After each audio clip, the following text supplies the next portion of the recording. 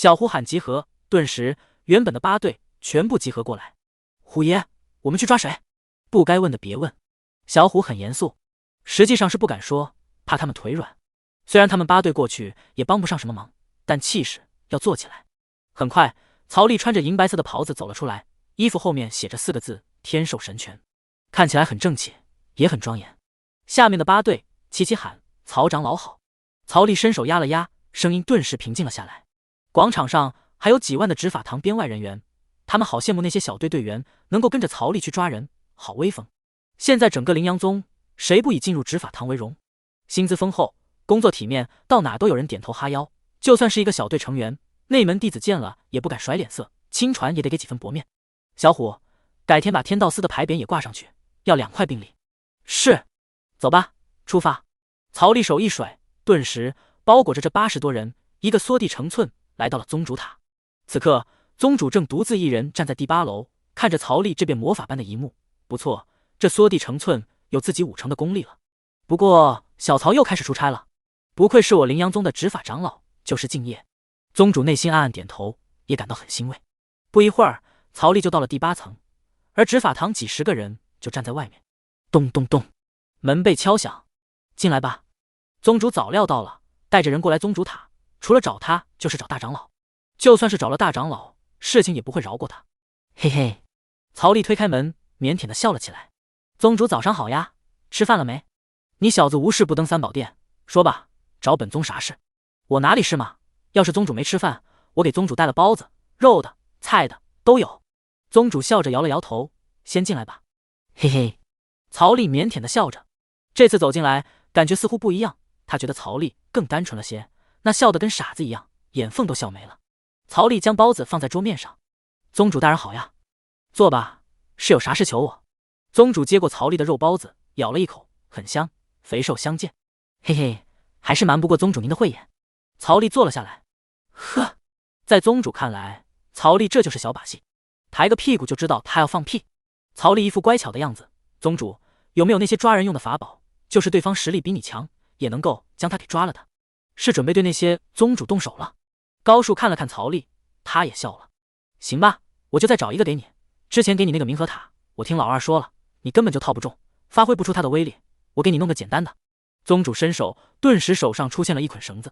这个绳子是用蛟龙筋做成的，非常的坚韧，可以自动锁人捆绑，跟太炎宗那个金手环有接近的功效。只要被捆中了，修为就会被束缚。但这种法宝都有弊端，那就是被体修所克制。你绑人的时候注意点。曹丽的笑容更纯真了，双手将绳子接了过去。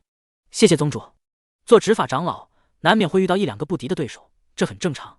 但咱们做人最重要的就是正直，只要犯了法的，都勇敢的抓，出了啥事，本宗替你扛。嘿嘿，曹丽拉了一下，很坚韧。宗主又咬了一口包子，手里掏出一个茶壶，嘬了一口，哐当，茶壶掉在地上。曹丽，你放肆！曹丽将宗主扛在肩上，立马从8楼的阳台直接越空跑路。宗主高树的嘴巴里塞着一块布，只能呜呜的叫着。曹丽卷起地上的80多名懵逼了的弟子，一个缩地成寸回到了执法堂外。他们看到了曹丽从里面扛了个人出来，扛的谁？曹丽直接进了审讯室，然后将宗主高树绑在审讯椅上。小虎在，快去叫老唐、欧阳还有司马堂主3人，帮我去外面挡人，挡住一会是一会。是。小虎看着坐在椅子上的宗主，吞了吞口水，连忙朝外面跑去。小虎刚刚来到了老唐的办公房，就看到他和欧阳林准备出门。唐长老、欧阳长老，太好了，曹哥让你们帮忙。欧阳林看了小虎，啥事？曹哥说让你们在执法堂外面，不管来了谁，都帮他挡住，拖延一点时间。嗨，这个小事，那我先去忙了。小虎说道。去吧。唐金春摆手。老唐，你不问问他抓了谁吗？欧阳林问。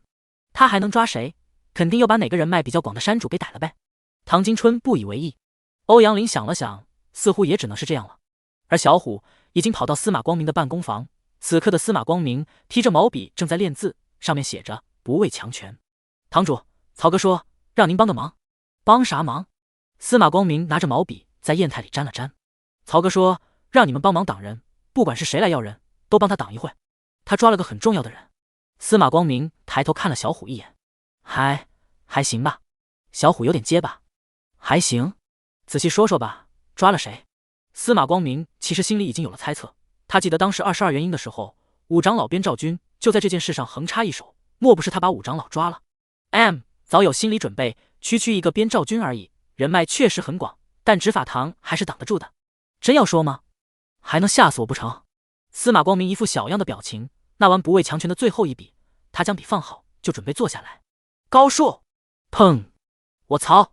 司马光明一个没坐稳，直接摔倒在地上，桌边的砚台也被打翻，墨水直接泼了他一脸。可是司马光明顾不上这些了，抹了一下脸上的墨水，强行睁开眼睛，也爬了起来。宗主高数，对，这不得长老会加所有山主旗帜。小曹，你太高看我司马光明了吧？司马光明眼角抽了抽，他连忙问道：“宗主犯啥罪了？”不知道，他犯罪了，曹哥就把他扛回来了，现在在审。可嗨嗨！司马光明一咳嗽起来就没完没了。可嗨嗨！我知道了。司马光明，咱们走。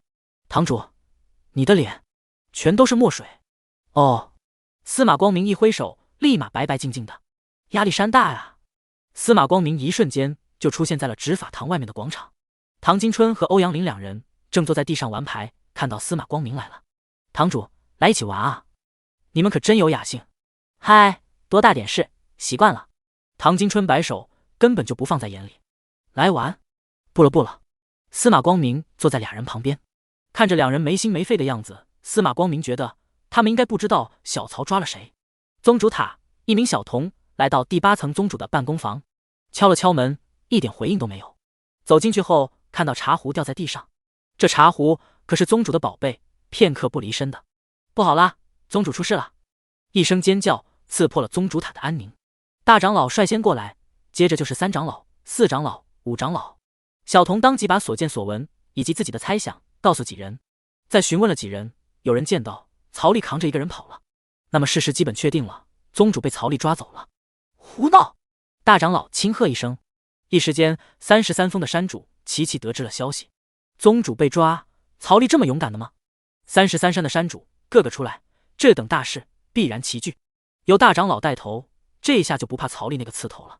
太虚境强者1人，还有4个化神，3位长老1位山主，以及一大帮元婴，此等阵容绝对豪华。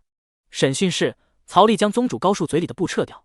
胡闹，快放了本座！宗主严肃着脸。宗主大人，我也不想抓你的啊，但是不知道为什么天道书上面排名第1的就是你的名字。不可能，本宗行的正坐的端，怎么可能进天道书？宗主喊道。不信你看。曹丽将天道书拿出来，翻开第1页，上面确实写着高树、羚羊宗，就连境界都标好了。宗主都看懵了，这假的吧？所以宗主，你为什么会出现在天道书榜1啊？高树自己也懵了，我为什么会在天道书上面啊？看着宗主的样子也不像是撒谎，曹丽提示道：宗主大人，你的名字大概是昨天晚上亥时的时候上榜的，您昨晚是做啥犯法的事情了吗？之前都没有。没有，这本书我刚拿到，上面的人名都是刚更新的，我可以明确的说，您的名字就是在昨晚亥时的时候上榜的。宗主，亥时的时候您在做什么？宗主立马回想，然后在那里仔细的想。看寡妇洗澡。曹丽猛地一转头，盯着宗主高树。哟，宗主你好这口。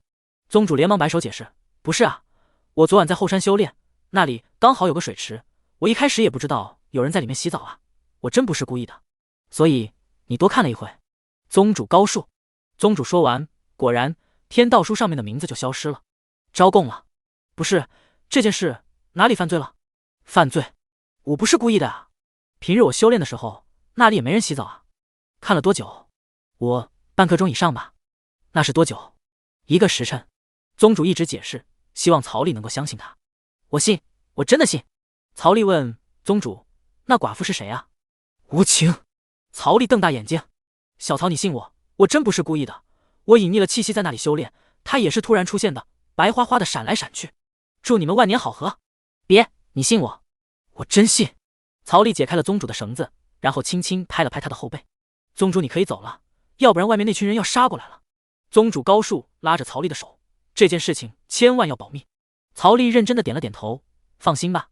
外面唐金春和欧阳林在打牌，而此刻天边密密麻麻，很快一大群人就到了。唐金春和欧阳林看着带队的人，脸色一变，什么玩意？怎么大长老都亲自来了？大长老、三长老、四长老、五长老，后面则是一大群山主。唐金春的眼力好，他数了一下，33位山主全到了。什么样的能量，让所有人一起出动啊？唐金春和欧阳林俩人吓傻眼了，只有司马光明早有预料。宗主呢？大长老直接问。宗主？唐金春和欧阳林俩人懵逼了，难道小曹他见过大长老？司马光明作礼。干嘛？小曹让我拖你们一会。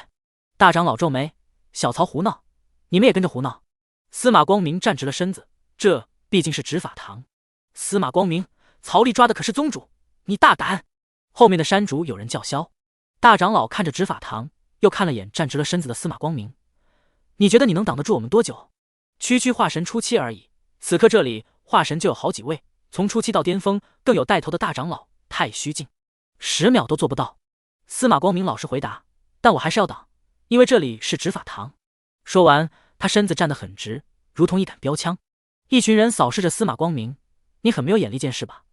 而唐金春和欧阳林俩人则站在边边嘿嘿的陪笑。唐金春手里已经出现了钩子法宝，随时准备拖着司马光明跑路。那你希望能挡我们多久？大长老询问。1刻钟。司马光明回应。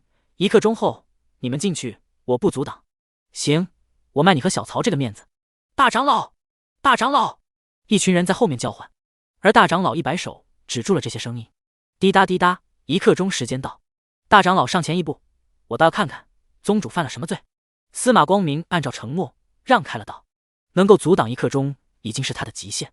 大长老迅速带着人朝执法堂内走去，势必要问到底犯了何罪，连一宗宗主都抓。大长老一马当先，其他人则跟在身后。审讯室，这件事情千万要保密，放心吧。而这个时候门被打开，大长老带着人走进来。曹力，你把宗主怎么样了？一群人匆匆涌进来，看到曹力正蹲在宗主身前，俩人似乎在谈话。宗主看到一群人进来，有点小慌张，但很快就稳住了。只要我不说，曹力不说，这就是我们永远的小秘密。三长老冲到最前面，将宗主从椅子上扶了起来。宗主以前可是他的救命恩人啊，如今救命恩人被抓，他还怎么淡定？当即没给曹力多少好脸色。小曹，宗主犯了什么罪？一把他抓了。今天要是不说清楚，我们是不会走的。站在三长老身后的宗主，曹力一副你确定的表情。不用，宗主突然说道，我和小曹在闹着玩呢。什么闹着玩？宗主，他可是把您都绑到审讯椅上面了。三长老气急了，他惊出的罪名不能够服众，我们这么多人定是为宗主您讨个公道的。对，此事必须问个清楚。四长老也发话。三长老按着宗主的手，宗主，您这么兢兢业业的为了宗门奔波，是什么样的罪，才能让您来执法堂走这一遭？若是不问清楚，我愧对您救我一命的恩情，这公道必须说清喽。老三，我自己都不计较，小曹也是职责所在，就这么算了。宗主也拉着三长老的手。三长老看着宗主的眼睛，果然啊，上司们都喜欢唱白脸，然后让属下唱红脸。您是我的救命恩人，这恩情我报了。三长老拔高了嗓音，宗主，这话我就不认同了。您不计较是您的脾气好，您宽宏大量，小曹的职责我也能够理解，可是执法堂总不能平白无故的抓人吧，总得给出个罪名啊。执法堂办案公平公正，有需求时理当公示。然后三长老看向全场，除了宗主之外，话语权最高的大长老，大长老你说呢？大长老点头，是该如此。宗主瞪大眼睛，内心想着，我当初怎么就救了你，真是造孽啊。快别说了。可是三长老是止不住嘴巴的，他觉得他会到了上司的意，其他人呢？站在最前面的无情师太见三长老看着他，他也愿意卖这个面子，点了点头，确实应该公示，让大家都知道。无情师太无欲无求，说的话最公道了，当即得到了很多山主的赞同。在场的都是宗门的高层，都有权限看卷宗。小曹你说呢？三长老说完后看向曹力，现在压力给到了曹力，不是给到了宗主。曹力实诚的点了点头，理论上是如此。三长老顿时觉得自己这红脸唱的简直完美，这恩情总算是报答了一些。那小曹，你还不赶快将宗主的罪名公示，让我等看看你公不公正。四大长老、33山主，还有唐金春、欧阳林、程子贵、司马光明等人的目光全部落在曹力一个人身上。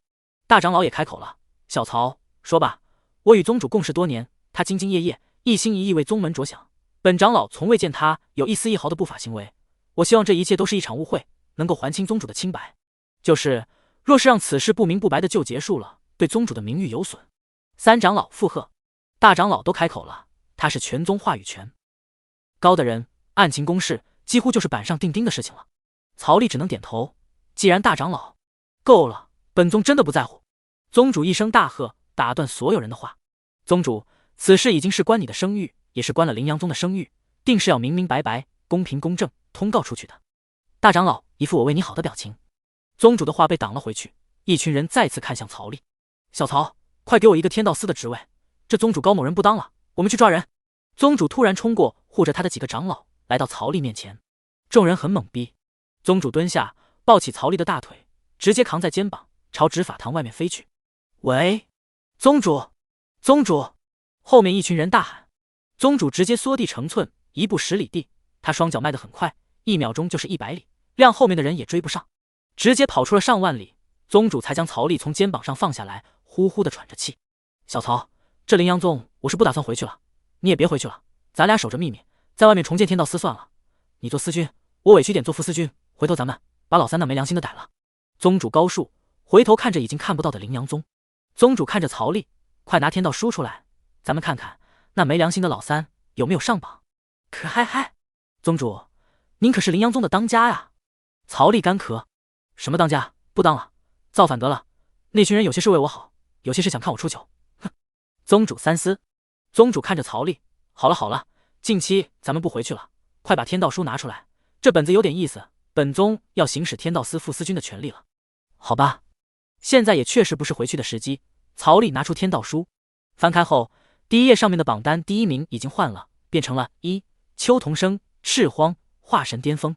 曹丽和宗主两人的头凑得很近。邱同生，这个名字太熟悉了，这不是他们凌阳宗医药堂堂主的名字吗？小曹将他的傀儡斩了，这件事情也有写成卷宗上报。他不是元婴期吗？怎么就化神巅峰了？赤荒，曾经的妖族尊者陨落地，里面蕴含了太多的危险，有很多化神期的寻宝人进入之后没有再出来。就是太虚境，在这地方也有危险。化神、太虚、朝元、冥神、尊者，这之中化神与尊者相差了5个大境界，相当于炼气和化神的区别，而太虚和尊者也不过是筑基与化神的区别，实力的差距足以想象。宗主，抓不抓？曹丽参考他的意见。赤荒也是在齐国的境内，不过是边缘了。赤荒虽不过方圆千里，但在传说中却步步危机。这里听说是妖族尊者的血洒落，然后大地污染，从此便无法生活人类。走吧，你不是有式神功吗？咱俩都有缩地成寸，若遇到危险，活的几率比别人更大一点。宗主看向赤荒的方向，然后再看曹丽，他的眼里还是有自信的。好，你等我一下。干嘛？宗主不解。自然是提升实力喽，要进入赤荒，再增添几分实力，就多了几分存活的机会。曹丽内心默念，系统领取奖励。丁，抓到1名太虚中期，非厮杀，难度中等，奖励化神巅峰修为星号1。一瞬间，曹丽的实力就从化神中期变成化神后期，再biu的一下到了化神巅峰。宗主全程近距离观看，他傻眼了，他确定没感受错。曹丽刚才是突破？你妹啊！谁突破是连续突破2级的？别人突破都是要卡个几百年了，你倒好，这样修炼的吗？曹丽睁开眼睛，此刻他只觉得实力变得十分的强大，怕是不弱于宗主这个太虚中期了。宗主，你干嘛这个表情？小曹你在干嘛？宗主问。突破呀。曹丽习以为常了。你现在的实力是？曹丽老实回答，化神巅峰。宗主，你怎么做到的？宗主实在很好奇。就顿悟啊，刚才你扛着我跑的时候，我突然顿悟了。顿悟这么简单的吗？你是天道的亲儿子吧？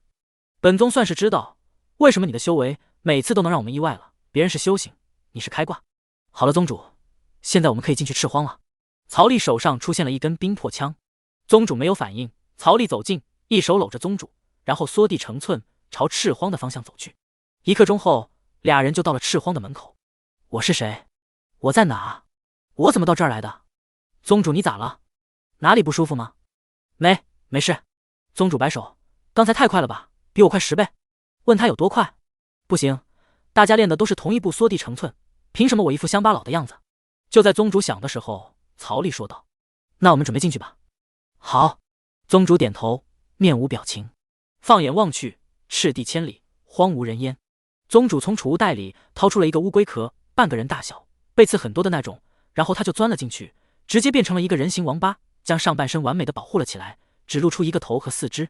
曹丽，宗主早就料到了曹丽的眼神，你别小看这壳，这可是有着一丝玄武血脉的，太虚境内无人能破这壳，保命能力那是必的。好吧，曹丽只能接受，不过他觉得宗主在他心里的印象似乎也不是那么高高在上了。曹丽将是神弓取出，射了一箭，箭矢朝赤荒深处飞去。两人缩地成寸，始终和那箭保持着距离，又不让他逃离观察范围。箭矢进入了赤荒300里后，在一座荒山前消散了。曹丽能感受到人就在荒山里面了，所以箭是他取消的。两人站在10里之外，看着远远的那座荒山。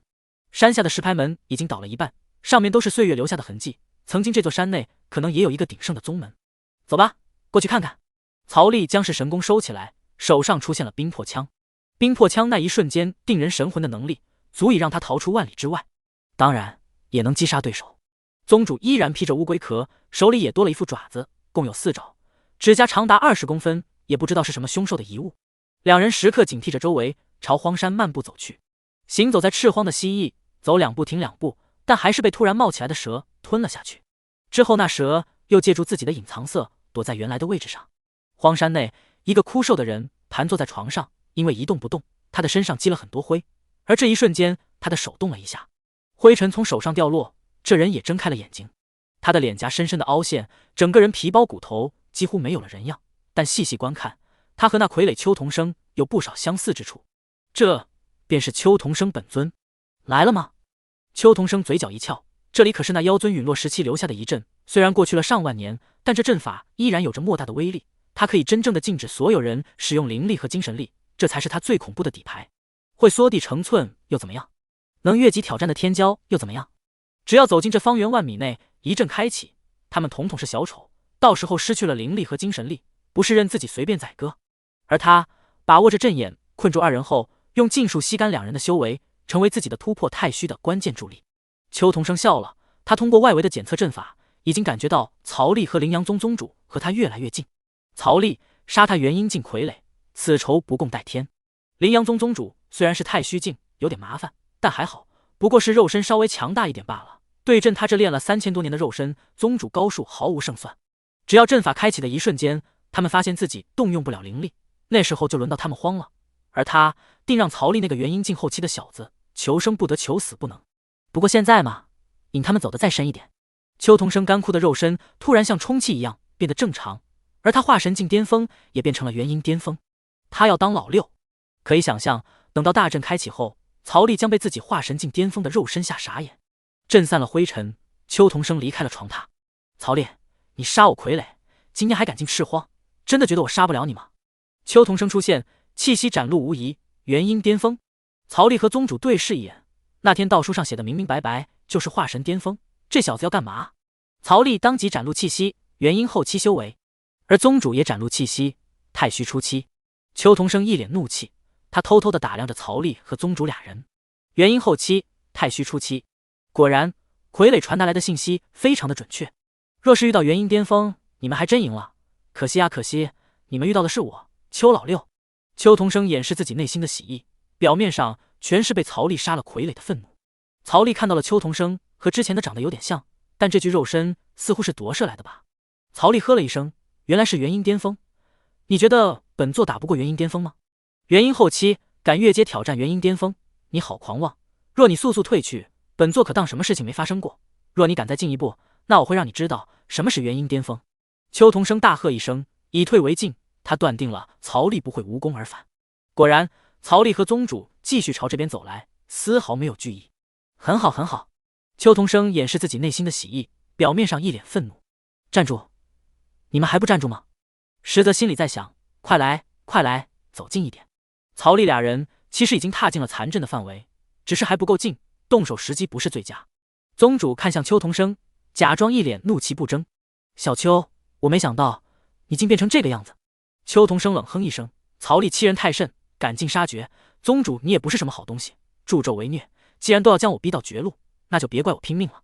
宗主摇头，一脸无语。不是你先叛宗的吗？邱同生冷笑，我为什么叛宗？你们不明白吗？我只是睡一个女人而已，有什么错？因为这点小事抓我？宗主摇头，可他不是自愿的呀，宗门条规写得明明白白。那又怎样？底层修饰罢了，生杀予夺皆在我手，睡他是看得起他。你们本可以睁一只眼闭一只眼就过去的，竟为了一个蝼蚁，放弃我这个元婴巅峰，那就别怪我鱼死网破。邱同生涨红了脸，既然你们不给我活路，我就跟你们拼了。他一个元婴巅峰，居然朝着一个太虚境和元婴后期冲去，不知道还以为他疯了。宗主没有出手，曹丽直接掏出太炎剑，一剑挥出，汹涌的火焰当即铺天盖地。即便是元婴后期，他的实力也是超过了元婴巅峰，无限接近化神。我擦！隐藏修为的邱同生吓了一跳，这实力这么夸张的吗？这一击已经超过了他的承受能力，若不暴露修为，岂不是要平白挨一顿打？你妹的！邱同生自然是不可能平白挨一顿打的，太不值当了。本来想当一个老六的，非要逼我展现实力，那就给本座哭吧。邱同生一挥手，一股强大的灵力当即将滔天的火焰抹去。与此同时，邱同生一个闪身来到了曹丽和宗主的身后，挡住了二人的退路。邱同生笑了，伸手比划一下，残阵启动，天地灵力隔绝，一股恐怖的压制充斥着方圆万里的天地，禁止了一切灵力和精神力的动用。现在这两人逃不掉了，哈哈哈！从现在开始，灵力和精神力都没用了，能依靠的就是强大的炼体。而他邱同生化神巅峰的炼体修，就算是太虚境初期的宗主也不敌了。邱同生开始展露真实的气息，化神巅峰。哦，曹丽假装吃惊，而宗主眼里也假装一丝意外。天道书没骗人，这小子果然在隐藏修为。哈哈哈，你们跑不掉了！邱同生狂妄大笑。而曹丽和宗主此时才发现，他们的灵力无法动用了。这下子，俩人真的有点震惊了。赤荒果然古怪。邱同生将俩人的意外尽收眼里。哼，现在知道慌了吧？等下交手你就更慌了。哈哈，受死吧！邱同生朝俩人冲来，宗主率先冲出，和邱同生对阵一拳。轰的一声，宗主脚下的土地阵阵爆破，而宗主也退出去10几米。炼体修，宗主拳头发麻。曹丽扶住宗主，也感到了一丝意外，有点意思啊。站在原地的邱同生哈哈大笑：“你以为我当医药堂堂主是为了什么？好的药材自然是我先用啊！”哈哈。宗主面色凝重了，他的拳套 “ci” 的一声，4根兽爪弹了出来。宗主，我来。曹丽走到宗主面前，然后他的气息变成了化神初期。哦，这下子轮到对面的邱同生惊讶了，原来你也隐藏了修为。不过，就算你是化神初期，也改变不了结局了。给我死！邱同生再次向曹丽扑来，曹丽当即迎了上去。两人在半空对轰，不到1秒，一个人影就倒飞出去。啊！烟尘滚滚，没有了灵力，便无法踏空借力。曹丽下来之后，又一个人猛跳，冲了上去。怎么可能这么强？邱同生在坑洞里爬了起来，手臂发麻。眨眼间，曹丽又到了，两人又轰在一起，拳拳到肉，每一拳都势不可挡。对轰不过几拳，邱同生的手臂就肿了。而观察曹丽的气息，依然是化神初期。今天就让你见识见识什么是无敌！曹丽的手一转，化拳为爪，抓住邱同生的手腕，将他往前一拉。而曹丽跳了起来，双脚在邱同生的胸口狠狠一踹。啊的一声惨叫，邱同生本会被踹飞，却被曹丽拉着手，导致无法飞出去卸力，只能由手臂承载这一下撕扯。邱同生整个人在腾空绷直，曹丽又拉着他的手，狠狠地往地上一甩。砰的一声，大地在这一刻都在颤动，皲裂的纹路嘎嘎地延伸出去。噗！邱同生吐血了。炼体境的差距有这么大吗？如果……操！他刚转过身来，一个鞋底慢慢的放大，然后踹在他脸上。邱同生飞出去2米，然后躺在那里一动不动了。就这，曹丽走过去，拉起昏迷的邱同生，拖着走到宗主面前。宗主，搞定了。宗主高树呆呆的看着曹丽，这么猛的吗？单凭肉身，他打不过邱同生，而邱同生打不过小曹，岂不是？不可能，不可能！小曹怎么可能打得过我？他不过是个化神巅峰啊，距离本宗还有2个境界呢。这2个境界可难倒了太多人了。小曹打化神巅峰可以，若是对手换做自己，那就一定是3七开。3分钟，曹丽跪下来求他别死。不是他3分钟打败曹丽7次。对，就是这样。曹丽挥了挥手，宗主你怎么又在发呆？嗨嗨，怎么了？曹丽用脚踢了一下邱同生，还是没有反应。他怎么办？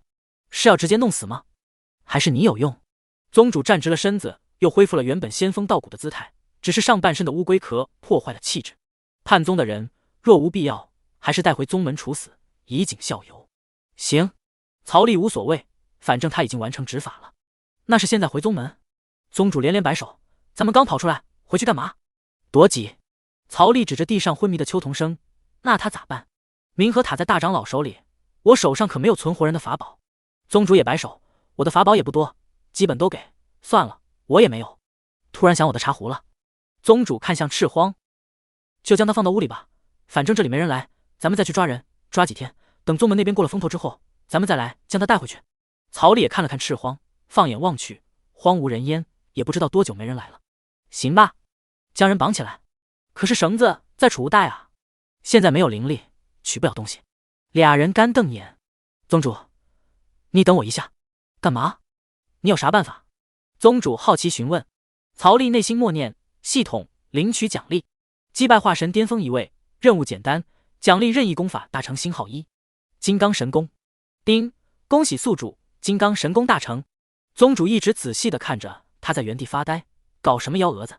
然后他就看到曹丽的气血在迅速流动起来，周身开始有血气缭绕，然后曹丽的皮肤就从正常肤色 biu 的一下变成了淡金色，然后再变成金色，然后曹丽周身的气血从红色变成了金色。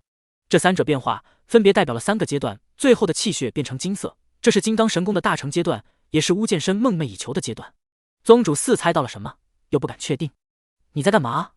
我在修炼功法呀，刚才和邱同生对战，突然顿悟了，就试着练一下金刚神功，没想到大成了。曹丽翻了翻手，欣赏着自己金色化的皮肤。宗主，你别这样好不好？显得我好废物啊。宗主，我去一趟外面，很快就回来。曹丽一个蓄力，一脚将原地踹了个窟窿，而人也跟炮弹一样弹了出去。宗主吃了一脸灰，可是他无动于衷，没有一点表情。他终于明白为什么将缩地成寸交给小曹不到1个星期，他用的比自己还熟。他真的在开挂呀？就没人管吗？掀桌，斜杠口，斜杠。不一会儿，曹丽笑嘻嘻的回来了，左手绳子，右手铁锹。宗主现在才缓过来，看着肤色化为正常的曹丽，你干嘛？将他埋起来，这下我们走了，也不怕了。说完，曹丽就开始挖坑了，挖了一个3米的坑。曹丽来到了昏迷的邱同生旁边，踩着他的背，然后思考。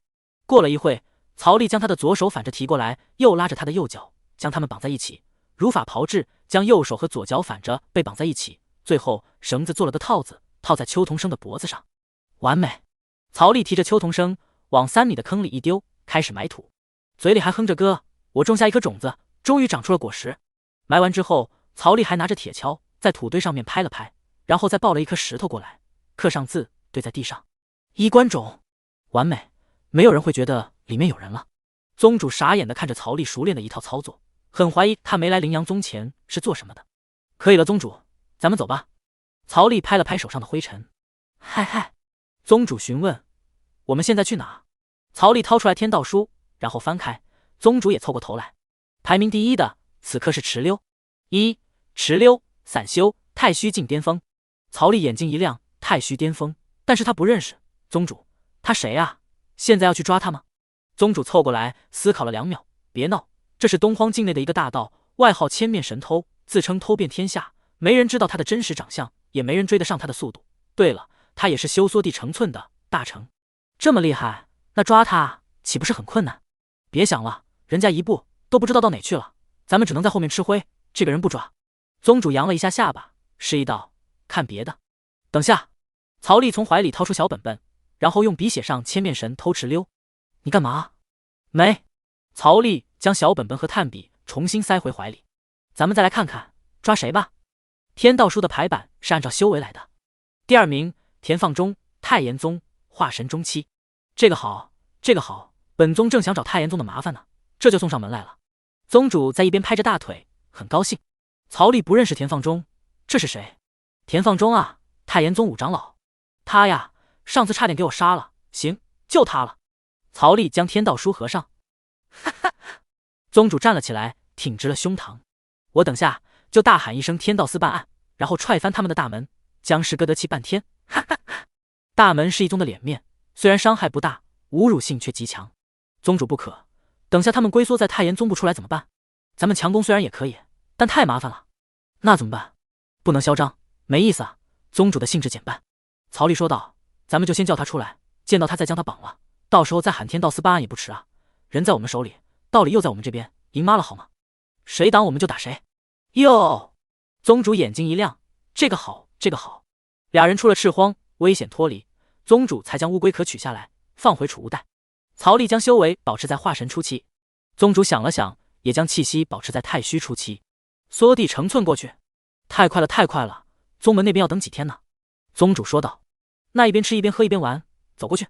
这个好。两人商量着，一步一步的走去。虽然每步10里地，但慢悠悠的走也是非常快了。3天后，太炎宗山门前，天道司办案，快让你们五长老出来，有事找他相商。一个长相普通的年轻人，一身皮肤很黝黑，语气冰冷冷的道。他的后面站着一个负着双手的中年男子，脸上有很多麻子。守门弟子看着这两人的面孔都很陌生，不是认识的天道司任何一个人，身上也没有穿天道司的衣服。俩人的修为也都还行，元婴巅峰。你们可有天道司的凭证？放肆！我这次是过来处理曹丽事情的，若耽误了重要时机，你担待得起吗？那山门弟子一听到曹丽，就想起了那天站在山门天空外的那个年轻，一手蓝色冰魄枪，嘲讽他们全太炎宗，还有连续那么多天的黑暗，让他们完全失去了生活能力的恐惧。抱歉，两位天官，小的这就去请五长老。那小弟立马头也不回的往宗内跑去。另外一位站着的小弟笑着走了过来，两位天官是12位天官中的哪2位啊？你话很多耶。曹丽转过头来，一副不高兴的样子。天官莫怪，我的身份也需向你汇报。曹丽眼睛一瞪，身上元婴境的威压当即散发出来。看门的小弟不过筑基修为，直接就跪在地上，天官恕罪，是小的多嘴了。小弟想着，如此暴躁，定是天官没错，和他平日里见过的天官是一个样的。这些人除了在大佬面前装一副人畜无害的样子，在小弟们面前都像一只要吃人的大老虎。不一会儿，小弟就带着五长老过来了。五长老看着站在宗门口的2个陌生人，天道司的人他都认识，这2位从没见过。2位天官可有急事？动手！曹丽和宗主俩人瞬间冲了出去。曹丽直接到了五长老旁边，一个掐脖，一转，直接把他干晕了。而宗主嘴上说动手，实则来到了山门前，一脚将10几米高的山门踹翻。哈哈2声，觉得还不过瘾，直接一掌把山门给打成粉末。哈哈，你山门也没了。2个筑基弟子直接傻眼了。此刻他们的气息完全不是元婴巅峰，一个是化神，还有一个是太虚。你们俩知道太多了。曹丽将2人的头一撞一起，2弟子直接晕了过去。山门的灵力波动立马就引起了太炎宗内所有人的注意。这些天他们都时刻警惕着曹丽会重新回来，那个人太小心眼了，所以无时无刻都注意着。何等小辈，竟敢犯我太炎宗！一个老头子直接出现在山门空地前。太炎宗的太上长老，太虚境后期。你们俩是谁？曹丽正将五长老扛到肩上，而此刻一大堆山主也陆续赶来。曹丽2人没有立刻跑，宗主大声喊道：“天道司办案，五长老犯了事，我们要带回去审问。”放肆！太上长老轻喝：“谁让你们来太炎宗抓人的？史天祥哪来的胆子？传音预检是有范围限制的，距离太远的话，只能飞鹰传书或者派人送信，所以太炎宗此时还不知道天道司已经易主了。”宗主直接大喊：“天道司做事还需向你们汇报吗？”太炎宗几10位山主齐至，将他们俩围了起来。他们不是天道司的人。有山主喊道：“天道司里面每一位我都认识，没有这2个人。太上长老绝对不能放他们离开，等宗主和大长老回来再说。”宗主高树这才知道，原来江氏哥和太炎大长老不在，没劲，他就是在等这2个人，打算当着他的面把人带走。太上长老顿时一身太虚境后期的气息散开，2位是什么人？闯我太炎宗，掳走我们五长老是要干什么？天道司办案，若敢阻挠，生死不论！曹丽踏空上前，与宗主高树并立。你们不是天道司的人。曹丽的手上出现了天道书，上面道韵流转，一看就知道这是真的。田放中进了天道书，我们带走例行问罪，谁若再敢阻挠一下试试。顿时上到太上长老，下到山主，弟子们一个个傻了，真的是天道书啊！天道司什么时候敢抓3宗的人了？这是谁的授意？看那个扛人的天官，态度不像是作假的，谁若是真的在阻挠，是要见血了。对方太虚境1人，气血旺盛，化神期1人，能够秒晕五长老，真实战力不会低于化神后期。反观他们这边，宗主大长老2位太虚不在，只剩下他这位气血衰败的太上长老，真打起来，怕是没几年活头了。而全宗除了还有3位山主是化神初期，就没了。权衡之下，太上长老做了个礼：“老夫乌梅道人，能否卖老夫一个？”滚！曹丽冷喝：“我们走！”宗主高树大摇大摆的踏着虚空离开，曹丽同步留下了后面太炎宗一大堆人，一个太虚境，一个化神境。天道司什么时候有这2个人了？但天道书做不了假，这书也不可能被盗。只要司君心念一动，就算多远都会出现在眼前的。所以真的是天道司在搞事，莫不是以为他们太炎宗死去了3位长老就好欺负了吗？岂有此理！被传本太上亲自去一趟齐国皇城见陛下，老夫倒要看看是我太炎宗废了，还是他们天道司狂了。若齐国国君真要欺负我太炎宗，老夫也定是要讨个说法，别让我太炎宗在齐国成了笑话。太上长老甩袖：“好！”下面的人纷纷捏紧了拳头。上一次被曹丽欺上门就算了，这一次连天道司都敢踩在他们头上，岂有此理！当即太炎宗太上长老就启程去齐国皇城了，最快也要几日到达。曹丽和宗主高树俩人缩地成寸，来到了千里之外。好刺激啊！他们都不知道我们是谁，哈哈哈！宗主高树仿佛发现了新大陆，把他扛回赤荒。对，扛回赤荒，几天了，也差不多可以回宗门了。俩人缩地成寸，朝赤荒的方向走去。赤荒万里荒芜，赤红色的大地充满了衰败。此刻3个人踩上了赤荒的土地。你们说找他真的有用吗？姜氏哥反问。有用，万延冰在世的时候曾经跟老夫说过，他有一个救命恩人就藏在赤荒里面，手里握着一个恐怖的大阵。而现在这个人的身份已经很明显了，就是邱同生。大长老继续说道，根据灵阳宗最新的情报，邱同生因叛宗罪被捕，他的傀儡已经被曹丽击杀带回去了。那么他和灵阳宗就有大仇，敌人的敌人就是朋友。现在找他合作，第一帮你们天道司夺回司君的身份，第二再帮我们除掉一个大害，第三也帮邱同生报仇，一箭3雕。除掉了曹贼这一大害，还我齐国朗朗乾坤。副司君张芝说道。3人朝赤荒深处走去，大长老手里抓着一个玉简，这玉简是万延冰的遗物，上面标注着邱同生的位置。很快3人就来到了这座古老败落的荒山前。残阵维持了1个时辰后已经消散了，所以3人并无任何感觉。3人踏进了破败的荒山，房屋早就变成了废墟，只有一些倒塌的石门，暗示这里曾有人烟。最深处有一个石屋，那便是邱同生闭关的地方。3人走到石屋前，见过邱道友。空气一片安静。见过邱道友，声音加大了几分。过了一会，还是没人回应。副司君张芝走过去，推开了门，里面除了一张石床之外，空空如也。没人。张芝说道。走，进去看看。太炎大长老提议。3人走进了石屋。石屋内各种石椅、石桌上面都积了厚厚的灰尘，只有石床的一处地方没有灰尘。大长老摸了一下，几乎没有灰尘。人刚走没多久。走，出去外面看看。几人走到外面，围着石屋逛了一圈，发现在石屋的左侧有很新的战斗痕迹，有一个人形大坑，应该是砸出来的，还有各种坑。关键是还有一个新的衣冠冢。3人站在衣冠冢面前，到底发生了什么事情？衣冠冢内，邱同生察觉到有人过来了，他猛地摇晃起来。救！他一张嘴，泥土直接灌进他嘴巴里，吐又吐不掉。龙金绳只能封住他的修为，封不住他的炼体。他拼命的晃动，能不能活就看这一次了。终于邱同生的晃动还是惊动了上面3人。什么东西？3人当即背对背靠在一起。身在赤荒内，任何一点动静都可能要了3人的命。地面依然在轻微的震动，但危险并没有出现。走！太炎宗姜氏哥提议。3人背对背靠着，边走边退。地底下，呜，回来啊！邱同生摇啊摇，他感觉泥土把他挤压得太难受了。几人走出了10米，发现晃动不明显了。奇怪，再回去。3人走到衣冠冢的位置，发现晃动就明显了，明显来自于衣冠冢之下。3人对视，要不要打开来看看？有战斗痕迹，又是新的衣冠冢，下面很有可能埋了什么。虽说赤荒遍地危机，但也代表遍地机缘。我们3人何不搏一把？张芝修为最低，也是最激进的，我强烈提议。我没什么意见。姜氏哥无所谓的表情。行，都站远一点。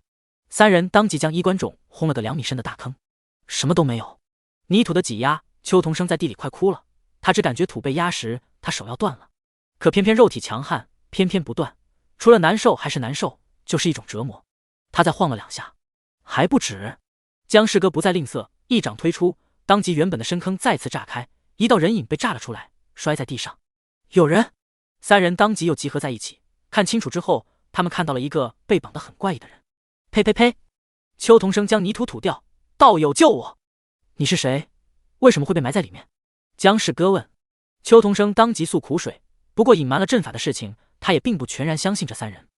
你就是邱同生？邱道友？僵尸哥眼睛一亮，踏破铁鞋无觅处，得来全不费功夫啊！几人快步上去，将邱同生的绳子解开，都是死结，太难解了。关键是这绳子还是个法宝，触碰到它，整个人灵力无法施展。你说这是曹力做的？邱同生听说他们也要对付曹力，这下子好了，志同道合。道友啊，这法宝这么好，曹力一定不会放弃的，所以他一定会来。我们4个人只需要埋伏在这里，瓮中捉鳖就可。可是高树会缩地成寸，曹力也会，想要偷袭成功太难了。我有办法。邱同生说道。3个人当即看向他。我可以让这方圆万米所有人都不能动用灵力和精神力。3人当即瞳孔一缩，不愧是赤荒，这应该就是万言兵生前说的厉害大阵了吧。邱同生继续道，不过你们需要解决曹力，他的肉身很强很强，比我化神巅峰的炼体境还要强。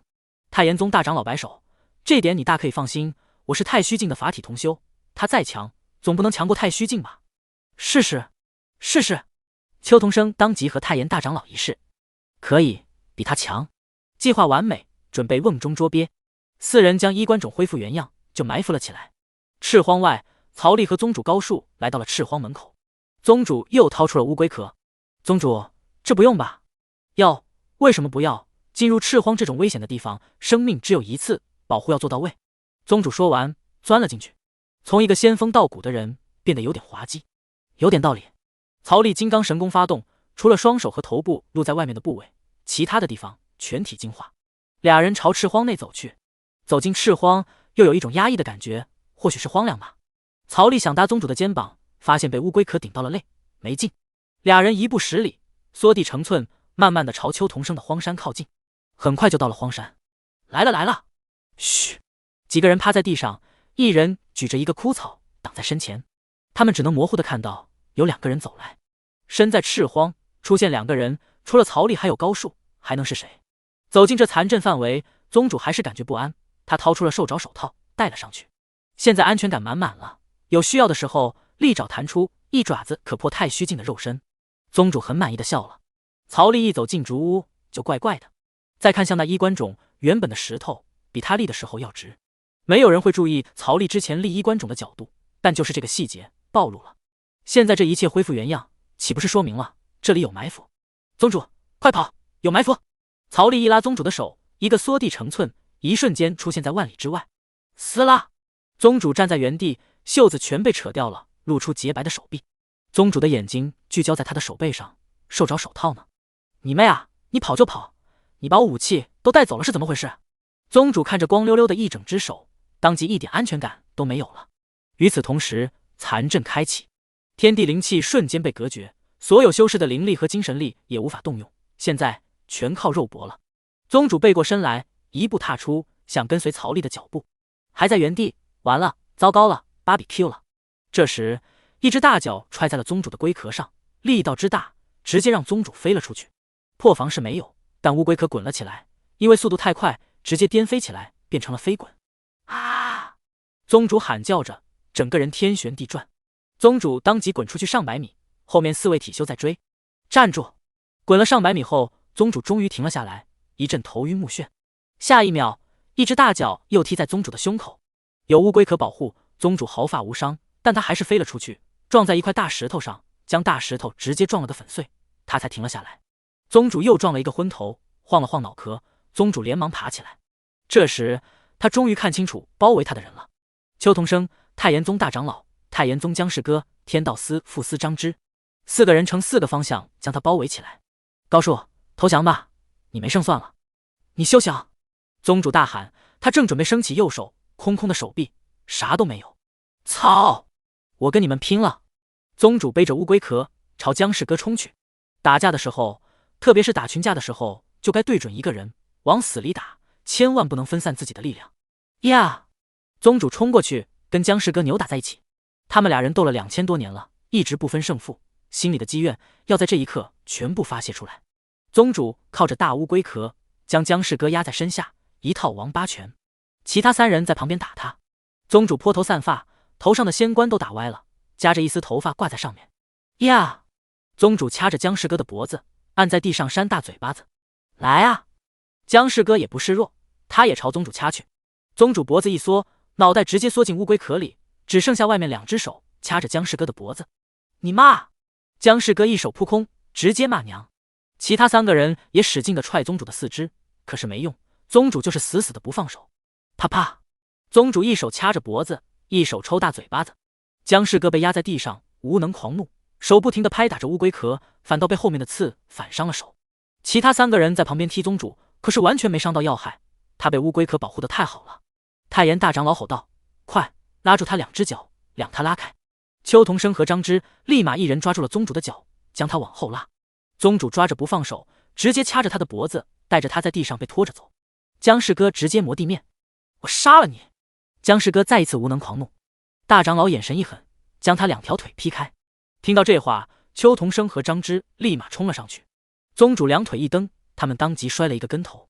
下一瞬间，宗主2条腿都缩进壳子里，只露出双手掐着僵尸哥的脖子。僵尸哥被掐得直咳嗽，偶尔还被抽几个大嘴巴子。3人在外面一点办法都没有，手拉不开，打不开。5个人扭打在一起，实际上只有宗主和僵尸哥2个人的战斗。万里之外，曹丽站在一个平原上，看着手里的手套和一截衣袖。曹丽，完了！曹丽再一次一步返回，但是到了残阵的边缘，缩地成寸就被挡下来了。残阵的威力太大了，除非实力非常的强大，要不然逃脱不了规则的束缚。宗主啊，你再撑一会，我马上就到了。曹丽一蹬，仿佛一颗炮弹一样冲了进去。曹丽金身全开，周身金色气血缭绕，化为一道实际的金色烟雾盘旋着。赶到石屋后，空空如也，朝左边看去，那里有几个人影在缠斗。此刻的曹丽看到太炎大长老和邱同生、张芝3人拼命地揣着乌龟壳，还是带刺的，可是一点用处都没有。被掐脖子的僵尸哥也疯狂地敲打着乌龟壳，还有宗主的手臂。宗主，我来了！曹丽如一颗炮弹一样飞出去，速度之快，直接在空气中出现了火花。一拳轰出，太炎大长老伸手抵抗，砰！太炎大长老直接飞了出去，手臂骨折，外衣被打爆，整个人飞出去几百米。而曹丽一脚踹去，邱同生随着一声惨叫，几乎都没影了。张芝直接慌了，他可不是练体的呀！曹丽掐着他的脖子，直接给他脑袋来上一拳，张芝直接晕了过去，没死也差不多了。接着，曹丽看向那被宗主压在身下的僵尸哥。此刻是宗主和僵尸哥2人的战斗，宗主靠着一个乌龟壳，完全占据了上风。宗主，我去将他们2个追回来，这个人交给你了。放心吧。乌龟壳里传来宗主自信的声音。一挑一肉搏，他就没怕过僵尸哥。曹丽像一个炮弹冲出去，去追邱同生和太炎大长老。原地就只剩下宗主和僵尸哥了。僵尸哥见大势已去，歇斯底的咆哮，他也要破釜沉舟了。老子跟你拼了！僵尸哥大吼。不料宗主的头突然从乌龟壳里伸出来，然后狠狠地撞下去，第一下撞在僵尸哥的鼻子上。哦！僵尸哥痛哭。第2下直接额头对额头，然后宗主又缩回去了。僵尸哥就难受了，他的后脑勺无法卸力，直接磕在地上，挥手抓宗主的脑袋时又缩进去了。啊！僵尸哥无能咆哮，伸手往乌龟壳里抓。宗主哒哒2声，牙齿对碰，接着直接咬在僵尸哥的手上。啊！刚才是愤怒，现在是痛的。宗主外面的手又掐着他的脖子，提起来拿着脑袋往地上撞。僵尸哥体魄很强，特别抗揍，但他此刻鼻子流着血，眼睛流着泪，不知道是鼻子酸的还是委屈的。终于僵尸哥绷不住了，撞鼻子，那骨酸成为了压倒骆驼的最后一根稻草。打又打不到，只有挨揍的份，真的好委屈。哇呜！越哭越大声，这个3000多岁的中年男人崩溃了。哼！宗主2条腿从乌龟壳里伸出来，然后爬起来，将僵尸哥翻过来，手往后扣，然后坐他身上。错了没？呜呼呼呼，呜呼呼呼啊呜啊！僵尸哥只有哭泣。太炎大长老飞出去300多米，砸在地上，又在地上擦了100来米才停下。他连忙爬了起来，看着自己外袍被冲击力打爆裂，双臂直接骨折，耷拉着。曹丽的体魄跟太古凶兽的幼崽差不多了吧？太变态了。太炎大长老连忙气血翻涌，断裂的骨头重新接上，伤势也消散了一些。必须立刻跑，若等曹丽追来，一切就都晚了。看着太炎宗宗主江氏哥被按在地上暴打，大长老只能内心暗念：宗主，对不起了。太炎大长老迅速跑出一阵范围，然后不断的使用缩地符离开赤荒。曹丽看着太炎大长老逃跑的方向，这个人有点难追。此刻那邱同生也在往外面逃跑，一个是散修，一个是有家有室的人。若让邱同生跑了，离开了齐国，以后再想抓到他，难如登天，因为根本就不知道什么时候会回来，变成一条藏在暗地里的毒蛇。而太炎大长老跑得了和尚，他跑不了庙，再抓他明显要更简单了。邱同生边跑边吐血，跟曹丽真正对轰，才知道之前那老六根本就没动真格，他居然修成了金刚神功，还是个化神巅峰，和自己同境。你妹的，若知道你是化神巅峰，给他100个胆子，他也不敢在这里埋伏啊，早就逃之夭夭了。他邱同生没被当场打爆体，已经算是他保命能力强了。此刻修复残躯，邱同生气息萎靡，但还是拼了命的逃出了一阵范围，然后使用缩地符连逃上万里。不够，远远不够，当初他的傀儡就是这样被抓住的。邱同生又拿出一把缩地符，最少都要逃出20万里以上。可是下一刻，一根灵力剑直接贯穿了他的手掌，一手的缩地符全部随风飘扬。啊！邱同生一声惨叫，捂着手掌。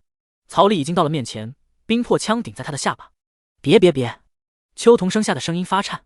他这次没有傀儡了，若死了就真的死了。现在你又有什么机缘来让我不杀你？曹丽戏谑地看着他。邱同生吓得双腿发软。我有很多宝贝，我储存了这么多年的宝贝，都是为了突破太虚炼体的气血圣药。你现在也是化神巅峰，这东西也很适合你。哦，还有呢？曹丽笑了。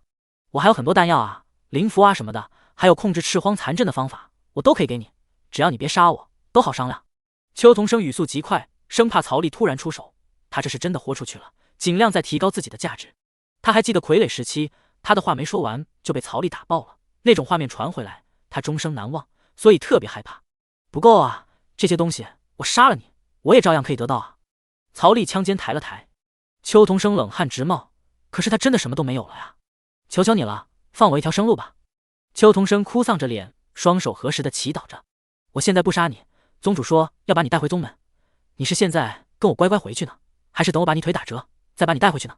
曹丽擦了一下鼻子，笑着看他。邱同生冷汗直冒。我走，我都听你的。下一瞬间，他仿佛变成了巨人，万里河山不过一步，眨眼之间他就来到了残阵边缘。邱同生瞪大了眼睛，嘴巴张得可以塞鸡蛋了。一步万里，我靠！难怪我撒了那么多缩地符，一点用都没有。把残阵解了。对不起啊，我能力有限，实在解不了。残阵因为阵纹有缺，无法自由控制，只能等它自己散去。邱同生语气卑微。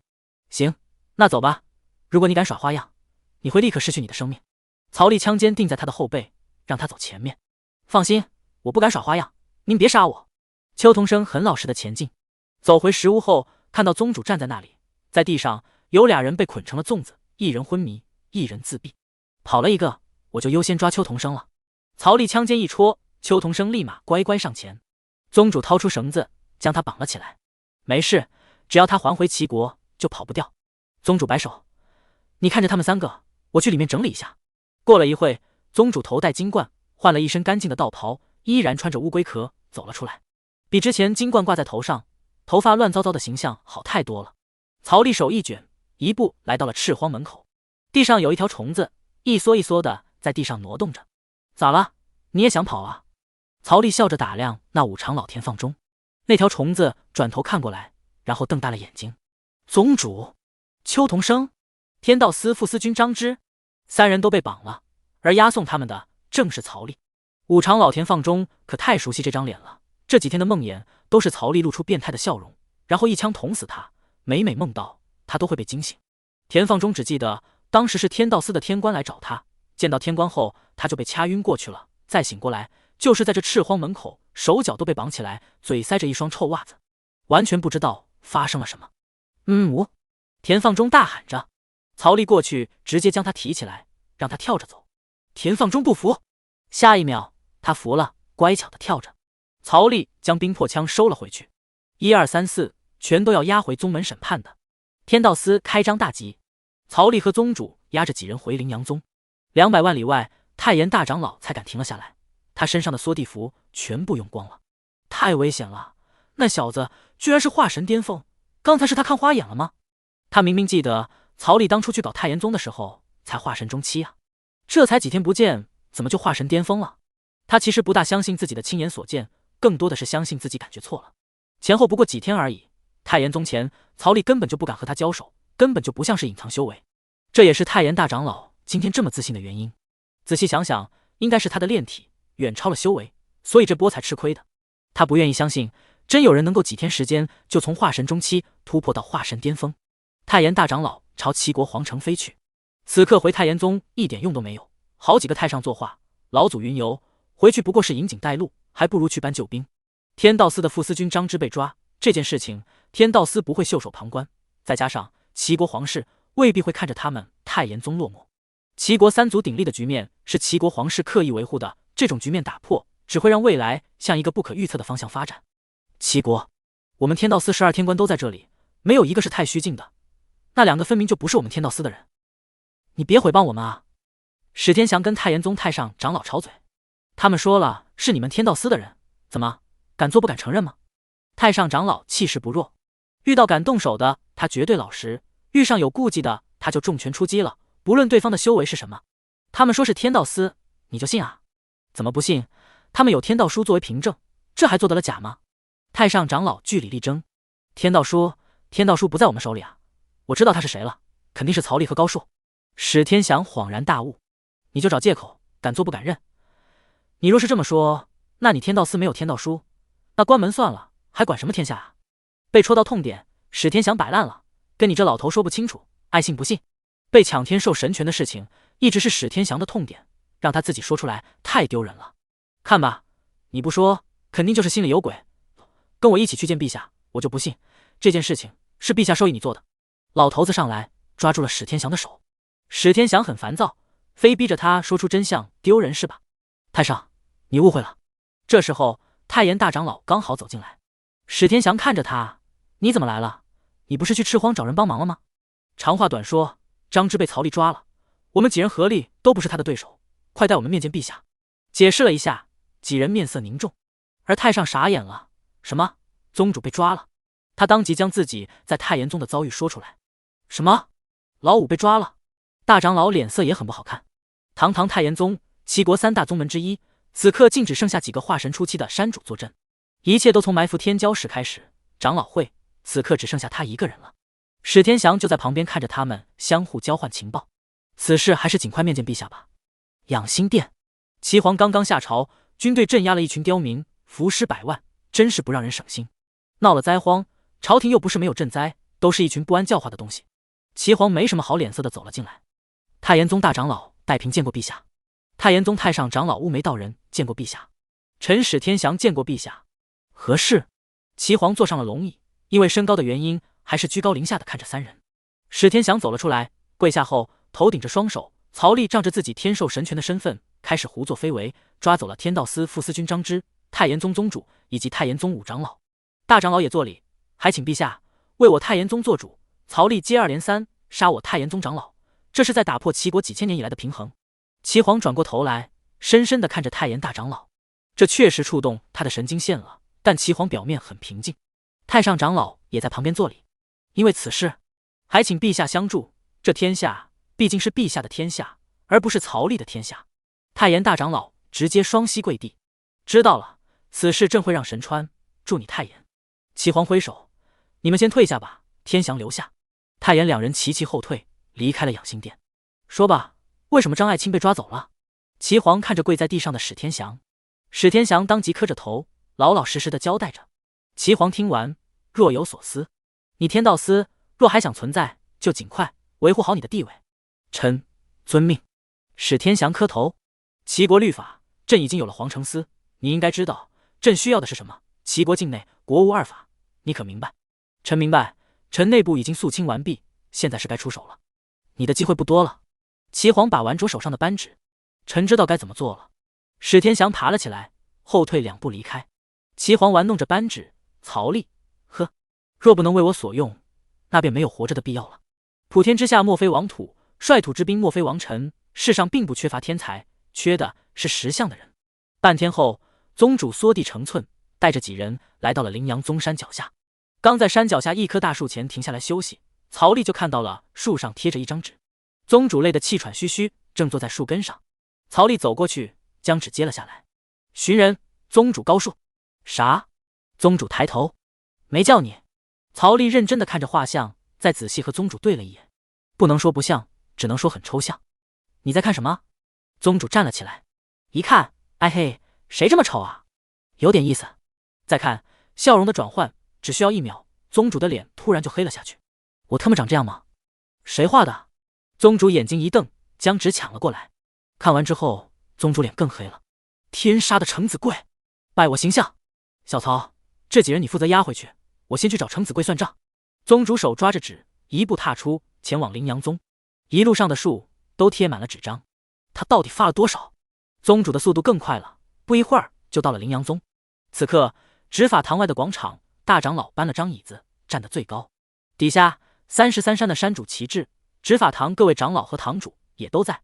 大长老扯了扯嗓子，经过这几天的调查，宗主回宗后的行径，事情已经非常清楚了。今天召集大家过来，就是来澄清，还宗主清白的。乌剑生迫不及待了，大长老，快别卖关子了，宗主回来后到底做什么了？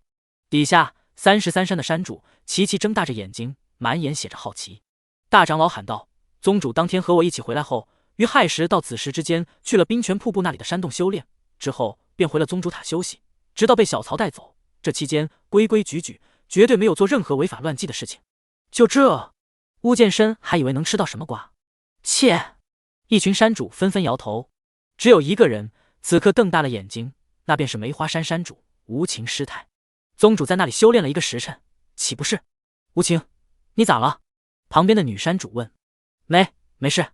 无情师太开始觉得脸颊火热，所以结合宗主的行径来看，宗主进入天道书的事情是子虚乌有的事情。事实应该是他和小曹在商谈什么绝密策略，所以才将位置选到了执法堂。大长老双手抬起，示意大家伙淡定。虽然结果差强人意，但他何尝不是呢？挖完之后才知道啥都挖不到。哎，宗主回来了！有人大喊。此刻的宗主手里抓着寻人的纸，想找程子贵算账，可是程子贵又在人群里变成了进也不是，退也不是。一群人齐齐看向他。宗主回来了！一群人立马围了上来。宗主，你真的只是跟小曹商量绝密策略吗？你真的没有犯法吗？一群人叽叽喳喳。事到如今，宗主也只能硬着头皮走过去了。大长老都把借口帮他找好了，顺着台阶下就行。一切确实如大长老所说。宗主站在椅子上，看着下方众山主和长老，然后他的视线和无情师太对视在一起。他从无情师太的眼里看到了愤怒。宗主连忙把眼睛撇开，看向别处。他在人群里寻找程子贵，是谁将我的画像画成这样的？宗主亮出他的抽象画。噗嗤！众山主顿时哈哈大笑，然后看向隐藏在人群里的程子贵。程子贵连连摆手，不是我，是老唐画的，不关我事啊！宗主气汹汹地朝程子贵走去，程子贵直接化作一道流光逃走了。宗主也顺势追了上去，离开这尴尬的地方。就算飞在空中，他也一直能感觉到无情师太现在在身后看着他，必须要找个时间好好跟他解释解释啊！宗主脚步更快地追向程子贵。我就知道宗主看完寻人画肯定会迫不及待回宗的。唐金春骄傲地说道。人性拿捏！众山主再次大笑。大长老压了压手，好了，大家就各自回去吧，这件事情就到此为止。就在大家准备离去的时候，他们看到了曹丽拿着鞭子在后面跟赶羊似的赶着4人回宗。姜氏哥！众山主当即喊道。太炎宗是老对手了，姜氏哥就算化成灰，他们都认识。大长老也是一瞬间就出现在曹丽面前。姜氏哥低着头，他这几天是自闭的，堂堂太虚境，心态被打崩了。而33位山主也是第一时间包围了过来，司马光明也是一瞬间取出法宝，一时间所有人将他们4个围了起来，武器尽出。邱同生连忙呜呜的叫着求饶，只不过嘴里塞着布，没人知道他在说什么。曹烈，你怎么出去一趟，把太炎宗宗主都抓回来了？大长老问道。一群人也是非常的好奇，姜氏哥可是太虚境啊。这个姜氏哥呀，他伙同太炎宗的大长老齐国的张芝在邱同生的住处埋伏我们和宗主2人，被我们反打了。岂有此理！全场的人顿时面色不善的看着他们4个。张芝和邱同生吓得双腿发软，太炎宗五长老也好不到哪里去，只有姜氏哥面无表情。然后这个太炎五长老是进了天道书的，被我和宗主逮回来了。小虎，曹丽喊道。顿时，一个人影拼命地挤进人群。曹哥，我在呢，将他们几个押进去。天道司开张了。好嘞。但这时，医药堂副堂主突然在人群里偷偷喊了一声：“邱同生，你这个叛徒，大家打死他！”顿时，脾气冲动的巫剑深直接上来，一脚踹在邱同生的胸口。哎呦！一群人冲了上去，对着几人就是一顿胖揍。邱同生最惨，作为宗门叛徒，直接被打晕了。而其他几个也没好到哪里去，曹丽也没有阻止，这些人都是罪有应得。小虎，将人带进去，太炎五长老好好审审，其他的人按照执法堂律令该怎么判怎么判。曹丽吩咐。是。第8小队的队员顿时将4人抬进去新的执法堂。好了，大家都散了吧。曹丽挥手，众山主这才结伴分别离去。这时，曹丽突然走进离开的人群里，伸手搭在了医药堂副堂主肩膀上。刚才是你在喊吧？医药堂副堂主吓了一跳，当即语气弱弱的大笑道：“曹长老这就有点冤枉我了。我在医药堂做那么多年事，老堂主对我恩重如山，我没有任何理由背刺我们老堂主。”曹丽的修为远远的超过了元婴，是他惹不起的。有啊，因为你想灭口呀。曹丽戏谑的看着他，医药堂副堂主的眼神闪过一丝慌张，旋即笑了起来。曹长老说话可真幽默，你难道不是因为邱同生与你合谋叛宗的事情，所以想要灭口吗？医药堂副堂主听完就要激动了，被曹丽单手搂住肩膀。邱同生都招了，你是要自己坦白，还是要继续狡辩呢？医药堂副堂主吞了吞口水，曹长老，此事绝对是子虚乌有，他就是想攀咬我，死前拉人垫背，您要相信我。曹丽一只手搂着他的肩膀，然后笑着摇了摇头，看来你是想负隅顽抗啊，行吧，看你能扛得住多少刑具，小虎。曹丽的声音加大，扑通，医药堂副堂主一个滑溜，直接跪了下去。曹长老，我什么都说，但我敢保证，我绝对没有参与此事，绝对没有。若有一句谎言，天打雷劈！医药堂副堂主直接跪在地上，举着手发誓。小虎顿时小跑过来，曹哥，怎么了？把他带下去，好好审审叛宗的事情。小虎疑惑，上次就审过了，什么都没审出来，被人骗了都不知道，他现在愿意招了，重新去审。小虎瞪大眼睛看着跪在地上的医药堂副堂主，副堂主此刻嘿嘿的尬笑。小虎走过去，揪着他的手，反扣过来直接带走。虽然他只有筑基，但借着曹丽的权势，现在就算是山主也会给他几分薄面。接着，曹丽又一步出现在了五长老边兆军的身后。边长老，边兆军停下了脚步，回过头来，然后拱手对着曹丽作礼：“曹长老，吃的可好，睡得可香？”边兆军还是赔了个笑脸：“谢曹长老关怀，我执法堂里面吃得更好，睡得更香。”边兆军的脸色顿时有点不好看，但还是陪笑：“敢问曹长老，老夫所犯何事？我看看。”曹丽从怀里掏出小本本，犯事逃逸，不自首，情节很恶劣。边兆军笑得有点尬：“曹长老，我何时犯事？上次啊，帮助22元婴闯执法堂抢人。”曹丽看着边兆军的名字，这个罪名足够吗？曹丽这事情记到现在，边兆军也只能苦笑：“足够。你和邱同生还真是难兄难弟啊，为了一个叛宗的人，你也将自己搭上了。”边兆军脸色大变：“曹长老言重了，我和这件事情绝无半点牵扯，我单纯只是还他的救命之恩，姑且信你。”小虎，小虎又跑了过来：“曹哥，怎么了？带五长老进去，该罚罚，该关关，罪行他会自己招供的。”小虎大喝一声：“是！”小虎雄赳赳气昂昂，没想到他还有逮长老会成员的一天，抓着五长老边兆军的手往执法堂内压去。齐国皇宫养心殿，齐皇坐在龙椅之上，这时一个人穿着白色毛羽道袍，很瘦小的人走了进来：“见过陛下，免礼。不知陛下召臣，所谓何事？”瘦小的道人作礼：“你听过曹丽？偶有所闻，门下的弟子讨论的挺热烈，听说他是100岁化神的无上天骄，来者正是神川宗宗主白鹤。他并非是人，而是一位鹤妖，修为太虚境巅峰，不是100岁，而是25岁。”白鹤眼睛一亮：“陛下，此话当真？”“君无戏言。此等天赋，可与我妖族的神兽之子相比。要知道，妖族前期比人族境界提升更快。莫非曹丽本体是神兽？”“不是，他确实是人。”齐皇很认真地看着白鹤：“朕想收服他为己用，若无必要，还真不想杀了他。你可有办法？”白鹤问道：“利诱不行吗？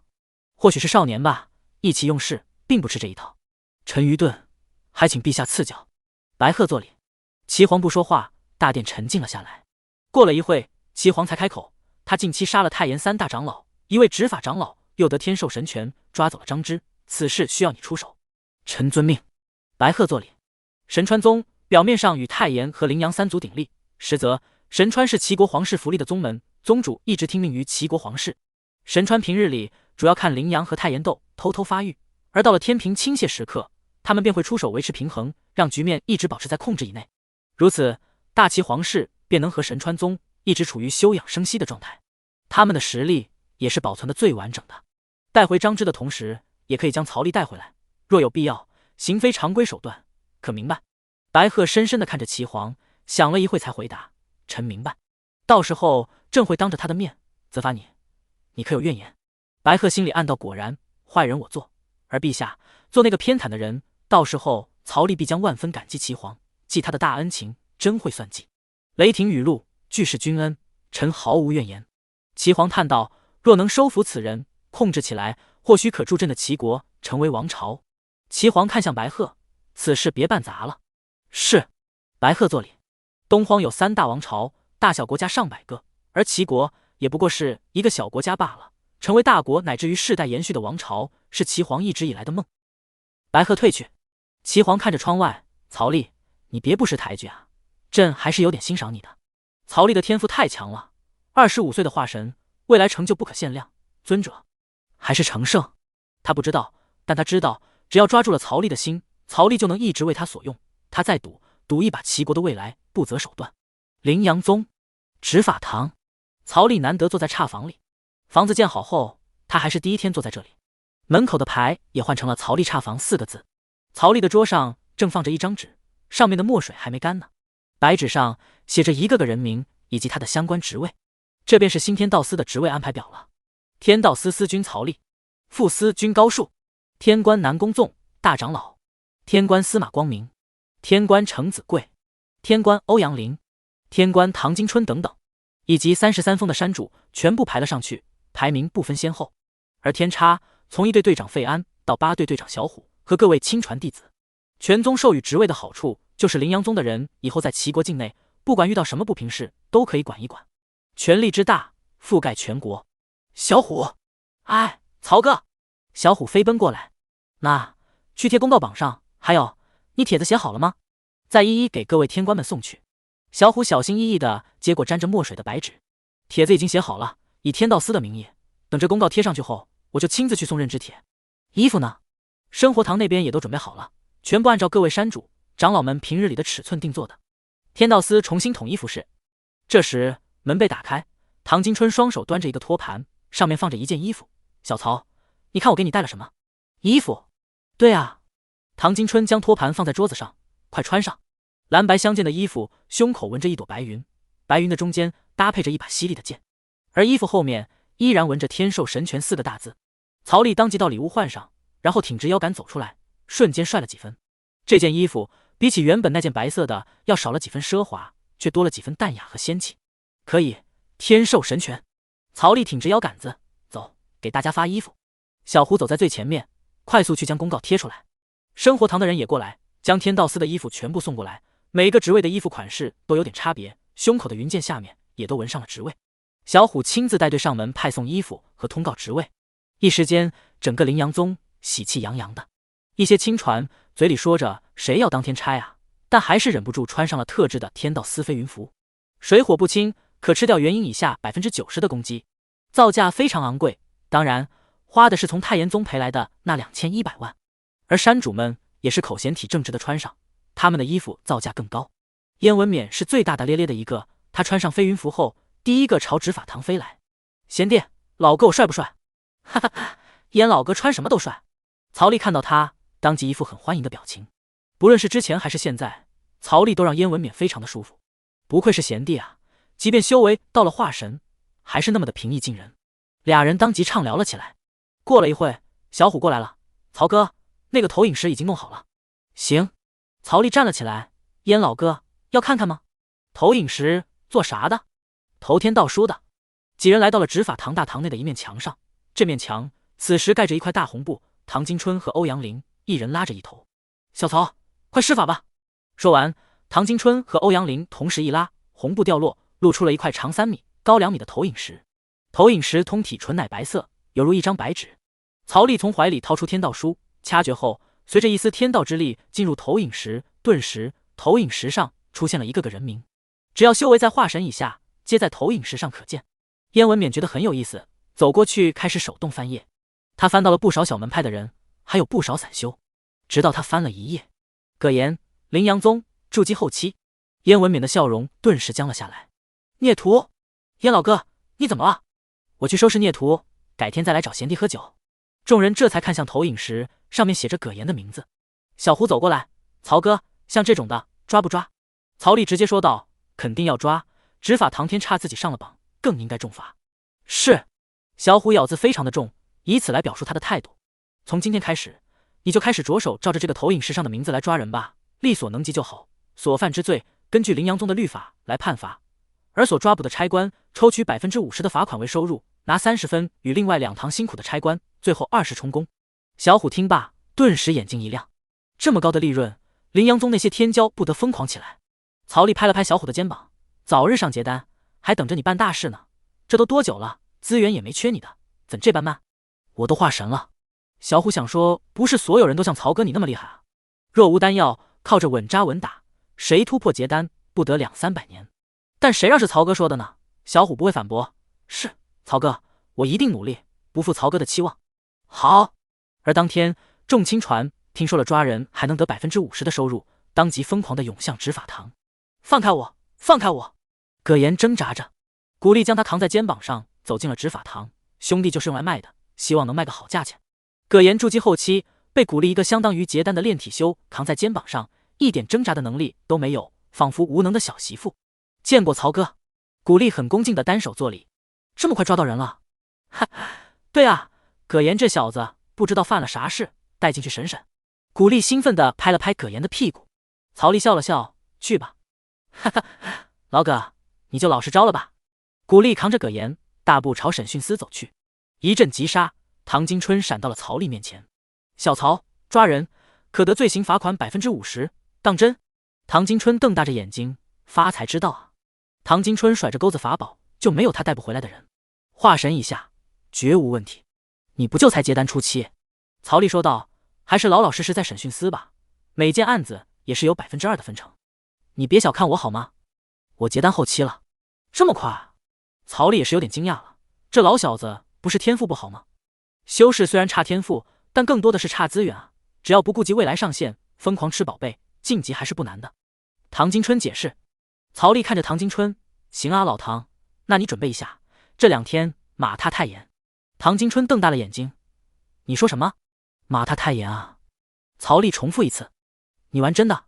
他们宗主和大长老袭击我们，该不会以为我会这么算了吧？唐金春捂着嘴，玩这么大？他不过是想接一个小小的任务，勾一个结丹境或者元婴境的人呀。曹丽拍了拍唐金春的肩膀，老唐，我相信你是可以的，你刚才不也说你可以吗？可以吧？唐金春也不是很自信了。你去准备一下，将太炎宗所有进天道司的人全部腾抄出来，我去喊人，这次进攻不止高端战力的出手。说完，曹丽就离开了，只剩下唐金春留在原地抓着头发。当天，曹丽就向大长老透露了要进攻太炎宗，活捉太炎大长老的事，人员也开始调配起来。夜幕慢慢降临，宗主辗转难眠，从执法堂门口无情师太的眼神来看，似乎他已经猜到了这件事情不解释，按照无情那个痛恨男子的心态，怕是早晚要出事啊。如果能提前将误会解释开，那么情况一定会好很多的。宗主一个缩地成寸，离开了宗主塔，几步后他便来到了梅花山。梅花山静悄悄的，守在山下小道的弟子半眯着眼在打坐修炼。宗主一步便来到了梅花山的山顶，他知道无情师太的修炼室在哪，只是他这样闯入，会不会被认为是采花贼？而这时，独孤胜雪刚从房间里走出来，他要去找无情师太。看到站在山顶广场中间的一道身影，独孤胜雪眼睛一亮，曹，不是他。不知是由恨转变的情感，还是因为天骄大会，曹丽出来保护大家后，他的情感产生变化，他也不知道为什么，但这么多年了，从没有一个男人能够让他的心境波动如此的大。吊桥效应吗？他不懂这个，也不知道自己是否落入了一个情感陷阱。他只知道，他从每天盼着曹丽在外面被人打死，到担心他会不会在外面被人打死，没死在他手里，那股恨意悄无声息的减弱，但每日对他的思念倒是没有变少。而今的曹丽，虽然不过个把月的时间过去，却已是今非昔比，而他还卡在结丹初期，不得寸进，远远不够和他站在一起并肩作战，连他的师尊都做不到。他就像一颗流星，刺破了他孤寂的夜空，形成了一道刺眼而又美丽的留痕，冲破了他的高冷，也亮起了寂静的夜空。他太优秀了，优秀的即便是亲传弟子中的孤傲仙子，也自觉配不上他。独孤圣雪眼神暗淡了下去，又恢复了那副清冷。他走了过去，见过宗主。宗主点头，通报一声梅花山主高某求见。是。独孤圣雪冷漠地转过头去，敲着石室的大门。石室的大门突然打开，剑尖出现，紧接着整把剑，再接着便是胳膊。无情师太整个人，登徒子还有脸来我梅花山？无情师太挥剑砍向宗主，他才不管宗主的身份，女人发起疯来，一切都抛之脑后。喂，无情，你听我狡辩。不对，呸，是解释。宗主高树连忙躲闪。狡辩？好啊，你终于说出自己的心声了。无情挥着剑，元婴境的他怎么可能伤得到太虚境的宗主？不过是宗主不愿意和他打罢了。宗主一脸懊恼，刚才脑海中一直想着要怎么狡辩好，反倒是把2个字说出口：我砍死你这个登徒子！宗主当即化作一道流光逃跑。无情师太开启领域，一把雪眉剑散着刺目红光，在后面追着。宗主不敢跑太快，生怕溜眉影无情会将他的事情曝光出来，又不能在梅花山打架，宗内太多人神识飘过来了，只能将无情师太引走。深夜的战斗确实引得不少山主以及长老会等人的神识探出去。宗主和无情为什么打起来？大长老一步出现在虚空，看着2人飞去的方向。哦，看来有秘密啊！大长老眼睛一亮，还得继续挖。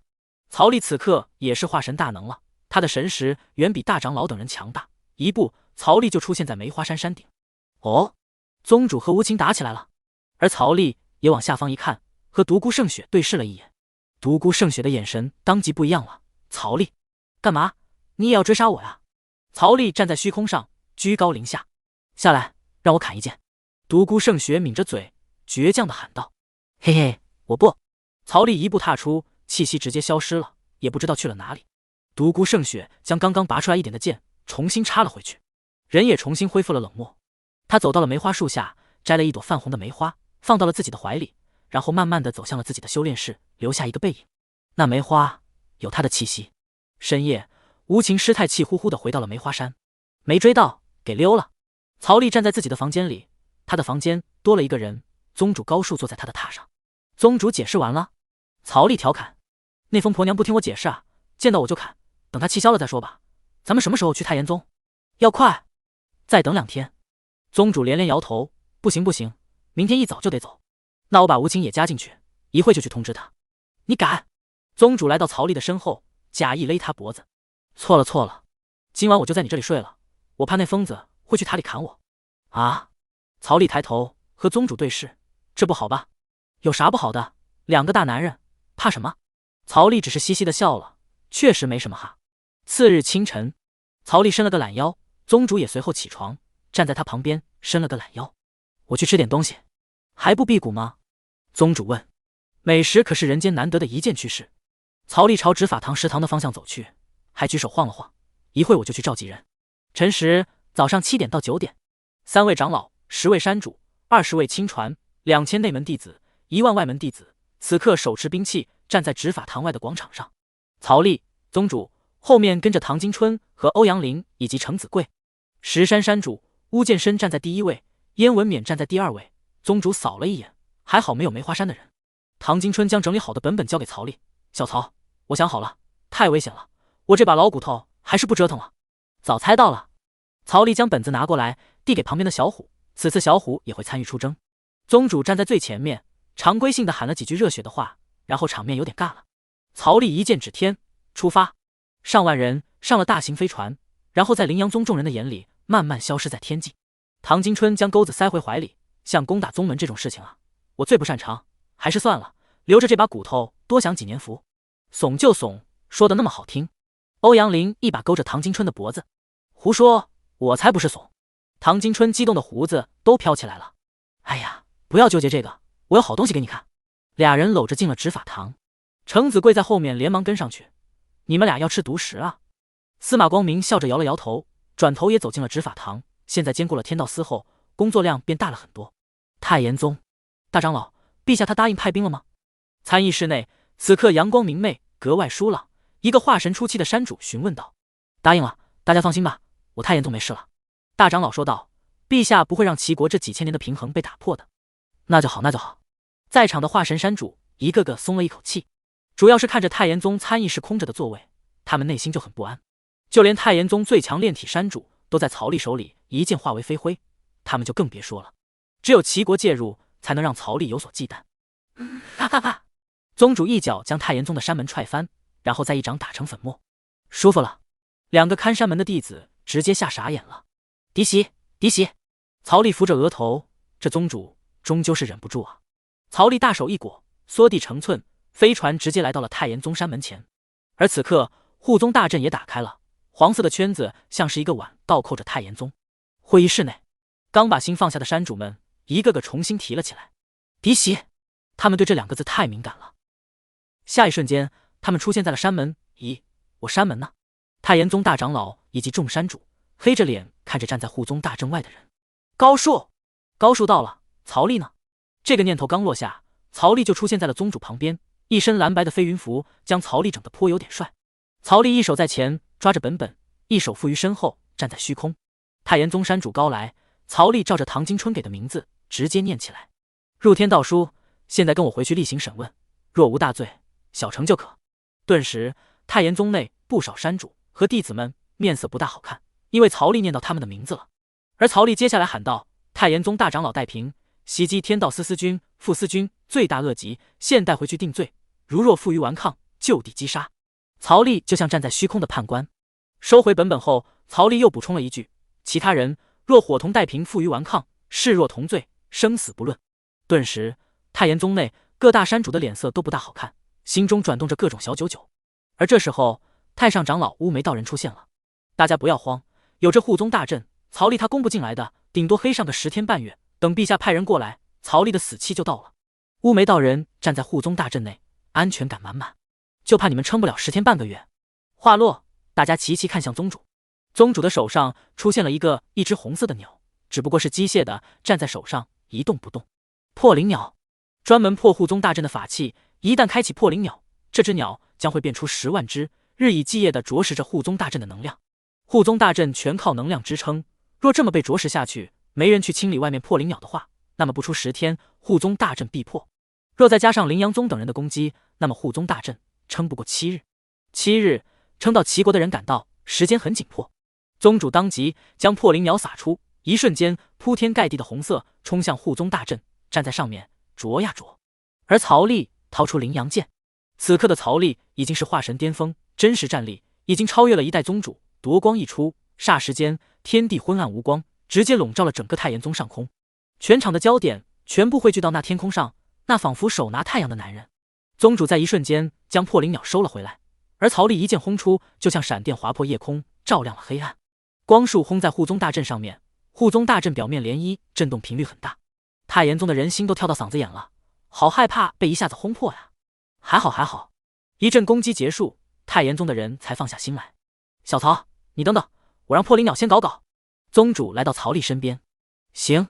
曹力点头。而这时他伸手向天，原本万里无云的天空顿时凭空生了乌云。宗主猛地抬头，这是太虚的气息。而太严宗内的人，懂行的人也全部看向天空，那是突破太虚境的天地异象。太严大长老戴平猜到了曹力要干嘛，若是让他突破了，那他是什么境界？刚才他看得很真切，曹力就是化神巅峰，若再突破，那就是太虚境啊！此等天骄突破了太虚，将会是什么实力？不敢想象。系统领取奖励：丁，宿主抓获1太虚中期，1化神巅峰，2化神中期，现奖励太虚初期星号1。曹力的化神在这一瞬间和身体彻底合二为一，融合在一起。而这一刻，曹力的整个身体都开始虚幻了起来。天上风云变幻滚滚而来，雷霆带着轰轰的雷声，雷电仿佛一条蛇在云朵中钻来钻去，闪动的光将昏暗的天地重新照亮。太虚境初步掌握天地之力，故引起天象。太炎大长老看着天上的雷电，他有点慌了，不能给他突破。太炎大长老大吼一句，说罢就要冲出护宗大阵。下一刻，太虚境后期的大长老戴平就出现在了曹丽左侧100米位置，蓝色的火焰从他手里冲出，犹如一只巨大的猛兽要将曹丽吞噬。曹丽朝他看去，微微一笑，手朝着戴平的方向一卷，滔天的火焰顿时反扑回去。大长老戴平顿时脸色大变，迅速后退。怎么异象还没结束，曹丽就突破了？太诡异了，到底是怎么回事？他不明白，可是下一刻，曹丽已经来到了他的身边，一枪捅出。大长老戴平瞳孔一缩，本命法宝铜镜祭出，挡在他身前。曹丽一枪捅在了铜镜上面，火花四溅。大长老涨红着脸，迅速后退。bang 的一声，铜镜应声而碎，残片四飞。而大长老戴平也借此片刻逃回了太炎宗。一进入护宗大阵，戴平就从天空掉落，直接砸向地面。太可怕了，他那铜镜足以抵挡太虚巅峰的全力一击，居然都没能挡住曹丽，被直接打碎。他才刚刚太虚初期啊！本命法宝破碎，戴平吐了一口血，身受重伤。有点意思。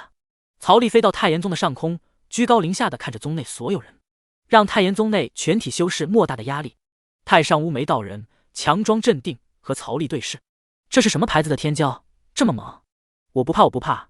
他是太虚境，我也是太虚境，我还是太虚后期，更不用怕这种小辈。乌梅道人自我安慰。曹丽手上出现了天雷珠，伸手向天，灵力从体内涌动而出。顿时，云层上的雷蛇一条条如被吸引召唤，从天而降。雷光照亮了世界，曹丽仿佛是掌控雷电的神明。他手上的雷光可是突破太虚境的异象雷。曹丽手往下一挥，若干雷柱从天而降，轰击在太炎宗的护宗大阵之上。护宗大阵只坚持了3秒，下一刻就仿佛镜片一般碎裂。太炎宗所有人都傻了，护宗大阵居然破了！啊！有弟子大叫一声，撒腿逃。下一刻，整个太炎宗直接乱了起来。和曹丽对视的乌梅太上直接吓懵了，而掉落在地被一群山主扶着的大长老戴平也是心中升起了一股无奈。就算他们有再强的手段，也比不过他一力降十会。连护宗大阵都被他一个人攻破，还有谁能够阻挡他的脚步？大长老！曹丽大喊。在！羚羊南宫纵一步到了曹丽身边，抓人！曹丽一人站在天空，威压他们不敢逃跑。南宫纵一挥手，当即上万修士布阵裂开。天道司办案，只抓首犯，所有人不许走，以免误伤。小虎气血如虹，站在曹丽等人前面，朝着太炎宗大喊。古力等人冲在最前面，将人群全部赶回来集合。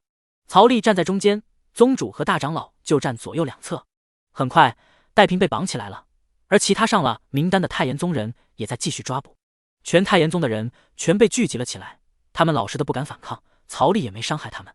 太上乌梅道人站在原地，他全程没有阻止，因为没有意义，除非宗主还在，5大长老都在，他可能才会联手。乌梅道人不能做没有意义的牺牲。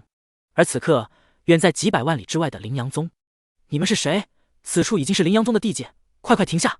瞭望塔上，羚羊宗的一个外门弟子朝着远处的人大喊道，而他看的方向有上千人，全部骑着全身鳞甲、头生独角的黑马。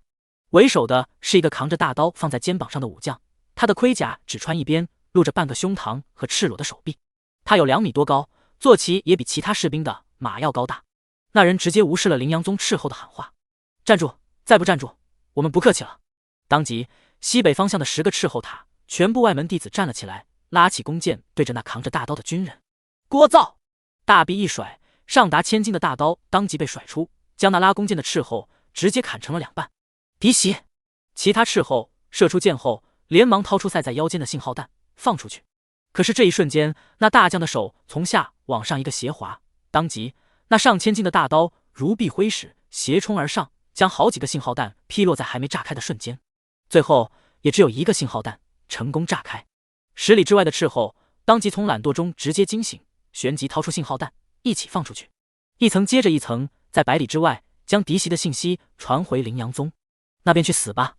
将军的眼里露出一丝不满，手再次一划，千斤大刀立刻连人带瞭望塔一起切成2半，10个斥候全部阵亡。不过练气境的他们哪里挡得住这种大高手的一合之敌？千斤大刀重新飞回了将军手里。他是齐国10大将军之一，邢勇修为化神初期，今天他他为先锋大将，在前面探路，而他也根本没把这些小卡拉米放在眼里。前几天他刚镇杀100万刁民，戾气正重着呢，遇到这种烦躁的，一般都是直接打死。齐皇下令一切听从史思军的调动，而史思军给他们的命令只有一个，向凌阳宗展示齐国军威和带走副司军张芝。他现在自然是在展示他的军威。邢勇一人独带10名元婴，100名结丹，1000名筑基，作为先锋，而身后跟着齐国军团以及神川宗上万修士。今天神挡杀神，佛挡杀佛，直至凌阳宗交出张芝不可。一国之威，不容冒犯。这一刻，凌阳宗响起了多年未响的钟声，连敲3下，即为敌袭。此刻，整个凌阳宗所有人都朝山门的方向看去。宗主大长老不在，而长老会也走了3位长老，此刻担子全压在司马光明一人身上，靠他坐镇凌阳宗。此时也正是整个凌阳宗最空虚之时。2长老还在闭关疗伤，而宗门的战力只剩3大化神初期，1大化神巅峰。司马光明和程子贵在第一时间就出现在了山门口，看着敌袭的方向。下一瞬间，留守的23峰山主也飞快地向这边集合。身在审讯司的5长老边兆军也迅速地挣脱了枷锁，来到了山门前。宗门危险之前，一切以宗门优先，对曹力的错，他过后自会去领罚。不一会儿，太白剑客的师尊太白山山主一身白衣也站在了司马光明身边。凌阳宗4大化神齐聚，欧阳林也出现了，只有唐金春不知道躲哪去了。其他山主也陆陆续续出现，身后都跟着他们的亲传弟子。内门弟子和外门弟子只知道有敌袭，分别都很恐慌。很快，一队队长费安就带人来将这些内门外门集合起来，随时准备作战。凌阳宗安稳上千年了，打仗对于这些年轻一辈来说太过遥远。凌阳宗此刻肃杀而紧张的气氛游荡在每个人的脸上，亲传弟子们既紧张又害怕，到底是谁来袭？他们不清楚。护宗司程子贵率先开口：“诸位先在这里，本座去前面看看情况。”他一挥手，护宗大阵顿时开启，淡蓝色的光照将整个凌阳宗包裹起来。程子贵也收起了往日的嬉皮笑脸，一步踏出，消失在众人眼前。斥候们有的跑回来，有的则留在原地偷偷观察。这些炼气弟子的隐匿手段，怎么可能瞒过化神境？所过之处，斥候皆死。大刀飞向摔倒在地，吓得在地上爬的炼气弟子。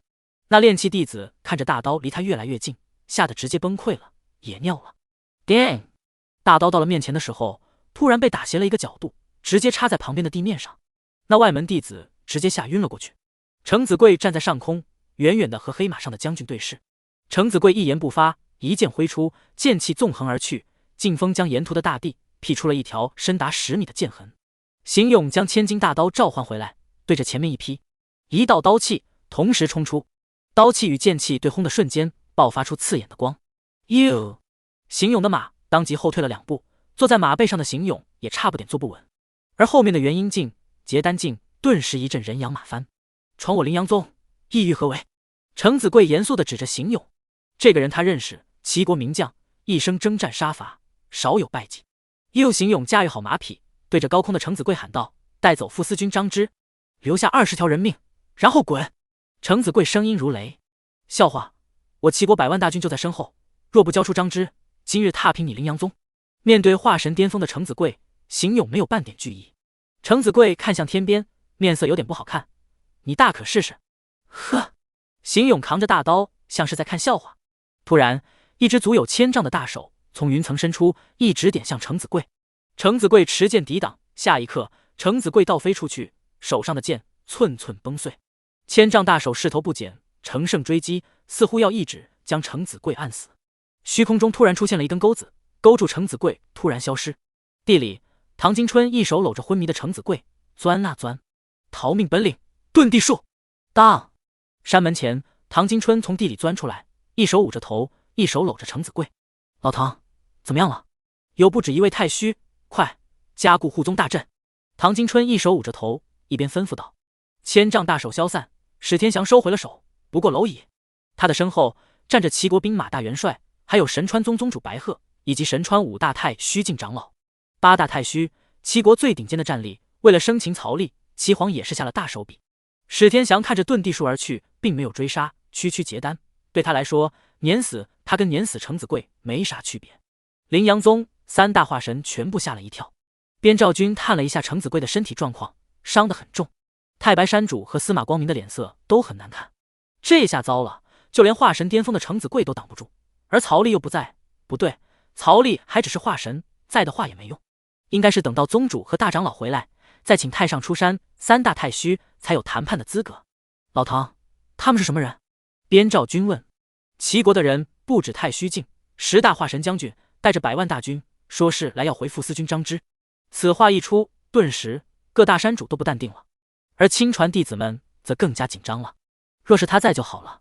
亲传弟子里有人嘀咕了一声：“齐皇。”司马光明握紧拳头，看来他们这次兵马大元帅都出手了，要张芝不过借口罢了，100万大军怕是要给我们凌阳宗一个下马威。太白山主咬着牙齿：“我们现在怎么办？”一山主问道：“加持护宗大阵，撑到宗主回来，去请太上长老，快！”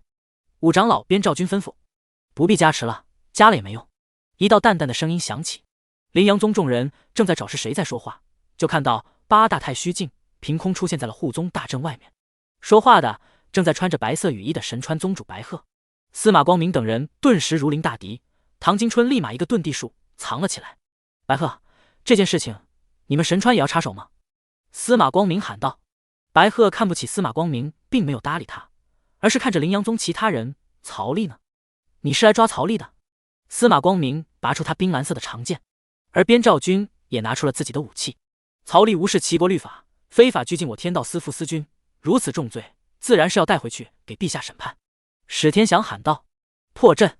白鹤一句废话都没有，一手直接扣在凌阳宗的护宗大阵上，而其他7位太虚境齐齐出手。顿时天地色变，护宗大阵上涟漪波荡，不到1秒，淡蓝色的护宗大阵直接破碎。白鹤一手掐在了边兆军的脖子上。曹丽在哪？在宗门大义和私仇之间，边兆军选择了宗门大义。不知道。边兆军斩钉截铁的回答。他虽被掐着脖子，依然瞪着神川白鹤。白鹤只是一笑，然后朝着整个凌阳宗大喊：“曹丽，滚出来！”没有回应。手上的边兆军在挣扎，可是化神初期在太虚巅峰手里，跟娃娃没什么区别。你们呢？谁知道曹丽在哪？白鹤一双双眼皮内敛，显得浮肿的鸟眼，扫视。有人？没有人说话。看来你们是不见棺材不落泪了。白鹤手一扭，咔嚓一声，边兆军的脖子顿时就断了。白鹤手一甩，边兆军就摔飞了出去，躺在地上吐着血。因为强大的生命力，所以边兆军不会死，只要是后续医治也可以恢复如初。但此刻骨头一断，他对身体的掌控消失，化神境变成了一个废人。我再问一遍，人呢？白鹤扫视所有人。人呢？史天祥大吼一声，一些胆子小的弟子都被吓了一跳。史天祥走了过去，一脚踩在边兆军的胸口，强大的力量顿时让边兆军胸口凹陷下去，内脏也被踩碎。一指威能就能击败化神巅峰的人，对付一个化神初期那更简单了。边兆军头不能动，躺在地上吐血，偶尔伴随着内脏的碎块。切案！一声剑鸣，太白山山主出手了。今天的剑意从他拔剑的那一刻充斥着这片空间。而司马光明也是一瞬，手中的蓝色长剑一挥，风雨即来，每一滴雨水都有灭杀元婴巅峰之力。搞笑！史天祥两手打出，2个手掌虚影不断放大，朝2人攻击过去。化神初期和太虚境的差距太大了，根本不是技法所能弥补的。他们又不是曹丽那种绝世天骄。2掌虚影轰击在司马光明和太白山山主身上，2人的剑当即碎裂，而人也飞了出去，躺在地上只剩下一口气。师傅！白九剑飞快地跑过去，扶住了太白山山主。与此同时，钩子出现，将被踩在脚下的边兆军勾走。史天祥只觉得搞笑，不过结丹境的地鼠还敢在他眼皮子底下救人？给我起来！史天祥伸手往地面一拍，大地寸寸崩裂，已经遁走了3里地的唐金春和边兆军从地上被拍飞起来，然后隔空一吸，2人倒退上千米的距离，摔在了史天祥的脚下。唐金春顿时吐血，结丹中期的气息萎靡了起来。老唐！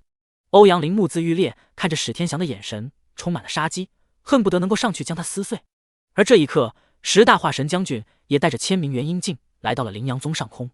黑压压的独角马铺天盖地，给了凌阳宗众人很大的压力。如此众多的高手，怕就算是宗主、大长老齐在，也只能避其锋芒。都不说是吧？那我就一个一个杀，杀到你们说为止。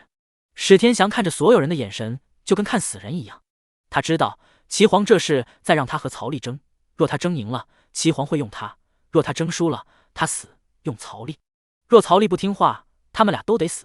齐皇会用其他能稳住天道司司君位置的人，所以他想活只有一个办法，那就是弄死曹丽，重获天授神权。说罢，史天祥一手就要拍死脚边的唐金春。唉，一声叹息，一把古朴的木剑咻咻两声，突然插在了唐金春旁边。谁？史天祥看着木剑飞来的方向，所有人也齐齐看过去。你当年任天道司时，老夫还曾赞誉过你身上有清正之气。一身白衣、须发皆白的驼背老头漫步踏着虚空过来，一代灵阳宗大长老、开宗宗主时期的人漫步走了出来。师尊！太白山山主躺在地上，有气无力地叫了一声：“见过太上。”众山主齐齐作礼。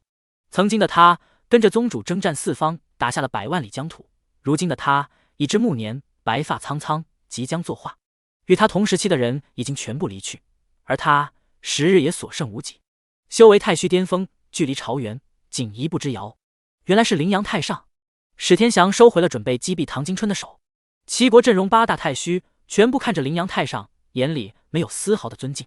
特别是白鹤，他距离朝元境也不过是1步之遥，加上正当壮年，整个齐国除了齐皇，他谁都不怕。这些将死之人顶多给他造成一点麻烦，但也阻止不了他的目的。你们来灵阳宗如此行为，可有经过齐皇的准许？灵阳太上责问。史天祥当即就要顶上去，自然有陛下准许。白鹤则突然拉住他的手，走到前面。此事乃是曹丽擅自私权，惹得天怒人怨，天道司才联合神川以及齐军3方前来捉拿曹丽问责。敢问太上，曹丽在哪？哪来的天怒人怨？我灵阳天道司本就天授神权。太上，不能说。司马光明喊着，突然绷不住，一口血吐了出来。各大山主也纷纷看着太上。太上伸手示意众人停止。曹丽出天道司任务去了，具体去哪里抓人，我们也没人知道。啊，老头子，你觉得我会信吗？史天祥在一旁嘲讽。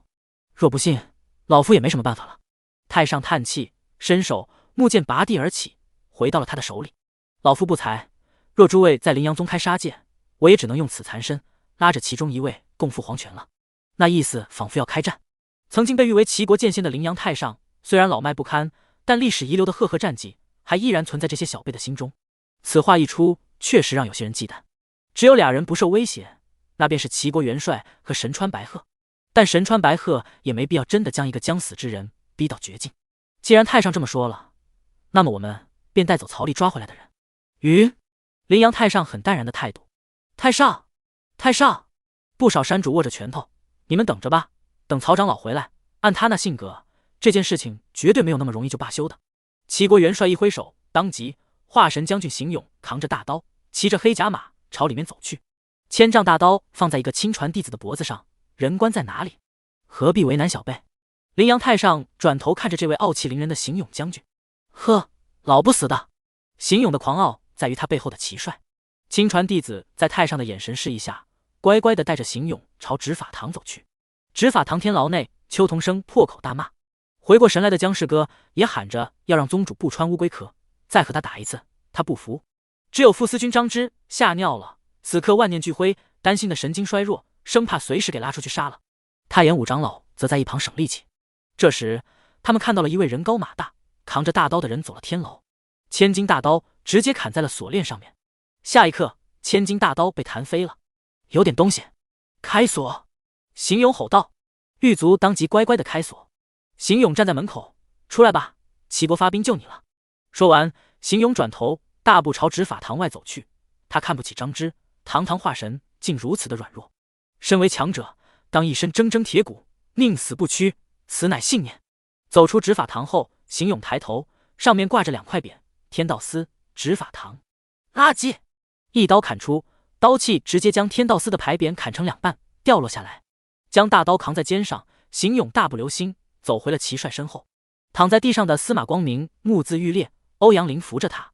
而这时，有点欢喜的4人走出执法堂：张芝、姜氏哥、邱同生，还有田放忠。哈哈！张芝疯狂大笑，越软弱代表他越怕死，出来后反而越高兴。不是说只放1人吗？欧阳林当即站了起来。闭嘴！邱同生一个闪现，一巴掌扇在欧阳林的脸上。太上看了邱同生一眼，此人犯我灵阳宗叛宗大罪，不能走。邱同生脸当即就绿了。可神川白鹤并没有阻止。邱同生脸直接白了，他慌了，他无助，他恐慌，他留下来会被打死的呀！你们怎么都走了，就留下我呢？啪！欧阳林手转了一个大圈，抡在邱同生的脸上。你……邱同生当即想弄死欧阳林，可是发现太上一直看着他，邱同生也只能咬牙，捏紧了拳头。太上，我们带走张之和江宗主等人，自会有齐国律法审判他们的罪过，此事还需要让一位执法堂长老去做个见证。白鹤朝太上做了个礼，这分明就是还要抓人质。白鹤，别太过分，放心，我们一定会保护见证人的安全。太上冷冷地看着他，而白鹤身后5个太虚境集体上前走了一步，威胁之意非常的明显。执法堂的欧阳林在哪？白鹤看向凌阳宗的人，打听了之后，知道了凌阳宗内和曹丽关系好的就只有欧阳林和唐金春，拿着其中一个人做人质，哪怕曹丽是个欺软怕硬的，也只能硬着头皮来齐国救人。那么这出戏再交给齐皇，便万无一失了。我是……躺在地上的唐金春突然举手，胡说，我才是欧阳林。欧阳林当即走了出来，我是唐金春，我和小曹的关系更好。唐金春强忍着疼痛，展现自己的价值。行，就你了。白鹤一卷唐金春，直接消失。老唐，欧阳林不淡定了，司马光明伸手拉住了他的裤脚，别去送。可是，欧阳林捏紧了拳头，旋即泄气，我草他妈的，我们走。哼，哼。史天祥转身，齐元帅转身，8大太虚境直接消失。太盐田放中，姜士哥以及副司张芝也连忙跟上军队的脚步。之后，10大将军才带领着军队转身。遮天蔽日的军队散去，可是盖在凌阳宗众人的憋屈并未消失。啊！愤怒的欧阳林一个飞踢，邱同生倒飞而出，然后一群山主齐齐冲上去，别打，别打！啊啊！人群里传来了邱同生的惨叫，他不敢还手，太上在旁边看着呢，所以只能靠着化神巅峰的体质硬扛。我去找小曹。欧阳林打累了，走出来。太上开口，让小曹别回来了，出去避避风头。此次来了8大太虚，齐国皇宫里也有不少高手，若去了齐国，恐怕是凶多吉少，明白？欧阳林，可是唐长老的事情，我和宗主以及大长老3人会亲自去一趟齐国黄都，若是他们真要战，老夫便拉着他们一起死，看他们敢不敢玩命。欧阳林抿着嘴，那可是日夜陪伴的老兄弟啊。司马光明艰难地走过来，搭着欧阳林的肩膀，听太上的，小曹天赋异禀，他不能出事。欧阳林深呼吸，重重点头，行。说完，欧阳林就驾驶一辆小型飞梭朝太盐宗的方向飞去。太盐宗方向，曹丽几人正站在甲板上面看风景、喝茶聊天。有人！负责警戒的弟子喊道。曹丽和宗主、大长老几人站了起来。天边出现了一辆飞梭。欧阳长老！曹丽心中顿时有了不安的感觉，若无事情，欧阳林绝对不会开着飞梭来找他。曹丽嫌弃飞梭太慢，一步踏出，来到欧阳林身边，裹着飞梭一步回了船上。宗主，不好了！怎么了？慢慢说。宗主安慰着。欧阳林立马将凌阳宗的事情一五一十的道来，然后转身抓着曹丽的手：“小曹，你快走，这是太上和堂主的命令，你不能违令。老唐的事情，太上说了，他会跟大长老和宗主一起去黄都处理的。”曹丽变得非常的平静。他们离开多久了？1天。1天时间，100万里。曹丽看向齐国皇城的方向。小曹，你不能违令，你的前途一片光明。欧阳林急了，生怕曹丽去送死。曹丽的手突然出现了太盐剑，说这命令让我当孬种，那我还真就违了。每字每句铿锵有力。小曹，我们这边距离陵阳有100万里，那边也跑了100万里，这样算下来，斜线赶过去也得150万里。即便缩地成寸，到了那里，体内灵力也将消耗殆尽，疲兵不战。宗主拉着曹丽的手，示意他别冲动。无碍。曹丽体内的灵力是其他的太虚境的几10倍，他当即离开了船体，精神力一裹飞船，开启缩地成寸。1步5万里，大地在这一刻缩小，灵船仿佛空间穿梭一般，不到一会后，已经看到了齐国的军队。而此刻曹丽体内的灵力也消耗了大半。曹丽将飞船放下，我去前面堵他们。说罢，曹丽直接消失了。南风吹在剑穗上，摇摆着，仿佛让风有了形状。曹丽盘坐在虚空，闭着眼睛，太盐剑就直立在虚空中。他的恢复速度也比起一般的太虚境要快很多。100万军马遮天蔽日，踏空而过，仿佛天兵。为首的神川宗等人底下是一只飞禽，前面有人。白鹤第一个发现了犹如尘埃般的曹丽。不管他，敢挡我100万兵马，他在找死。齐国元帅发话，出征和回城被阻挡都是不好的兆头。白鹤点头，南风吹的衣服猎猎作响，而曹丽闭着眼睛，心里回想着欧阳林刚才说的话。扭断了边赵军脖子的神川宗主白鹤，伤了程子贵和唐金春的前司军史天祥，劈断了天道司匾额，以及杀了斥候的邢勇。这3人能活着回黄兜，他名字倒过来写。而齐黄、齐帅、其他9大将100万兵马，这个干掉他们3人后再算账，已经记小本本了。系统领取奖励。丁，检测到宿主即将战斗，奖励太虚境中期，任意功法大成。闭目养神的曹丽身后顿时雷云滚滚，黑压压的，仿若末世。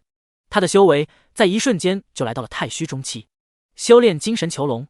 丁，恭喜宿主精神囚笼大成。曹丽闭目，之前他没有把握在1对8的情况下斩杀白鹤，此刻便有了。元婴境之时，他能力战22元婴取胜，而境界的提升虽让跨阶的难度变大，但曹丽还是有把握的。配合精神囚笼，这里除了100万练气兵、高层修士，一个都别想跑。而曹丽背后的滚滚雷云，也让白鹤等人感觉怪怪的。太虚境的气息，这到底是谁？过了一会儿，100万大军就冲到了曹丽前面。大军过境，速速滚开！先锋将军邢勇冲到前面，大刀指着太虚境，身后有100万大军，就算在那的是个太虚巅峰，他也不带怕的。到处找我，见了我却让我走。这一刻，曹丽睁开了眼睛，一股强大的威压自他冲出。邢勇身下的马匹当即失去了重心，直接从天空掉下去，邢勇也一个趔趄，差点失控。不止邢勇，基本所有人的飞禽和低阶修士都受到影响。好强！邢勇只有这个念头。8大太虚境稳住了身下的坐骑之后，白鹤等人有个不敢相信的念头。你是曹丽？邢勇问道。曹丽都不带回答他的，他已经说出了自己的身份，还猜不到就是蠢了。他从虚空站了起来，握住了太炎剑。太炎剑是范围伤害，而羚羊剑是单体伤害。他就是曹丽。从羚羊宗放出来的3人，此刻看着曹丽，目眦欲裂。张芝对着曹丽怒吼：你敢阻挡100万大军，你在找死！他得意洋洋，安全感也满满。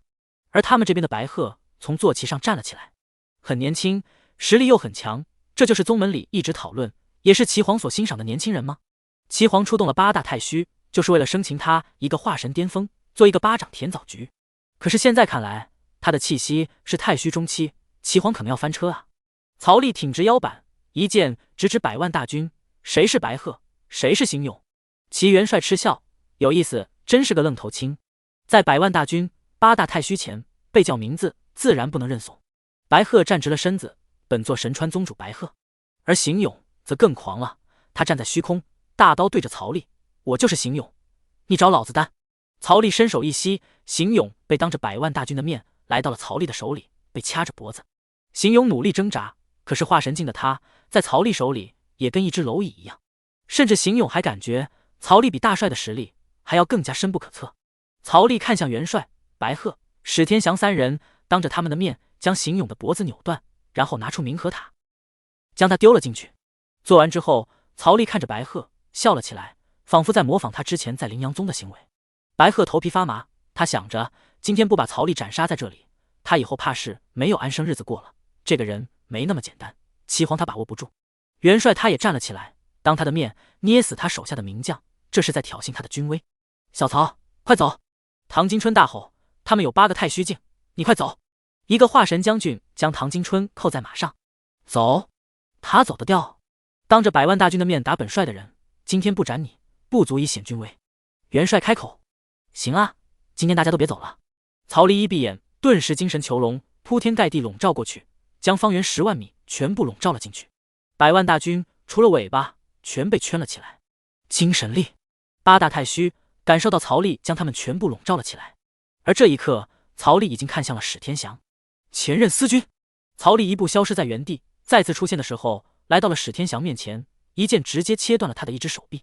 太炎剑极高的温度将伤口在一瞬间止了血，只留下浓郁的肉香。啊！史天祥惊叫，他们还在注意精神囚笼呢，曹丽就偷袭了，卑鄙！好胆！齐国元帅从没见过有哪个人敢跟曹丽一样，只身一剑挡100万骑兵，还敢主动发起进攻。白鹤等人也吃了一惊，但是他们都是太虚境，一瞬间就反应了过来。一堆公鸡迅速冲向曹丽的方向，曹丽直接消失。消失了一只手臂的史天祥瞪大了眼睛，不要！各种术法和法宝在史天祥的眼里放大，然后轰在他身上。史天祥当即像一条破抹布一样飞了出去，成一条抛物线从天上掉下去，另一条手臂挡在前面，也被直接轰没了。即便七大太虚迅速收力，还是有10%的力量轰在史天祥身上，但这10%也不是史天祥能够承受了呀。他没有运功，也没有法宝抵挡，什么都没有，平白被轰了这么一下。主要是曹丽和他太近了，然后曹丽消失得更快，缩地成寸。白鹤一下子就看出了曹丽的步伐，掉落的史天祥拼命地动用灵力，想稳住身子。可是下一刻，曹丽双手捧着变大的冥河塔就出现在他头上，直接扣下去。拿来吧你！史天祥想伸手将冥河塔轰开，可是双臂皆无，只能睁大眼睛看着曹丽将他扣起来。下一刻，他就直接掉在了冥河塔内部，砸在了接好脖子飞起来的邢勇身上，俩人掉进河里，黑色的河水将俩人吞没。曹丽将冥河塔收回储物袋，从下面看着其他7个太虚境。现在的目标是白鹤，神川宗宗主，太虚境巅峰，难度要高一点。白鹤头皮发麻，缩地成寸的人太难对付了。小儿，给我死！齐国元帅亮出了他的兵器，一把偃月刀，重达上万斤，附上他的力量，可劈出几百万斤的气力。其他太虚也纷纷亮出法宝，施展功法。天空下起了雨水，每一滴雨水都有极强的腐蚀性。与此同时，地面钻出一根藤蔓，冲了进来，势必要将曹丽捆住。而封禁符也被丢了出来，四面八方封锁了用符的能力。手段齐出，各种大范围限制法宝，就是避免让曹丽太过灵活。曹丽太炎剑一挥，铺天盖地的火焰朝7大太虚冲去，沿途的藤蔓全部化为灰烬，雨水全部成为了蒸汽。曹丽的实力已经超过了曾经的一代宗主，火焰带着熔炼一切的温度。白鹤掏出一面镜子，然后镜子放大，火焰扑在镜子上后，竟然直接反弹回来，反扑曹丽。9大化神将军这时候也拿出各种法宝，想限制曹丽。各种法宝的功能袭来，对曹丽的影响微乎其微。强大的机动性是曹丽最稳妥的技法。下一瞬间，曹丽就消失在了原地。再次出现时，已经在了7大太虚身后，一拳轰向白鹤的后脑勺。太虚中期的炼体体魄，加上全身精化的金刚神功，一拳可破山河。太虚的反应极快，白鹤的法宝镜子当即出现在后面，啪！镜子应声而碎，一拳头轰击过来，然后锤在了白鹤的鼻子上。白鹤痛叫，人形都无法保持了，直接化成了一只3米长的白鹤，一只嘴会被锤烂的白鹤。其他6个太虚逮到机会，各种术法和法宝轰向曹丽。大元帅抡着重达万斤的偃月刀，加上几百万斤的气力，带着气破山河的气势挥起，劈向他的背部。这时候，其他的攻击也全到了，足以将普通太虚境轰成渣的力量集体打过去，只有一部分打到了曹丽，发出当当当的金铁之声。下一刻，曹丽就消失了，一大堆攻击落空，将原地的空气吞噬。可恶！曹丽无视他们，他的目标很明确，就是太虚巅峰的白鹤。回头再干他们6个。曹丽速度快，肉身强，伤害还高，一瞬间就冲到了白鹤面前。白鹤流着眼泪想要跑，他们白鹤一族的速度也是非常快的，但是他哪里比得过曹丽的速度？曹丽一把抓住了他的脚，往回一拉。白鹤不是其他猛兽，他的肉身并不强大，被曹丽近身，他当即一点办法都没有。曹丽一个缩地成寸，和几大太虚拉开距离。曹丽，你放开我！白鹤疯狂挣扎。曹丽将距离拉远，看着大元帅6人，你们看。曹丽一笑，然后手臂开始转动。啊！白鹤痛叫，曹贼你敢！5大长老怒喝。白鹤脖子有几10个关节。曹丽转了一下还不够，桀桀笑了2声，大喊道：老边，听听这响！我转啊转！啪啪啪，脖子直接给曹丽转成了麻花。其他6大太虚只能眼睁睁地看着曹丽这样做，根本无法阻止，因为他1秒一个位置，那变态的笑声传遍了整个精神囚笼。白鹤强大的体魄跟边兆军一样，即便脖子被扭断，他也是死不了了。可是他现在体会到了边兆军的痛苦，那种无法控制全身、任人摆布的无力感，连吼叫都做不到。天空开始下起了羽毛。宗主啊！无能咆哮，我神川宗弼与你不死不休，士可杀不可辱，你这是在犯众怒。一片片羽毛洒落，白鹤瞪大着眼睛，一脸的不甘心，可是他什么都干不了，他被拔毛了呀！一口一口血从他嘴里喷出来，扭成麻花的脖子开始松力，转啊转，他喷血的样子像极了没被控制住的水管。他能感受到身体光秃秃的寒意，那是失去了羽毛庇护后风吹在肌肤的感觉。3米体长的白鹤，羽毛特别的多。曹丽一边奔跑一边撒羽毛，我拔，我再拔。6大太虚跟在曹丽后面追，可是根本就追不到，太憋屈了。大元帅当即停了下来，他闭目，绝对要找到曹丽的位置，然后将他一刀砍死。一刀几百万斤的气力，若是砍到脖子，应该、可能、大概是有机会干掉曹丽的吧。他不过只是一个太虚中期而已啊。1刻钟后，曹丽提着一只光秃秃的秃鹤，5大太虚冲了上去。他们都是神川的人，势必要夺回宗主的身体。曹丽抡着无毛秃鹤，犹如武器一般朝他们甩去。5大太虚退让，而空中闭眼的大元帅突然睁眼，一刀劈了过去。秃鹤和大刀当即撞在一起，肉身比较弱又没有强化功法的秃鹤，下半身直接被砍了下来。白鹤眼珠子都快瞪爆了，可他只能看到天旋地转，根本不知道发生了什么。我屁股呢？神川5大长老喊道：“宗主，宗主！”2条鹤腿，一个鹤屁股，啪的摔到了地上。大元帅不拘小节，慷他人之慨，劈完之后，一个90度横扫，再次向曹丽劈去。一套组合再次砍向曹丽的脖子。曹丽反应过来，一拳将大刀轰开。曹丽一拳可破山河，元帅一刀也可以毁天灭地，两者正面对轰，强大的冲击力让材质万斤的大刀承受不住俩人的力量，直接卷刃。元帅虎口震战，拿不稳刀，直接弹飞了。而曹丽将秃毛鹤收进冥河塔，现在到大元帅了。而这一刹那，其他5个神川长老齐齐化为本体，变成了5只白鹤，化作一道流光向曹丽冲来。白鹤一族的速度奇快，在短暂的距离下，速度可以很接近缩地成寸。其中3双爪子向曹丽刺去，其他俩人去抢曹丽身上的冥河塔。5个人从5个方位向曹丽进攻，他们全身最厉害的武器就是爪子，就算是太古凶兽幼体被他们扣上，也会鲜血淋漓，更别提曹丽本体就是种族里最脆弱的人。曹丽当即左手一把羚羊剑，右手一把太炎剑，站在原地当场转了起来。5双爪子冲在剑体上，燃起火花，但是太炎的火焰当即将5只丹顶鹤覆盖，一身的羽毛当即化为灰烬，成为了5只光秃秃的丹顶鹤。5大长老当即拉开了距离，面色阴沉的将羽毛重新长出来。这个曹丽太麻烦了。大元帅拿着偃月刀重新冲上来，眨眼之间就到了曹丽面前。曹丽收起2把剑，双手金化，然后猛烈地拍在刀头上，2手一个错位，直接将偃月刀的刀头拍断裂，碎体飞了出去，插在了一个看戏的华神将军身上，将他的头直接砍掉。大元帅顿时眼睛闪过惊讶，但还是蓄力，握着偃月刀的刀棍向曹丽刺去。拍断刀头后，曹丽蓄力一拳，金色气血浓郁成实质，缭绕整只手臂，拳头与棍子对轰在一起。金刚所制的刀棍感到了莫大的压力，极刚之体 pan 的一声从中间断开，变成3段。曹丽拳头轰的都上半部分，中间部分则是直接断裂飞走，只剩下大元帅手里的一部分。不到1秒时间，曹丽的手就冲到了大元帅手里的断棍上面，一拳将他锤进大元帅的身体里。大元帅的盔甲一阵扭曲，然后就是噗的一声，刀棍后体直接插进他身体里，完全没入胸口。拳头随之而至，轰在了大元帅的胸膛。大元帅胸膛凹陷，从上而下成为一条没有弧度的斜线，砸在大地上，直接砸出了一个100米宽的巨坑，烟尘滚滚。下一秒，一个黄金100丈大拳头虚影轰击在巨坑内，大地都在这一拳之下引发了地震。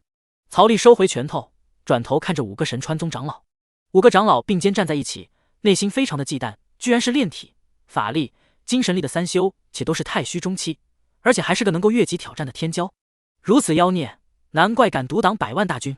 5长老转头，100万大军已经和灵阳宗的人打起来了。灵阳宗宗主和大长老冲进人群里，就跟杀鸡一样，一路从尾部朝头部杀来。而他们这边踢到了铁板，曹丽当着8大太虚的面，将他们阵容里2个太虚巅峰给废了。剩下他们神川的5个长老，最高的也不过2个太虚后期，还有2个太虚中期，1个太虚初期，落败已经成了时间问题。曹丽，我们神川踏足你们灵阳，是我们的错，但是承认是你们的错就行。曹丽仗着强大的肉身以及缩地成寸的速度，直接来到了5只鸟面前。除了2个太虚巅峰稍微麻烦一点，这种同境或者稍微多一个境界的人，在他眼里就是废物。曹丽不再分心去提防太虚巅峰的偷袭，全神贯注的2拳轰在了2个太虚后期的长老身上。2个太虚境后期长老本命法宝碎掉，全身衣服炸开，一击被打出本体，从天空掉落，不行藐视。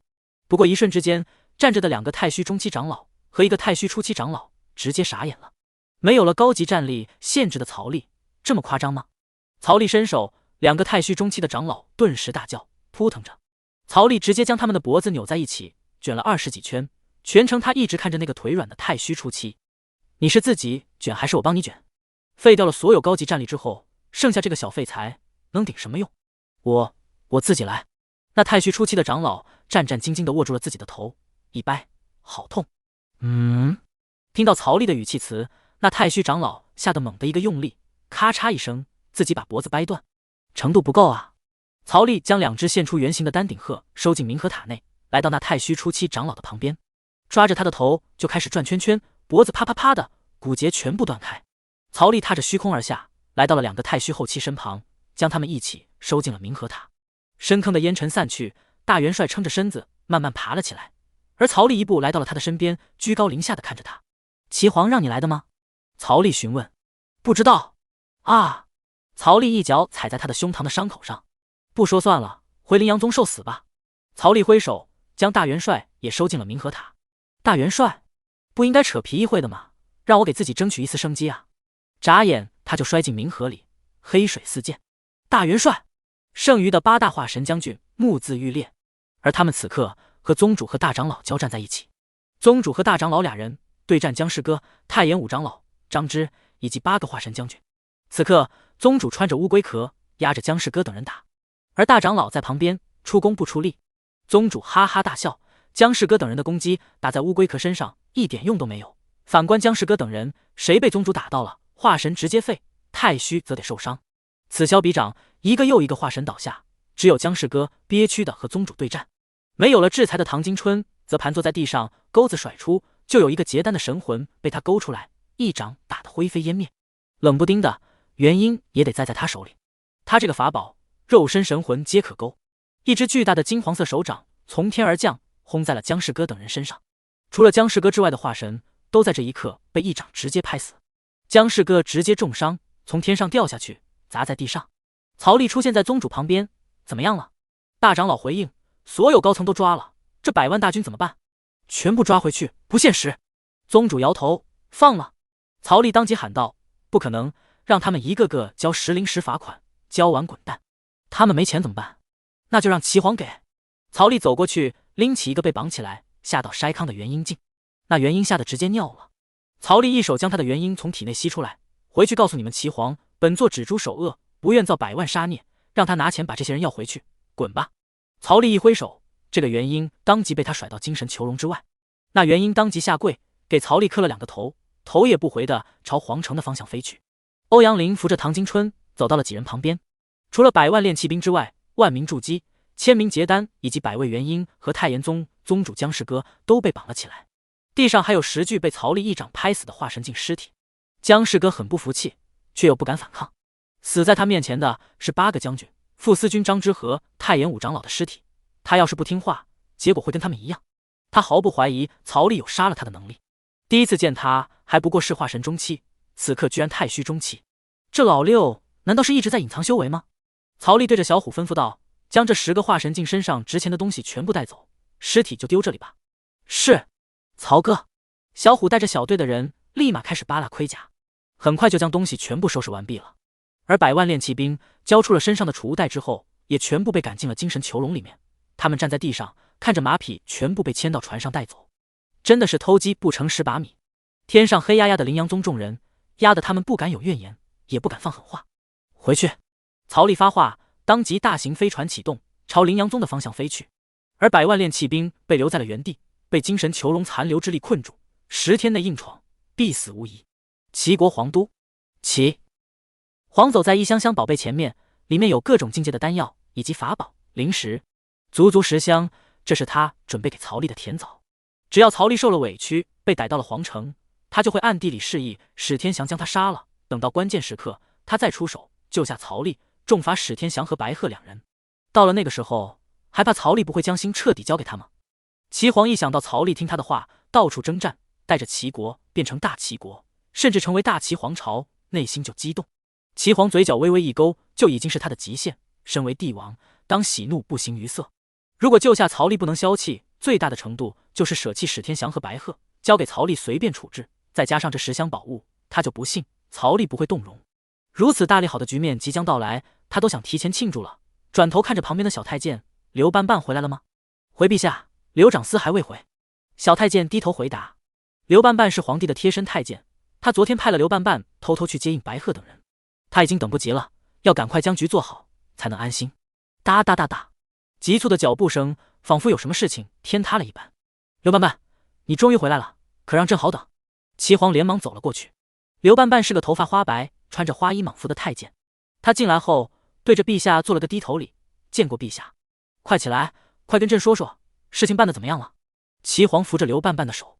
刘长司转头看着小太监，只是一个眼神，小太监们立刻低头离开。随着小太监和宫女们离开，大殿里只有刘半半和齐皇俩人。扑通，刘长司直接跪下，陛下恕罪，内臣无能。齐皇的脸色当即就不好看了。8大太虚，2个太虚巅峰，10个化神，100万大军都能把事情办砸吗？别说生擒一个化神期的曹丽了，就算是灭了羚羊宗都足够了。他想不明白为什么会失败，他本意也没让白鹤他们死战羚羊，齐国培养一个太虚境很贵的，被拉死了一个心都得滴血，让白鹤来见我。齐皇的脸色很不好看，他都不用问就知道失败了，莫不是那曹丽太能跑了，8大太虚抓不住他？他肯定要知道事情原因的。刘长司跪在地上，头磕在地面，依然没有起来。陛下，白鹤被抓了。转过身的齐皇直接一个回头，谁抓的？羚羊到现在第1代人就剩下一个太上长老，他不过和白鹤同境，还是说那太上长老突破朝元境了？曹丽，刘长司轻声说道。齐皇瞳孔微微一缩，元帅呢？也折了，被他抓走了。刘长司的声音不大，可却让齐皇内心轰的一声。齐皇有一种很不好的预感。100万大军呢？除了100万练气兵之外，8位化神将军战死，其他人全被曹丽带走了。齐皇退后2步，伏在龙椅上，他不淡定了。可有朝元境出手？没有，就曹丽一人一剑。刘长司不敢大声说话。之后羚羊宗宗主和羚羊大长老赶到，但事情已经结束了，他们只是做个收尾，将人带回去。齐皇捏着龙椅的指节发白。曹丽什么时候能够战太虚境巅峰了？最新的情报不是说他才化神中期吗？他难道是这几天突破的？不可能，绝对不可能。曹丽应该是个老妖怪，隐藏修为，欺骗世人。该死，上当了。齐皇捏紧着拳头，将事情一五一十的说来。刘长司立马将他中途遇到飞逃的原因，然后带着元婴重回战场，远远看着被困的100万大军就回来了。招出元婴后，那元婴不过巴掌大小，匍匐在地，将他知道的全说出来，生怕说慢了引齐皇不快。放肆！让朕给钱，他曹丽算什么东西？齐皇一掌直接将龙椅的扶手打碎。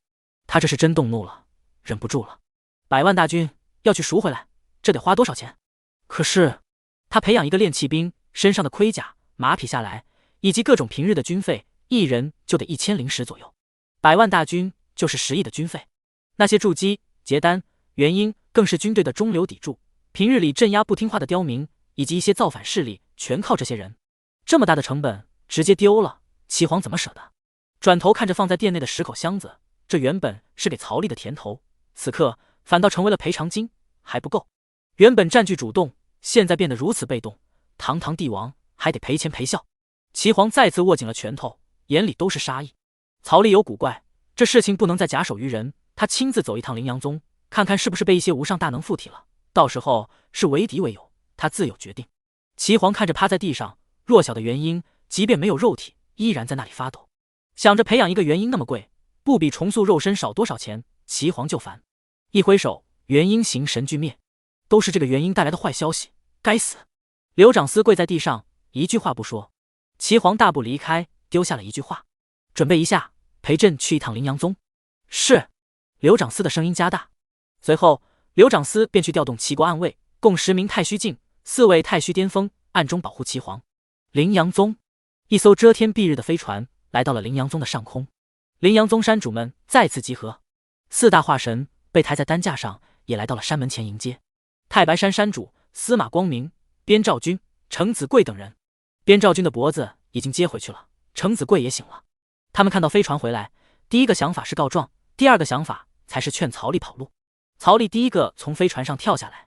司马光明和程子贵不淡定了，第一时间喊道：“小曹，你回来干嘛？不是让你跑了吗？”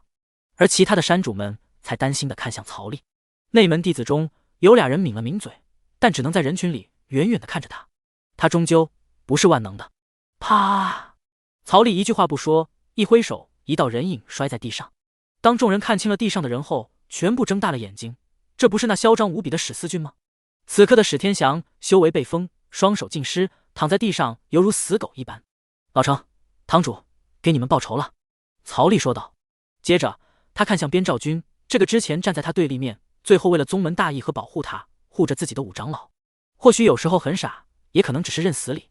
一只脖子扭成麻花，浑身洁白，毛都拔光的鹅不对是鹤，甩在了地上。啪是一声，很清脆。3米长的鹤，不小。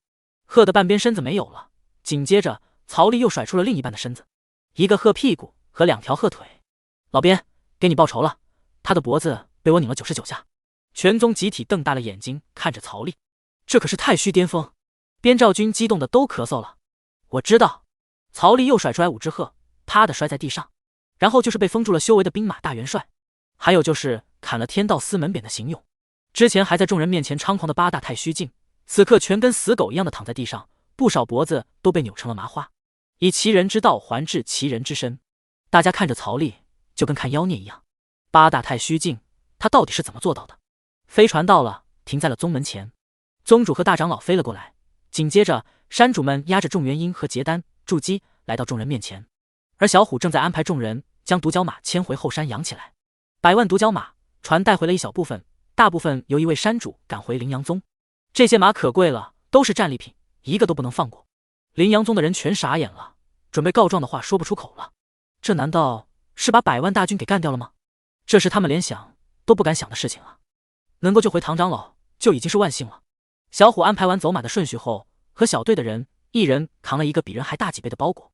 下来之后，小虎将包裹摊开，里面全都是储物袋。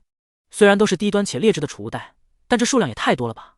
后面的弟子摊开了包裹之后都是一样的。小虎对着曹丽嘿嘿一笑，曹哥，你让我收零食，我让他们交储物袋，应该可以吧？曹丽走过去拿了一个储物袋看了看，终究是我格局小了，东西不贵，胜在多，都是身家，粗略估算这得有个1、2千万的零食。曹丽假装板着个脸，小虎下不为例。明白曹哥。小虎站直身子，这里抽成你10%，其他充公。小虎瞪大眼睛，这么多？而宗门其他人全部瞪大了眼睛。我擦，跟着曹丽是真的有肉吃啊！谢谢曹哥。小虎嘴角都快咧到后脑勺去了。曹丽看着宗门其他人希冀的眼神，特别是来围观的弟子，经历了这次危机，大家也收到惊吓了，再抽20%，平分宗门每一个人。是。小虎大声应道。弟子堆里响起了欢呼声。曹丽看着躺在地上的8个太虚境，老费把史天祥、齐帅还有后面的僵尸哥绑起来，其他的拔毛、架锅、烧火。灵阳宗众人愣着干啥？快去！这么好的妖兽肉要浪费吗？哦，是。费安连忙点头，朝食堂跑去。吃了这波妖兽肉，要是谁还卡在那个境界，就别怪我曹丽把他吊起来打了。太虚境的妖兽肉一点就足够这些人突破了，这种肉去到皇城都吃不到。去皇城吃的妖兽顶天了就是元婴境的，化神的都没有。元婴以下每人只能喝1碗汤，元婴以上能吃一点肉，自己把握，别撑死。曹丽喊道，然后提着白鹤来到了边兆军的担架旁，要把脖子扭解气。边兆军看了看那拔光毛白嫩的比鸡肉还白，舔了一下嘴唇，不了，等下我要吃翅膀，2个都要。哈哈，好。曹丽大笑。灵阳宗执法堂大门外的广场升起了炊烟，一口10米的大锅用铁链架了起来，还有巨大的烧烤架。90万杂役，3万多弟子，包括内门外门亲传，一个个排着队，一人1碗汤。曹丽和各大山主则坐在烧烤架前。曹丽是穿越的，所以他自制了不少辣椒粉、孜然粉、五香粉等，一边刷油一边撒粉，一头鹤被烧得冒油，滋滋爆响，橙红的色泽油润光滑，扑鼻的肉香结合了辣椒粉与孜然粉的香味，这让曹丽回想起以前在地球上街道上的烧烤大排档。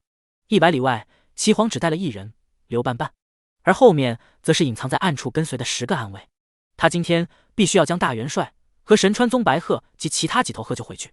小虎和费安俩人负责切肉和将肉撕碎端上来给众山主，长老们吃。其中一个土系山主在几十米的桌子上凭空生成了一条30公分的水槽，而另外一个水系山主则往里面注水，再施法让水流动起来。一个自动转盘就做好了。小虎将切好的盘子放到水槽里，让它流动起来。那些山主用筷子夹了一块肉，非常小心地咬了一小口，庞大的灵力瞬间灌满了他的身体。不过元阴境的他脸顿时涨红了，当即盘坐修炼。其他山主都没吃，就看他做小白鼠，看完哈哈大笑。我也来。巫剑深夹了一条撕得很小的肉丝，大口地放进嘴里嚼啊嚼。一开始没啥感觉，可是不到2秒就开始上头了。那股子强大的灵力当即冲从胃部冲向4肢百骸。巫剑深脸也一样，脸憋得通红。接着金刚神功发动，全身变金黄，除了没有金色气血化为实质缭绕周身之外，和曹丽的差别不大。紧接着他修为就突破到了元婴巅峰，但金刚神功迟迟未进一步。再来！将能量消化掉的巫剑深再次大喊：“老巫，悠着点！”郑荣喊道：“没事，我要趁此机会将金刚神功推到大成。”巫剑深感觉快了，那时候他的防御力能够再上一层。曹丽夹了一块鹤翅放到了边兆军的碗里。那你说的翅膀。边兆军毫不客气地将猪肘大小的鸡翅捧在手上啃。化神初期比起元婴境能吃更多，大概1斤吧。这时候端着碗一边喝汤一边守门的弟子小跑过来：“宗主，曹长老，齐皇来了。”众山主、长老和宗主齐齐看着那弟子，包括曹丽。来得好啊！曹丽眼里现过一丝杀机，然后突然大笑起来：“快请齐皇进来！齐皇真是个大好人啊，这么快就来找他买100万大军了。”凌阳宗大门口，齐皇看着凌阳宗，接着又是天道司的山门，眼里闪过了一丝不满。几千年来，天道所选的正义之子都被他们齐国皇室所控制，凭什么曹丽这一代有意外？齐皇突然转头看着刘长司太监，这次抽调10名暗卫出来，梁国那边没有什么反应吧？刘长司太监连忙作礼，回陛下，这事情是秘密进行的，等梁国探子发现陛下离开皇城的时候，咱们已经回去了，所以陛下大可放心，皇城绝对不会出问题的。齐皇还是有点担忧，但为了自己的安全，也只能这样了。你让他们在外面防御就好，凌阳宗内还有一代留下的死阵，可杀太虚巅峰，让他们不要进来。虽然齐皇知道这死阵只能开启一次，不到灭宗时刻不会开启，但就怕万一，他培养每一个太虚境花费都比100万军队的军费要高。他自己为齐国帝王，有龙印在手，吸全国气运护体，自然无事，但就怕一代凌阳宗人还留有其他的后手，如果真发生了什么意外，他自己逃脱也更方便一点。很快看守宗门的弟子就走出来了：“陛下请进。”没有人出来迎接，齐皇只是默默地将这个不满记在心里。而刘长司内心也有点不满，齐国皇帝到访，再怎么说也得派一个高层来迎接，让他们皇帝自己进去，算怎么回事？齐皇什么话都没说，今天是他理亏，认了。齐皇走了进去，穿过了一道类似于水的屏障，齐皇看到了里面的景象，一群人吃吃喝喝，热闹非凡，不少杂役和外门弟子就随便找个位置蹲下，在喝着什么，仿佛是酒，都是小小的抿一口就露出很辛辣的感觉。而另外一边则是一张几10米的大桌子，上面坐着的都是凌阳宗山主、长老等高层，他们也是吃着肉，喝着汤，还是酒。这是在庆祝打胜仗吗？为了缓解尴尬，齐皇哈哈大笑地走过去，来得早不如来得巧。曹丽让人搬了一张凳子，他转头看了齐皇一眼，并没有表现出很欢迎的样子。来，陛下坐。还不到算账的时候，齐皇大咧咧地坐了下来，而刘长司则在他身后面无表情地站着。齐皇笑着问道：“大家在吃什么呀？”“烤肉啊，可好吃了，陛下来点。”众山主只是静静地看着齐皇，一句话不说。此番8大太虚上门，若是说没有齐皇点头，他们是不信的。这个笑面虎要不是修为差了几个大境界，非弄死他不可。曹丽夹了一块肉放到准备好的碗里，然后掏出一个瓶子，在上面撒上白色的粉末。这是什么？齐皇很好奇。泻药。齐皇脸色一僵，哈哈，调味品，调味品。曹丽撒多了点。他观察别人都是些什么黄色的、黑色的，就他是白色的，估计真的是泻药。齐皇内心牙痒痒，但表面只能尬笑。怎么，陛下不合胃口？曹丽反问。倒也不是，曹长老盛情，朕自然不会拒绝。齐皇夹起一块肉，在几10个人的注视下，偷偷颠掉一点粉末，然后吃了下去。到了他这个境界，就算是毒药，造成的效果也微乎其微。入口即化，是好肉，但没有半点灵力，就是普通的肉。他吃的肉，曹丽自然给处理过了。他很久没有吃过普通食物了，平日里吃的都是些元阴境、结丹境的妖兽肉，对修为不易的。小虎顿时走了上来，专门给齐黄端上了一盘经过处理的鹤肉，然后拿起曹丽的罐罐，全部撒上一层厚厚的泻药。齐黄看得眼角直抽，正是修为高，也耐不住这么吃吧。陛下慢用。小虎冷冷地说道，然后退后将泻药空罐子丢到靠后的垃圾箱里。陛下，吃，别客气，都是烤好的。曹丽亲自给齐黄夹了一块，咱家替陛下吃。后面的刘长司忍不住了，滚！曹丽突然瞪向他，眼里满是杀机，气氛一下子严肃了起来。宗主、大长老、太上以及33位山主也都看了过来，眼神不善。退下！齐黄也开口，刘长司这才不甘的退后。曹丽嘿嘿笑了，陛下吃。齐黄只是尬笑的将肉接过来，放进嘴里，什么调料粉，一点味都没有，100%的泻药或者毒药。他武器朝元境初期，加上国运护体，这些泻药顶多让他吃下去的凡物消化更快一点，除了恶心自己，用处不是很大。紧接着，曹丽给齐黄加了满满的一大碗。齐黄吃了2口，曹长老，这件事情朕若是说不是朕命他们做的，你信吗？曹丽直接回答，不信。嗨嗨！齐黄干咳2声，你不按套路出牌啊？行吧，事已至此，100万大军，一人给多少？齐黄看着曹丽，现在是谈判时刻。曹丽举起了一根手指，1块灵石。曹丽翻白眼，100灵石一个人？不可能，一人100灵石，100万人就是1个亿。行，吃完我就把他们全杀了，我灵阳宗留着也没啥用。曹丽回过头来，淡定了咬了一口鹤腿。齐黄，不讨价还价一会？曹长老，朕觉得价格可以再往下一点，刚才路过的时候看了，他们马匹、盔甲都没了，一人100灵石，太贵了。曹丽对着鹤腿就是满满的一大口，一边吃着一边含糊不清的说道，人110个，盔甲210套，马匹310匹，共6亿灵石。他的态度很平淡，仿佛根本就不在乎齐黄答不答应。齐黄不说话，就静静的看着他。而太上、宗主、大长老3人也锁定了齐黄，太上也随时准备启动杀阵，就算是不能灭杀齐黄，也要伤到他。曹丽是灵阳宗崛起的根本，不容有失。而齐黄则在思考，6个亿都快赶上千万里大地1年的税收了。气氛沉默了好一会儿，齐黄才说道：“6个亿，朕可以答应你，但其他人得还朕。”什么人？曹丽转头来问。白鹤以及武大。什么白鹤？曹丽打断他的话。齐黄以为他要打马虎眼。神川宗白鹤白宗主，朕希望你放了他。啊，他呀，陛下也没放过他。说完，曹丽看着桌上的肉。齐黄愣了2秒，看着肉，再看了看曹丽。曹丽拿起鹤腿，咬了一口，挺好吃的。曹丽，齐黄不淡定了，直接站了起来。他培养神川宗，每年投进去1亿灵石，结果仔细辨认桌上被撕成条和切成块的肉，肉眼完全没法分辨。齐黄夹了一块水渠内的肉放进嘴里，入口即化，跟刚才的口感是一模一样的，区别是这一口拥有很庞大的灵力，全变成食物了。他齐国皇帝都从没吃过太虚境的妖兽呢，神川宗进贡的妖兽顶多也就是元阴境。坐下吧，吃都吃了。曹丽淡定的压手示意。木已成舟，齐黄只能握着拳头，深呼吸，再坐了下来。那齐国大元帅呢？这没得谈。曹丽放下鹤腿，拿了一条新布擦了擦手和嘴，然后转头看着齐黄：“我朱守鄂让人去汇报你的时候就说了，其他元阴境、结丹境，他们也算是助纣为虐的高层，必死。”曹丽和齐黄眼睛相对，丝毫不退让，没有余地。你可以拿钱把他们赎走，但曹某一定不会让他活着离开这灵阳境内，犯我灵阳者，虽远必诛。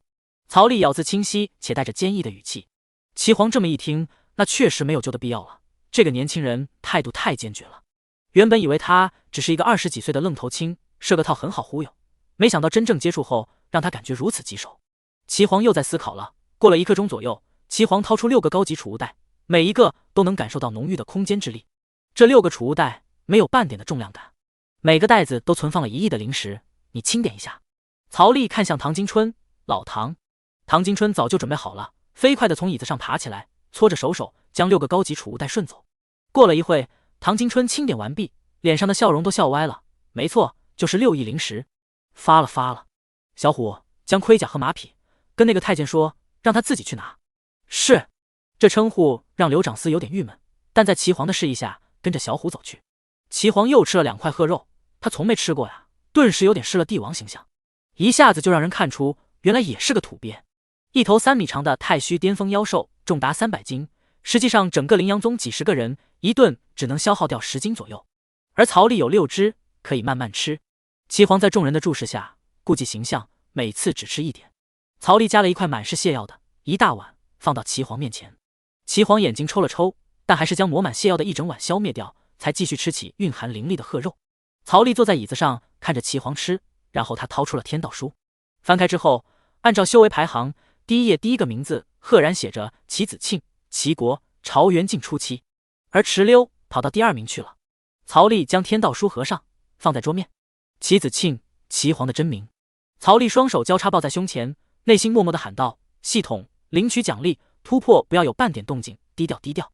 叮，好的宿主，现在为宿主颁发奖励，太虚境巅峰星号1。曹丽平淡地坐在那里，身上无半点灵力变化，但他的修为已经从太虚中期到太虚后期，再到太虚巅峰。曹丽突然拖着下巴，笑眯眯地看着岐黄。岐黄转头看了曹丽一眼，有病吧？继续吃肉。很快，太监刘长思回来了，盔甲被他收进储物袋里，而独角马他晚些会让人来灵阳宗带回去。陛下，办好了。刘长思作礼。岐黄有点不舍地放下了筷子，深呼吸，也笑眯眯地看向曹丽。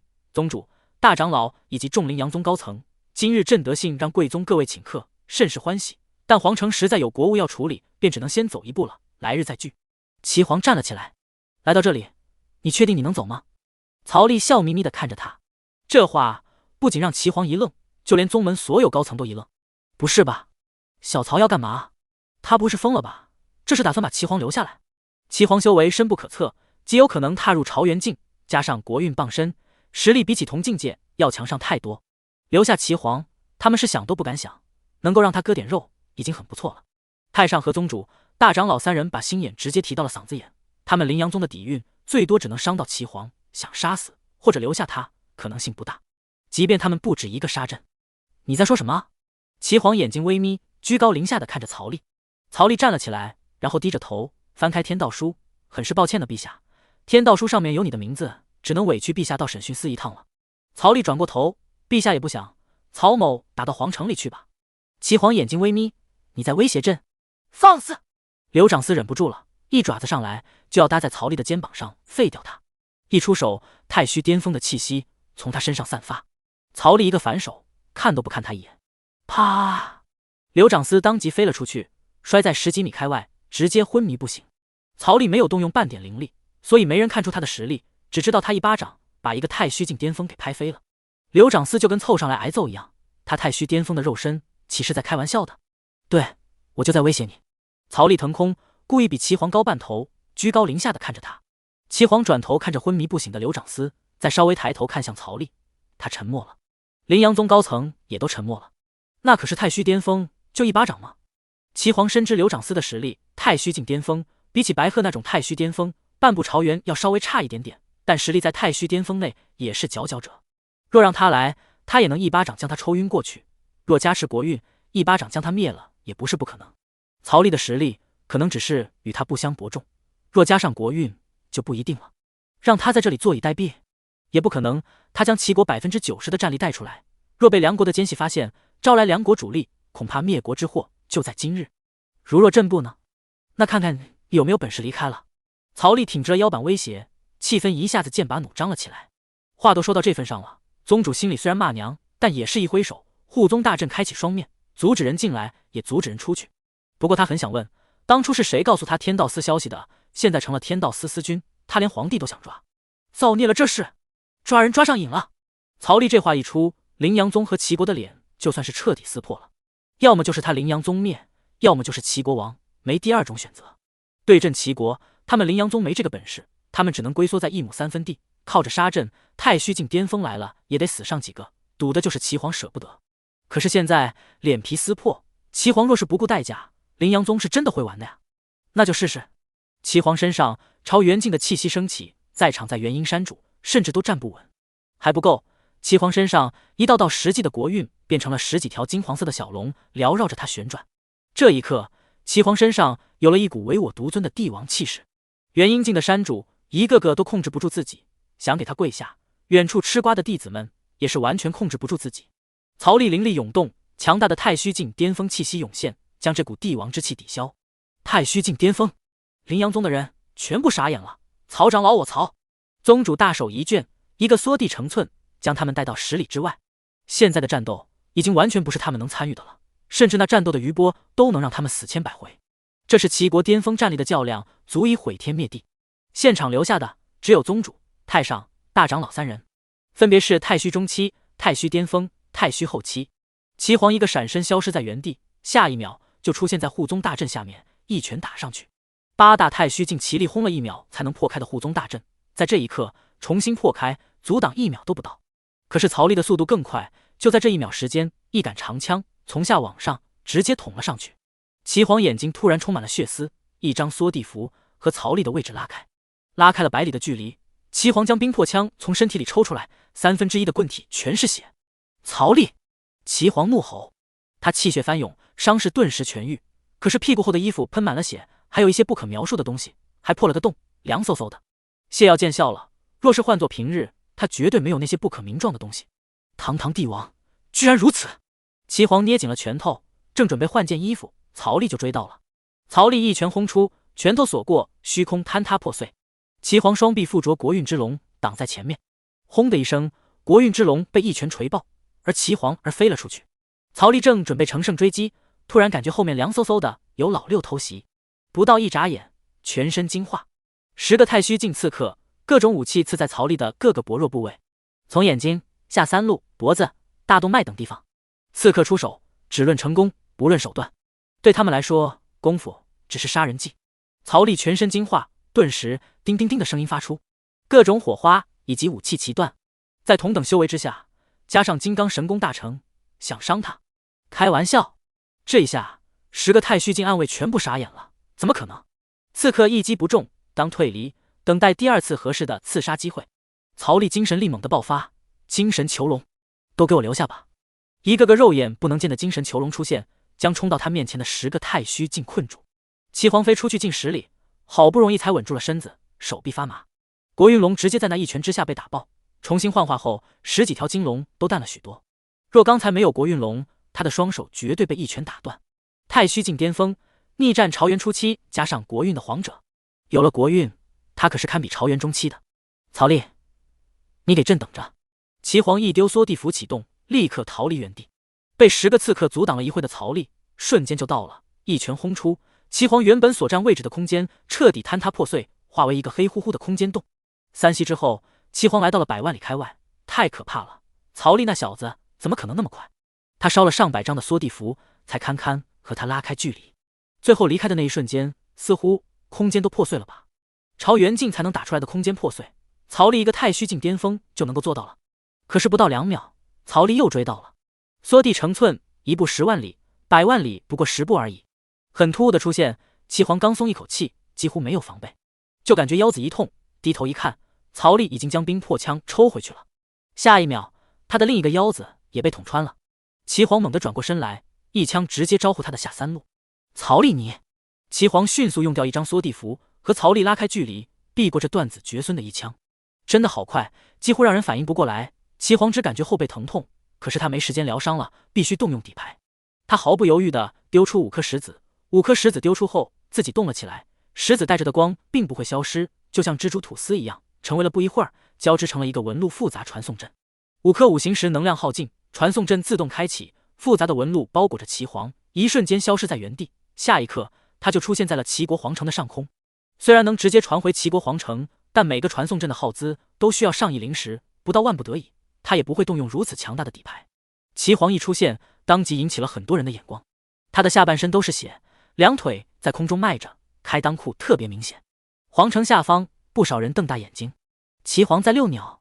下一刻，齐黄跑回了皇宫里，护城大阵开启，一个远比羚羊宗、太炎宗还要厚实的光罩将整个皇城保护起来。发生什么了？不少人问。齐黄半身是血的遛鸟，肯定是发生什么大事了，要不然不会启动皇城一级防护手段。太子看着齐黄从天而降，一个脚步不稳地摔在宫殿前，太子眼神闪过一喜，旋即嘴角翘起，不对，压下后悲痛的大喊：父皇！小太监和小宫女们都被吓傻了。3米多高的齐黄摔在地上，那眼神仿佛一头凶兽一样。齐黄扶着被捅穿的腰部，艰难地爬了起来。太子迅速来到旁边，扶着齐黄。齐黄盘坐疗伤，开裆裤极为明显。太子忍不住看了两眼，不愧是3米多高的父皇啊！武气朝元劲，五脏之力流通，过了3息时间，腰子就重新长出来了。小太监、小宫女都被吓得跪在地上，头也不敢抬。齐黄淡淡的看了太子一眼，那悲伤的眼神不似作假。扶朕起来。太子当即过去给齐黄搭把手。齐黄扶着他站了起来，看着护城大阵。此护城大阵之坚固，造价之高，都是灵阳宗的上百倍。现在就算是曹吏追到这里，也于事无补了。护宗大阵根本就不可能破。父皇，发生什么事情了？齐黄没有说话，只是淡淡的看了他一眼，吩咐下去：全戒备，任何人不得出入，遇到可疑人等立刻抓捕，特殊情况先斩后奏。是。太子后退2步，深深做了个礼。朕去疗伤，任何人不能打扰。齐黄走进自己的宫殿。此次去一趟灵阳宗，10大暗卫包括刘长司全折了。按照曹丽娜性格，他们断不可能还活着。化敌为友，已经不可能了。曹丽娜眼神是不死不休的，而且她生性沉稳，等到她赔完钱才动手，心思和忍气功夫不可谓不深。事到如今，打有可能打不过，只能请王朝天道司的人来主持公道。加上他如此高调的出现在皇城上空，梁国细作，很快就会把这消息传回去。若是惹得梁国大举进犯，齐国又会陷入新的险境，必须请王朝天道司的人才有一线生机。曹丽看着已经消失的齐黄，以为依然是缩地成寸跑了，弯弓射箭，却寻不到他的气息。曹丽将是神弓收了起来，看着皇城的方向，看来齐黄是有更加高明的逃跑手段。以为跑了就有用吗？曹丽转身，过了一会便回到了精神囚笼旁边。宗主和大长老、太上3人就守在精神囚笼旁边，感受到曹丽的气息后，他们齐齐看过来。小曹，这是齐黄的暗卫，负责守护皇室和齐国安危的。宗主走到曹丽旁边解释道：原来如此。曹丽看着里面10个太虚镜，疯狂轰击精神牢笼，他们从冷静慢慢到情绪开始变得不稳了。全部杀掉？宗主询问。曹丽摸了摸下巴，都是太虚镜，杀掉太可惜了，你们有啥建议？宗主和大长老都摇了摇头，放回去肯定不可能，放虎归山，徒增祸患。我可以把他们练成傀儡，在危急时刻守护灵阳宗。太上长老发话。行，那就交给太上了。曹丽朝着精神囚笼的位置伸手一抓，精神囚笼缩小，再缩小，然后直接穿过10人的身体，将他们的神魂带走，只留下一座躯壳。太上伸手一挥，将10具躯壳收了起来，这将是他们灵阳宗新的一道防护手段。练完之后，相当于10个化神境巅峰，但也足够了。精神囚笼被缩到最后，只有1颗珠子大小。曹丽用力一捏，神魂破碎，10大太虚境就此陨落。齐黄跑了吗？宗主询问。跑了，他似乎有一种能够一瞬间就跨越100万里距离的东西。传送阵，这是王朝的手段。齐黄作为一国之主，手里头有这种短期传送阵，很正常。大长老见多识广。曹丽点头，行，我去一趟齐国黄都，你们先回去，把那太监绑起来，跟姜氏哥、邱同生、邢勇几个一起吊起来晒太阳，等我回来处理。说完，曹丽就要走。大长老突然拉住了他的手臂，小曹，需要我们帮忙吗？大长老眼里有一丝的担忧。齐国黄都，齐黄藏了很多手段在那里，若是强攻，很容易中埋伏，那是一国之底蕴。放心吧，有缩地成寸，他们困不住我。大长老还想说什么，曹丽拍了拍他的手背，我会小心的。齐黄不可能放过，犯我灵阳者，虽远必诛。曹丽眼神坚定，转头一步消失在原地。孩子长大了，就让他去吧。太上凑近过来，就跟我当初把大长老之位让给你一样。小曹什么性格？我虽然和他接触不多，但相信他不会做没有把握的事情。尽管皇宫有意封锁齐黄受伤的消息，但依旧有眼线偷偷的传递情报。不一会儿，全皇城的王公贵族皆知道了这件事情。皇帝受伤，这是多么劲爆的信息！这里可能涉及了军权更迭、派系相争，也有可能是灭国之祸。齐黄是被谁打伤的？没有人知道齐黄的真实实力，但从太虚巅峰的几位元帅都对齐黄尊敬来看，他的实力不弱于太虚巅峰。在这个重武轻文的世界里，皇帝若没有绝对的实力，可镇不住四方成功。宰相大人，太子传来消息，说陛下闭关了。一名家仆飞快地冲进大厅，低着头将消息递上。会客大厅里，此刻有左右2厢、6部尚书以及其他2位兵马大元帅。宰相接过纸张，上面是太子传来的消息，最为准确和直观。而这一刻，整个皇城突然震动了起来。怎么回事？地龙怎么翻身了？宰相问了一句，连忙扶着旁边的桌子。不是地龙翻身，是有人在攻击护城大阵。两位兵马大元帅率先反应过来，他们迅速朝屋外跑去。远远的，他们就看到了护城大阵外那个站在天空的身影。曹丽收回了太炎剑，10夕之前他就来到了齐国皇城，与前几次来不相同，这次他是来征讨的。这一剑后，大阵外面烈火焚天，久久不散。全齐国皇城的所有人都在这一剑下惊醒了过来，千万百姓加上王公贵族齐齐看向那个高空上的年轻人。两位兵马大元帅身为明面上的战力，这时候他们必须站出来。哪来的宵小，居然敢来皇城放肆！两位大元帅踏着虚空，一步步向曹丽走去。而齐国千万人此刻全部心都提到嗓子眼上。人类最大的恐惧来自于未知，未知的实力，未知的来意。很快，两位大元帅就走出了护城大阵，来到了曹丽的对面。同为太虚境巅峰，你是谁？黑虎军大元帅问道。齐子庆在哪？曹丽并不回答他的问题。放肆，直呼我朝皇帝明讳，本帅就替你家大人好好教训教训你。黑虎军大元帅一步冲向曹丽，他想试探一下这个年轻人有多少斤两。曹丽伸手一把掐住了他的脖子，十分冷漠地看向另外一个人。齐子庆在哪？黑虎军大元帅就像是冲过去给他掐脖的一样，太虚巅峰，毫无反抗能力。不仅对面的麒麟军元帅傻眼了，皇城内千万人都傻眼了。那可是他们齐国最高级的战力啊，在那个年轻人的手里，怎么毫无反抗能力？一大群天骄看着空中的那个年轻人，这人有点眼熟啊，好像天骄冠军白九剑的带队长老。但他们又不敢肯定，白九剑的带队长老不过是元婴境，而这个人捏一个太虚巅峰跟捏鸡一样。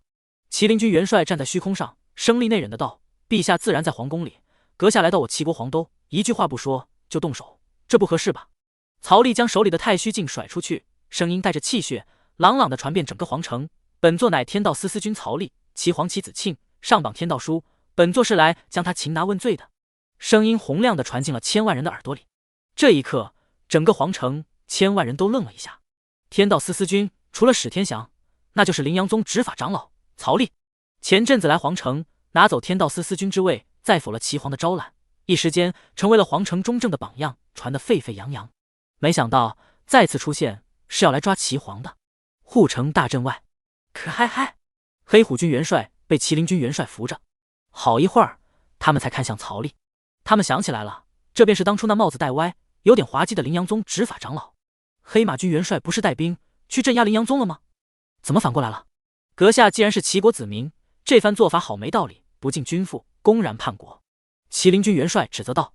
呵，曹丽嗤笑，很讽刺的感觉。齐子庆派8大太虚境以及100万大军犯我凌阳宗，意欲何为？此等君父有何可敬？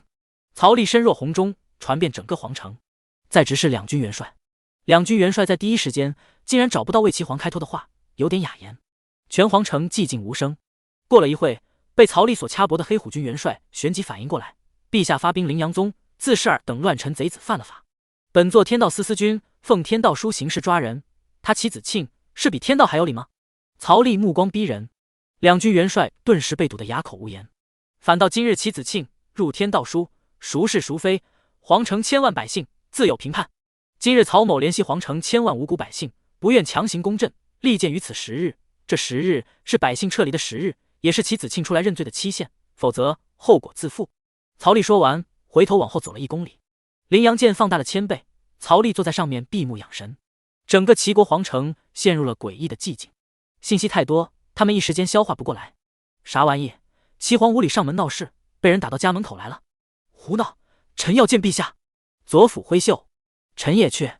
右相也连忙追上，其他大臣也纷纷朝皇宫里走去，只剩下百姓们的惶恐，以及天空上2个元帅的尴尬。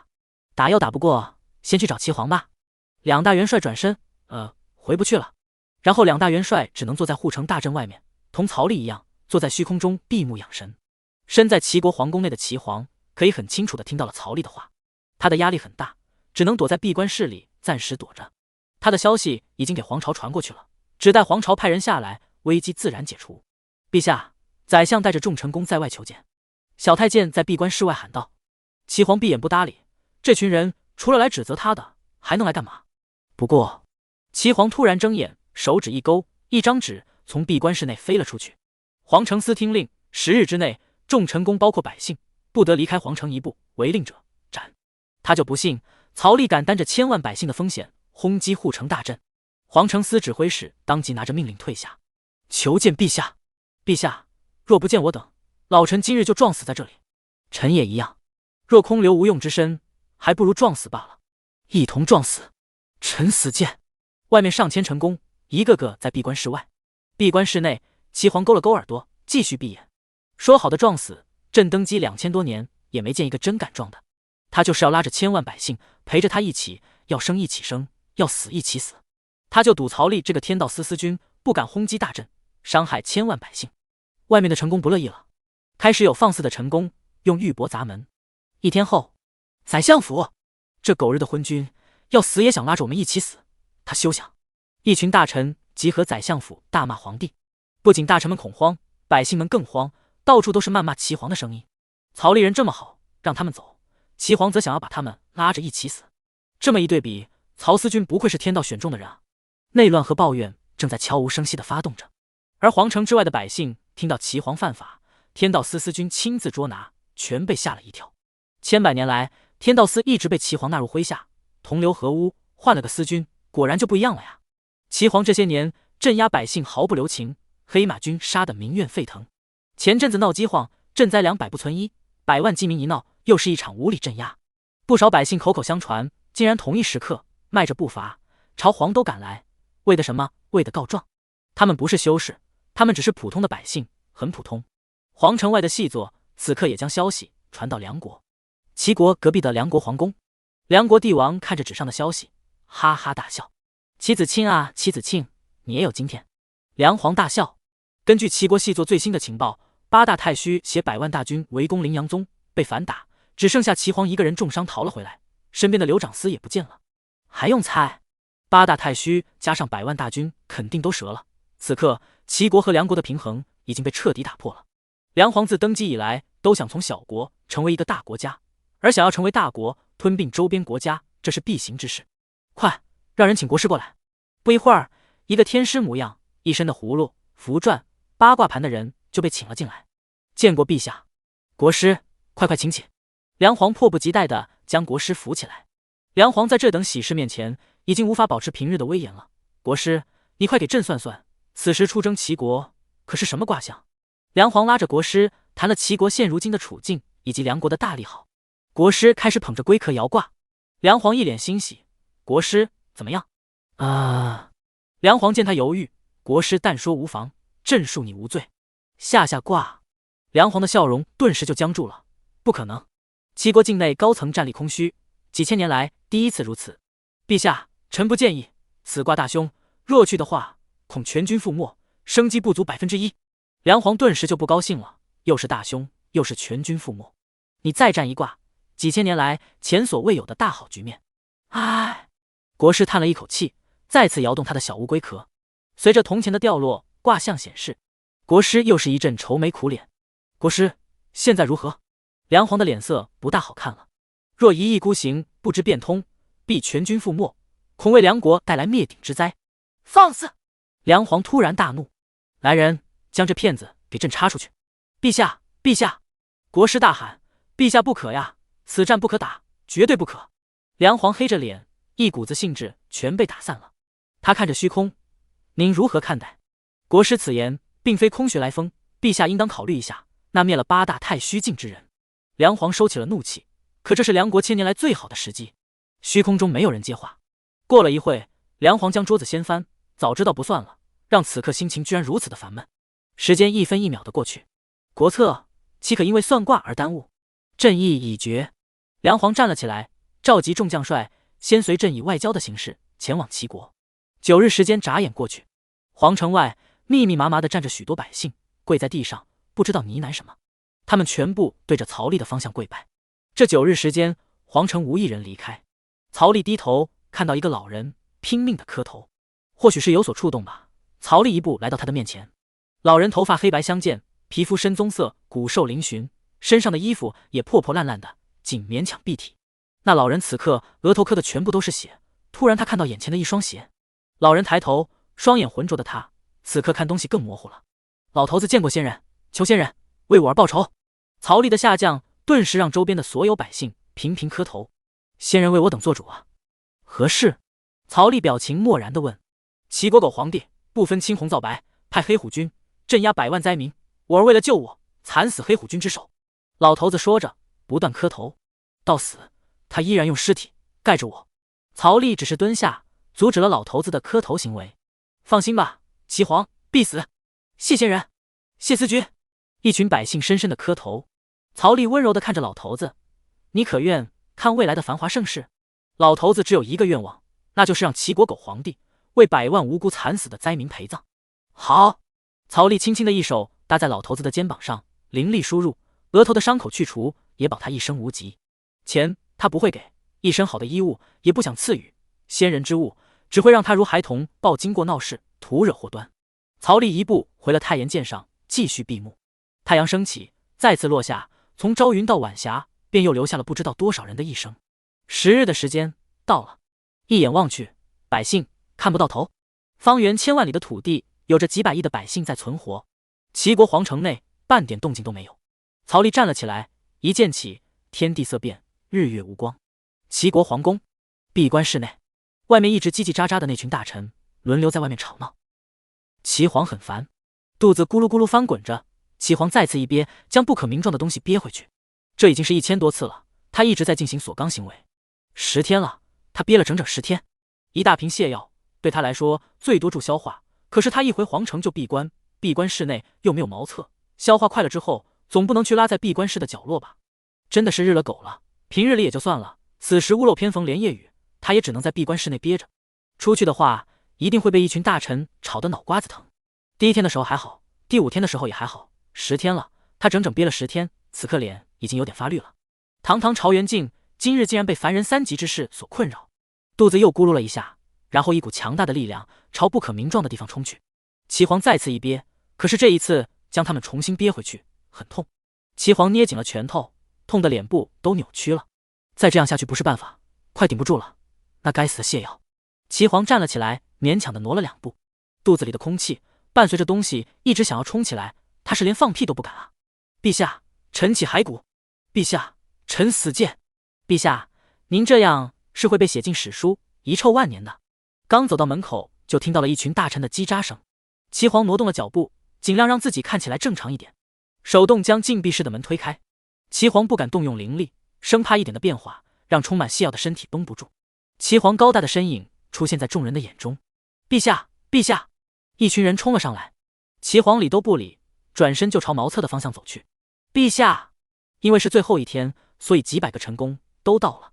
齐皇突然发现走不动道，那股强大的力量在体内乱冲，让他内部又是一痛。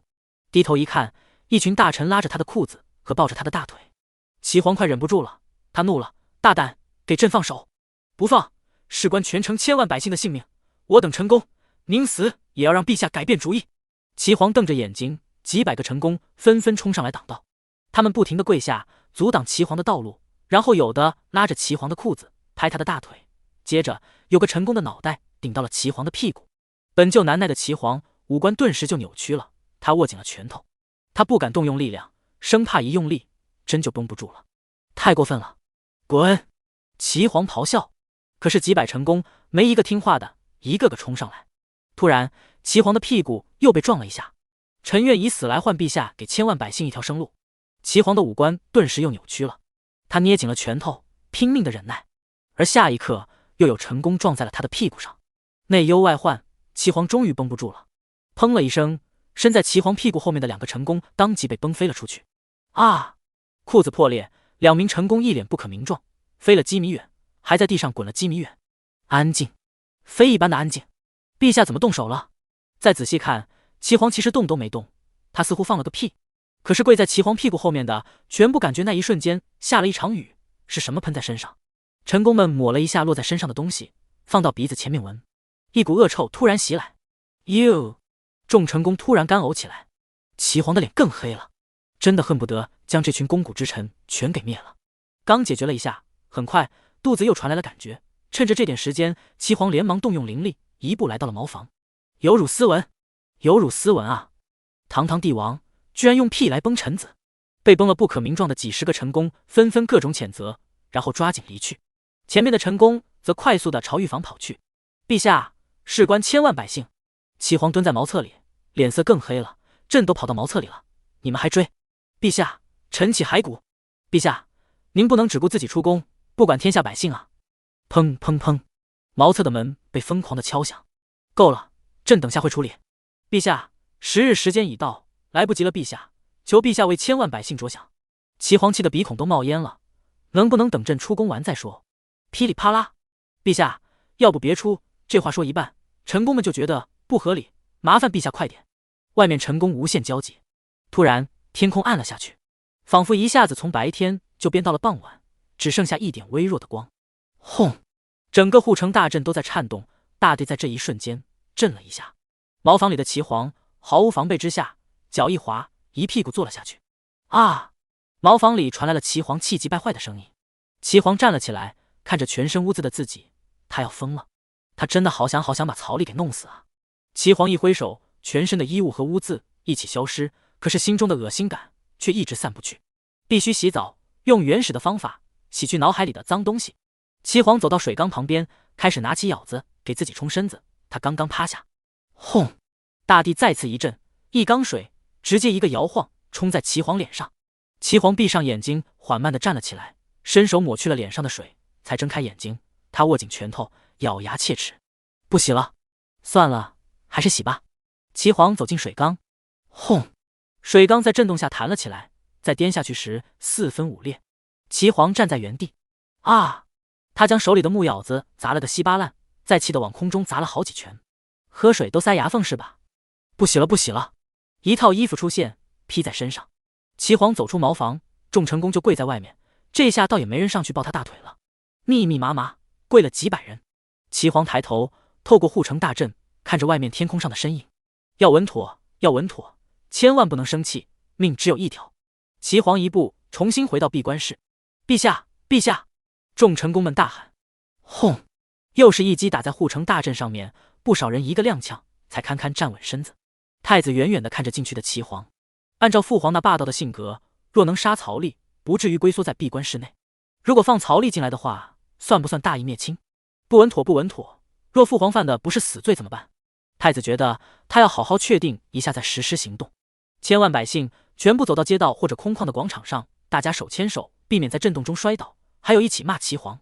看着天空上护城大阵一下接一下的颤动，千万百姓们问候齐皇的心态就更加激烈了。曹丽是给了他们生的机会，可身为齐国皇帝的齐子庆却生生将众人这个机会夺走。这一瞬间，齐皇的口碑在皇城里跌落到了极点。不管是百姓还是公子王孙，都参与到了骂齐皇的行动中来。大阵一破，会发生什么？谁也不知道。战场的中心波动足以让普通百姓灰飞烟灭。天上，曹丽收回太炎剑，火焰已经将整个皇城的上空笼罩，久久不散。不得不说，齐国皇城的护城大阵是真的坚固。曹丽已经是太虚境巅峰，实际战力比起齐皇都要强，却没将护城大阵攻破。但只要是大阵，就具备两个特点：一是承受极限，二是需要消耗能量。既然做不到第一点，那就做第二点，不断的消耗，大阵迟早得破。曹丽又是三剑挥去，3道千丈火焰轰击在护城大阵之上。2个兵马大元帅只能站在一旁看着，他们无力阻止，也不敢阻止。曹丽明显是动真格的，若他们冲上去阻止，那就是送死。这时天边突然出现了几人，曹丽和2个元帅或有感应，看了过去。梁皇身后带着2个护卫，一个外交大臣，一个大元帅。除了外交大臣修为比较低之外，梁皇身后3个人都是太虚巅峰。齐国2位兵马大元帅看清楚来人之后，黑虎军元帅当即大喝：梁皇没有与我们陛下沟通，私自来齐国，意欲何为？麒麟军元帅也看向梁皇走来的方向。曹丽将剑反拿身后，转头看去，梁皇无预约，突然进齐国境内，又在此等时刻，他想干什么非常的明显。司马昭之心，路人皆知。但梁皇依旧掩饰，笑着走来：朕听闻齐皇受伤，作为兄弟之邦，朕没有道理不来看一下，问一问事情的来龙去脉。梁皇的声音传遍全皇城，原本兵马大元帅压低声音，不想皇城百姓恐慌，被梁皇这么一嚷嚷，下方不知道多少人要出乱子了。千百年来，齐国皇城还是第一次经历这种危机。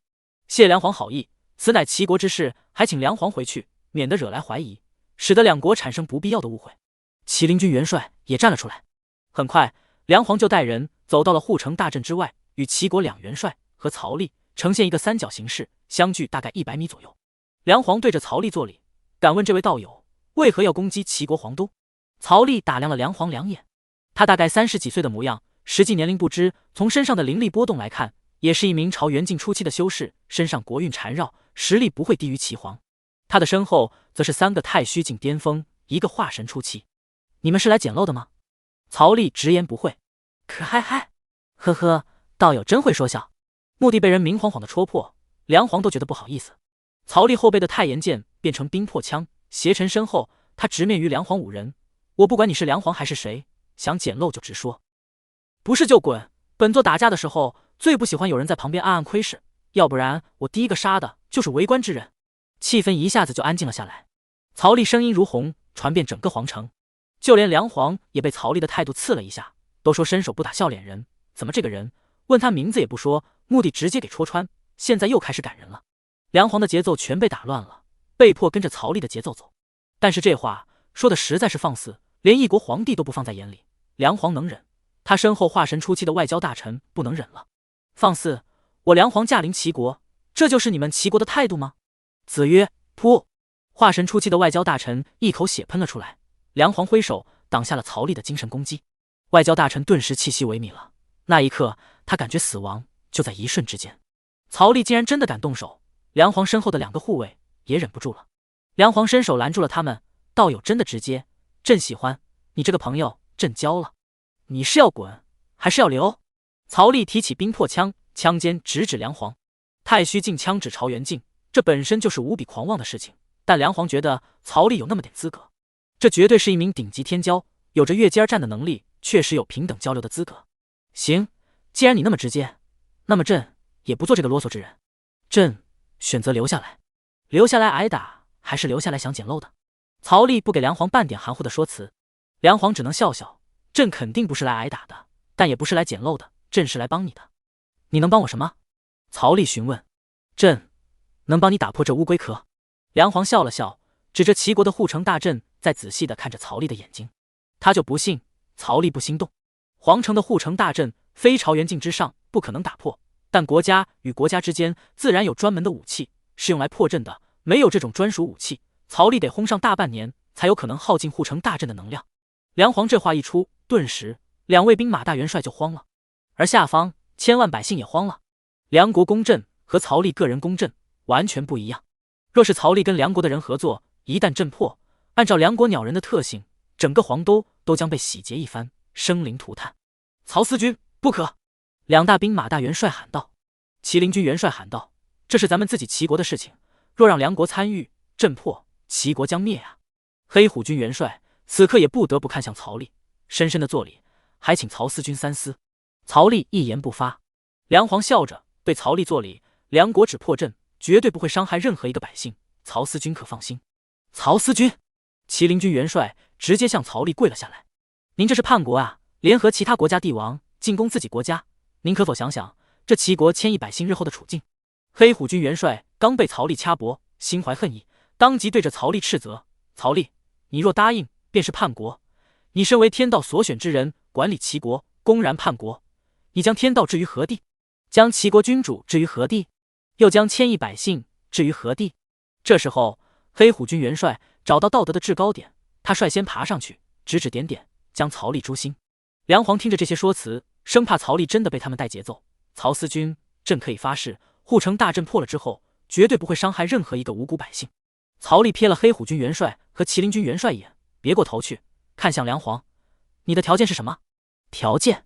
梁皇一时间有点愣了，他没条件啊，他就是想帮他攻破大阵，看曹吏和齐皇两败俱伤，最后他坐收渔翁啊。如果说条件，那可不就是吞并整个齐国了吗？当然这不可能说出来。曹司军说笑了，朕并无目的，单纯是看到齐子庆做出了有违天道的事情，看不过眼，作为邻国兄弟，自当大义灭亲，站在天道司这一边，没有目的。曹吏笑了，免费的才是最贵的，对方图谋的可是整个齐国，但曹吏怎么可能让他得逞呢？搞笑。看破不说破，先利用他。行，攻吧，要多久？梁皇眼睛一亮，1个月内，此护城大阵必破。梁皇的声音传遍整个皇城。梁皇大喜啊！天授神权的曹利答应他名正言顺。后期曹利和其子庆两败俱伤，他渔翁得利，一统两国之后安稳几年休养，整合兵力，一统周边，成为大国。越想，梁皇内心越高兴，喜悦都要显于脸上了。但这话落在皇城内千万百姓的耳朵里，瞬间让他们脸色苍白。大阵要破了，鬼相信梁国皇帝的话哦！两大兵马元帅也瞬间脸色惨白。麒麟元帅喊道：“曹思君，你与梁国打交道甚少，不知道梁国历来最不守信用，还望思君收回成命。”说完，麒麟元帅向着曹利深深磕了一个头。曹利摆手，同时看向梁皇：“我曹利在此放话，若护城大阵破，齐国千万百姓有一人因此事死伤于梁国人之手，本座会让你整个梁国皇室陪葬。”曹利那双眼睛充满了杀机，看得梁皇心里发毛。他知道曹利是说真的。身为齐国天道司君，曹利有此守护精神很正常，但两败俱伤后，这种话还有威慑力吗？梁皇根本就没放在心上，对着曹利作礼：“自然，曹司君自可放心。”两大元帅还是脸色惨白，说到底还是要攻。黑虎军元帅见曹利下了决断，他便站在道德制高点喊道：“曹利，你无君无父，公然叛国，这便是天许正义的天道司君吗？”曹利转过头来看了他一眼，吓得黑虎军元帅后撤一步。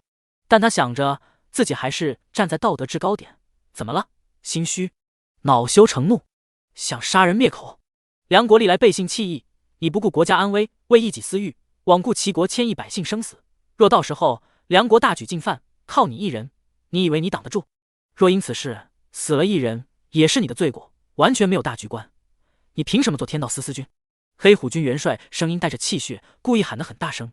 若曹利真把他杀了，那他也是带着大义而死。心中无君无父无百姓之人，天道选了你，是天道眼瞎。说完了吗？曹利只是淡淡的看着他。说完了，怎么？你要杀我吗？黑虎军元帅声力内荏，他努力的挺直腰板，心中也有杀身成仁的小勇气。曹利冷笑：“杀你，太便宜你了。”曹利继续说道：“你说我叛国，无君无父无百姓无大局观，那么我问你，什么是国？什么是君父和百姓？”黑虎军元帅说道：“自然是齐国、齐皇和千亿百姓。”曹利看着他，很认真的说道：“国乃护卫百姓的势力，授予百姓之人权，此齐国可有做到？又做到了多少？”曹利大声反问，手指的脚下那跪在地上寻求公道、密密麻麻的百姓。而君皇职责便是守护黎民百姓。那现实你们所中的齐皇其子庆，为了一己私欲，发兵100万强踏陵阳宗，挑起战端，如此君王又凭什么受我的尊重？而君王不仁不义，你们三军元帅不但不阻止，反而助纣为虐，口中说为了千亿百姓，可前阵子镇杀100万手无寸铁、无路可活的百姓，这便是你口中的为了人民。以忠君为国之名，占着大义，行事却叛道离经，挥刀向自己百姓的军人，窝里横的废物，你算什么勾巴元帅？曹利每说一句话，就向前走一步，每一步就像是踩在黑虎军元帅的心上，堵得黑虎军元帅一时间不知道怎么回答。自以为占据大义，却正是暴露了自己的蠢。你是哪来的脸，指责我这个天道司君的？曹利直视他的眼睛。本帅没有叛道离经，镇压刁民是陛下的命令，我们只是服从陛下的命令。黑虎军元帅辩解：“服从？那真的是好笑。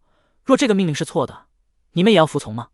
曹利喊道，声音扩散千里，用命令来掩饰自己的愚忠。终于这种不顾百姓，只为一己私欲的君皇，口口声声说大局观，殊不知他其子庆坐在那个位置，才是对齐国最大的危害。君王的天职是为了让百姓们生活变得更好，可我问你，这跪在地上一眼望不到头的人，便不算齐国百姓吗？曹利盯着黑虎军元帅的眼睛，一字一句的诛心。如此离经叛道的君父，为何不能推翻？为什么不能叫这日月换新天？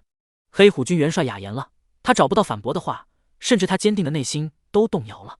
见黑虎军元帅心智动摇，曹利便转头看向底下的百姓和皇城内千万人，大声问道：“这大阵，你们说该不该破？”“该破！”不知道是多少人的声音叠加在一起，声音震耳欲聋，缭绕皇城四周，直冲天际。曹利变得两大元帅哑口无言，这让梁皇大喜，他现在可是名正言顺，一切都是为了齐国好。接着，梁皇拿出了攻城神器，是一枚令牌，令牌上面纹刻着看不懂的道文，密密麻麻，看得让人头晕。以阵法解阵法。梁皇将令牌抛出去，令牌变成4个，分别插在东南西北4个方向。接着，梁皇又抛出了4个储物袋，每个储物袋都装有1亿灵石。如此消耗，若非为了将齐国拿下，梁皇肯定是舍不得的。而这个令牌也不是普通修士能够养得起的。得到了4亿灵石的能量后，4个令牌便吸收灵石，令牌上面的纹路慢慢的亮起。每枚令牌都发出一道光线，如同雷电一般扭曲行走，然后攀爬在护城大阵最上面，与其他几条光线汇聚在一起。顿时，整个护城大阵的光芒时强时弱，一闪一闪的，没有震动，没有声音。大阵已成，曹思君慢慢等待即可。梁皇对着曹丽作礼。皇宫内，一群大臣还有人跪在闭关室外面喊着，可是齐皇一点反应都没有。而齐国皇室，齐皇29子，一个个担忧得走来走去。若真的震破，父皇必被曹丽赶下台，到时候权力更迭，会有多少人想做皇帝？按照曹丽所说，皇位贤德者居之，贤德可以装，所以那些有能力者必然会抢。齐国明面上3军元帅，还有一些王爷、国公，恐怕都不会放过这个机会。到时候他们29个皇室子弟何去何从？太子担忧自己不过化神初期，若靠自己，定然是争不过那群老妖怪的，倒不如献祭了父皇，得到曹丽的支持，那他的位置就10拿9稳了。干！必须这样干！父皇，若您在我的位置上，想法也会跟我一样的吧？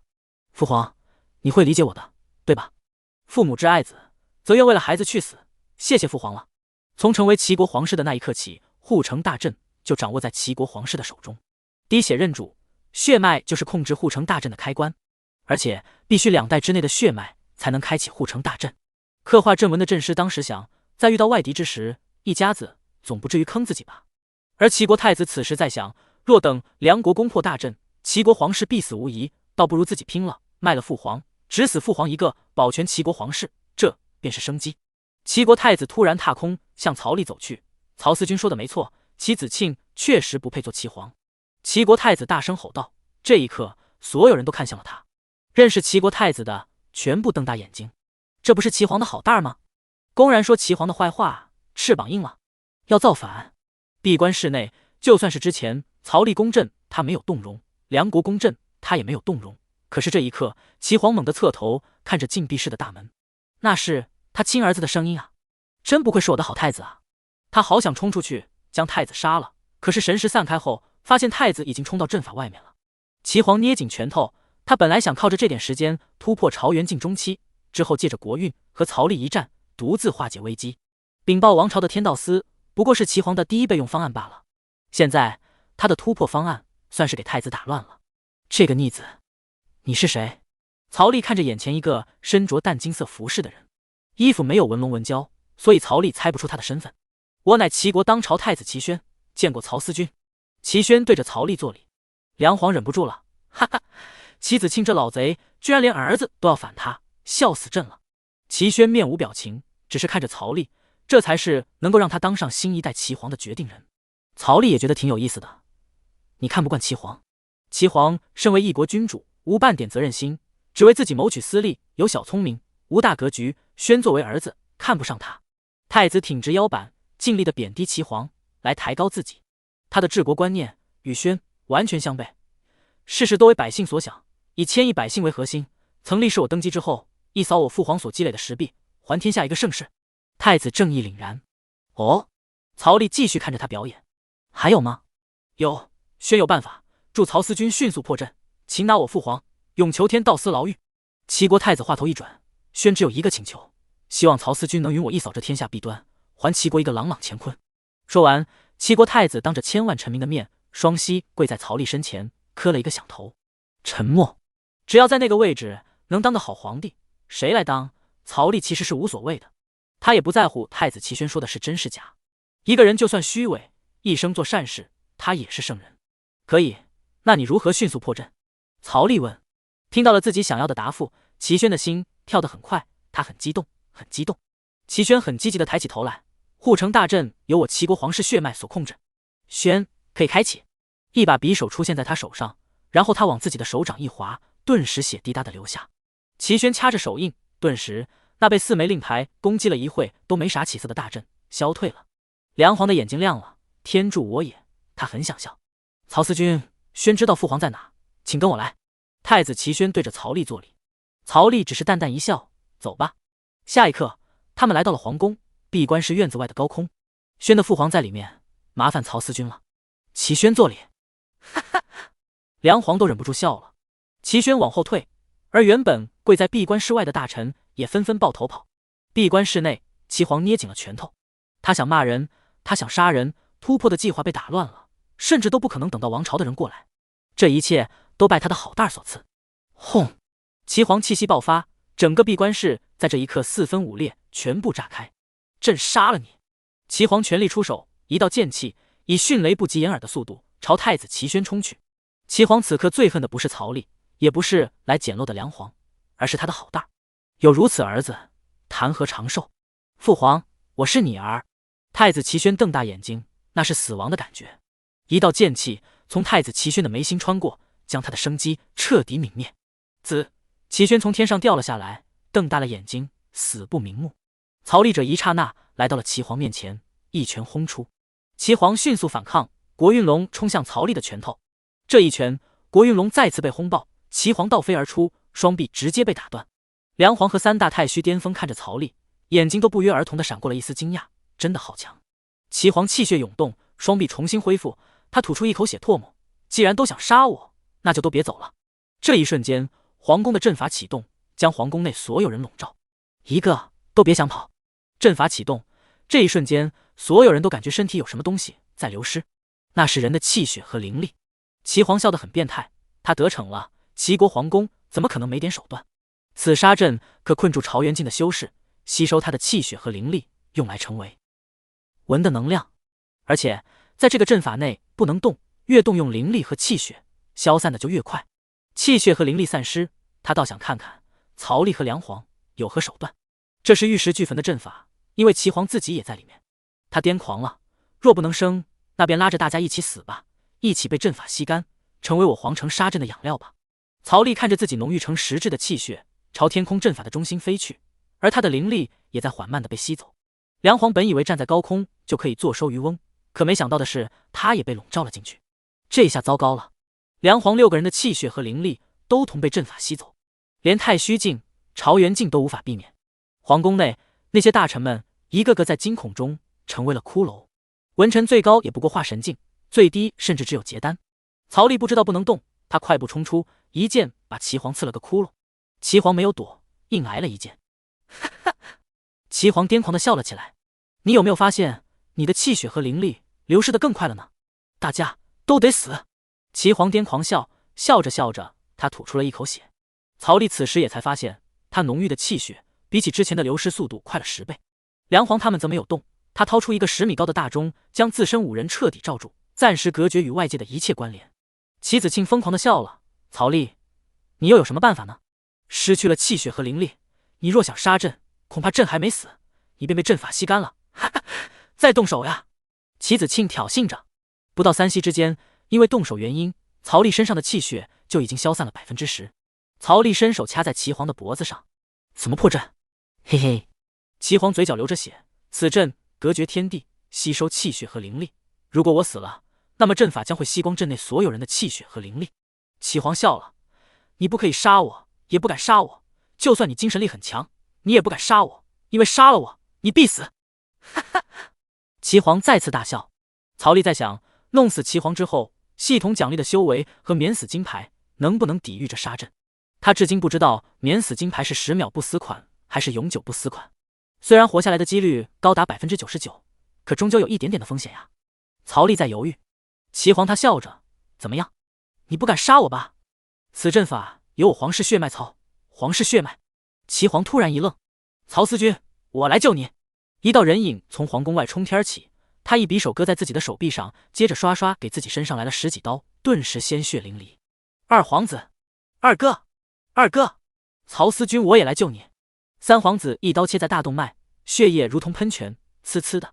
三皇子一跃想追上二皇子，此时谁救了曹丽，那就是未来的皇帝啊！瞬间，28位皇子不同程度的自残，拼了命的向曹丽冲来。他们甚至不惜燃烧精血，燃烧修为，也要冲在最前面。齐皇傻眼了，他瞪大了眼睛，然后大吼：“逆子，滚啊！父皇，我来救你！”八皇子大喊。朕不需要你们救，滚啊！齐皇疯狂了，八皇子面目狰狞的大吼，他燃烧精血，疯狂的冲来。我齐国已笑治天下，我们怎么可以眼睁睁的看着父皇被困阵中？曹丽掐着齐皇的脖子，他笑了，这笑容是从齐皇脸上转移过来的。28位皇子都在一瞬间来到了士林镇上方，然后将他们的热血洒在了士林镇之上，再双手掐诀。士林镇在这一刻开始消散退下。噗！齐皇气的一口鲜血喷了出来，在阳光的照射下，血雾再持续久一点，都可能形成一道小彩虹。齐皇直挺挺地倒了下去，3米高的身躯让地面都有轻微的颤动。父皇！28位皇子表面上是跪着倒下的齐皇，实际上却全部跪着站着的曹丽。二皇子向曹丽磕头，父皇犯法，还望曹思君能够将父皇关起来赎罪，这是身为儿臣对父皇最大的孝道。八皇子也磕头，弟子规内曾有云：亲有过傻使更。我虽忘记了一点，却知道这句话的大概意思是说，父皇犯了错，作为子女的就应该让父皇改邪归正。我们送父皇去赎罪改造，也是亲有过傻使更的大概意思。还请曹思君成全我等儿女的孝心。对，二皇子点头，八弟说的没错，就是这样，请曹思君带走父皇，让他改邪归正。此二皇子的手臂血喷了出来，仿佛水管要爆了。二皇子不管不顾，诚恳地看着曹丽，那眼神仿佛在说：思君，你看，我为了你都伤了这么重，您是不是应该支持我当皇帝？八皇子看曹丽似乎有所触动，不行！噗！一大口血从八皇子口里吐了出来，然后八皇子一头栽倒。八哥，八弟！曹丽眼角抽了抽，他大手一挥，将齐皇收进冥河塔里，再看向半空中的大钟，似乎没有搭理皇子们的意思。二皇子突然向着曹丽磕头：曹思君，父皇要改邪归正，太子哥哥也死了，国不可一日无君，还望曹思君能为我齐国，则一位贤君管理齐国。然后所有皇子都齐齐磕头，就连晕倒的八皇子也重新爬了起来。曹丽看着他们28位皇子，他也不知道选择谁才会公平一点。多少人争得头破血流的皇位，此刻只是他一句话的事情。28位皇子希冀的眼神，这是皇权的富贵。曹丽一指二皇子：你是第一个冲出来了，这齐皇，你来。二皇子眼睛一亮，其他皇子的眼神则暗淡了。但是太子当时说的话，你要记得，一改你父皇一朝的石壁，还天下一个朗朗乾坤。若有一日你做不到，就别怪落得你父皇同样一个下场。曹丽警告。二皇子重重地磕了个头：思君放心，我齐臣在此立誓，定会治理好齐国，不辜负思君和千亿百姓的一番信任。曹丽点头，然后看向铜钟。这时候梁皇将照着他的铜钟收了起来，带着3大太虚和一个化神站在天空。在铜钟里只能减缓气血和灵力的流失，还不能完全的阻挡。当梁皇发现灵力没有流失的时候，肯定是外面的战斗结束了，所以他便收起了铜钟。这一看，齐皇已经不见了，想必已经被曹丽抓起来或者轰爆了，而曹丽在指认新的齐皇人选。梁皇对着曹丽作礼：曹思君目的已经达到，齐皇伏法，朕也无事，便回梁国了。曹思君，山水有相逢。慢着！曹丽看着他，然后拿出天道书，翻开了第1页。池溜、散修、太虚境巅峰。齐皇已经被抓了，便从榜单上面消失，而梁皇没有出现在榜单上面。梁皇对于天道书并不陌生，他笑得很尬。可以了，滚吧，以后没事少来我齐国晃悠，要不然曹某不保证你每次都能平安回去。曹思君，后会有期。梁皇只是笑了笑，转身就走。3000里外，陛下为什么不趁机将曹丽拿下？华神的外交官问道。梁皇看了他一眼：曹丽独占齐皇，全身无伤，就我们这几个人，你确定有把握将他留下？若让他逃走，还真应了国师的大凶之卦，所以朕得先回去找人商量。如此天骄，若不能一击即中，往后只会带来无穷的麻烦。其他3个太虚境巅峰也点了点头。这一次观看，只知道曹丽的大概实力，因为在铜钟里，所以都不知道发生了什么。梁皇带着几人匆匆回去，系统领取奖励。曹丽内心暗道：丁，朝元境初期星号1，太虚境是身体与化神合二为一，契合天道，初步掌握天道之力。那么朝元境就是这幅加强版躯壳五脏的强化，因为武器朝元中的武器便是金木水火土5种五行，代表的是金肺木肝水肾火心土味。五脏的强化，若修炼到此境圆满，就算是内脏损坏也可以再生，不需要像朝元以下直接重伤得去慢慢养。到了武器朝元，最脆弱的五脏变强，存活能力晋升一大截，而寿元最高时限也到达了7000年。武器朝元和太虚以下唯一的不同，便是武器朝元是5个境界：初期、中期、后期、巅峰、圆满，分别对应强化了几个脏腑，之后五行圆满，相生流通，以超凡之姿步入3花聚顶境界。丁，宿主要强化哪个脏腑？曹丽摸着下巴。强化肺，从此说话不带喘；强化肝，随便熬夜不长痘；强化心，气血如虹，冬天不冷，夏天不热；强化胃，吃啥啥香，且为五行为土，土对应肌肉，肌肉的硬度和强度会更上一层楼。强化肾，嘿嘿嘿，曹丽，我选择强化肾。系统的变强，让曹丽体内的2个肾脏变得无比的强大，精元充足，基本不会疲累。很低调，外面的气息没有什么变化，平平无奇，可内地里的实力却暴涨了一大截，不管是哪方面。武器朝元进初期，曹丽1步10万里，30步后就到了灵阳宗门口。我回来了，曹丽喊道。一瞬间，灵阳宗内从山主到长老、宗主全部飞了过来。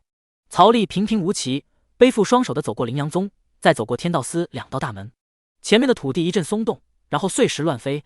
唐金春跟地鼠一样钻了出来，拉着曹丽的手：“小曹，你没事吧？”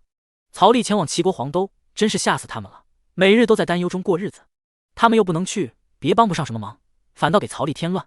宗门高层有一种被甩开的无力感。这几天，整个灵阳宗卷了起来，大家疯狂的修行。唐金春1天4顿鹤肉，有资源疯狂的堆，已经迈入了元婴初期，而欧阳林也进入了元婴巅峰。虽然根基有点虚浮，灵力比不上那些稳扎稳打的境界者，但好处就是修为高了，发挥的实力远比之前要强大很多。虚浮就虚浮吧，无所谓了。几头太虚境的鹤，直接让灵阳宗所有人的修为都在疯狂增长。宗主高树已经到达了太虚境后期，而大长老南宫纵修为也到了太虚境巅峰。大长老很高兴，他终于追上曹丽了，是全宗除了太上之外唯一一个和曹丽修为比肩的人。大长老一脸喜庆：“小曹，安全回来了就好，齐皇的事情我们要从长计议。”宗主也走了过来，他挺直腰杆子，因为他的修为也就差曹丽一个境界了，他也很快追上了，预计下个月就能追上小曹，到达太虚巅峰。小曹，不要气馁，胜败乃修行常事，你天赋很高，迟早有一天能迈入朝元境的。曹丽也认真点头：“放心吧，宗主，朝元境我会努力的。”宗主欣慰的点头。司马光明也走了上来，站在曹丽旁边，一言不发，主打陪伴。曹丽想必是打不开齐国的护城大阵，然后自己回来了。程子贵也走了上来：“小曹，齐皇的事情怎么样了？”老程，你说什么呢？小曹他从齐国赶回来，风尘仆仆，不知道多累。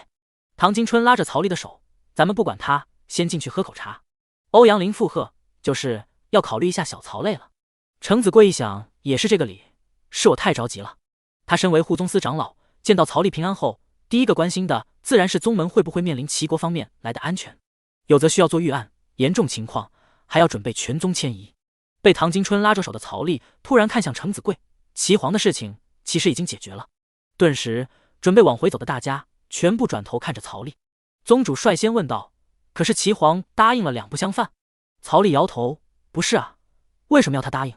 他不答应，这事儿怎么办？”宗主疑惑：“把他抓了不就好了？”曹丽手一挥，冥河塔出现，接着啪的一声，齐皇重重的摔在地上。他被龙筋绳5花大绑，嘴里还塞着一双臭袜子，一甩到地上，齐皇就呜呜叫着。灵阳宗众人全部瞪大了眼睛。齐皇！宗主后退一步，亮出武器。其他人吓了一跳后，也纷纷效仿。一直没想凑热闹的太上，在这一刻也是目见出，整个灵阳宗上空都充满了剑意。齐皇当时展露的修为可是朝元境啊！大家不要紧张，他被我抓来了，翻不了什么浪的。曹丽伸手压了压，大家这才认真仔细地观察齐皇，还真是一副被曹丽制服的模样。真的把齐皇都抓来了吗？这么猛！大家缓慢地抬起头，深深地看了曹丽2眼。这可是朝元境的大修士啊，齐国皇帝啊！曹丽走过去踢了齐皇2脚。小曹，这是真的吗？司马光明都不敢相信。肯定真的。曹丽揪着齐皇的后领，将他提了起来。齐皇被曹丽5花大绑，加上灵力被封，完全没有抵抗的余地。大家懵逼了，怎么抓到的？宗主艺高人胆大，上前2步，然后蹲下打量着齐皇。齐皇不服输地瞪着宗主，啪！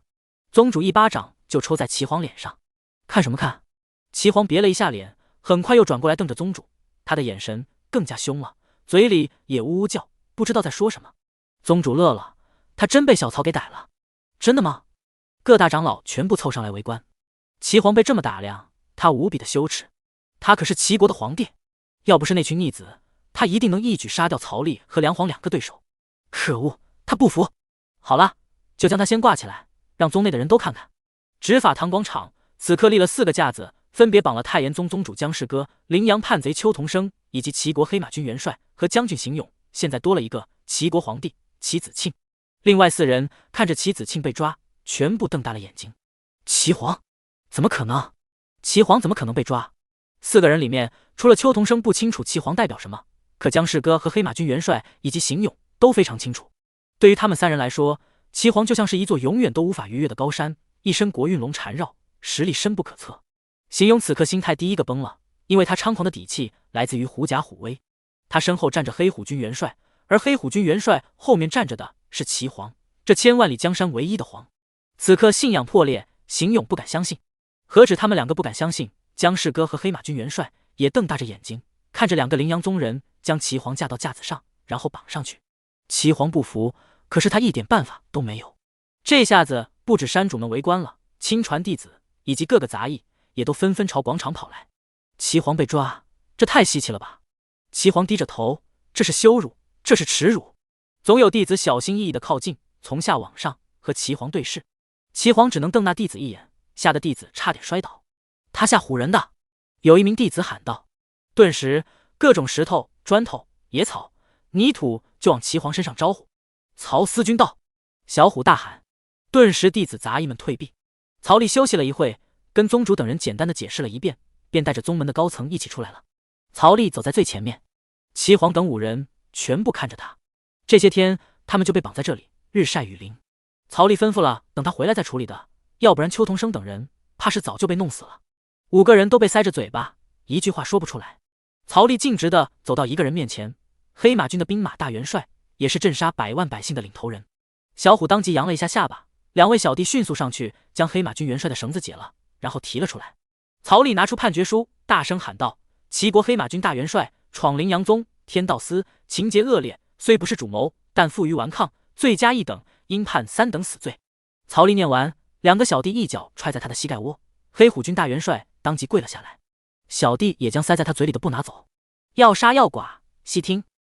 便我黑马军就没一个孬种。黑马军大元帅咬着牙齿，成王败寇罢了，身为元帅，他早就知道终有这么一天。曹丽问道：真的？黑马军大元帅梗着脖子：自然，若我眉头眨一下，都算我输。曹丽和他的眼睛对视，突然笑了：3等死罪，本有一丝生的选择，但你自己放弃，那便算了。欧阳长老，行刑！声音斩钉截铁。行刑！欧阳林看着他旁边的手下，5个手下推着一把龙头砸过来。黑虎军大元帅一听，坚定的死意顿时动摇了，他当即大吼，然后语气慢慢变弱：慢着，曹司君，您刚才说有一丝生的可能。唐金春在旁边解释：3等死罪，可由刑犯自己选择，立即赴死，还是到矿场挖矿挖到死。黑马军元帅顿时进入了思考，一个是立马死亡，一个是慢性死亡。他寿命还有3000多年，也就是说他还要继续挖3000年的矿。如果人死了，就真的啥都没了。元帅思考着，3000多年而已嘛，如果这3000多年陵阳宗惹到了什么惹不起的人，导致陵阳宗被灭，他就还有一丝一丝的生机。刚刚才喊出豪言壮志，现在反口，着实有点。但能活，谁愿意死呢？我选择去矿场挖矿挖到死。黑虎军元帅举手。曹丽问道：你刚才不是说黑虎军内没有孬种吗？尴尬。黑虎军元帅为了活命，只能硬着头皮解释：嗨，我决定来当第一个孬种，还望曹司君成全。曹丽点头。顿时有小弟上来将他押走。修为被废，身家充公，全身经脉皆断，即便曾经的太虚境去到矿场，和普通人的区别也不大。曹丽看向邱同生，立马2个小弟冲上去将他的绳子解了，然后把他押到龙头闸面前。曹丽掏出第2本审判书：邱同生，陵阳宗医药堂堂主，在职期间犯判宗罪，后拒捕，情节十分恶劣，应判1等死罪，烙刑加凌迟，立刻行刑。1级死罪，酷刑致死，如凌迟；2等死罪，痛快的砍头；3等死罪，直接砍头或者给陵阳宗打工致死。邱同生作为灵阳宗的人，对于执法堂律法自然知道一些，他呜呜的喊着，但很快就被2个弟子拖走。火红的铁柱从行刑司推了出来，然后将邱同生绑了上去。立马传来了邱同生的惨叫声，听得瘆人。姜氏哥、齐黄和将军邢勇都听得有点发毛。宣判完邱同生之后，曹丽看向邢勇，2个人小弟照例将他带了过来。邢勇带兵攻击灵阳宗，天道司虽非主谋，却是第2主将，犯3等死罪。邢勇松了一口气，3等死罪还好，可以去挖矿。曹丽继续说道：后邢勇杀灵阳宗天道司43名斥候，还砸天道司牌匾，3罪并罚，应判2等死罪，立即执行。邢勇傻眼了，怎么就2等死罪了？2等死罪是什么？曹丽看着他，听说你砸我天道司牌匾的时候喊垃圾。邢勇嘴塞着布，连连摇头摆手。然后邢勇对着曹丽磕头，生死面前他不能淡定了。远处邱同生的惨叫声不断的让他破防，小弟们立马将邢勇拉过来，然后塞进龙头闸里。邢勇恐慌了，他曾经看不起张芝，因为张芝太怂了，可是轮到他自己的时候他也怂了，裆部一暖，他吓尿了。杀！曹丽大声一喝，欧阳林挥手，灵力一动，住在龙头闸上，猛地落下。邢勇死！姜氏哥傻眼了，他征战几千年，杀过了很多人，本该麻木的，但这种一个一个杀，很快就要轮到他的心理压力，终究让他动容了。眼前的血腥，加上10米之外邱同生的惨叫，在一点一点的刺破姜氏哥的内心。然后曹丽看着姜氏哥，2小弟直接冲上去将姜氏哥压下来。曹丽手一挥，一直被他丢在明和塔的太炎大长老戴平摔在地上。戴平，姜氏哥袭击天道司司军，犯3等死罪。姜氏哥终于松了一口气，直接瘫软的坐在地上。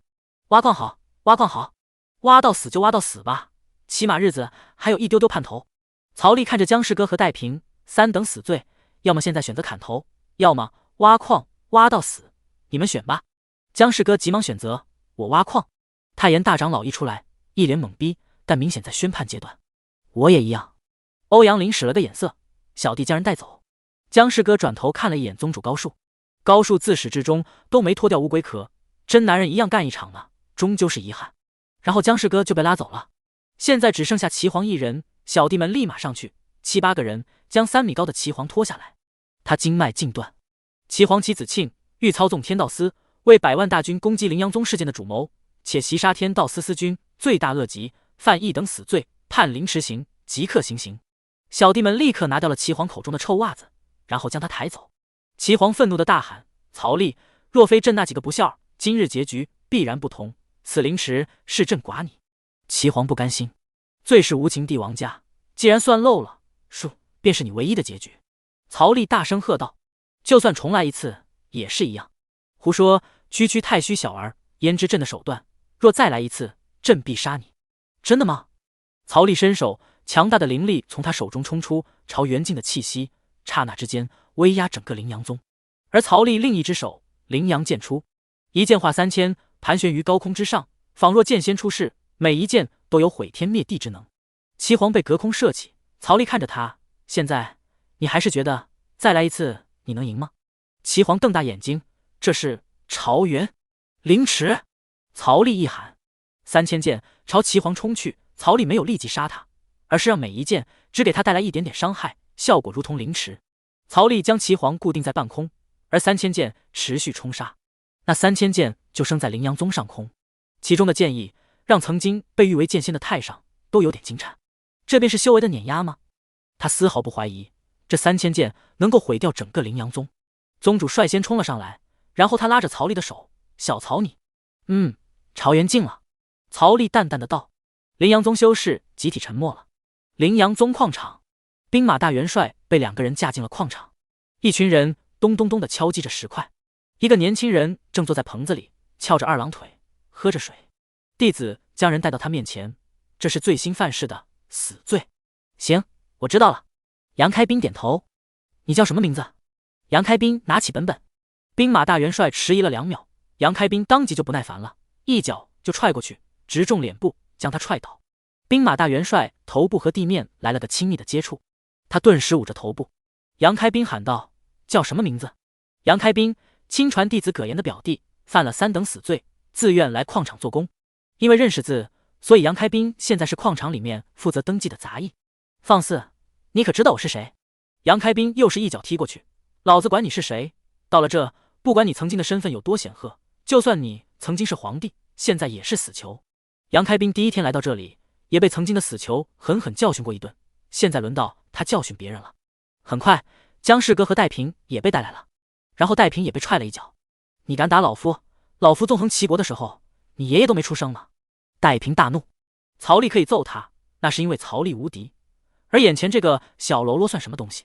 戴平即便被废去修为，经脉断裂，实力万不存一，依靠着曾经的积累，肉身的硬度和五脏的强度，也不是这些小喽啰能比的。然后戴平一把掐着杨开斌的脖子，将他顶到了墙上。你大胆！杨开斌大喊：新人要造反！当即一个炼气弟子一脚踹在戴平肋骨上，将他踹飞。接着一群负责看守矿场的炼气弟子冲上来围殴戴平，很快就把戴平打服气了。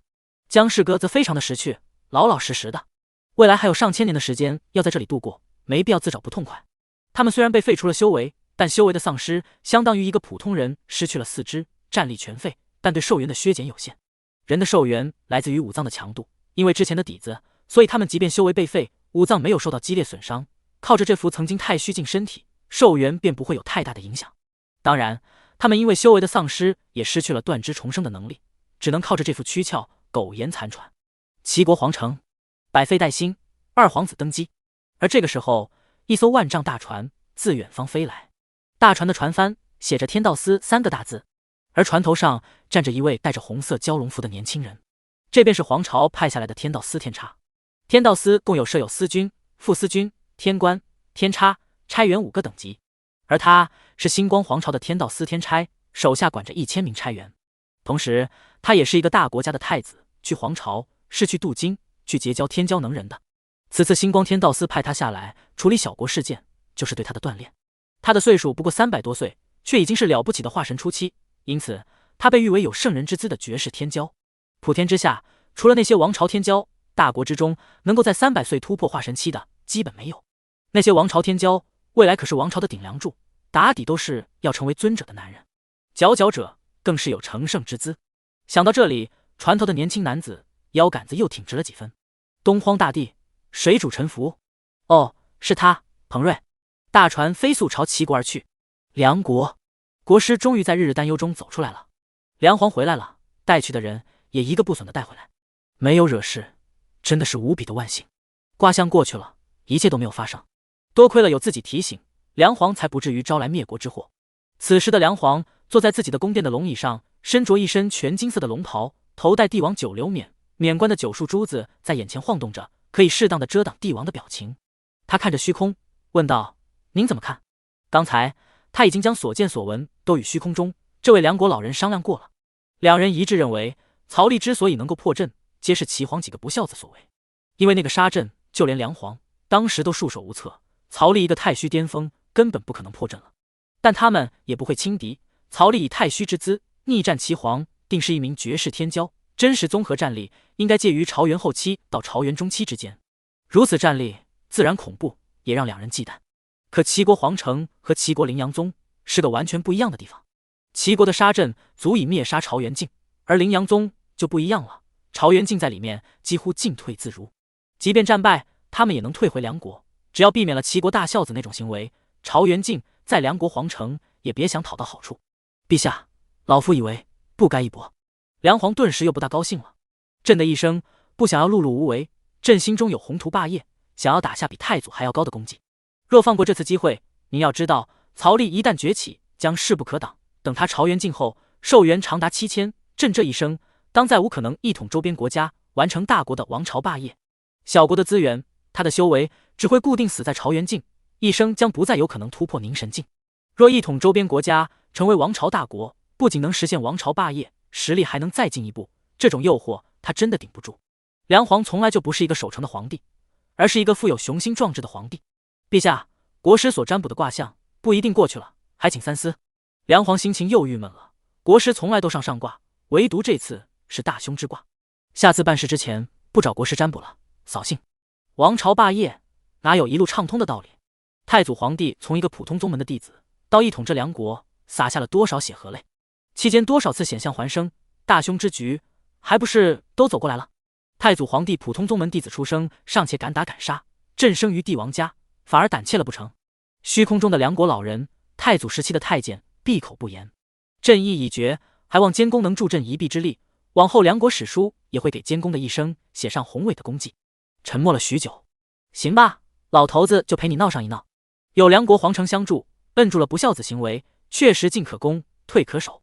梁皇大喜，来人，快去请三军统帅前来见朕。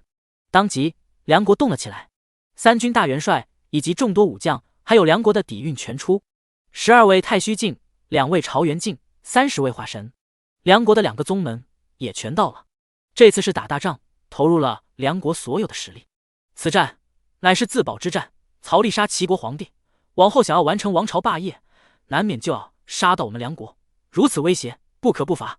梁皇穿着龙袍，拔着长剑，除非曹利许下天道誓言，交割齐国1/3的土地，此生不伐梁国，要不然此战就必须打，而且得打到整个齐国胆寒，打到曹利屈服，甚至斩了他。打！打！打！梁皇所说的虽然只是怀疑，但对付弱国就是这样，我怀疑就能打你，而不平等条约也是合理的。如果没有皇朝在中间调节，战乱必起。梁皇派了1/3的兵力出去，100万大军加上一群高层战力，先取陵阳宗，只要解决了曹利，皇城那个新登基的小皇帝不足为惧。但最先的是要联系神川宗的那群鹤妖。神川宗因为宗主和5大长老结舌了，那些太上都龟缩在宗内闭关不出了。尽管年轻一辈报仇声音喊得震天响，太上长老们也都躲着不出来。如果能利用神川宗，让他们当第一波炮灰，那也是一条妙计。100万大军顿时出发，战书写的就是梁国自保战。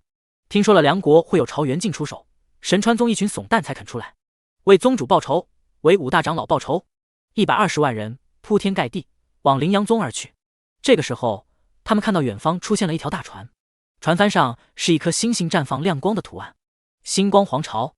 梁皇当即带着3个大元帅朝星光皇朝的飞船过去。他们看清楚了星光皇城飞船甲板上的人后，顿时有点失望。不过化神初期而已。见过大人。梁皇来到飞船外面作礼。天差彭瑞转过头打量着梁皇，一身龙袍，实力强大。你就是齐子庆？是你被曹利袭击，向天道司求助的？回大人，不是，朕是隔壁梁国的，但此番出征也是为了曹利。哦，彭瑞负着双手，详细说说吧。敢问大人是？梁皇也得先打听这人的身份，不可能看到皇朝的船就将自己的老底全盘托出。站在彭瑞身旁的仆人立马凑上来，大胆，竟敢怀疑我家大人的身份？朕并不是怀疑大人的身份，而是仰慕大人的实力。梁皇笑眯眯的回话。那仆人立马趾高气扬的喊道：我家大人可是神木王朝的太子殿下，兼星光皇朝天道司天差之职，320岁的化神初期，以后可是要成圣的，别以为你是皇帝又怎么样，我家大人的身份可比你金贵千百倍。大国家则可以称为王朝，但他们都归属于皇朝管辖，小国家和大国家都是独立于皇朝之下的。神木国的太子兼皇朝天道司天差，这2个身份确实不差了。除了司军和副司军之外，就是天官，而皇朝的天官基本都是由无上大能担任，而天差则是由各种公子王孙、绝世天骄担任，也是他们渡京之路。见过天差大人。彭瑞只是淡淡的点头，他很自负。说吧。梁皇当即将事情全盘托出，但尽力的恶化了曹利的行为。哦，小小齐国居然还藏着一位卧龙，100岁以内的太虚镜？朕不大清楚，但想必最多也不超过300岁。梁皇特意咬中300岁这几个字。看刚刚那仆人说彭瑞300岁的化神时，那骄傲的表情，这明显是他们最自豪的事情。现在就有人凌驾于彭瑞之上了，彭瑞怎么可能答应？当即彭瑞就不大舒服了，他微眯着眼睛，你确定？确定，此人大大威胁了我们梁国，所以朕要讨伐他。梁皇作礼，此人定是老妖怪夺舍无疑，别说他齐国，就是星光皇朝也没有300岁的太虚巅峰，居然有老妖怪敢在我星光皇朝之下夺舍作乱，本天差必须要好好管管。大人，请。几方大势力朝陵阳宗开去。100万大军在经过赤荒的时候绕了个道，这曾经是妖族青丘皇朝赤炎尊者的陨落地，朝元镜若是惊动了里面的残阵或者残魂，都有陨落的风险。赤荒介于齐国和梁国的中间，也是2国的边界。从赤荒周边一绕，很快就看到了陵阳宗。而这个时候，齐国正派人一支小队伍拿着圣旨前往羚羊宗，远远的就看到了黑压压的大军以及最前面的星光皇朝飞船。彭瑞此刻坐在躺椅上，左手一个歌姬，右手一个舞姬，他们穿着清凉，都趴在彭瑞的身上。彭瑞也不顾梁皇的眼光，当众跟他们玩闹起来。彭瑞一边和歌姬玩闹，一边漫不经心地说道：“梁皇，你们梁国就没有什么特产吗？我若带回去天道司，还可以分给众同僚，让他们感受一下梁国的特产，你说是不是？”梁皇坐在一边，闻言愣了一下，公然所会，这便是天道司天差的秉性。也是，天道司自古传承，很多大势力都已经腐败了，包括他们梁国的天道司也好不到哪里去。梁皇当即一笑，特产自然是有，刚才跟彭天差聊得起兴，忘记了。梁皇拿出一个储物袋递了过去，里面有100万的灵石。哦，彭瑞顿时来了兴趣，将骑在他身上的舞姬推开，伸手接过梁皇的储物袋，然后坐了起来。那舞姬也不恼，爬起来后继续缠着彭瑞。彭瑞打开储物袋一看，100万灵石打发谁呢？他乃神木国太子，岂是没见过钱呢？梁皇，你们这地方的特产不行啊！彭瑞有点不大高兴。梁皇不禁内心吐槽，但他还需要利用彭瑞的身份，当即再拿出一个储物袋。彭天差，您再看看。彭瑞接过，这是个1000万灵石的储物袋。彭瑞当即笑了，勉勉强强吧。说完，将储物袋塞进自己的怀里。天差办事，哪有不带点特产回去的？你放心吧，曹丽他完蛋了。梁皇再递了一个储物袋过来。彭瑞接过一看，眼睛顿时一亮，旋即将储物袋收到怀里。放心吧，曹丽死定了，齐国都保不住他，我说的。彭瑞将5000万灵石的储物袋塞怀里。曹丽得到天授神权后，滥用天道司职权谋私，无视军权，厮杀帝王，意图控制国家。被皇朝天道司彭天差识破后，口出狂言，还欲杀人灭口，故此将曹丽斩杀，剥夺齐国天道司司君之位，还于天道。这种说法，梁皇觉得如何？梁皇倒了一杯酒，双手持杯，非常尊敬。彭天差不愧是王朝出来的人，好口才，大格局。彭瑞压了压手，这是曹丽自作孽，不可活。梁皇将酒杯一饮而尽。真相重要吗？不重要。天道司司君不过只是一个位置，并没有相应的实力。在绝对实力面前，天道司司君也会被倒打一耙。即便大家都相信他，谁能拗得过刀子呢？那些落后地区的天道司司君更是人人喊打的对象。除非天道司司君能得天道相助，灌顶修为，名利皆有，那么这种才是真正的天道之子，镇压群雄，无有不公。禀天差，陛下，前面抓到了一对齐国皇宫的人，带上来。梁皇冷漠的语气。很快，为首的就被带上来，而圣旨也呈到了梁皇面前。梁皇没看圣旨，而是直接递给了彭瑞。彭天差，你先看。彭瑞点了点头，将圣旨接过来，他很受用这种尊重。彭瑞随手将圣旨给了旁边的舞姬，舞姬用甜甜的声音念着圣旨：奉天承运，皇帝诏曰：天道司司君羚羊宗执法长老曹丽，遵循天道之意志，扶正齐国之邪志，拯救社稷之危难，是为忠义公正之表率。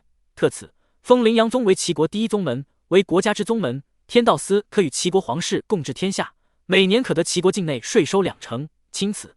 然后梁皇那边的人将两面锦旗打开。国宗，共治天下。哈哈，废物，寻求曹丽的庇护，不如每年给我上贡1亿灵石，我保他皇位坐得稳稳的。彭瑞被逗笑了，这话像是在自言自语，实则也是在旁敲梁皇，继续捞油水。梁皇内心骂了一句贪得无厌，表面只是笑笑不说话。而这时120万大军已经进入了羚羊宗境内。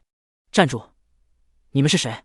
斥候大喊，前方羚羊宗不可再进。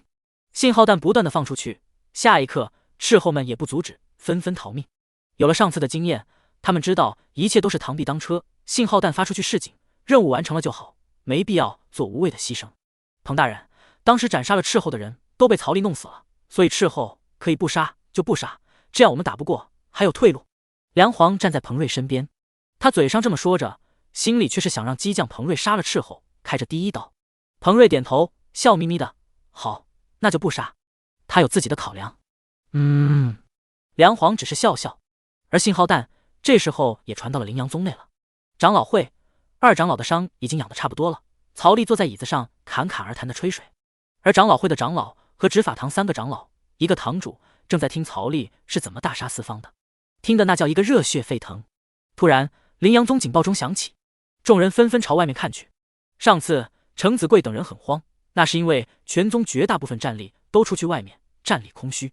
但是现在有小曹在，他可是朝元镜，知道吗？朝元镜，自豪、膨胀、骄傲。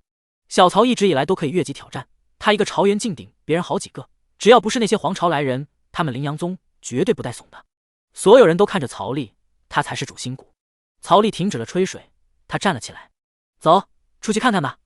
曹丽走在最前面，宗主、大长老、司马光明、程子贵、欧阳林、唐金春等人跟在后面。一步，曹丽就到了山门前，其他人也随后跟到。山门前再次被乌压压的大军压境。经历过一次宗门战的弟子，此刻吓得抱头躲起来。天空上，一艘万丈大船遮盖了半个天空，几万米的长度给人很大的心理压力。那船体映着星光，船帆上面也映着星光。看到这个标志，宗主和大长老的脸顿时不好看了。宗主率先拉住了曹丽的手，小曹，这是星光皇朝的船，这个人不能乱来。星光皇朝，东荒三大皇朝之一，实力雄厚，这种体量对于羚羊宗乃至于齐国来说都是巨无霸。大象与蝼蚁之间的差距，大象的脚趾头也不是蝼蚁能够阻挡的啊。大长老也来到曹丽面前，偷偷跟他说道：小曹，切记不要冲动，绝对不可能冲动，这是皇朝，比大国体量还要更大的皇朝，我们惹不起。曹丽盯着那星光标志，在宗主、5个长老、3个执法堂长老和执法堂副堂主的拉扯下，重重的点头。10个人才松了口气，他们都怕曹丽不知道皇朝的厉害，然后把这个人给绑了，那他们要裂开，真的。现在曹丽答应了不冲动，知道皇朝的厉害就行，只要不起冲突，那什么都好说。皇朝来临肯定是因为齐皇的事情，若这个事情能给个合理的解释，就可以将他打发走了。星光皇朝的大船走出来一个人，他穿着红色的蟒袍，很年轻，一双眼睛很冷漠的往下看，带着睥睨苍生的眼神。小小羚羊宗还立了2道门，一个羚羊宗，一个天道司，装什么装？他心中有点小小的不爽，一个小国家的天道司而已。这时梁皇走到他旁边，紧接着神川宗太上也走到了他旁边，3人居高临下的看着羚羊宗众人。看到梁皇和神川太上长老，宗主的脸色顿时不好看了。他拉着曹丽的手臂，小曹，这群人来者不善，但你也不要冲动，等星光皇朝的人走了，咱们再收拾他们。大长老，我同意。晓得了，你们好像很怕我把那蟒袍的人抓了一样。唐金春捂住了曹丽的嘴，别说了大爷，别给他听到了。宗主走了出来，对着飞船双手作礼，见过皇朝使者，敢问使者是？顿时彭瑞旁边的奴才冲上来，我们彭瑞大人可是神木国太子，星光天道司天差大人，320岁的化神初期，未来的圣人。彭瑞一直笑眯眯的，他很受用这种懂事的小弟。大国皇子，未来的国家之主，圣人之资，以及现在在天道司挂职。宗主很郑重的作礼，见过天差大人。彭瑞很骄傲，只是淡淡的看了宗主一眼，都不带鸟的。能够和他说话的最低都是梁皇、齐皇这种档次，一个小国的宗门宗主算个球。让曹丽出来，他滥用天道司职权谋私，无视军权，不与皇朝报告便厮杀帝王，企图控制国家，间接影响皇朝，此等大罪，交由本天差处死此人，可饶羚羊宗一劫。杀！甲板上1000差员大喊，他们都是皇朝天道司的人，200个元婴镜，800个结丹镜。羚羊宗众人顿时面色难看。天差大人，曹司君乃是齐国境内天授神权之人，只要符合天道书之罪，就算是君王，曹司君也是有处置之权的。皇朝天道司从没规矩说。闭嘴！你是什么东西？跟我们大人讲皇朝天道司的规矩，那是你一个小宗宗主能够智慧的吗？小弟立马站出来呵斥宗主。那小弟不过是一个元婴镜，仗着身后有人，真的是猖狂。彭瑞当即扯了一张纸，写了点什么，然后将纸从船上抛下去。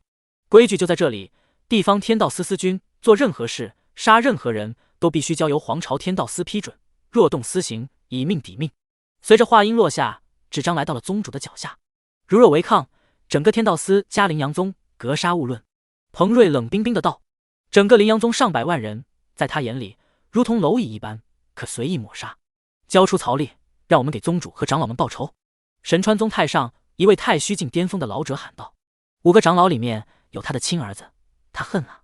梁皇则站在旁边沉默不语，先把戏台交给天差彭瑞。整个羚羊宗色变，司马光明将曹丽往后拉，挡在他前面。其他人纷纷效仿，曹丽一下子就被推到人群后面保护起来。而唐金春直接钻进地里，他修为达到元婴后，逃跑技术更强了。宗主看着纸上的规矩2字，就这2个字，就想杀他们羚羊宗崛起的希望，想得美！宗主拱手，天差大人，还请皇朝天道司下正式批文，此规矩我们齐国天道司不认。宗主直视彭瑞，彭瑞笑了，不认也可以，交1亿罚款。此事可以使本天差调查后确认曹司君忠于国家，其子庆罪有应得。此话一出，站在彭瑞旁边的梁皇脸色大变，后退几步。彭天差不带这样的。彭瑞无视他，别看他修为低，但身份在身上，没人敢对他怎么样。谁敢动他，就等着承受神木国和星光皇朝2大势力的怒火吧。宗主本来想着掩护曹丽跑的，没想到彭瑞居然真的松口了。彭司君稍等，宗主还是不敢得罪星光皇朝的，他要去找曹丽商量一下。毕竟这钱他没有啊，羚羊宗穷，这种体量的钱只有国家才拿得出来。曹丽二话不说就掏出了一个储物袋，里面装着齐皇当初给的1亿灵石。小曹，你能体谅我，真的是太好了。宗主觉得曹丽能够忍受这气，确实太不容易了。曹丽笑着，没事，宗主，1亿灵石而已。宗主接过灵石，转身走上前，花钱消灾。而曹丽又被欧阳林等人保护着，围起来。曹丽掏出天道书，习惯性的舔了一下，手指湿润一下，开始翻。彭瑞，彭瑞在哪呢？曹丽小声的自言自语。宗主对着彭瑞作礼，然后双手捧着储物袋，天差大人，我们家曹丽是个忠正的天道司君，还望大人明鉴。彭瑞旁边的小弟将灵石收起来，彭瑞则回过头和梁皇对视，梁皇也只能拿出2个1亿灵石的储物袋递给他，俩人没有交流。彭瑞笑眯眯的将储物袋塞回怀里，梁皇，本座答应你的事情不会食言，你可以放心。梁皇皮笑肉不笑，两方通吃的人真的很恶心，这种人毫无信用可言，若非他是星光皇朝下来的人，这种话神境初期直接一巴掌给他拍死。梁皇现在也只能希望他能守信用了。彭瑞往下看着宗主高述，曹丽操纵皇室，罚款1亿，但事情情有可原，死罪可免，活罪难逃，跟本天差去皇朝认罪，此事便可作罢。他居高临下，已经知道哪个是曹丽了。宗主顿时也感觉被耍了一道，天差大人，您刚才不是这样说的，怎么有异议吗？彭瑞天然就有优越感。宗主沉默了，他不想得罪皇朝，也不想交出曹丽。人群里，曹丽翻到了，在化神境初期的犯罪夜里，他找到了彭瑞。果然啊，只要是进了齐国境内，不管是哪方势力的人，犯了罪就会上天道书，收受贿赂也是罪啊。我有！曹丽高喊，所有人都看向他。宗主顿时来到曹丽旁边，小曹，你要干嘛？没事，你放心。宗主这才稍微宽心一点，曹丽有把握就好。曹丽走出人群，站着与彭瑞对视。你就是彭瑞？那小弟当即喊道，大胆，我们家大人的名字也啊！啪！砰！曹丽一巴掌，那仆人痛呼一声，立马从船上掉下来，砸在地上。曹丽升空和彭瑞对视，我问他，没让其他人回答。彭瑞顿时眼睛微眯。梁皇站在旁边，不错不错，曹丽果然脾气又上来了。而羚羊宗的人全部把心都提到了嗓子眼。曹丽一手扶在身后，然后抓着天道书，他要干嘛？是我。彭瑞很大方的承认，他不认为曹丽敢做什么。曹丽附在身后的手拿出来，手里抓着天道书，然后念道：彭瑞，星光皇朝天道司化神初期，天道书作为高层，哪个没见过？曹丽念着天道书，那意思岂不是在说他彭瑞上榜了？彭瑞他站直了身子，直视曹丽，然后呢？他是神木国皇太子，皇朝天道司天差，曹丽敢动他试试？既然是的话，那你被逮捕了，跟我去一趟天道司吧。曹丽看着他，然后笑了。呵，彭瑞笑了，我就在这里，你来抓我吧。他根本就不怕，完全不把曹丽放在眼里。曾经在神木国的时候，也有一位天道司司君模仿了曹丽的行为，然后呢？现在坟头草都1米高了，而整个天道司上到司君，下到差员，集体覆灭。而曹丽现在要模仿神木国的天道司，那么结局只会一模一样。羚羊宗在星光皇朝眼里就是一个蝼蚁，但这些曹丽猜到了，他不怕。曹丽只是平平淡淡的喊了一句好，伸手将彭瑞吸了过来，掐着他的脖子。彭瑞被掐得眼睛通红，可是依旧满眼挑衅的看着曹丽。羚羊宗众人，他真的把那皇朝的天差给抓了。彭大人，彭大人，曹丽你大胆，赶快放了彭大人，要不然神木国必灭了齐。放肆！曹丽你以下犯上，皇朝天道司的天差也是你能抓的，速速放了彭天差，要不然后果自负。彭瑞被抓，顿时皇朝船上一个个元婴镜、结丹镜威胁道：宰相门前三品官，他们靠着大势力，就算是这个大势力的一条狗，也容不得地方司军如此对待，这是对皇朝天道司的挑衅。曹丽一手提着彭瑞，然后喊道：“彭瑞，身为皇朝天差，入天道书，属于知法犯法，罪加一等。今日我齐国天道司将其逮捕、审问、判刑。你敢？上千差员齐齐威胁。我就敢，只要入我齐国，就算是天皇老子，也归我曹丽管。”曹丽站在空中，直视皇朝天道司1000差员。对，我犯法了，我罪该万死。曹丽逮捕我是没错的。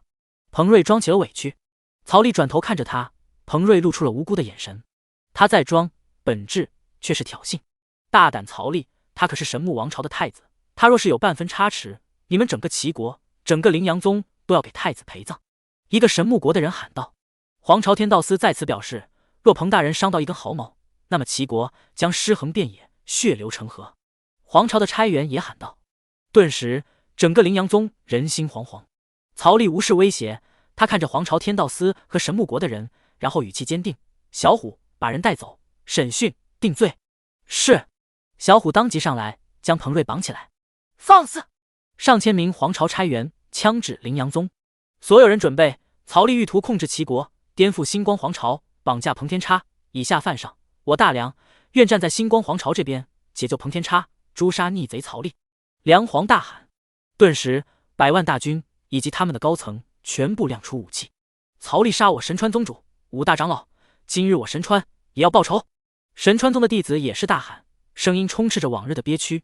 今天踏平陵阳宗。小虎将人带走。曹丽站在天空，直视100万大军。2位朝元进，10几位太虚进，但没一个人被他放在眼里。小虎就在这里审讯判刑给他们看，谁若真敢出手，今日本司军覆灭他的势力。曹丽兵破枪出现在手上，然后遁在虚空中，顿时虚空出现了道道裂痕。他一人依旧挡在100万大军面前。宗主抿了抿嘴唇，曹丽出手，那么便没有转圜的可能了。他立马穿上乌龟壳，掏出茶壶喝了一口，将茶壶收回去，然后大吼一声：“陵阳宗全体准备！今日谁敢踏进陵阳宗一步，杀无赦！”杀！陵阳宗众高层齐齐大喊，一个个气息爆发，手持武器。而在费安早就安排好的3万弟子也齐齐喊道：“90万杂役也在死亡的威胁下拿出了他们粗糙的武器。今日陵阳宗一体抗敌，死战不退！”杀杀杀！小虎将彭瑞锁在空中，审讯司唐金春也走了上来，大声的审问道：“星光皇朝天道司天差彭瑞，你所犯何罪，才进入天道书？”那彭瑞顿时一脸疑惑：“这位审讯官，我也不知道我所犯何罪啊，可否提点一下？”唐金春一愣，这是什么意思？那你就将你所犯的罪一一道来。彭瑞一脸愁容，这就有的说了，我8岁开始杀人放火，10岁就强迫妇女，12岁就完成了100人斩，我犯的罪太多了，自己都记不清了。彭瑞看着唐金春，这位官爷，这些罪要死吗？我父皇彭英说，因为我是太子，所以我这些都不是罪。彭瑞此话一出，当即上百万双眼睛齐齐看着他，威胁和狂妄。你……唐金春看着眼前这表情无辜，实则挑衅的彭瑞，他很狂，只因为他有个皇帝父亲。唐金春大喊一声：“你可敢画押？”“敢啊，一人做事一人当。”彭瑞点头。唐金春旁边的记录师爷当即将纸递了过来，而彭瑞真的很痛快的大拇指盖章。不过他将拇指拿起来的那一刻，看着唐金春：“我要你们亲自放我走。”他笑了，笑得很变态，眼神里满是戏弄。他是皇朝天道司的人，他是神木国太子，他的背景雄厚，无人敢动。他从小对他人生杀予夺，无恶不作。可是动他的人都死了，包括神木国的天道司司军。他不信曹丽能够拿着整个陵阳宗、整个齐国的命来赌。得到了盖章确认后，唐金春深深看了彭瑞一眼，然后转身一步来到了曹丽身边，将案卷招供书递上。曹丽伸手接过，然后拿出笔，在上面勾写他在判写死罪。曹丽，你若敢判罪我们家彭大人，神木国将踏平陵阳宗，鸡犬不留。彭瑞的舞姬喊道，他很妖媚，他看着曹丽，仿佛在看一个屌丝。聒噪！曹丽抬头看了他一眼，这一眼，曹丽的精神力冲了出去。那妖媚的舞姬当即神魂陨灭，成为了一副躯壳，不敢置信地瞪大眼睛，然后身体无力支撑，跪在地上，接着全身倒在甲板上，死了。区区结丹期修士，不知道哪来的胆子去威胁一个朝元敬，狐假虎威吗？也得看他身后这头老虎靠不靠得住。舞姬一死，当即震惊了所有人，他真的敢动手。神川宗、梁国、黄巢天道司三方势力全部看向曹丽。曹丽很淡定地继续书写，然后他将笔放了下来。曹丽，你敢杀人！黄巢的人顿时怒了。他们虽然元婴境、结丹境，但代表的是黄巢。曹丽自顾自地将纸拿了起来，然后念道：黄巢天道司天差彭瑞，犯杀人罪、强迫罪、放火罪、知法犯法，现以画押认罪，3罪并罚，判1等死罪、1等强迫罪、1等纵火罪，剪除男人之根本，后处以烙刑、凌迟，立即执行。曹丽的声音包含了气血，响彻方圆百里。百万大军全部听在耳朵里。假的吧？判处死刑、减地点、烙刑和凌迟，1000黄巢天道司差兵急了。曹丽，你若现在回头，一切还来得及。曹丽直视这1000只蝼蚁。欧阳长老，行刑。是。欧阳林大声回应。若不死不休，那便不死不休。来人，将罪犯扒衣，上烙床，起天火，准备凌迟刀。被扣在虚空的彭瑞一开始还很变态的笑，然后他的笑容慢慢有点凝固了。干嘛？真杀我？我是神木王朝的太子啊，黄巢天道司的天差啊，你们不怕报复吗？他修为被封，小虎当即上来撕扯他的衣服。你们要干嘛？他有点慌了。而黄巢天道司的1000差员们忍不住了，齐国天道司是真的敢动手啊。曹丽，我以黄巢差员的身份命令你，3息之内放了彭天差。一员阴境差员大喊。曹丽和他对视，然后杀人诛心的大吼一声：你们扒快点，没吃饭吗？顿时小虎几个人的动作更快了。彭瑞挣扎，可是晚了，他的衣服一件一件被扒掉。外面黄巢天道司的1000差员们真的忍不住了，所有人准备攻击羚羊宗，救回彭天差。杀！上千差员，200元婴，800结丹，队伍整齐，竟然真的向羚羊宗发起进攻。或许是平日里黄巢所带给他们的自信，让他们在此刻变成了自负。曹丽只是伸手在空中一按，顿时天空在这一刻裂开了一条大缝，一只食指出现，接着便是万丈大手。这一刻众人才知道什么叫做朝元境。除了梁国2位朝元境之外，不管是太虚还是化神，以及百万大军，皆在这一刻不能动弹。这便是境界碾压。曹丽如今已经步入了朝元境初期，战力跨越4阶，已经堪比一般天才的朝元境圆满实力。这百万大军，曹丽根本就没把他们放在眼里。一指落，万物寂灭。黄巢天道司的1000差员灰飞烟灭，仿佛从没来过。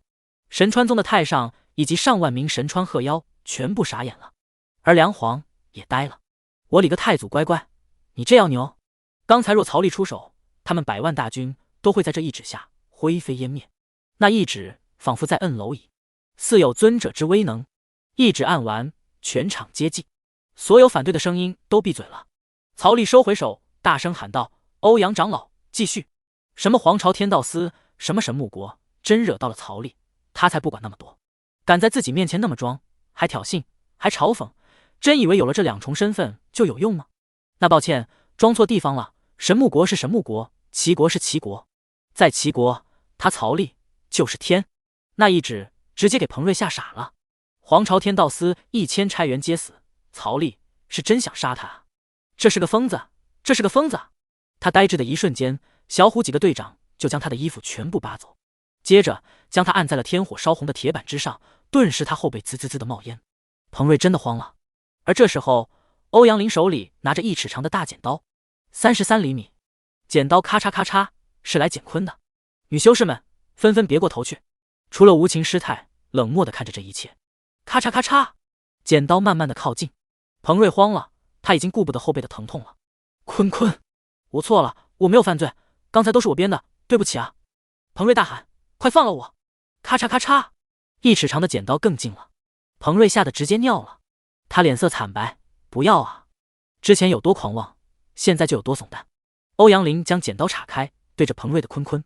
彭瑞的心理压力非常大，非常大，他吓得浑身发抖，竟直接翻了个白眼，晕了过去。曹丽在天空转头看了下来，泼醒他。是。小虎一舀子辣椒水，直接泼他脸上。彭瑞醒了，那一瞬间他做了个梦，这一切都是假的，是个梦。可是，一醒来，后背的疼痛以及前面森冷的剪刀都在告诉他，刚才那个才是梦。毛线啊！彭瑞尖叫，他挣扎，剪刀慢慢的合上。啊！咔嚓！世界都安静了下来。百万大军全部裤裆一凉，一股寒意从脚底直窜天灵盖。皇朝的天道司天差曹利明知道他的身份，还敢下手，这是真的疯了呀！梁皇头皮发麻，曹利太疯狂了，疯狂到他害怕。可以想象神木国的震怒，皇朝天道司的出手，那时候可能连凝神镜都会出现，甚至出动尊者。尊者的陨落地赤荒都让他们不敢横穿，若是活着的尊者出手，那是何等威势！彭瑞的惨叫声惊醒了梁皇，以往的罪行让彭瑞成为了今日的模样，也变成了今日结局的因果。他的膨胀，他的狂妄，仿佛变成了业火，由往日罪恶所生，在今日引动，将他焚化。凌迟和烙刑在进行着。神川太上和梁国皇帝听那惨叫，听得头皮发麻。梁国皇帝转身，他想跑。神川太上看了梁皇一眼，俩人隔着上千米对视。神川太上也想转身跑，梁皇愣了，他一个人跑就算了，这头老鹤也跑，曹利能不发现才怪。俩人必须有一个来吸引火力。梁皇当即对着老鹤挤眉弄眼，老鹤一脸疑惑。曹利平淡地站在虚空，看着这一切。梁皇突然大吼：“老鹤，上！曹利杀了你们宗主和五大长老，你发誓今天必须要干死他！”老鹤当即咆哮：“梁师星，我日星号我没有！”当即林阳宗所有人齐将兵锋对准了神川宗那几万全身羽毛的修士。此时的林阳宗自信满满，有曹利在前面压阵，整个齐国无敌。而梁皇发现曹利在盯着他，他当即大喊：“老鹤，你说你要第一个上去将曹利撕碎，吃掉他，上吧！”神川宗太上脸色煞白，曹利如此神勇，上去不就是找死吗？他猛地一个转头看向曹利：“曹司君，在下绝对没有，您别听梁世兴瞎说。”曹利盯着神川宗太上，看得那太上头皮发麻。神川宗全体妖修全都吓得双腿发抖。神川宗太上连忙辩解：“大人，不信您问问。”神川太上慌忙之下，连忙在3万鹤妖弟子中随便揪了一个。这个鹤妖化形后有点斗鸡眼，门牙还掉了一颗。神川太上连忙喝问：“你说本太上可曾说过要做先锋，将曹司君撕碎？”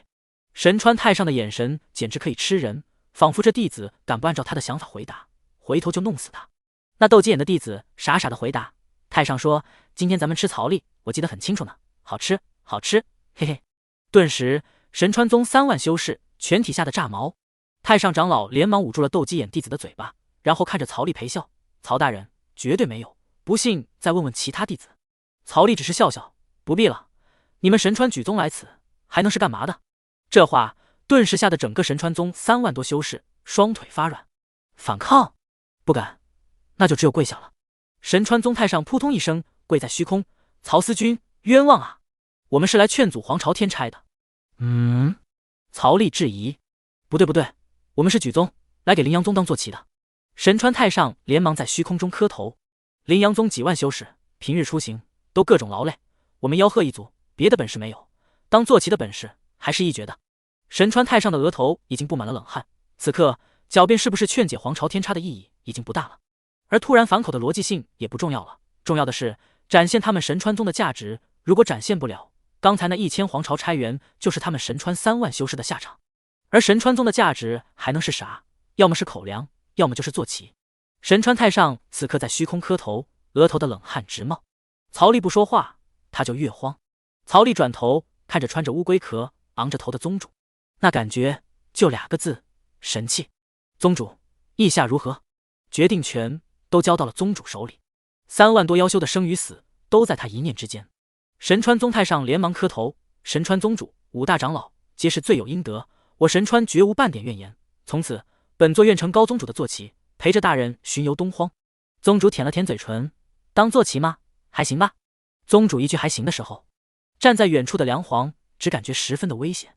神川宗能当坐骑，当口粮，他们梁国100万雄兵能干吗？扩编人员吗？人家也得要啊。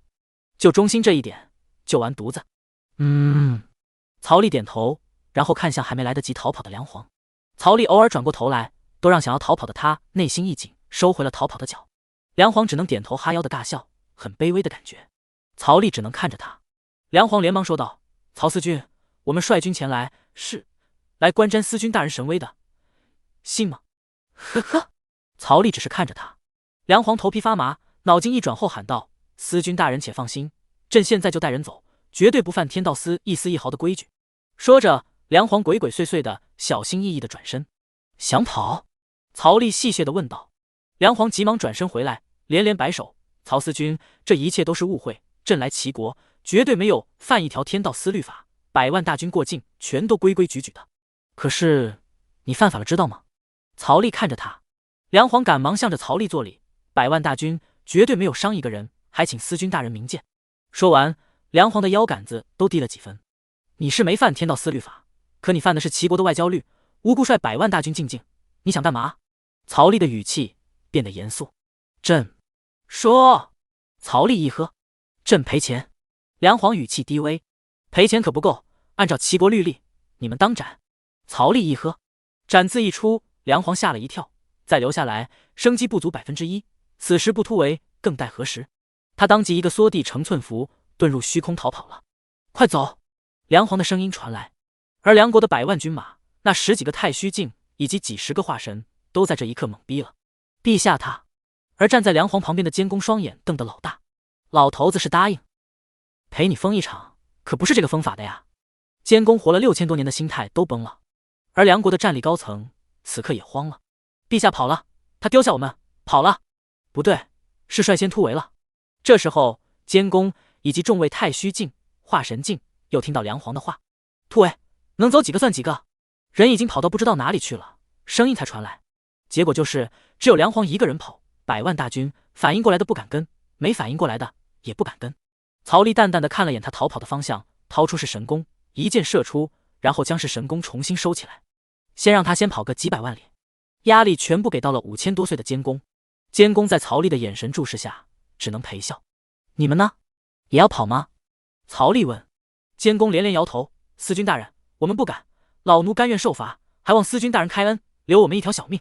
10息之后，距离灵阳宗1000里的位置，梁皇停了下来。人呢？监公怎么没跟上来？或许是逃往其他方向了。现在100万大军应该乱成一团，四散逃跑吧。只有混乱起来，才不至于全军覆没。太祖皇帝留下来的家底啊，梁皇十分心痛。汽车保帅，他的王朝霸业美梦就此毁灭了。现在当务之急是跑回梁国皇城，借着皇城的杀阵挡住曹丽，保护梁国剩下的200万兵马。来不及等待了，梁皇撒下缩地符，再次朝梁国的方向跑去。灵阳宗，曹丽看着那瑟瑟发抖的监公，杀死这100万大军，对他现在来说也不过是一指而已。说说吧，你们能拿什么买你们的命？曹丽问。梁国监公松了口气，额头的汗水滴落。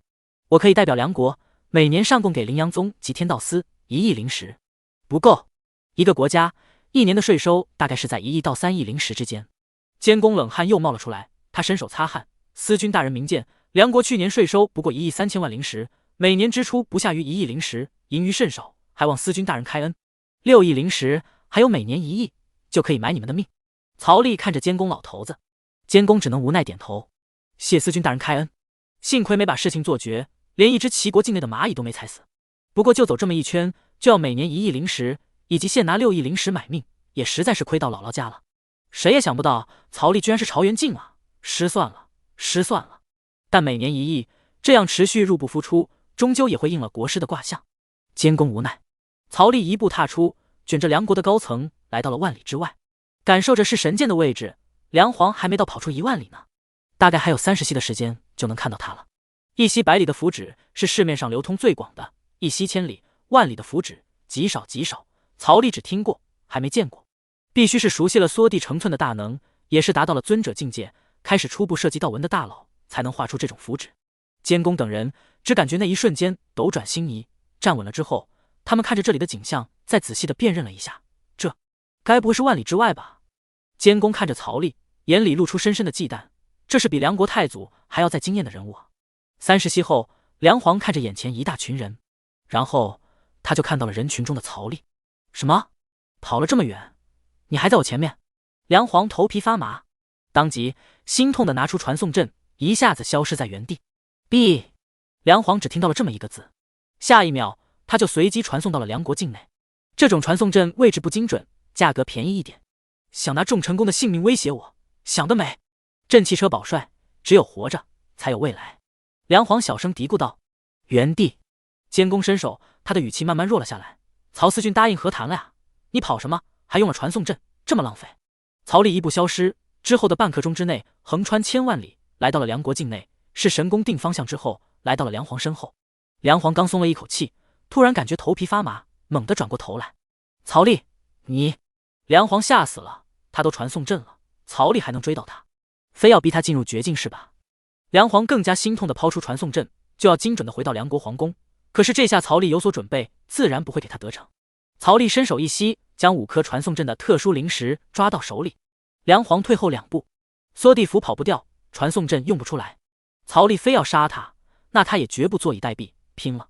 他这一生金戈铁马，只有突围和死战，但绝对没有求饶2字。梁皇拿出了自己的法器，一根灰色的笛子，这是迷雾笛。随着他的吹奏，那么声音所传之处，皆可隔绝一切精神力的探查。失去了精神力的探查，就像是普通人失去了眼睛，在迷雾中变成了无头苍蝇。而且这些迷雾有毒，会慢慢的麻痹神经。那么，身为法宝之主的梁皇便有了绝对的优势。靠着这迷雾之笛以及国运傍身，他虽朝元初期，却能斩杀朝元中期。曹丽，你赶尽杀绝，朕只能奋起反抗。梁皇一咬手指，血液顺着指尖滑动在笛子上面，吹出来的迷雾威力要更甚几分。曹丽只是饶有兴趣地看着他，反应过激了吧？笛声响起，无声无息的灰色迷雾凭空出现。曹丽漫步向梁皇走去，迷雾对他的影响压根就没有。梁皇拼命地吹呀吹，不够，噗，喷出一口血。梁皇继续吹，可是曹丽在迷雾里，双手负在身后，闲庭信步地朝他走来。梁皇眼睛瞪得很大，这是可以困杀朝元境中期的杀手锏啊！眼看着曹丽离他越来越近，梁皇急眼了，想杀我，那么就拼了！朕生于帝王之家，为梁太祖的子孙，朕绝不引颈带路。梁皇憋得脸都红了，他一挥手，手里出现了一枚道纹令牌，这可以破阵，同时它还有一个功能，那便是召唤太祖的一击。梁皇吐出了一口心头血，令牌启动，顿时天色大变，本来湛蓝的天空突然间黑云出现，翻滚起来，一位老者的虚影慢慢的显现出来。他一张国字脸和白色的剑眉，只是看这虚影就知道这是个说一不二、很霸气的人。这个人便是梁国太祖。太祖虚影出现后，他一只手便向曹丽拍去，这一掌实力可达朝元境巅峰。这种杀招是梁皇的压箱底手段。梁皇吐出精血后，气息萎靡。曹丽信步走去，轻松惬意，之后抬手一掌，与那手掌对轰在一起。空间在这一刻寂灭，那一掌的中心充斥着毁灭的力量。一掌过后，太祖虚影散去，曹丽跟没事人一样拍了拍手，继续负手于身后向梁皇走去。梁皇气息萎靡，心中绝望。太祖一击都出来了，可是还是阻挡不了曹丽。我跟你拼了！梁皇打算自爆，加上国运龙也堪比朝元后期的一击，宁战死也不坐以待毙。啪！曹丽一步到了梁皇面前，一个大嘴巴子抽在他脸上，将他自爆的能量抽了回去。你干嘛？我又没打算杀你。曹丽淡淡的道。梁皇瞪大了眼睛看着曹丽，然后噗！曹丽连忙伸手在面前建立了一道屏障，挡住了血雾。梁皇眼睛瞪得都要爆了，他眼里写满了不甘，然后眼睛一闭，晕了过去。他的2个传送阵、修士精血，还有压箱底，非死不能启动的太祖一击全没了。曹丽撤去屏障，伸手到梁皇的脖子下面探了探，气晕了，没死，但完全虚脱，加上全身血液逆行，伤得真的很重。自始至终，曹丽只是抽了他一巴掌啊，都没真正动手，这些都是他自伤的。曹丽一卷，将他收进冥河塔。半刻钟后，他回到了羚羊宗万里之外，这里站着一堆修士，正在商议和讨论得非常激烈。他们正是梁国的战力高层，一年一个亿给曹丽，我们梁国早晚会垮的，我不赞同。一名将军喊道，脸色都涨红了，非常的激动。钱给了曹丽，那他们军队怎么办？监工看着那将军，可是如今有何办法？都已经答应了，不答应的话，我们现在所有人都得死。将军吼道，怕什么？请太祖留下的底蕴出来，我就不信了，这曹丽能挡得住太祖一击？你不懂。监工叹了口气。下一瞬间，监工瞪大了眼睛，因为曹丽出现在将军旁边。监工连忙作礼。与此同时，曹丽一只手搭在将军身上，别碰我，滚！将军抖了一下肩膀，回过头来瞪。将军当即小声的打招呼，曹思君，你好啊。曹丽看着他，我刚刚听说你要请太祖底蕴来杀我。那将军吓得脸色煞白，扑通一声跪下，曹思君，您听错了呀。曹丽摇头，一手按在他天灵盖上，顿时那将军慢慢的闭上了眼睛，再也不会醒来。曹丽环顾周围几十人，我本饶你们一命，却不曾想，你们居然有人想在背后请太祖底蕴来灭我。没有，曹司君明鉴，此事就他一人所为，我们极力劝阻。监公也吓得直接跪了下来。一刻钟时间而已，曹丽去而复返，也不知道是否真的有离去，又听到了多少话。随着监公跪下，其他梁国高层也一个个跪下，吓得发抖。司君大人明鉴，我等绝无此念，能够侥幸苟活，便已经是莫大的荣幸。梁国一个元帅喊道。曹丽扫过所有人，记住，我不是在跟你们商量，而是在命令，从者活，不从者死。几十个高层全部跪在地上，不敢说话，低着头，冒着汗，胆子小的也被吓得尿裤子了。监公抬头，曹丽已经离开了。司君大人走了。几十人皆鬼鬼祟祟的抬头，再环顾四周，确实没有曹丽的人了。可谁知道曹丽有没有躲在暗处呢？谢司君大人饶命，司君大人良善。监公喊道。没有回应。我们先回去筹钱吧，不能让善良的司君大人久等。言之有理。顿时众人朝梁国的方向飞去。没有缩地符，按照他们的速度，少说要1天时间。而让他们担惊受怕的曹丽已经回到了灵阳宗。百万大军一个个站在原地，动都不敢动。而跪在虚空的3万头白鹤也一直保持着那个姿势。只有神川那太上此刻被宗主骑在身下，那一把老骨头被宗主使劲折腾。驾！宗主高树依然穿着乌龟壳，坐在神川太上脖子处，用2腿夹住他脖子，然后2只手揪着他花白的头发。关键是那神川太上还没化形，被薅头发，好的脖子后仰，直翻白眼。但他依然很耐心地说道：宗主大人，能不能让我先化形？你现在化就行，还能摔到本宗不成？宗主用力地抓着他头发。驾！神川太上无奈，只能化形。顿时一头4米多长的白鹤出现，修为太虚巅峰。曹丽出现在一人一鸟面前。小曹，你回来了，怎么样？有没有让他跑了？宗主一喜，松掉手里的头发，从鹤身上跳了下来。神川太上这才松了一口气，可怜他这把几千年的老骨头。抓回来了，不过昏迷了。曹丽手一挥，梁皇啪的摔在地上，一身龙袍，黄红相间，都是他自己的鲜血。一头华发失去了皇冠的束缚，披头散发的，看起来很落魄。猜想就是跟曹丽死战过一场，然后在曹丽的强力镇压下，梁皇既差一筹落败。他反抗很激烈吗？没伤着你吧？宗主转头看着曹丽。曹丽点头，伤到我倒是没有，就是他自己把自己打成这个样子，实在是有点造孽。宗主疑惑脸。曹丽说道：不重要了，反正昏迷了，先绑起来吧。小虎早就在旁边冲上来，就将昏迷的梁皇五花大绑。作为100万雄兵的主犯，梁皇自然是不能放过的，所幸未造成人员伤亡，判的罪会轻一点。安排了梁皇之后，曹丽看向神川宗的太上。今日神川从齐国除名，明白？神川宗太上连连点头。小贺明白。曹丽看了眼天空的3万修士，有曾经天骄大赛战至第3名的天骄，还有众多年轻一辈。你带几个人去把神川宗值钱的东西全搬过来吧，我会让老唐跟着你去，别想耍花样。曹丽在神川太上胸口点了一下。这是禁制，就算你跑到天涯海角，本座也能让你瞬间毙命。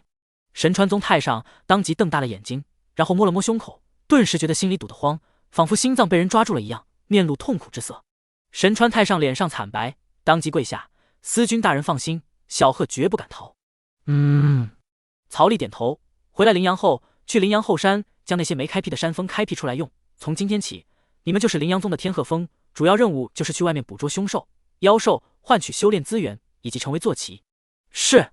神川宗太上只能恭敬的低头，然后他就感觉脖子一重，唐金春一脸兴奋的骑在他脖子上。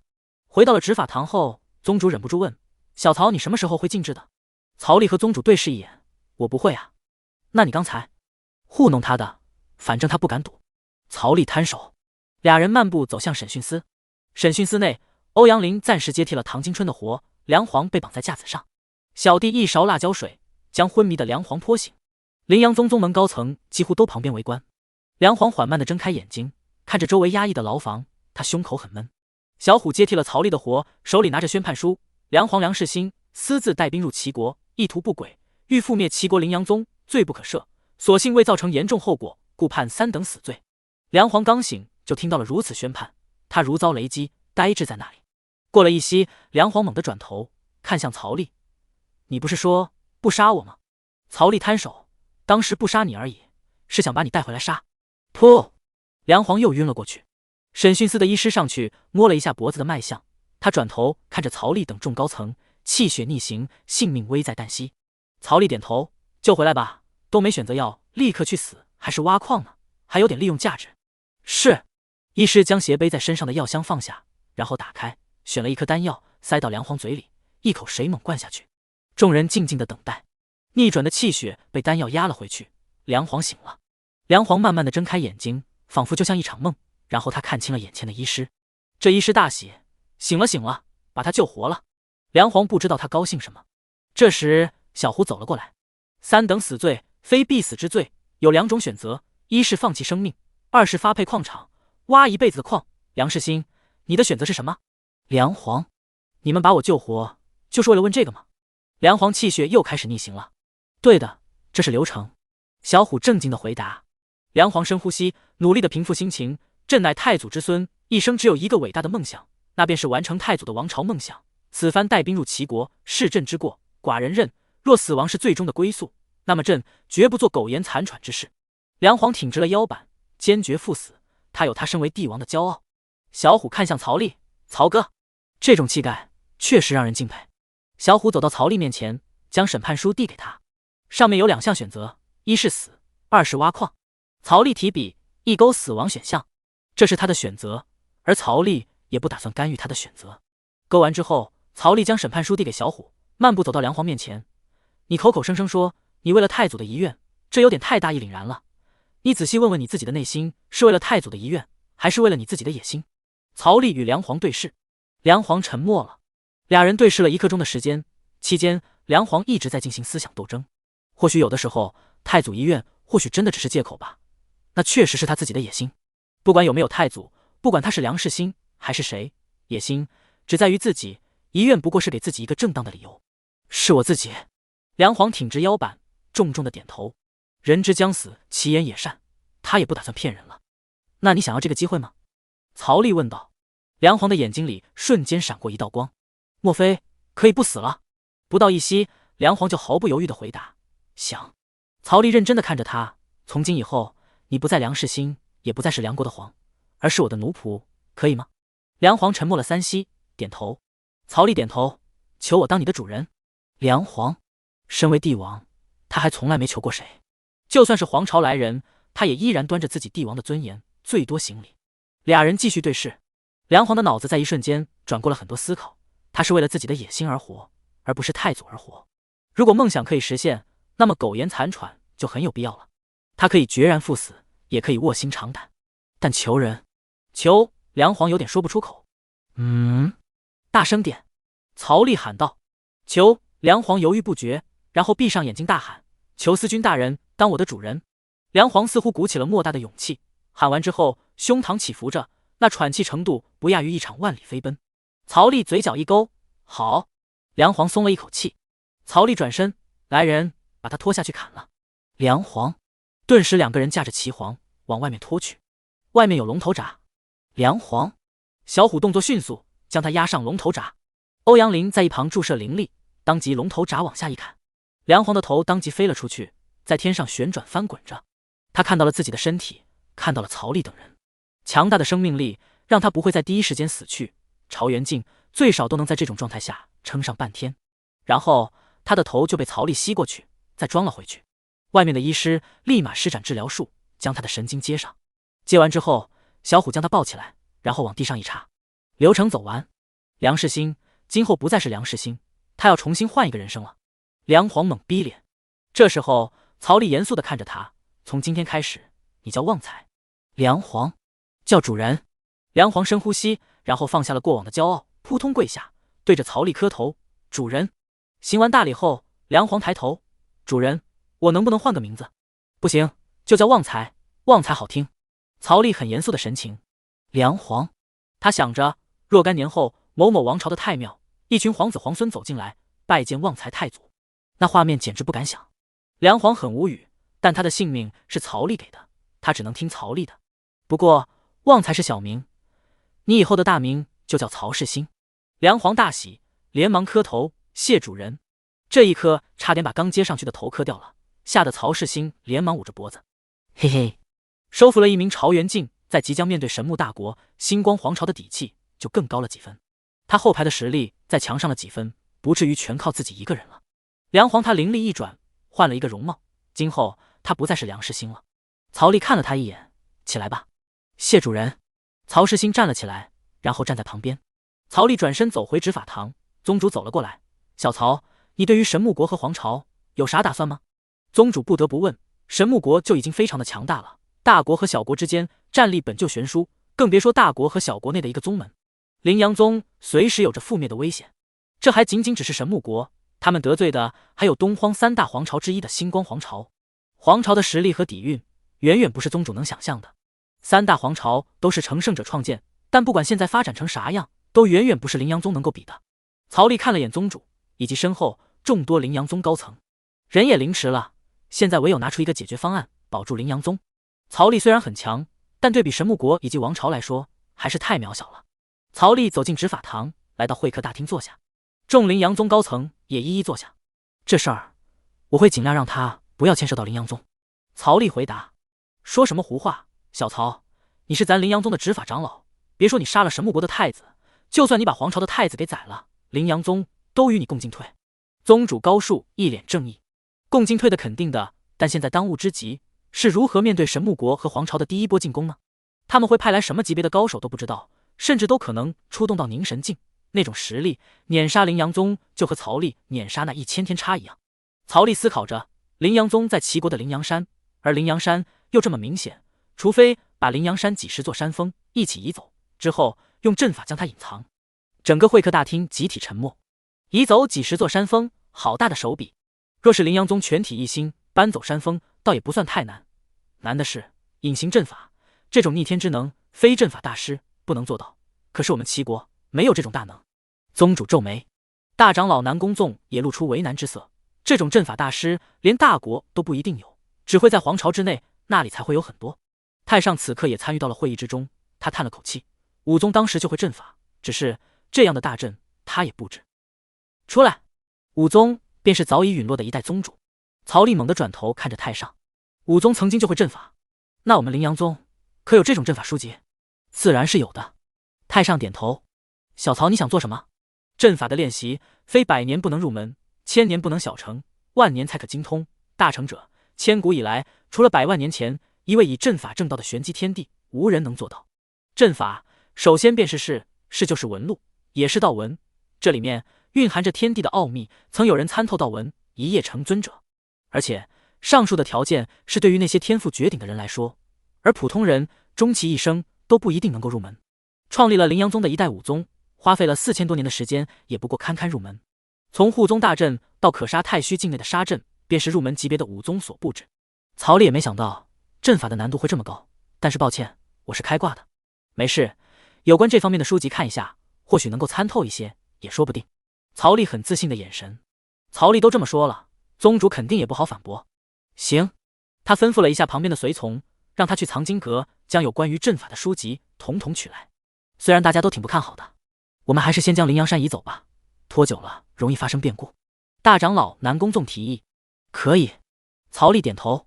顿时33峰山主、5大长老、宗主、太上、3堂堂主及长老加曹丽和曹世兴等齐齐来到凌阳山外。凌阳山高达万丈，山脉延伸山峰49座，绵延49万里。拖着49万里的山河，确实让凌阳宗众人觉得压力好大。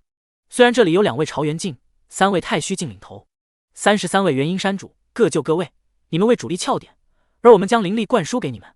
宗主喊道。他掏出好几瓶丹药，然后给每个山主都分发，顺带着叮嘱道：这是防止爆体的丹药，可以短暂的接受修为，但之后会有1个月的虚弱期。巫剑深率先吞下2颗，他是炼体的，在承接方面，他要比其他山主更厉害一点。之后33位山主乘坐着飞梭离去，一人拖一座山峰，剩下的16座山峰自然就交给宗主、各堂堂主和长老了。经过了这段时间吃喝肉，凌阳宗的战力集体飙升了一大截，所以长老们都全部步入了元婴境，有的也在元婴境巅峰。3堂共6位堂主只到了5位，因为执法堂正堂主在闭关，必突破化神中期的关。剩下的执法堂3位长老、医药堂2位长老、生活堂5位长老、共15人，刚好负责15座山峰，剩下唯一的主峰也就是羚羊山，由宗主领导。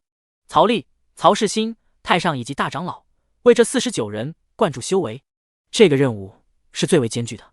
很快，49人全部到位，他们手里拿着和丹药配套的黄色令牌，大长老手里握着主令牌，只需要将灵力灌注进去，那边就能接受他的灵力。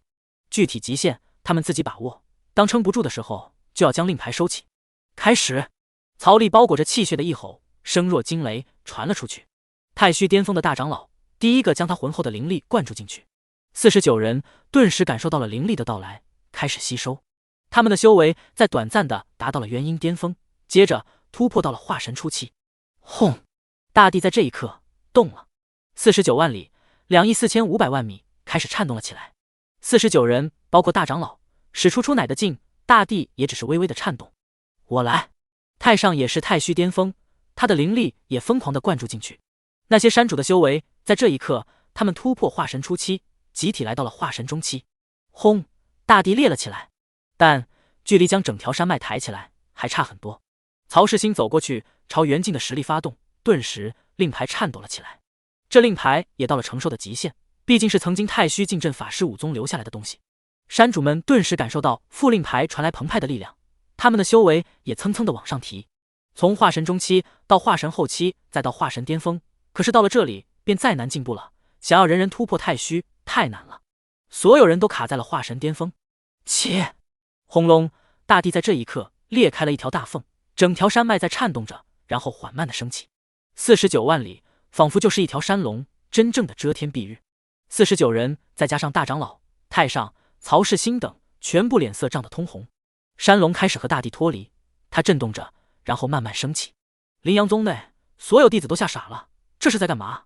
他们慌乱地走动着，修为高深的弟子齐齐飞天，一眼望不到尽头，但是他们可以看到，他们正在往天上飞，而整个羚羊山脉正在脱离大地。我操！羚羊宗弟子一个个惊讶地爆粗口，这是人能做到的事情吗？而此刻的曹丽站在云端，看着这一切，他的任务最重要，那便是辅助他们抬起羚羊山脉，以及带着几十万里山河离开这个地方。系统领取奖励。站在云端的曹丽开始和系统沟通。丁，检测到宿主虽然对阵的修士弱小，但数量众多，且得罪神木王朝、星光皇朝，任务难度高，特奖励提升修为，朝元境中期星号1，任意功法大成星号1。请问宿主要强化哪个五脏？之前强化了肾水，那么现在就强化脾土吧。五行土对应脾胃，又对应肌肉，所以五行土重的人肌肉会比较结实，胃口也会比别人好。人的力量大小取决于肌肉的数量以及密度，金刚神功就是强化肌肉密度的功法。而现在肌肉的密度再次强化，就算对上太古凶兽，曹丽也能一战。这一刻，曹丽的气息变强，没有引起天象，依旧是低调的突破。曹丽之前只是可以对敌普通天才的朝元境圆满，而现在就算是遇到了顶级天才的朝元境圆满，他也能吊打。在朝元境内基本无敌，在同朝元中期，天地也得跪他面前。下面52人用尽全力，青筋暴起，也才将整个山脉抬起来100米。想要移动会很难，很艰难。这时候不知道是谁坚持不住，山脉下沉了10米，所有人都更加吃力了，憋红着脸，嗷嗷叫着。看到他们坚持不住的感觉，曹丽出手了，万丈大手，3万多米的虚影伸出，共2只手抓在了羚羊山脉3寸和7寸的位置，支撑这2个位置可以极大的维持山脉的平衡。切！仿佛古神的咆哮，49万里山河在这一刻被曹丽提高到1000丈高空，52人的压力顿时变小了很多。走！缩地成寸，齐国的百姓只感觉天空突然黑了下来，眨眼间就过去了。是什么？种田的老伯将锄头挥下后，抬头什么都没看到，是幻觉吗？10息之后，曹丽来到了赤荒，绕过去后，来到了齐国和梁国的交界处，清理了一大片空地后，将羚羊山脉放了下来。一刻钟到了齐国和梁国的边界，再往上便是大国了。跑了1000万里，横穿整个齐国，放下山脉，这一刻大地震动，整个齐国和梁国，所有看见的修士都傻眼了。是谁？如此大的手笔？散修们以及各大势力内心震撼，心里打定主意，一定要去拜访的。在摇摇晃晃中，宗主的侍奉弟子终于将阵法书籍送到了执法堂会客大厅。然后他就将阵法书籍一点一点的整理出来，放在桌面上。过了好一会儿，曹丽等人才回来，所有人都累得快虚脱了。一桌子近1000本书籍，各种阵法入门大全、阵法精通大全、阵法名师讲解，实际上都是阵法入门级别的书。宗主强撑着疲累，带着曹丽围着桌子走了一圈。这些书籍算是齐了，不过小曹，阵法杂而乱，这些我都不大建议看。如果你要参悟的话，建议看这块石头。宗主从带来的书籍旁边拉过来一个10几公分的小箱子，打开后，里面是一颗灰色的石头，上面自成纹路，密密麻麻，却很有顺序。只是看一眼，宗主就觉得有点头晕。这是什么？曹丽问。这是先天道纹，只有在一些特定的道场，经过千百万年的天地力量育养才会生成。当初武宗就是参悟这块石头，加上这些书籍，才阵法入门的。曹丽将石头拿了起来，仔细端详着，纹路非常的复杂，且有规律，密密麻麻，看着让人头晕。将石头盖住，立马就忘记了纹路的一丝一毫，迷迷糊糊，脑子里一点记忆都没有。先天道纹，小曹你先参悟着，我和诸位长老去休息一下。他们都脱离了。行。曹丽点头，众灵阳宗高层一个个飞逃似的离去。很快，会客大厅就剩下曹丽一个人。系统，功法包不包括阵法技能？丁，不包括。那能不能将功法大成转换成阵法？丁，可以的。阵法的威力强大，所以换算不同，现在为宿主进行换算。换算中。换算成功。阵法分别有4个大等级：入门、小成、精通、大成。每个大等级又分为4个小等级：初级、中级、高级、大师。宿主获得阵法小成初级星号1。从完全没接触过阵法，再越过阵法入门，来到了初级。顿时，曹丽的脑海里出现了很多道纹知识，从完全不懂到突然都会了，仿佛练习了1000年，随手一画便有了事。阵法一道，从要会画道纹，再到能量的功绩，缺一不可。想要画下隐山大阵，所需要的灵石是一笔大数字。曹丽一步踏出，来到了此刻灵阳宗的上空。他懂了天地的很多事，拿出一根毛笔，在空中画，每一笔都在虚空中画下了一道不会消失的光。画完之后，曹丽双手将它合在掌间，浑厚的灵力涌出，然后手一拉，将它慢慢放大。手收不下的时候，曹丽将它推出，灵力灌注，过了1刻钟，将它放大到50万里大小，铺天盖地，之后缓缓落下，套在了灵阳宗上，用自身灵力将它从1寸大小扩散到50万里，这让他都感觉有点吃力。灵阳山脉在这一刻彻底隐身，除非用手触碰，光肉眼和神识绝对观察不到。想要将灵阳宗彻底融入虚空，开辟小世界，那需要更加高深的阵法实力。完成了对灵阳宗的保护，那么下一步便是去解决外在的危险了。曹丽转身踏入灵阳宗。3天后，宗主敲响了曹丽休息房间的门。进来。曹丽靠在床上，手里捧着阵法入门，作者马冬梅，里面画着各种各样的道纹，借天地之势来布局，然后达到各种各样的效果。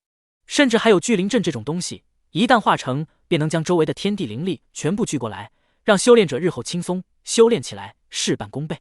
这一篇，曹丽认真看了看，将聚灵阵记在脑海里，这是个不错的好东西。宗主和曹世新一起走了进来。小曹，阵法研究的怎么样了？宗主刚睡醒，就收到了曹丽要离开宗门的消息。勉强吧，只有一点点把握。曹丽回答。曹世新站在旁边，一句话不说，而宗主自己拉了一张椅子坐了下来。正常，阵法一道，晦涩难悟。然后宗主转头就问：你前2天传音我说你要去一趟皇朝？对的，毕竟砍了皇朝的人一直这样在宗内坐着，还是有点不安，得去看看他们有啥手段才好应对。曹丽将书放下。行，那我和世新陪你去。可以，那宗门大长老镇守？曹丽问。南宫他有所感，说要闭关破朝元了，宗门事宜只能暂时交给老三了。行。曹丽点头。宗主从椅子上站了起来。那我去交代一下，晌午就走。曹丽点头。宗主离开了休息房，曹世新在旁边站着，像一块木头。曹丽放下书，手里出现了一支笔。你在这里待着，若是宗主来了，你让他在这里等我。是。曹世新非常听话的点头。离开之前，曹丽给灵阳宗又布了一个聚灵阵，让灵气比之前要浓郁10倍。星光皇朝身为东荒3大皇朝之一，占地近10亿平方公里，这还只是陆地，而海域是陆地的4倍。此刻，一艘万丈大船从远处行来后，一名干瘦的中年男人从船上下来后，急急忙忙地朝星光皇朝的皇宫里飞去。这个中年男人穿得很朴素，但头上的王冠代表他是一个国家的帝王，而那艘万丈飞船则是神木王朝的飞船。神木皇帝急匆匆地飞进星光皇宫，皇宫是悬浮在空中的，到处都是阵纹，上面有很强大的威压，阻止元婴以下的修士靠近。皇宫云8层，而皇朝帝王议事宫殿在最上方。神木皇帝一层层飞上去，能够上云层的最低都是元婴境，随着越往上飞，便被越多的人瞧见。能够在云层上面居住的，要么是王公贵族，要么是绝世天骄，每一个人都是人中龙凤。不少人都看到了神木皇，也都认识他。到了皇朝高层，人数都会很少。皇朝管束下不过上百个国家而已，也就上百个君主，而皇朝这些高层都是些活了几千岁的，记住这么些人并不难。除了一些年轻的天骄，可是不怎么认识一些小国家的君主、大国君主，经常来皇朝，他们还是认识的。当即就有人看到了神木皇。其实神木皇的来意早就成为了皇朝茶余饭后的谈资。不仅神木国有彭瑞的魂灯，皇朝这边也是有的。魂灯面，那么就证明天道司天差在履行任务的时候死了，具体怎么死的没人知道，齐国那边消息还没传来。而皇朝很忙，对于一个化神级别的天差也着实不上心。事情会追究，但不会太过于重视。在皇朝眼里，化神实在是太渺小了，就跟凡尘国家死掉了一个9品芝麻官的感觉。此刻第4层露天食堂里，一个男子很优雅地喝了一口汤，再慢慢地将汤勺放下。他看到了神木皇向第8层皇宫飞去。看到没，神木皇来了。那个狂妄的小子死是很正常的事情，300多岁的化神而已，狂什么？旁边一个刘海挡住了一边脸的男子，一只脚搭在椅子上，一只脚踩在地上抖，手肘顶着桌面，然后拿着牙签剔牙，很大大咧咧，完全没有朝元境修士的高人范。300岁化神挺不错的了。那个优雅的男子温柔地说道：切，小地方没见识，咱们这一群人谁在300岁的时候没有达到化神？也就是他，狂的一批，要不是怕有人说我以大欺小，我定教教他做人。大咧咧的修士抖了抖脚。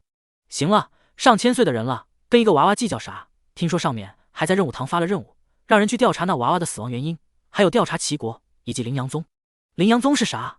齐国范围内3宗之一，在齐国算是顶梁柱级别的，不过对我们来说也只是个小宗门。根据资料，一个元境都没有。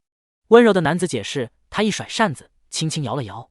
切，不过听说那羚羊宗出了一个1000年难得一遇的天骄，听说很年轻，具体年龄不详，但实力听说在太虚巅峰，可越级挑战身负国运的齐子庆。顿时那大咧咧的男子转头当真。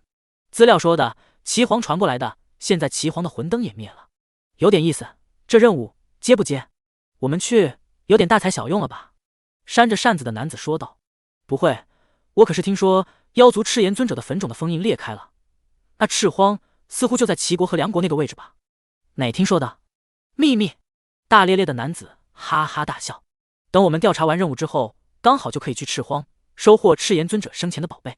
大咧咧的男子挑了挑眉。赤炎尊者生前名震天下，也是一位独霸一方的人物。关于他的传说，在妖族和人族之间还有流传。他手里有很多著名的宝物，比如镇神箍是一件极强的净身法宝。那温柔的男子当即眼睛一亮，然后强装镇定，优雅地放下汤勺，唰的一声打开扇子，慢慢地站了起来。走吧，我们去接任务。皇朝的任务堂是那些皇朝天骄专属接任务的地方，完成任务后可以获得积分，兑换一些稀缺的修炼资源，也顺便帮助皇朝处理一些麻烦和锻炼自己。此刻皇朝任务堂内，一位身形凹凸有致、线条完美、皮肤异常白泽的女子站在任务榜下。她一身橙红色的衣服，上面有火焰的纹路，那衣服直到胸前，露出修长的天鹅颈和锁骨，以及那深不可测的沟壑。她就是皇朝天骄之一，也同样负责了天道司天差之职的白月。白月实力不详，因为和他打过的人都输了，没有人逼出过他的真实实力，但至今为止，他展现的战力也达到了朝元初期。而他的岁数是所有人都不想得罪他的原因，因为他只有500岁。500岁的朝元境在皇朝内，这样的记录也是佼佼者，若不夭折，成圣也不过是时间问题。更有一重身份，他的本体不是人，而是一只白狐，极有可能跟青丘皇朝那边有关联。两大皇朝交好，在没有弄清楚他真实身份之前，没人愿意得罪他太过。白月走了2步，那魅惑的身姿让周围的皇朝弟子都眼睛不自觉地朝他飘过去，但旋即清醒过来，觉得太失体面，将头转开。白月接下了一块任务令牌，上面写着彭瑞、齐国、凌阳宗、曹丽和其子庆事件。点开令牌后，就能详细知道任务信息以及任务人数。这里的任务人数是3人。白月无视了任务人数，将令牌拿在手里，去前台登记。每一步都充满了魅惑。见过白月仙子，夏景明和江红坐里拦住了白月的去路。何事？声音充满了女性的磁性魅力，那声音酥到人骨子里去了。我们能否与白月仙子一起出任务？凌阳宗任务吗？白月一双丹凤眼很妖媚的扫了2人。是。夏景明握着御扇坐里，他和白月对视，露出一个自认为非常友善的微笑。那就来吧。白月瞥了他一眼，很无所谓的朝登记台走去。夏景明和江红连忙跟上。登记完之后，就收到了帝君的消息，说是神木皇要求他们的国家的2殿下也要随行，3人行变成了4人行。白月无所谓，夏景明和江红稍微有点不爽，但也没说什么。很快，穿着一身红色蟒袍和彭瑞长得有点相似的人，带着1名太监来到了传送阵前。这是皇朝的顶级传送阵，可以让他们最快的时间抵达齐国附近。彭秋义来到传送阵前，看到了3人，正要打招呼，就被白月的脸以及那身材迷住了，目不转睛，甚至吞了吞口水。这种猥琐的眼神，白月早已经习惯了。白狐一族天生魅惑，他都没动用媚术，要不然别说这彭秋，就是夏景明和江红都会第一时间对他无法自拔。喂，彭兄，没必要这样吧？嗨嗨，这位是……彭秋反应过来，朝着3人坐里。不过元婴巅峰的他实在没见过此等美人。皇朝的女人都这么漂亮吗？比神木国何止高了一个档次啊！他恨不得将白月狠狠的蹂躏，以倾泻他的喜欢。白月，朝元敬初期修士，皇朝天道司天差大人。朝元敬，彭秋顿时吓了一跳，难道这就是那传闻中的绝世天骄吗？见过白月仙子，早有闻名，仰慕已久。过来吧。白月只是淡淡的看了他一眼，彭秋顿时屁颠屁颠的过去，站在白月旁边，那入鼻的芳香顿时让彭秋沉醉。对了，敢问2位兄台名字？我江红，朝元后期。斜刘海遮住一边的江红指了一下拿着玉扇的修士，他夏景明，朝元敬巅峰。彭秋顿时尬笑，全都是朝元敬，只有他是一个小小的元婴。所幸他的父皇给他派了一位朝元敬初期的大太监保护他，但这俩男子虽然都叫他兄台，夏景明还算客气，但那江红的眼神几乎是无法掩饰的看不起。天骄之间就是如此。传送阵启动，一道光将5人笼罩，他们仿佛进入了虫洞。下一刻，他们来到了一片山脉上方。一望无际的山脉，没有半点人烟的气息，倒是有吼叫。在东荒，有很多地方的人类禁区，其中很多原始山脉就是人类禁区，里面有很多强大的妖兽，一个不慎，可能就要葬身妖腹。你可能都不用招惹他，只是路过就会被追杀。原始山脉里，曹丽一拳击退了一只浑身都是雷电的凶兽。那凶兽形同雄狮，一头的鬓毛，但浑身充满了鳞片，鳞片之上布满了雷电。曹丽不知道他们叫什么名字，他只不过是路过，顺便扛走了洞穴门口的一株宝药，顿时就遭受了这群妖兽的追杀。这群妖兽的速度非常的快，如同光的速度，可以紧紧地咬着曹丽的缩地成寸。几万只雷电狮铺天盖地，非常的疯狂，仿佛曹丽摘走的宝药是他们的命根子一样。凡人，将宝药交出来！为首的雷电狮口吐人言：凭啥？我在路上捡的，又不是你们的。这宝药对于我们雷狮一族有莫大的好处，你最好交出来，要不然我让你们3个人死无葬身之地。对你们有好处，就是你们的，也未免太霸道了吧！曹丽喊道：不交出来，那就死！雷狮动手！曹丽在一瞬间裹着3人消失，雷狮一族在后面追赶，几万只雷狮走过的地方，空气中都充斥着雷电，久久不散。曹丽一步出现在了白月、江红等人面前。快跑！曹丽喊道。下一秒，他又缩地成寸跑开了。白月、江红5人一愣，那人在干嘛？那人好像是在被人追杀吧，可是又不关我们的事情。一息过后，几万只雷狮赶来，人族交出宝药。在雷狮眼里，人都是长一样的，就跟在人眼里，雷狮也是一样的。虽然从3个人变成了5个人，但肯定是找帮手了。什么宝药？江红不解。抢了我们雷电狮族的宝药，现在不想承认了吗？我没有啊，是刚才逃走的那个人吧？还敢狡辩，本王追了你3000万里，还能认错不成？雷电狮王吼叫。高贵的狮族们，才死这群卑鄙的人类吧！顿时，几万头雷狮朝江红等人冲去。江红无语，真的是认错了啊！当即，朝元境后期的修为展露，雷师当即眼睛一瞪，还说你不是就是朝元境后期，受死！江红，我是朝元境后期啊，刚才那个人是中期啊！江红大吼，江红狡辩未果，狮王根本不听，一巴掌拍过来，江红应接，一掌之下，江红直接飞了出去。尼玛，是投凝神境的雷师！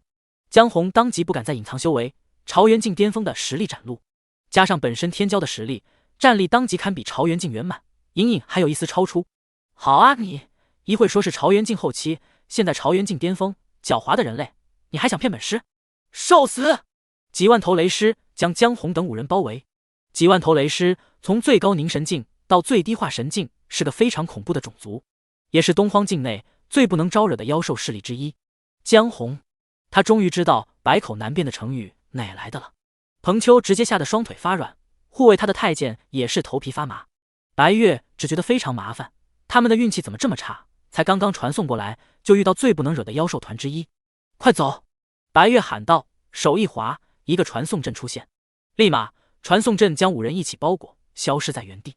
与此同时，雷师族的雷电神通都轰到了5人身上，短暂的传送阵将几人送到了千万里开外。白月等5人非常的狼狈，浑身都是雷电。白月被电的狐狸尾巴biu的一声冒了出来，毛茸茸的挂在后面。他捏紧了小拳头，闭着眼睛站在原地，全身发抖，似乎在忍受难以言说的痛苦。江红几人就更糟糕了一些，江红头发直接被电成了波浪卷，一半的斜刘海也炸毛了。他勉强站着，翻着白眼，口中吐着黑烟。优雅的夏景明此时也不优雅了，他被电得口吐白沫。剩下的2人就更不好了。彭秋有太监拼死保护，但也电晕了过去，浑身有熟肉的味道传出。那朝元境初期的大太监浑身被电得焦黑，痛苦的失声。最不能招惹的雷师一族，天杀的！曹丽手里拽着一根5色花，这朵不到1寸的小花，就是雷师一族想要抢夺的宝药。此花共5个花瓣，5种颜色，对应金木水火土，此等宝药是5色丹的主药材，非常珍贵。直接吃有非常大的概率提升1个小等级，若是炼化成丹，有概率提升2到3个小等级的朝元修为。世间难得一遇，非天地5行流转平衡之地，不可以出现。曹丽见没人看守，直接摘走。谁料到一群雷师直接追出来了。宗主接过宝药，眼珠子都快变成宝药的模样了，太珍贵了，整个羚羊宗的价值都比不过这株宝药，放到皇朝都是能进宝库的宝药，不愧是人类禁区，宝贝就是奢华。这时曹丽看到前方有5个人在那抽搐，其中一个美人，雪白而笔直的长腿夹着毛茸茸的白色尾巴，然后小拳头捏紧，站着那里微微发颤。憋尿！曹丽疑惑。几人前进，曹丽一看，哎呀，这不是刚才遇到的那几个修士吗？刚才叫他们跑，他们估计是没跑，帮自己挡下了雷师。好人啊，天底下咋还有这种好人？曹丽震撼，本以为修仙界只有打打杀杀，没想到，要不然按照雷师这速度，不会追不上来的。此刻丢失了曹丽的影子，想要再追踪就不可能的了。曹丽赶忙上去，非常诚恳的作礼，感谢5位道友帮在下挡住了雷师群。白月牙齿发颤，转头看了曹丽一眼。这时一股电流穿过一些身体比较脆弱的地方，引得白月嗯哼一声。这一眼加上声音，让曹丽和宗主曹世新3人直接愣住了。曹丽率先清醒过来，他们这是被雷电电的顶不住了呀。他当即拿出天雷珠，将5人身上残余的雷电力量吸收了过来。一缕缕紫电从5人身体剥离，随着紫电的抽离，白月身子发软，双膝一软就要倒在地上。宗主率先冲上去，怎么可以让美人摔倒呢？他一手伸出就要搂住白月的细腰。曹丽一个施法，拖着白月离开了原地，轻轻地放到地上。宗主伸手的姿势僵在原地，他转过头来看着曹丽，那眼神写着大大的问号。其他4个男人直挺挺地倒下去，江红道的位置刚好的宗主的手臂。就这样，他躺在宗主高树的怀里，眼睛和宗主对视。宗主，江红此刻全身发麻，无法动弹。他瞳孔猛地收缩，全身鸡皮疙瘩。宗主放手也不是，好歹也是救命恩人吧，可这么拖着也不是那个味啊。2人尬在原地，仿佛一幅爱情的画卷。宗主思考了一会，连忙放手，江红直挺挺地轰在地上，落叶纷飞。嗨嗨，让他们缓一下吧。曹丽拿出毛笔一勾，顿时一个小型的阵法将他们8个人围了起来。星光皇朝第8层帝君宫殿。此刻一个全身黑色紧身衣的人走到屏风后面。这件事情就这样，都退下吧。众大臣，包括神木国君，看了屏风后的黑影，顿时明白了什么，纷纷作礼，然后退下。那黑影是皇室暗卫，每一个人暗卫都是顶尖高手，他们负责替帝君处理不方便处理的人，以及刺探各种情报。帝君一身朴素的浅蓝色道袍，头上也没有戴帝冠，因为这是他的寝宫，不是一朝的奉天殿。他很随意地侧躺在寝宫的榻上。等大臣们走了之后，全身黑衣的人从屏风后走了出来，然后双膝跪地，双手手掌紧贴地面，见过帝君。帝君的眉毛很浓，眼睛也很大，那眼神里深邃的仿佛有星辰涌动。他也很年轻，看起来不过20岁，但实际年龄比这翻了不知多少，起码朝堂上的人就没一个比他岁数大的。说吧。那皇室暗卫跪在地上，回禀帝君，曹利事件，臣已经调查清楚，此人张狂不臣，在临阳宗时就将他们宗主给抓进去执法堂，后又将齐国皇帝给抓了去，直接判了凌迟死刑。臣认为这种张狂之徒可能会对青丘那位造成一定的危险，是否要在必要时刻将他暗杀？帝君看了暗卫指挥使一眼，继续详细说说。暗卫指挥使当即把得来的情报从曹利追杀齐子庆到齐国皇城，然后10日围城开始，再到天道司天差彭瑞被杀结尾，每件事情看似合理合法，实际上都是在动摇上位者统治者的地位，说白了都是大逆不道的。帝君，此人不被君臣伦常所管束，甚至当众说出君若不君，何以奉之这种话，臣担心这种不可控的人面对青丘那位恐怕不会客气。帝君皱眉，他不是朝元晋初期吗？白月可是巅峰。帝君，此子凭借太虚巅峰之实力击败朝元晋初期加国运的齐子庆，这等战绩比青丘那位还要耀眼，而且他据说不到100岁，此人太过危险，临阳宗养了他这么多年，他连宗主都抓，就是一个白眼狼，恐收服之后会对我皇朝构成。砰！暗卫指挥使突然被一掌打在胸口，飞了出去，撞在寝宫的龙柱上。帝君五指卷了一个花，收回了手。暗卫指挥使摔在地上后，连忙跪趴在地上，臣有罪。帝君淡淡的道，只需要汇报即可，朕自有判断，若下次再带有个人情绪，朕不介意换一个暗卫指挥使。暗卫指挥使匍匐在地上，不敢解释，臣遵旨。帝君最忌讳的就是臣下无端的猜测，带歪了帝君的判断。是最忠于皇家的暗卫，此生的信念便是忠君。若换作平时，暗卫指挥使绝对不会多嘴，实在是遇到这种大逆不道的叛逆小儿，踩他信仰上了。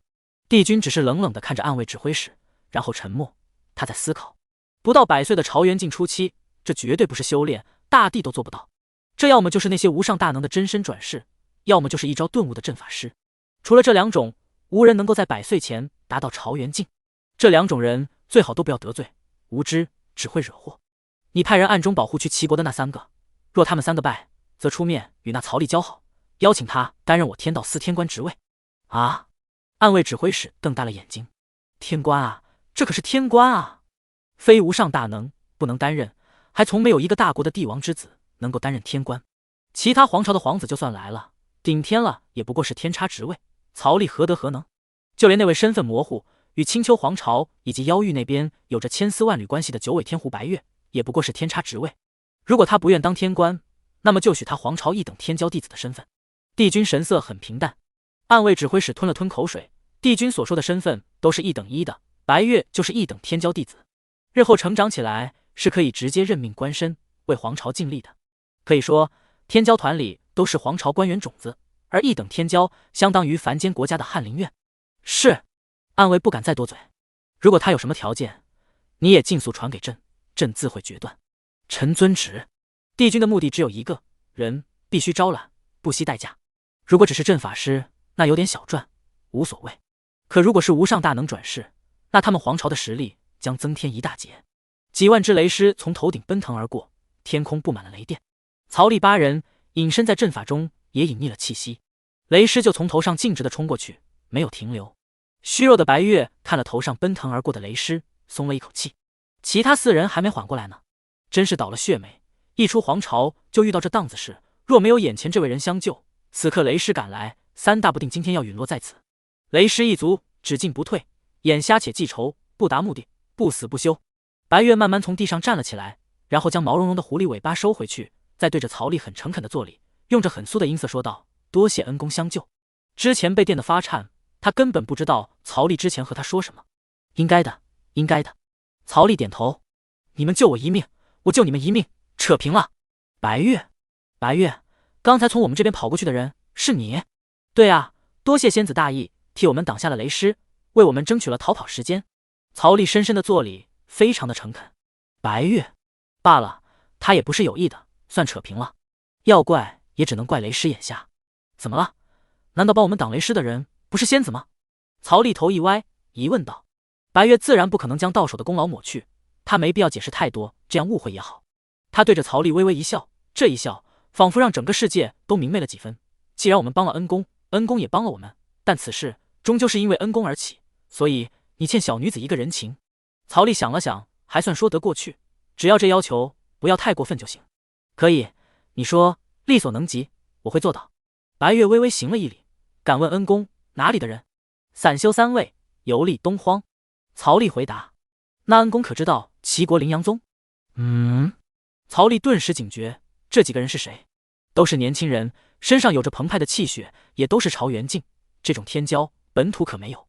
本土除了帝王，基本没有人能够达到朝元境，因为资源不够，帝王都是借国运才勉强突破的。那么答案只有一个，这些人是黄巢来的。在这个时间节点，黄巢来人自然是为了他和黄巢天差的事情而来。若说不认识，就无法洞悉他们下一步的动作与本意不符合。曹丽眼神平淡，游历东荒时曾经过。白月眼睛看了看曹丽，很平淡，但他身后那个长胡子的中年男子瞳孔明显一缩。这几人和羚羊宗应该有关系。白月微微一笑，那么麻烦恩公能够带我们去一趟羚羊宗。你们是？曹丽问。而这个时候，电晕过去的江红突然直挺挺地坐了起来。那狮子有病吧？曹丽几人和白月同时朝江红看去。江红坐起来后，鼻子还喷出2道黑烟。他电晕过去后，梦里都在狡辩。江红气爆了，那狮子眼瞎呀，都说不是喽，不是喽，认都没认清楚，不分青红皂白，对着他就是一顿雷击。他堂堂黄巢天骄，立志要成圣的男人，差点出师未捷身先死。突然，江红注意到他是做生命的斜刘海，被电卷了。江红眼睛一瞪，再一摸，爆炸头！啊！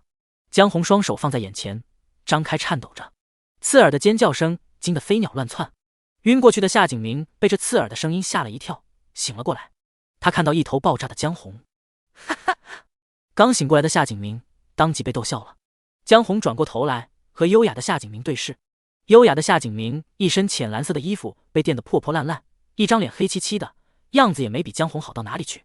原本暴怒的江红看到夏景明，顿时也哈哈大笑。你笑什么？优雅的夏景明疑惑。江红还是笑得不停。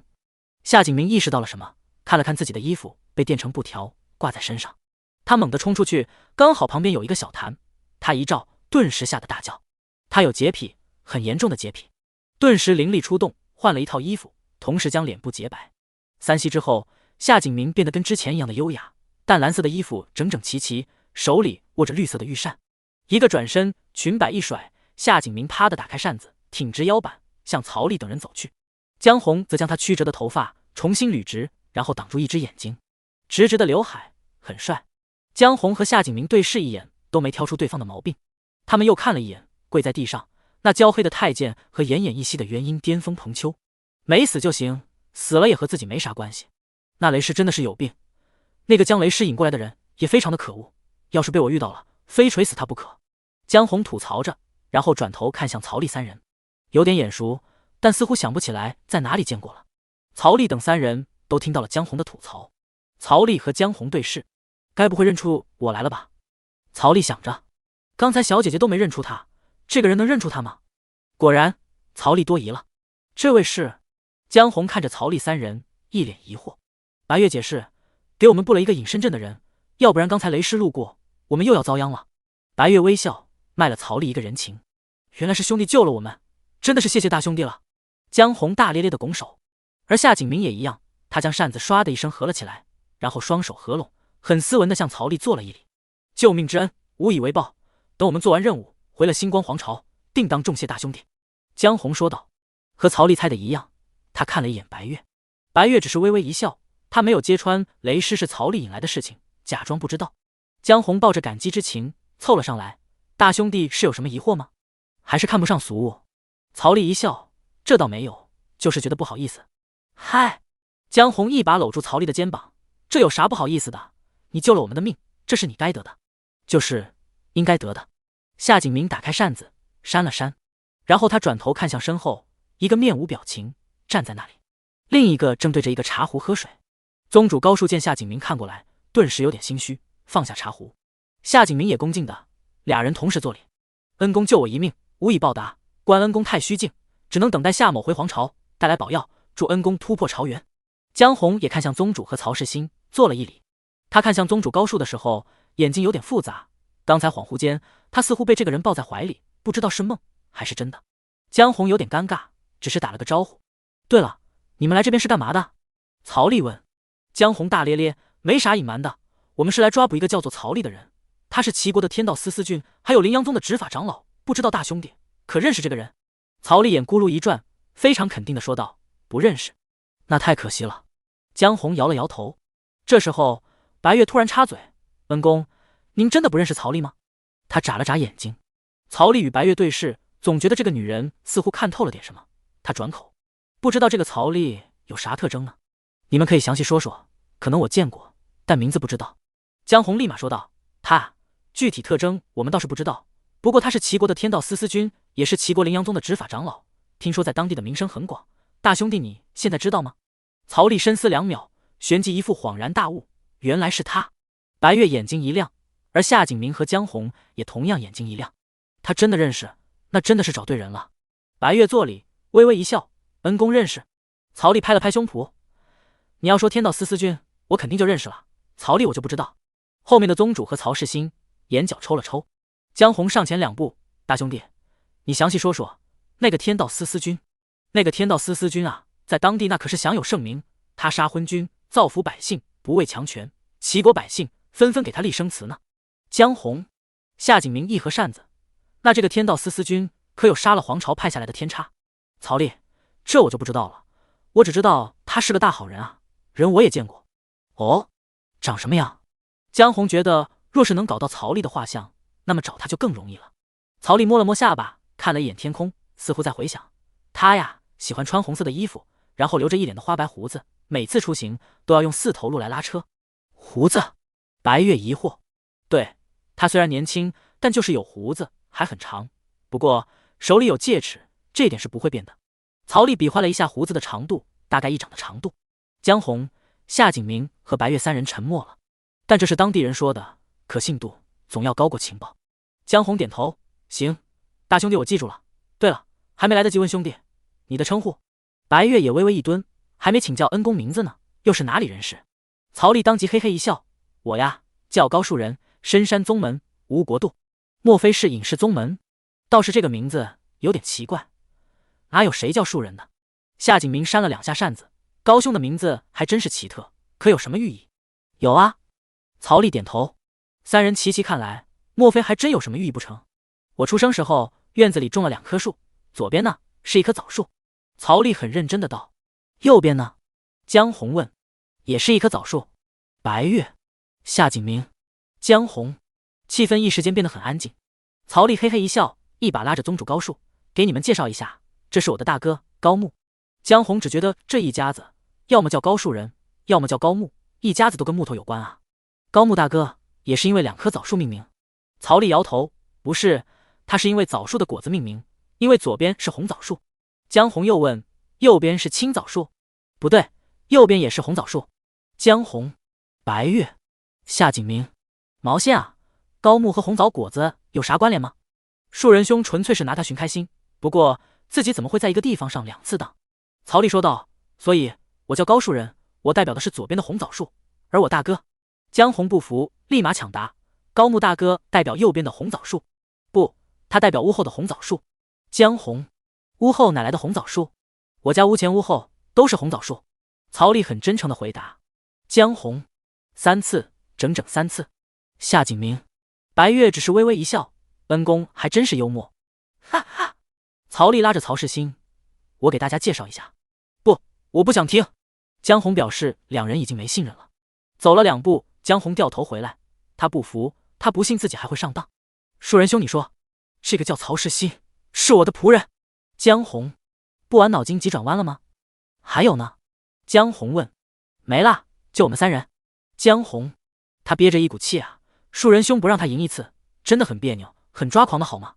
树人兄，那世新的名字可有什么寓意？没有。曹丽摊手。江红抓狂，你不让我赢一次，我今晚会睡不着的。树人兄，你真没有？曹丽打断，没有了，咱们来说说曹丽的事情吧。你们是要找他干嘛？江红，夏景明将他挤到后面，他涉嫌了杀害皇朝天道司天差彭瑞，可能要带他回皇朝一趟。白月作礼，麻烦恩公了。带他回去干嘛？曹丽疑问。或许是问几句话吧，如果他没杀皇朝天差，那自然无事。夏景明回答。如果杀了呢？曹丽反问。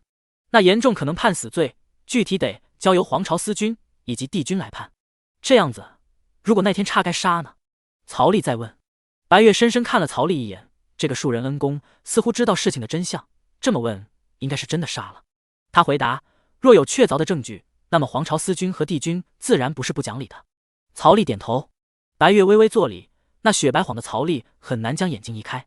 劳烦恩公带我们去一趟羚羊宗，若能调解羚羊宗和齐子庆的矛盾，倒也算是将这任务做到完美。齐子庆死了，3人。好吧，这是齐国内部的事情，只要另立新皇后，上报皇朝就可以了。就是杀了帝王，确实应该给皇朝递一份说明。还要麻烦一下树人兄，带我们去一趟羚羊宗。夏景明作礼。行啊，走吧。曹丽背着手，白月手一挥，从储物袋里拿出飞梭，3米左右，封闭式的。此飞梭一吸百里，非常快了。它的速度跟潮元镜相同，但重点在于它不会疲累，只需要消耗零食就可以。打开飞梭门，几人坐了进去，然后他们看向那站在原地欲言又止的江红。江红，树人兄，行了，办正事要紧。夏景明打断了江红的话，将他拉进飞梭。江红撇了撇嘴，有点不满意。飞梭启动，旁边的风景在飞速的移动。这是很高级别的飞梭，内部刻了阵法。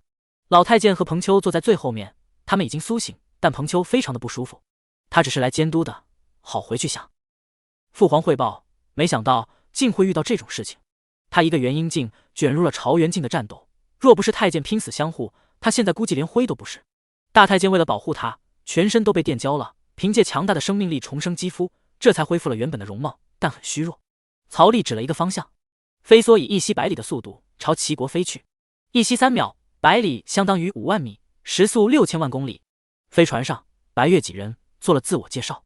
白月，皇朝1等天骄，狐族。夏景明，皇朝2等天骄，人族。江红，皇朝2等天骄，人族。彭秋，天差彭瑞的弟弟。太监，负责保护彭秋。这俩几乎小透明。曹丽看着白月，有点惊讶，青丘狐族的女人。曹丽看着认真开飞船的白月，这是他见过第2个天生媚骨的人。第一个是春谷仙子的闺蜜，也就是被医药堂堂主邱同生侵犯的那位，第2位就是白月了。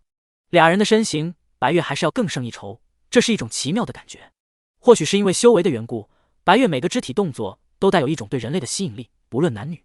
当然，对男性的吸引力更大，特别是坐在副驾驶，这种吸引力对于曹丽就更大了。曹丽一直靠着修为在压制这种本能。曹丽看向飞梭外，风景在飞速移动，很快就进入了齐国境内，从隐身的羚羊宗上方飞过。过了一会，飞梭来到了羚羊宗旧址。羚羊宗就在这里了。曹丽指着光秃秃的地面说道。白月头左转右转，其他几个人也左转右转。羚羊宗呢？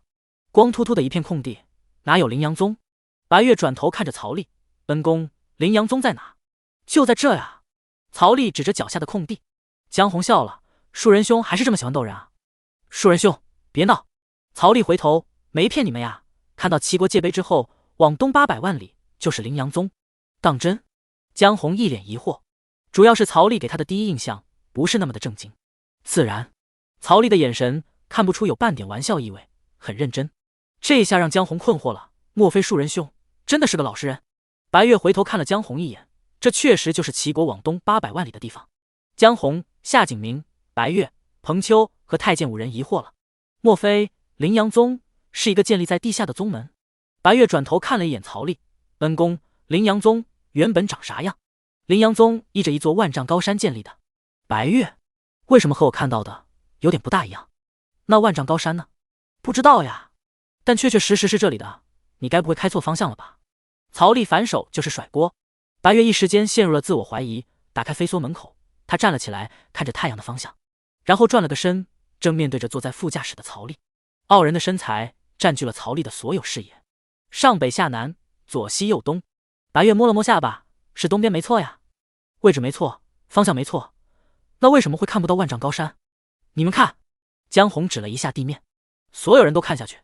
你们有没有觉得这地面的泥土非常的新，而且上面没有半点绿植，这光秃秃的一大片地，很可疑。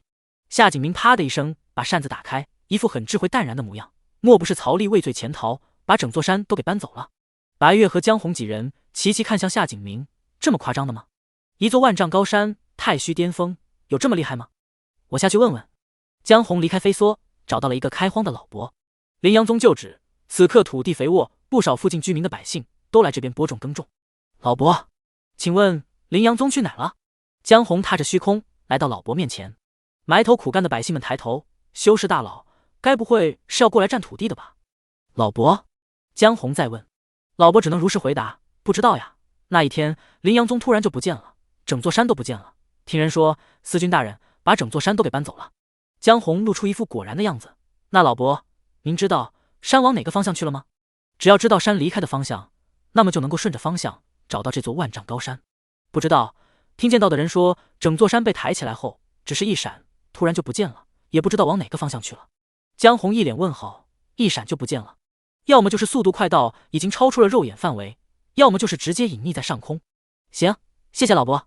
江红还是很有礼貌的，没有因为烦人而直接压迫他们。一步，江红回到了飞梭，将得到的消息同白月几人分享。曹丽瞪大眼睛，一副惊恐的样子，这么厉害吗？宗主高树也张大嘴巴，这也太夸张了吧。白月和夏景明看着树人和牧人俩那夸张的表情，一看就是没见过世面。那我们现在怎么办？江红问白月。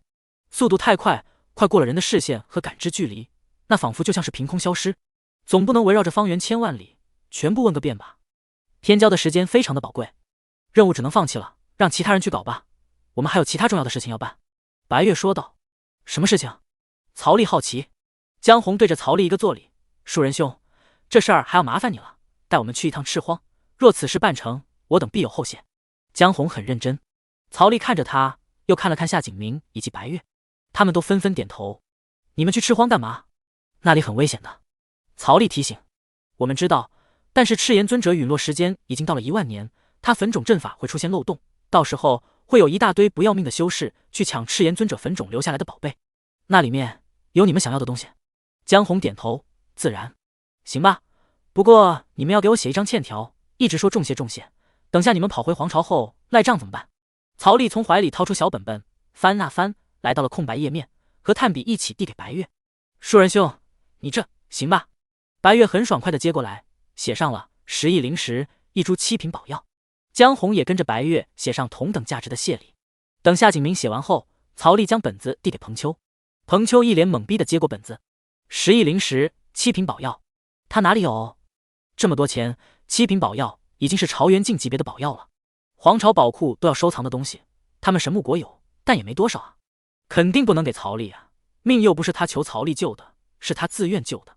树人大哥，我没这个钱啊。白嫖。曹丽猛地看向他，我是真没有，我们神木国都没有7品宝药。哦，这样啊。曹丽一脸可惜地接过小本本，月月啊，你看这个人好穷啊，怎么会跟你们同道呢？彭秋。白月回眸看了一眼彭秋，两人眼睛对视，那一眼简直让彭秋沦陷了。顿时彭秋尴尬到无地自容，我这么穷还怎么追白月姑娘？白月姑娘会不会看不起我啊？顿时他拿给曹丽的本本不肯松开了。有钱了？刚才是我记错了，我们神木国有钱。彭秋非常肯定地说道。他心里想着，反正这个钱花的是父皇的，又不是他的。写吧。曹丽看着他。彭秋写上了跟白月一样的价格。别啊，你二皇子的命就值这么点钱吗？曹丽反问。其他人也不知道彭秋写了多少钱，只是纷纷看过来。彭秋顿时脸都尬红了，特别是白月的眼神让他羞愧，在心仪的女人面前怎么可以这么丢脸？他当即在一上面划了一笔数，将1株7品宝药变成10株，反正花的是父皇的钱。彭秋心里这么想，旁边的大太监顿时眼睛都直了，他一直在观看，不打算开口，可是10株他急眼了，殿下不可以。石珠七品宝药啊，殿下您泡妞也不能将整个神木国搭进去吧？这可是祖业啊！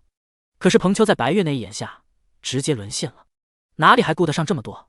当着白月的面，他肯定不能被看不起啊！曹立刚准备将本子合上，就看到了太监激动的神情。二皇子，这位公公是怎么了？您是不是没钱啊？没钱可以花掉的，我不会强迫你的。曹立将本子递回去，顿时整个飞梭的人视线全部聚焦到彭秋身上。彭秋顿时尴尬了，可是那太监是个清醒的，若有机会将数额改动，他肯定要改的。太监伸手就去接曹立的小本本，顿时彭秋扒拉住太监的手，就这样，我彭秋的命值钱，没钱其实可以不用这样的。不，我有钱，我有钱！彭秋激动地站了起来，然后一手推回曹立的本本，不要如此羞辱本皇子，我以后可是要成为神木皇的男人。他在努力突出自己的价值，表现自己。行吧，曹立只能无奈地将本子叠起来，塞回怀里。彭秋这才松了一口气，他旁边的大太监心痛的五官都扭曲了。白月只是淡淡的转回了身，继续操控飞梭的方向，按照曹立所指往赤荒的方向飞去。白月私密传音：文公，您借我的明捞钱，这不大好吧？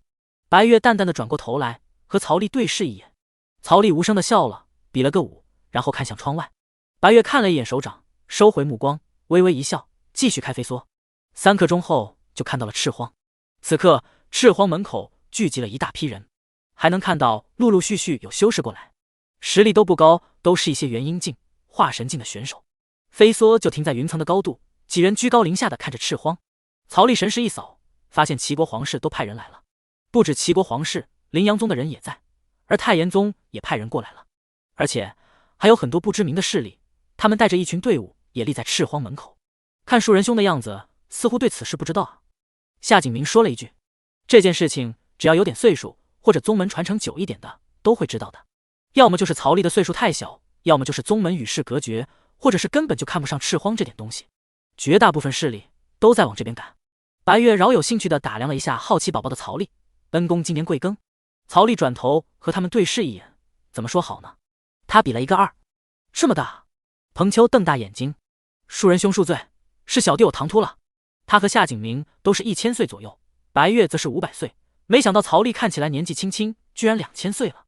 夏景明也对着曹立作礼，白月也多看了曹立2眼，比他还大了4倍，倒也不算是很强的天骄。曹立压了压手，嗨，惭愧惭愧。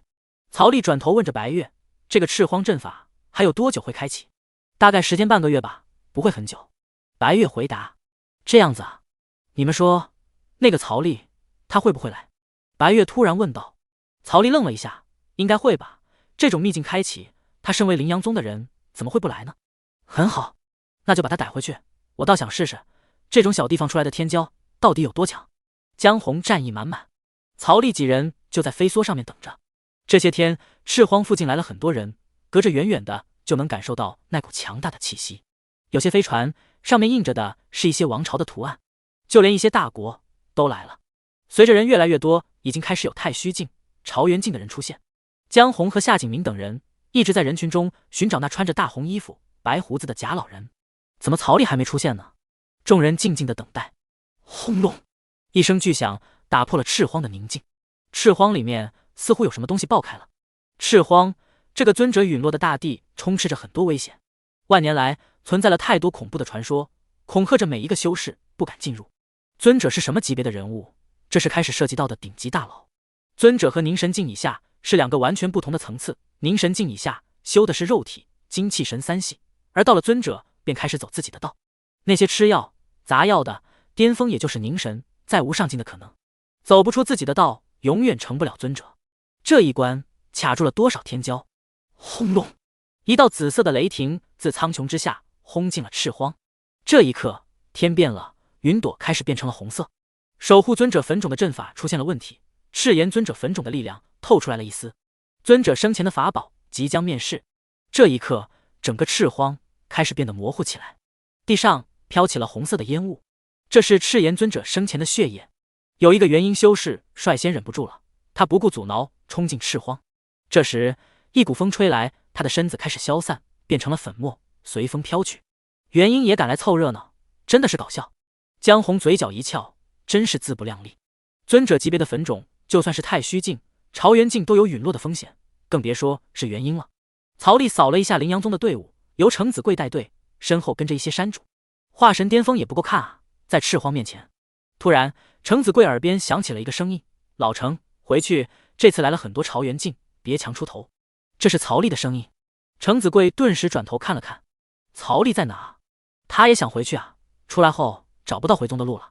他找了好几天了，都找不到宗门，气息搜不到，影子也没见着，睁眼瞎。无奈之下，程子贵只好带着几位山主来赤荒了。曹丽见他没答应，只能再次传音，让他们别深入，在外面捡漏就行。过了1个时辰后，赤荒的风沙散去，恢复了沉静。可以了，走吧。江红从飞梭上站了起来。阵法破碎的时刻过去了，现在就是进入赤荒的时机了。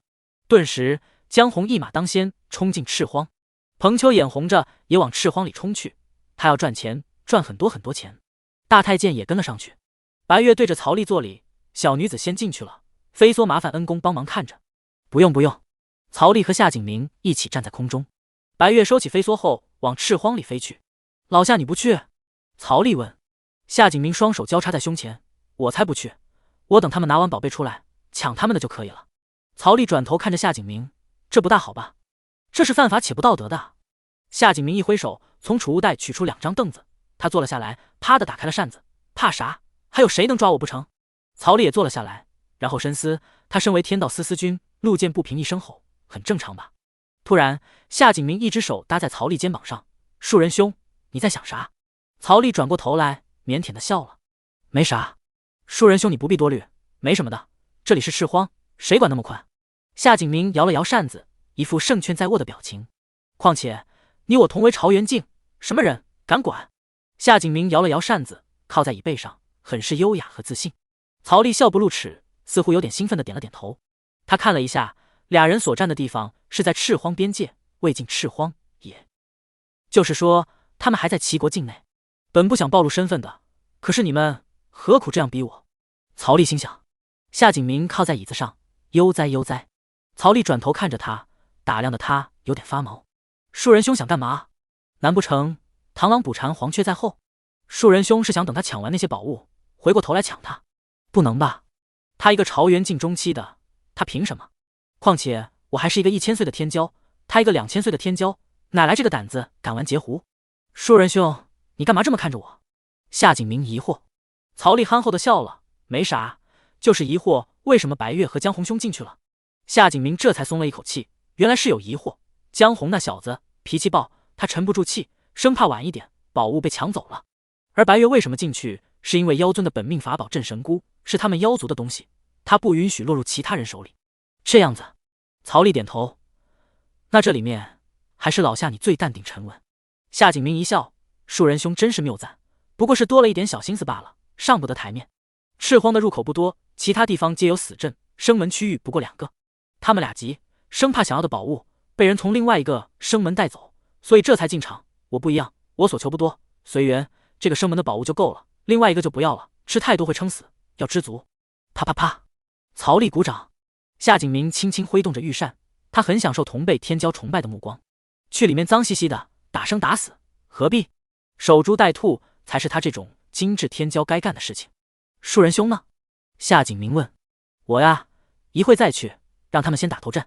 哈哈，树人兄也是一个妙人。夏景明大笑。曹丽、夏景明、宗主还有曹世新4人就这么看着赤荒入口。赤荒开启，一群人朝里面冲去。此刻，随着坟冢大阵破裂，惊动了整个赤荒，各种残阵、蛊魂纷纷苏醒。赤荒在这时候仿佛回到了曾经那场尊者级别的战场，虽然伤害不比当初，却也具备了之前1/10的威能。整座赤荒恢复的原本的风貌，地里的血气皆被吸收回主目。狂风在呼啸，白月在身周布了一个圆形的防护罩，将它365度全部保护起来。而这一刻，它的身后出现了9条尾巴，毛茸茸的，每条都有1丈长。在它的上方出现了一只9尾天狐的虚影。9尾天狐这个种族原本并没有什么厉害的，只是妖族中平平无奇的一个种族。直到10万年前，出现了一位惊才绝艳的青丘女帝，本体就是9尾天狐，她生于青丘，而后在妖域成帝，沾了生帝的光，青丘从一个大国一跃成为皇朝。而9尾天狐这个在血统即是上限的阶层中生生杀了出来，成为了唯一一个不属于神兽族，却出现大地的种族，打破了亿万年来血统即是一切的定律。江红负手在虚空中飘着，那刘海随风来回的晃，偶尔露出眼睛，偶尔又将眼睛遮挡，加上那衣袂飘飘，随风而动，让他感觉自己第一帅，仿佛他就是大地灵士。除了他们两个，其他修士从元婴、化神、太虚、朝元都向着主墓室飞去。吼！突然，一只1万米大小的手从大地伸出，抓着路过的一名化神镜，直接捏碎，让人心神颤抖的怒吼声传遍赤荒。金刚猿，妖族凶兽之一，以防御力著称，是曾经赤炎尊者手里头的傀儡兽之一。在赤炎尊者手里操控的时候，实力有凝神巅峰、三花巨顶圆满，距离尊者只有一步之遥。此刻赤炎尊者已死，傀儡金刚猿的唯一任务就是守护赤荒。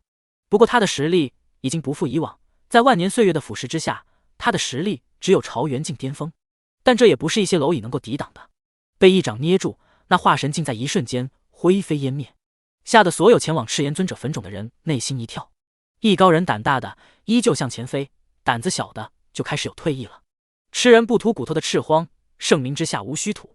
然后那1万米大手狠狠的一拍，将想要越过他的几个修士一巴掌拍进地里，拍成肉泥。几个修士有元婴巅峰，有化神境，还有一个太虚境，他们甚至都没来得及放出他们的保命手段，就在那一掌之下陨落。这一刻，大地龟裂，赤荒震动，曾经倒下的金刚猿，他重新站了起来，头部从地里钻出，接着就是身体。站起来之后，他朝着所有想要越过他的修士一吼，恐怖的吼声让一些实力弱的，比如元婴境，直接神魂不稳，耳膜破裂，音浪也直接将一些实力弱的吹飞。那吼声传遍赤荒，金刚猿的身高足足有10万米，脚踩云端，俯视众生，就连坐在赤荒外的曹丽、夏景明等人都看到了金刚猿的身影。好一会儿，赤荒生门，一道身影倒飞而出，在地上丢丢丢的弹飞，仿佛在地上打土漂。他撞断了至少几千棵大树才停下来。曹丽和夏景明定睛一看，那不是二皇子彭秋又是谁？拼命想进去搞钱的二皇子被音浪给喷出来的。此刻的二皇子躺在地上不省人事，他耳膜破了，神魂差点离体。殿下！大太监迟迟到来，冲到二皇子面前，若不是他，二皇子都被当场喷死了。大太监真的是心累啊，跪在二皇子面前叹了一下鼻息，还好，差一点。当即拿出各种疗伤宝药给他吃下去，然后大太监就盘坐在昏迷的彭秋旁边给他护法。赤荒里的东西并不重要，他的主要任务就是保护二皇子彭秋。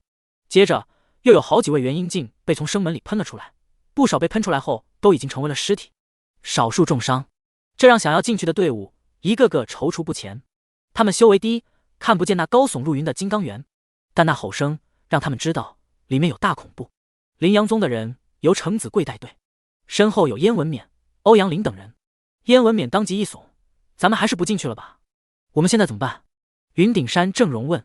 家也回不去，赤荒也不能进，发呆吧，小命要紧。燕文冕原地坐了下来，为首的护宗司长老程子贵他修为高一点，可以模糊的看到赤荒内那道高耸入云的身影。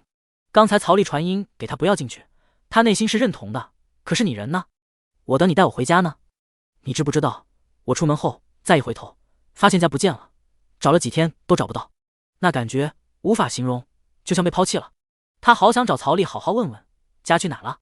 程子贵四处张望，也没找到曹丽的人，无奈他也只能坐了下来，休息一会吧，等小曹出现，咱们再回宗门。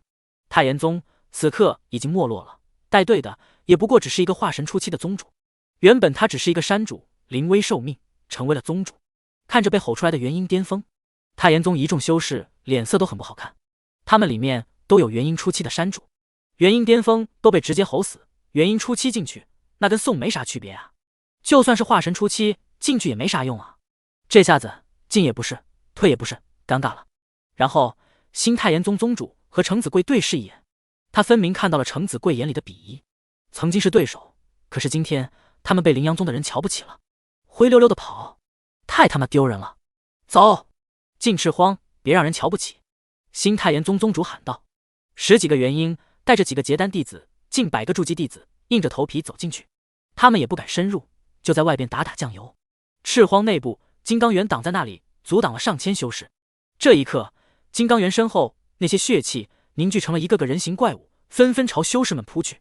这些血气怪物修为都在太虚和化神之间，江红一击将眼前的太虚怪物打散，可是过了一会，这些血气怪物重新凝聚，数量很多，从金刚猿身后源源不断的冲出来。这是从坟冢里出来的。那些散修实力弱一点的，当即被血气怪物附体，然后发狂。之后，血气怪物离体，他们成为了一具干尸，而那具血气怪物则更加凝实了。一时间，进入赤荒的人全部大乱。一个王朝的大将军，他头戴翎子冠，2根翎子一荡一荡的，他一身白色盔甲，手里拿着一把环刀。他修为朝元境初期，一马当先，朝金刚猿冲去。一道齐天的刀气劈砍而下，这一刻，虚空破裂，气贯长虹，恐怖的刀气仿佛要将赤荒斩成2半。金刚猿一拳轰出，刀气砍在拳头上，不过一点痕迹，无法对曾经是凝神巅峰的肉身造成影响。王朝大将军吓傻眼了，他非常清楚他这一刀的威力，金刚猿这么恐怖的吗？自信心受到打击，所有人都在看他的成果，结果让他非常尴尬，有点丢人。大将军喊道：“这金刚猿太强大了，只能大家一起上。”上千修士齐齐朝金刚猿冲去，一杆长枪虚影长达万丈，凭空出现在空中，擦出火光，来到金刚猿面前。这是江红。金刚猿双手接住，轰轰的倒退了几步，踩得大地震动。身为皇朝天骄，江红虽然是朝元境巅峰，但他的实力已经超出了朝元境，几乎达到了凝神境。他非常自信，在这里他近乎无敌。而这一刻，九尾天狐的虚影冲向金刚猿，轰！金刚猿倒飞而出，滚了几圈，散修们都被吓傻了，这俩是谁啊？吼！金刚猿咆哮，缺口出现，众人纷纷朝主墓室冲去。金刚猿怒了，血气怪物纷纷破碎，化为血气冲向金刚猿。他仰天长啸，实力从朝元境巅峰迈入了凝神境初期。曾经尊者的血液加上现在修士的血液，全部成为了他的养分，让他达到了凝神初期。吼！金刚猿再次咆哮，他怒了，因为他看到一堆修士已经到了赤炎尊者坟冢面前。江红长枪砸在坟冢上方的虚空，阵法光纹出现，护墓阵法出现了缺口，一个幽暗的墓口出现，一道光从墓口冲出，被封印了万年的法宝重新面世。那法宝不过只是化神境的法宝，江红等人看不上，真正的宝物在里面。他想要的是一门功法，名叫离火真经，这是赤炎尊者的道。火乃世间文明之始，亦可焚化万物，代表了生与死。江红持枪冲进赤炎尊者的坟冢，白月站在虚空，只要一切还在把握之中，他就不是很着急。坟冢内是一个1000米高宽的墓室，中间放着一副石棺，墓室的壁画上雕刻了很多火焰，以及一个身材高大穿着火焰袍的人物，他仿佛世界火焰的王者，是火焰的始祖。江红看了一眼就觉得有点头晕，他连忙走到石棺前，没有盖子，里面躺着一个栩栩如生的人，他的面色红润，仿佛只是在睡觉，闭着眼睛，五官很斯文。这便是赤炎尊者，死去万年，尸体依旧。石棺前放着一本经书以及一个圆箍，这便是离火真经和镇神箍了。离火真经是他想要的东西，镇神箍则是白月想要的东西。江红朝赤炎尊者一个鞠躬后，伸手拿向离火真经。这一刻，江红的警惕性提高到了极致，即便他的战力已经达到了凝神境，而尊者也陨落了万年，可踏进道途的人谁也不知道他会留下什么后手。江红慢慢的将手伸过去，握住了离火真经，冰凉的触感，厚重的书体。书体是由玄晶打造，能非常有效的抵挡岁月侵蚀，此书册的重量就不下于万斤，但这在江红面前显然不算什么。他的手稍微用力，离火真经被他拿到手上，翻开之后，每一页玄经上面都刻着修炼方法。随着离火真经被拿走，旁边的镇神箍突然发光，镇神箍看起来只有手环大小，仿佛纯白的玉石打造。这一刻，镇神箍突然冲出主墓穴，而赤炎尊者的陪葬品，也就是那些残缺的法宝，此刻也受到了影响，从主墓室内冲出去。此异动让江红吓了一跳，他本身精神紧绷，对于任何风吹草动都特别敏感。江红后退了3步，看了一眼石棺，没啥动静。再看周围的壁画，墙上的赤炎尊者那双眼睛仿佛一直在看着他。江红深呼吸，他知道这是心理在作祟，任何人看到人像画都会觉得画像的眼睛在看着他。江红一手里抓着离火真经，一手持枪，慢慢的后退离开主墓室。这一刻，所有的法宝也都随着离火真经的移动离开主墓室，只剩下嵌在墙壁的石灯散发着昏暗的光，带有一点橙红，照亮着1000米墓室。安静。这千米墓室仿佛变成了世间净土。石棺内，赤炎尊者的眼睛突然睁开，双眼无神，看着天花板，然后又慢慢的合上。墓室外，那傀儡金刚猿暴怒的捶着胸口，他好生气，主人的法宝都被拿走了。墓室外已经大乱了起来，漫天的法宝在飞遁，现在都是无主之物，谁抢到了就是谁的。墓室外的白月9条虎尾突然变大，铺天盖地，勾住了冲出主墓室的镇神菇。一些有心人想要过来抢，被白月一眼瞪了回去。这法宝的波动最大，可没实力，保不住他。江红一步来到了白月身边，一人手里拿着离火真经，一人手里拿着镇神菇。宝物已经得到，现在就是撤了。将离火真经和镇神菇交出来，饶你们不死。突然，一个苍老的声音响起。一个驼背的老头，干瘦黝黑，他戴着草帽，手里握着锄头，挡在了江红和白月面前。正是之前江红在羚羊宗旧址询问的那个农夫。虽然只是一面，但江红却认出来了。他退后几步，手握长枪。白月自始至终都很淡然。此老人凝神境初期，身上的死气很浓郁，是个寿元不足100年即将陨落的凝神。老头，这不合适吧？江红枪指凝神境初期，一点都没觉得害怕，他还吹了一下那挡眼睛的刘海。白月将镇神菇缓缓地收进储物袋。老夫一把年纪，也不想行这种为老不尊的事情。你们如果乖乖配合，我可以饶你们不死。老头子假笑，皱纹堆到一块。一把年纪安享晚年不好吗？非要找死？江红嘴上不饶人，看来不动点真格，娃娃们是不知道老夫的厉害了。那农夫眼神微眯，他潜伏多年，就是为了等待离火真经，想要借助赤炎尊者的道突破凝神境中期。挡他拿离火真经，那就是挡他生路。农夫当即一手伸出，没有任何灵力波动，顿时那一只手跨越空间，掐向江红的脖子。江红长枪一转，枪身撞击在手掌之上，之后农夫手一转，握住了枪身。两人当即同时出现了灵力波动，彼此僵持着。一交手，那农夫当即瞪大了眼睛。这朝元境巅峰怎么这么强？况且旁边还有一个女娃娃没动手呢。本以为凝神境初期在这里就能够天下无敌了，没想到还差了一些。得到离火真经可能会晚死上千年，可是非要抢的话，现在就可能会身死道消。对不起，是老夫唐突了。农夫突然收回了手。哦，现在知道唐突了。晚了。江红站立起来了，非得打一场不可。可是下一刻，他的后背感受到危险，江红一个侧身想躲，可是一个1米大的拳头轰了过来。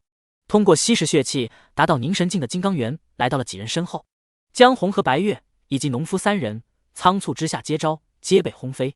白月倒飞出去几百米，而江红踉跄之下就上1000米了。农夫的情况不比江红好多少。3人齐齐看向金刚猿，此刻的金刚猿捶着胸口，愤怒地吼着。下面的修士一个个抢到了宝物，纷纷拼命离开。接下来将会是一场血战，留下来就是死。金刚猿绝对不允许这些人带走主人的法宝。化神境的修士们纷纷逃走，太虚境巅峰的修士则远远地看着，准备捡漏。而太虚初期、中期、后期的修士则疯狂地逃。众人追逐抢夺中冲向生门，而里面金刚猿和白月、江红以及农夫大战了起来。终于，第一个化神初期的修士冲出了生门，他的手里握着一个玉瓶，里面装着万年前留下的仙酿，很浓稠，若是喝下，对修为肯定有很大的帮助。那人一冲出来，贼眉鼠眼的看了看周围，就要跑。坐在生门口靠着椅背的夏景明突然坐直了身子。你过来！夏景明一喝，那化神初期的修士一愣。夏景明眉头一皱，朝元境的威压顿时过去，让那化神初期的小修士当即跪了下来。坐在旁边的曹丽，老夏，你抢东西还要人家自己拿过来啊？我可没抢，这叫自愿。夏景明淡然地挥了挥扇子，曹丽比了个大拇指。过了一会，那化神初期灰溜溜地走了过来。夏景明坐在椅子上，居高临下地看着他，你是否愿意将手里的宝物献给我？那化神初期被夏景明注视，压力非常的大，这是他从没见过的大高手，和赤荒里面那2人一样的强大。可是你这么强大，干嘛抢我一个化神境的小修士啊？那修士笑得比哭还难看，小的愿意。然后双手将玉瓶子奉上。夏景明自始至终都没有起身，手指一勾，那玉瓶子到了他的掌心。夏景明看着那化神修士，你可以滚了。那修士只能趁夏景明没有转变主意之前，灰溜溜的跑路，别被杀人灭口了。高阶修士因为没人管束，所以占着修为，杀人夺宝都是很常见的事情，只夺宝不杀人已经是大好人了。抢过宝物后，夏景明一看是酒，万年陈酿。夏景明转头看着曹丽，树人兄，可要来一杯？夏景明挥手，一张桌子出现，酒杯4个。曹丽摇了摇头，算了，你自己喝吧，我喝的话，接下来的事情就不好办了。夏景明疑惑，树人兄，你在说什么？曹丽站了起来，双手叉腰，没事，我要进场了。夏景明思考了2秒，哈哈，也是，万年陈酿，要是喝醉了，还怎么抢宝贝？曹丽低头看了一眼夏景明，那我去了。夏景明点头，祝树人兄好运，能得到自己想要的东西。呢。曹丽回头，宗主高树和曹世新也站了起来。曹丽化作一道流光往下边飞去，宗主高树和曹世新跟上。夏景明疑惑，为什么树人兄不是直接进赤荒呢？但下一刻他就没心思思考了。一个修士急急忙忙地冲出赤荒，他是太虚境巅峰，但是他的左手抓着镇神菇，右手则抓着离火真经。赤荒内部大地都打裂了，天空也全都是裂缝。那金刚猿凭借着凝神境初期的肉身，压着白月、江红和农夫3个人锤。吸收完血气之后，他才是货真价实的凝神境，不是农夫那种血气衰退的凝神可以比的。而且金刚猿的肉身曾经是凝神圆满、3花聚顶淬炼过的。金刚猿用着凝神境初期的实力，凝神境圆满的肉身和几人对打，白月和江红、农夫3人都非常难受。关键是这金刚猿悍不畏死，打又打不痛，非常勇猛。而且他们的战斗惊醒了蛊魂和残阵，残阵将他们覆盖，他们的灵力和精神力被禁掉90%。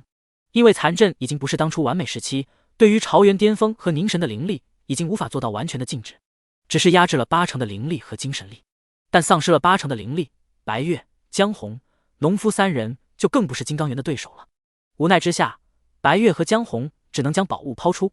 果然压力骤减，金刚猿咆哮，朝那简陋的太虚境巅峰冲去。生门口，那太虚境惊慌失措地冲了出来，眨眼之间，一只1万米的大手狠狠地拍在赤荒生门的阵法上，大地破碎，那手仿佛在拍蚊子，手指几乎贴着太虚境巅峰修士的后背擦过，恐怖的气浪将那修士掀飞出去。可那修士到了此时，依然紧紧地抓着镇神菇和离火真经不放，这是他迈入朝元境希望啊！人为财死，鸟为食亡，不搏一把，他不甘心。10万米的金刚猿仰天长啸，赤荒外的低阶修士全都吓傻眼了。他们从脚底看上去看不到头，只能看到2条如山柱一般的大腿。这是什么怪物？实力不同，视野不同。丢掉包袱的白月和江红2人轻松了很多，他们当即也追了出来。他们不可能让宝物跑掉的。那太虚境离开赤荒后，疯狂地扔出缩地符，想要逃跑。可是缩地符扔出来之后，居然没有反应。糟糕，有人隔绝了这里的符文使用。那太虚境巅峰回过头来，只看到2只大手掌向他拍过来，仿佛拍蚊子。太虚境巅峰燃烧精血，用尽全力地冲出大手的范围。金刚猿的2只手拍在一起，啪的一声，仿佛惊雷。强大的气浪再次将逃走到边缘的太虚境巅峰掀飞。到了现在，他依然一手握着镇神菇，一手抓着离火真经呢，被金刚猿拍在手掌里。那修士咬牙，有镇神菇也行。他紧紧地抓着镇神菇，他明白自己是转移目标的棋子，可是他不服，他要拼一把，成为棋手。被掀飞之后，他在空中努力地稳住自己的身子。这时，一把长枪穿过他的胸口，而一根柔弱的手指点在了他的眉心。太虚境巅峰的修士瞪大眼睛，可是这一刻，他刚拼命从金刚猿手里逃生，正是脱力之时，眼睁睁地看着洁白而柔软的手指点在他的眉心，而长枪带着毁灭性的能量贯穿了他的胸口，2下都是致命的。而出手的正是2大天骄白月和江红，他们借着棋子毫无压力地冲出赤荒。白月点完一指之后，将镇神菇重新拿回手里，像手镯一样套在手腕上。洁白的镇神菇配上玉璧，独有一番美感。江红则没看到离火真经，那棋子修士不甘心地瞪大了眼睛。这一刻，神魂寂灭，肉身破灭。修士的世界里始终都是残酷的，卷入了这种斗争，人命已经不算是人命。下一刻，一个1万米大的巴掌拍下来，将他的肉身拍到地里去了，直接拍成烂泥。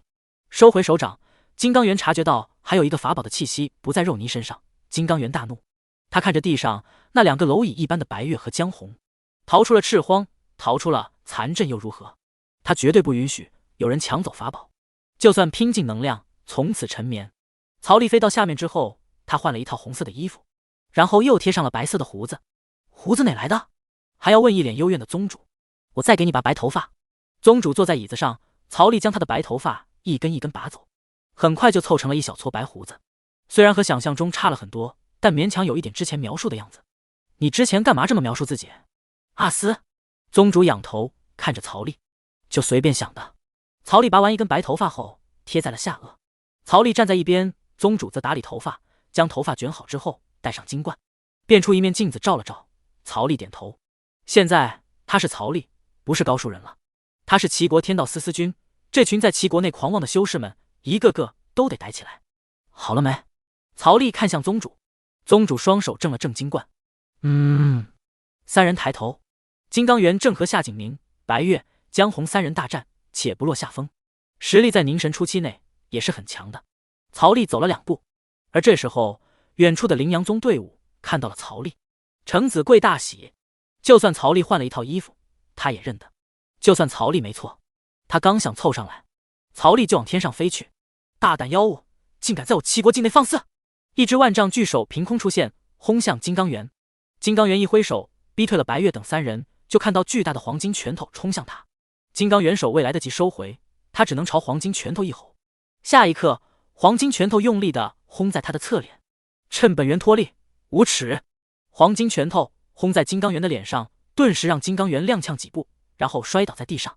10万米的身高轰在地上，这一刻大地一震，被砸的地方直接凹陷进去，这也让整个大地颤抖，旁边的土地直接翘了起来，不少修士像跷跷板一样被弹飞，烟尘四起，而地面沿着金刚原摔倒的地方四散龟裂开来，每条裂缝都有近10米的宽度。太炎宗宗主带着一群人在赤荒外围游荡，刚好碰到金刚原冲出来，吓得带着弟子们躲了起来。本想等战斗结束后再离开赤荒，但没想到裂缝直接朝他们袭来。身在赤荒中被残阵笼罩，他们修为比较低，根本无法动用灵力。裂缝到来，太炎宗宗主睁大了眼睛，看着裂缝绵延到脚下，他吓得摔倒在地，太可怕了。而这裂缝也吞噬了近乎一半的太炎宗修士，他们此刻哇哇大叫着，然后摔进裂缝内，里面深不见底，充满了未知的风险。太炎宗新宗主吓得冷汗直冒，神仙打架，凡人遭殃。下一刻，一个阴影袭来，是一只巨大的手掌，足有万米，将他们太炎宗剩下的一半修士笼罩。不！太炎宗新宗主目眦欲裂。这一刻，巨大的手掌拍在他们身上，金刚原借力爬了起来。可是这对太炎宗的蝼蚁们就非常不友好了，化神境以下的修士全部被一巴掌拍死，太炎宗的新宗主被嵌在地里，身受重伤。裂缝在这一刻也被堵上，基本是全军覆没。金刚原根本就没看几个蝼蚁，他借力爬了起来，对着天空中那道红衣服的身影咆哮：孽畜，还敢放肆！曹力呵斥。下一刻，灵力幻化的2个拳头再次轰向金刚原，这次没有偷袭，硬刚。金刚原不服，重新爬了起来，和曹力对碰。2个拳头砸在一起，仅凭借肉身就将虚空打破碎，黑洞洞的一个大窟窿，足以灭杀化神境的空间碎片乱飞。曹力非常勇猛，站在齐国境内，将金刚原轰到赤荒内，把他堵在门口。金刚原咆哮着，他和曹力硬刚，没有落下风，却也没占上风，一人一员打了个平手。金刚原不服，他想要前进，可是做不到。这个红衣男人虽然伤不了他的肉身，可却能消耗的他所剩不多的能量。时隔万年，他已经不是当初尊者之下无敌的傀儡金刚了，他的能量非常的有限。金刚原怒吼，疯狂的轰拳，可是这个红衣男人一点都不退让，每一拳都是硬接。白月、江红和夏景明3人看到突然出现的红衣男人，这难道就是曹力吗？跟树人兄描述的一样，这哪里是太虚巅峰，这战力比他们3个天骄任何一个都要强。现在首当其冲不是拿下曹力，而是战败金刚原。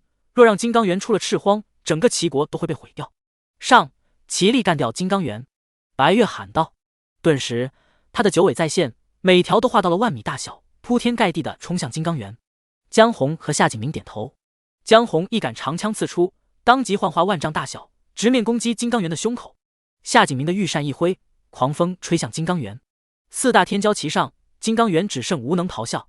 他对付一个曹力都用尽全力，又怎么空得出手来对付其他3人呢？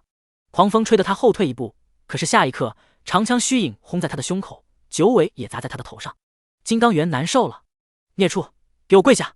曹丽大喝，他拳化为掌，然后另外一只手掏出毛笔，在天空划了很多下，只有阵法师才看得懂的阵文，附带了攻击力的阵法被画了出来，然后一掌拍下。金刚猿抬头，一只金色巨掌朝他拍来，金刚猿疲惫不堪，只剩下残力来抵挡。下一刻，巨掌拍在金刚猿的头顶，轰在天灵盖上，将骄傲的他按跪在地上。金刚猿双膝跪地，直接陷进去地面1000丈，他眼睛爆红，眼珠子都快爆出来了。金刚猿吼出了最大声的惨叫，这声音足以传遍整个齐国，万里之内，朝元境以下的修士全部耳朵流血，那些低阶修士全部捂紧了耳朵，趴在地上。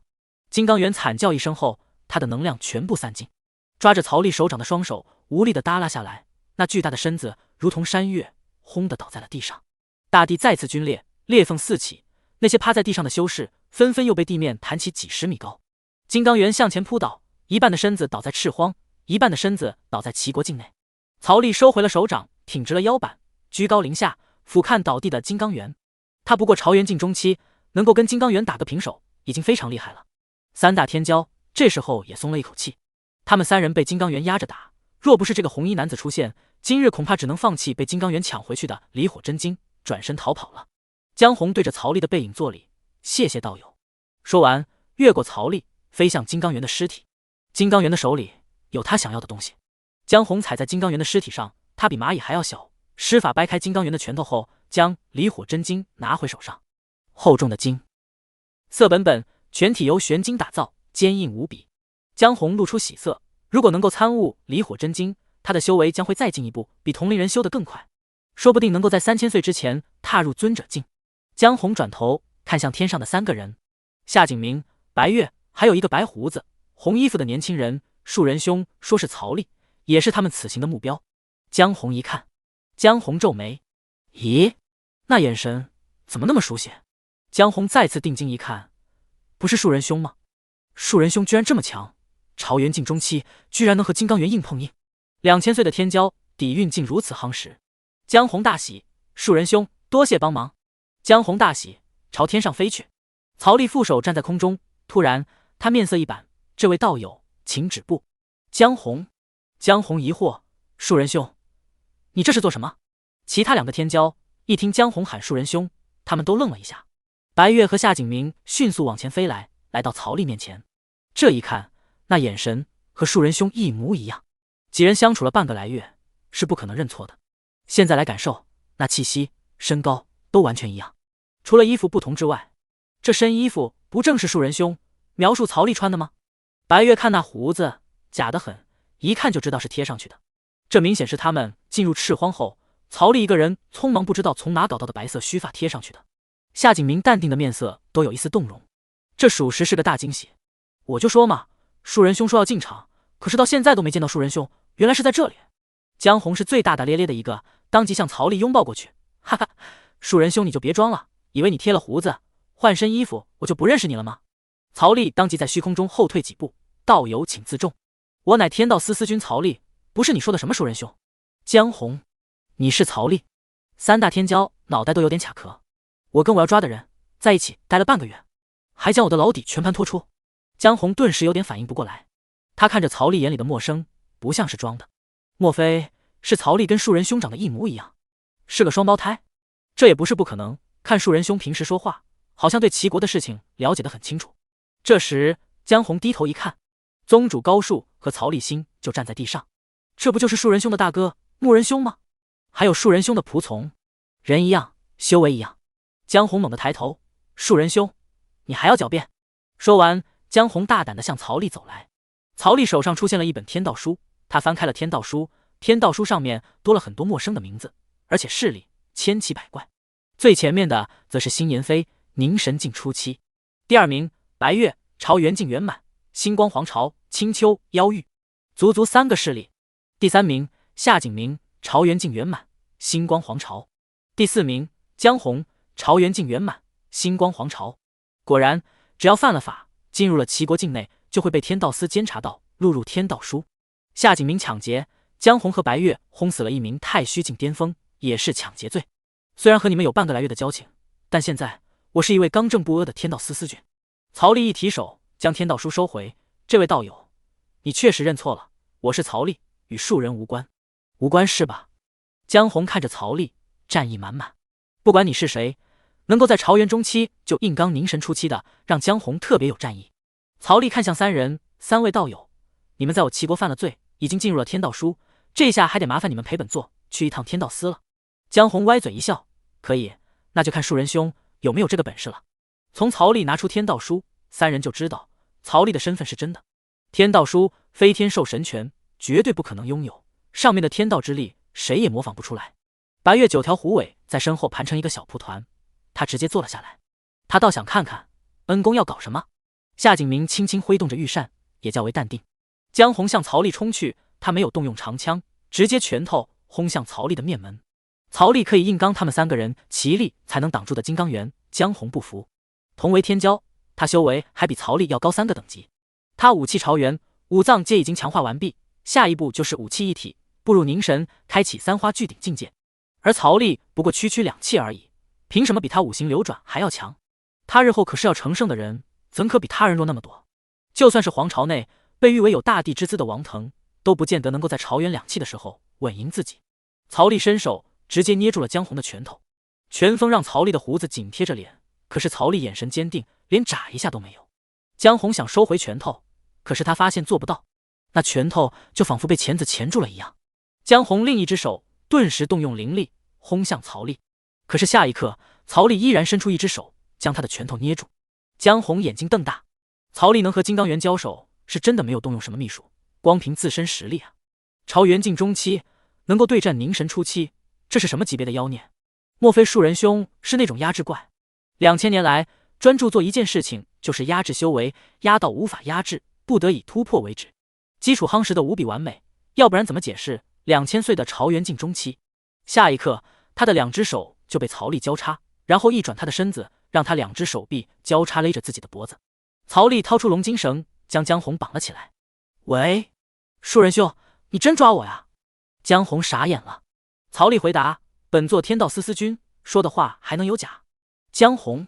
曹丽将江红从天上丢下去，宗主高术施法将江红引到自己脚边。喂喂喂！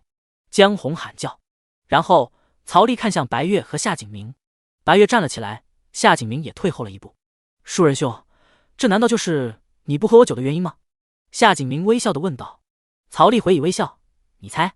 说罢，曹丽直接出现在夏景明面前，伸手抓向他的肩膀。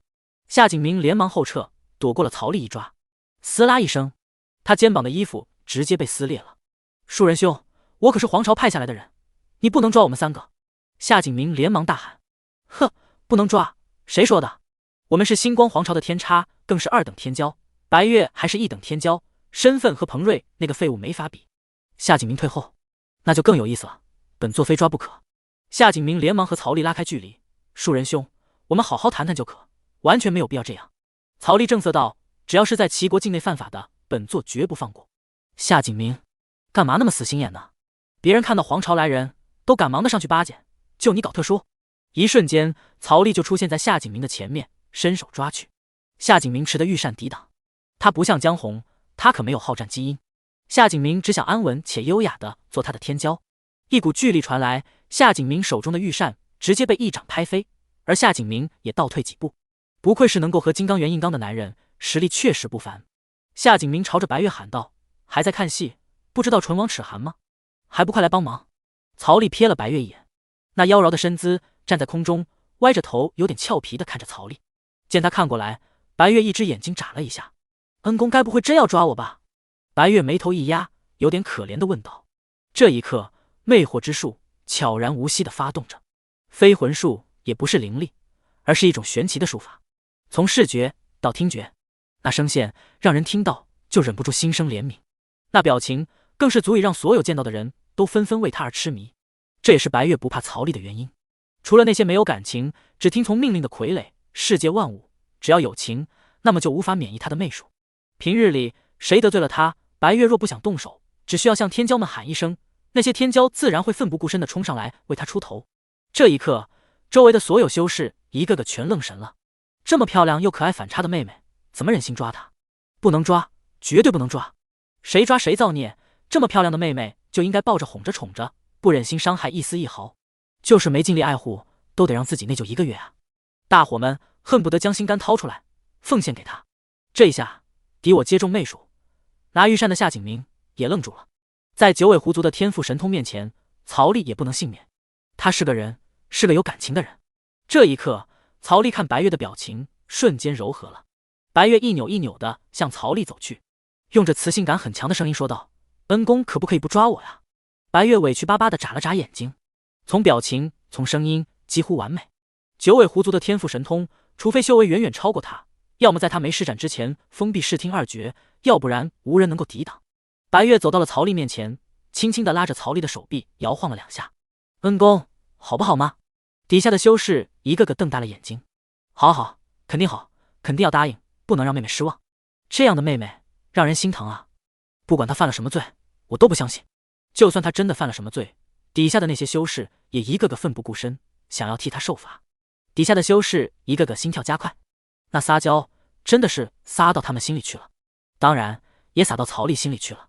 曹丽本意是拒绝的，可是这媚术实在是太强大了，要是将她绑了，那也太造孽了吧。白月小妹妹肯定是有什么苦衷，难言之隐啊。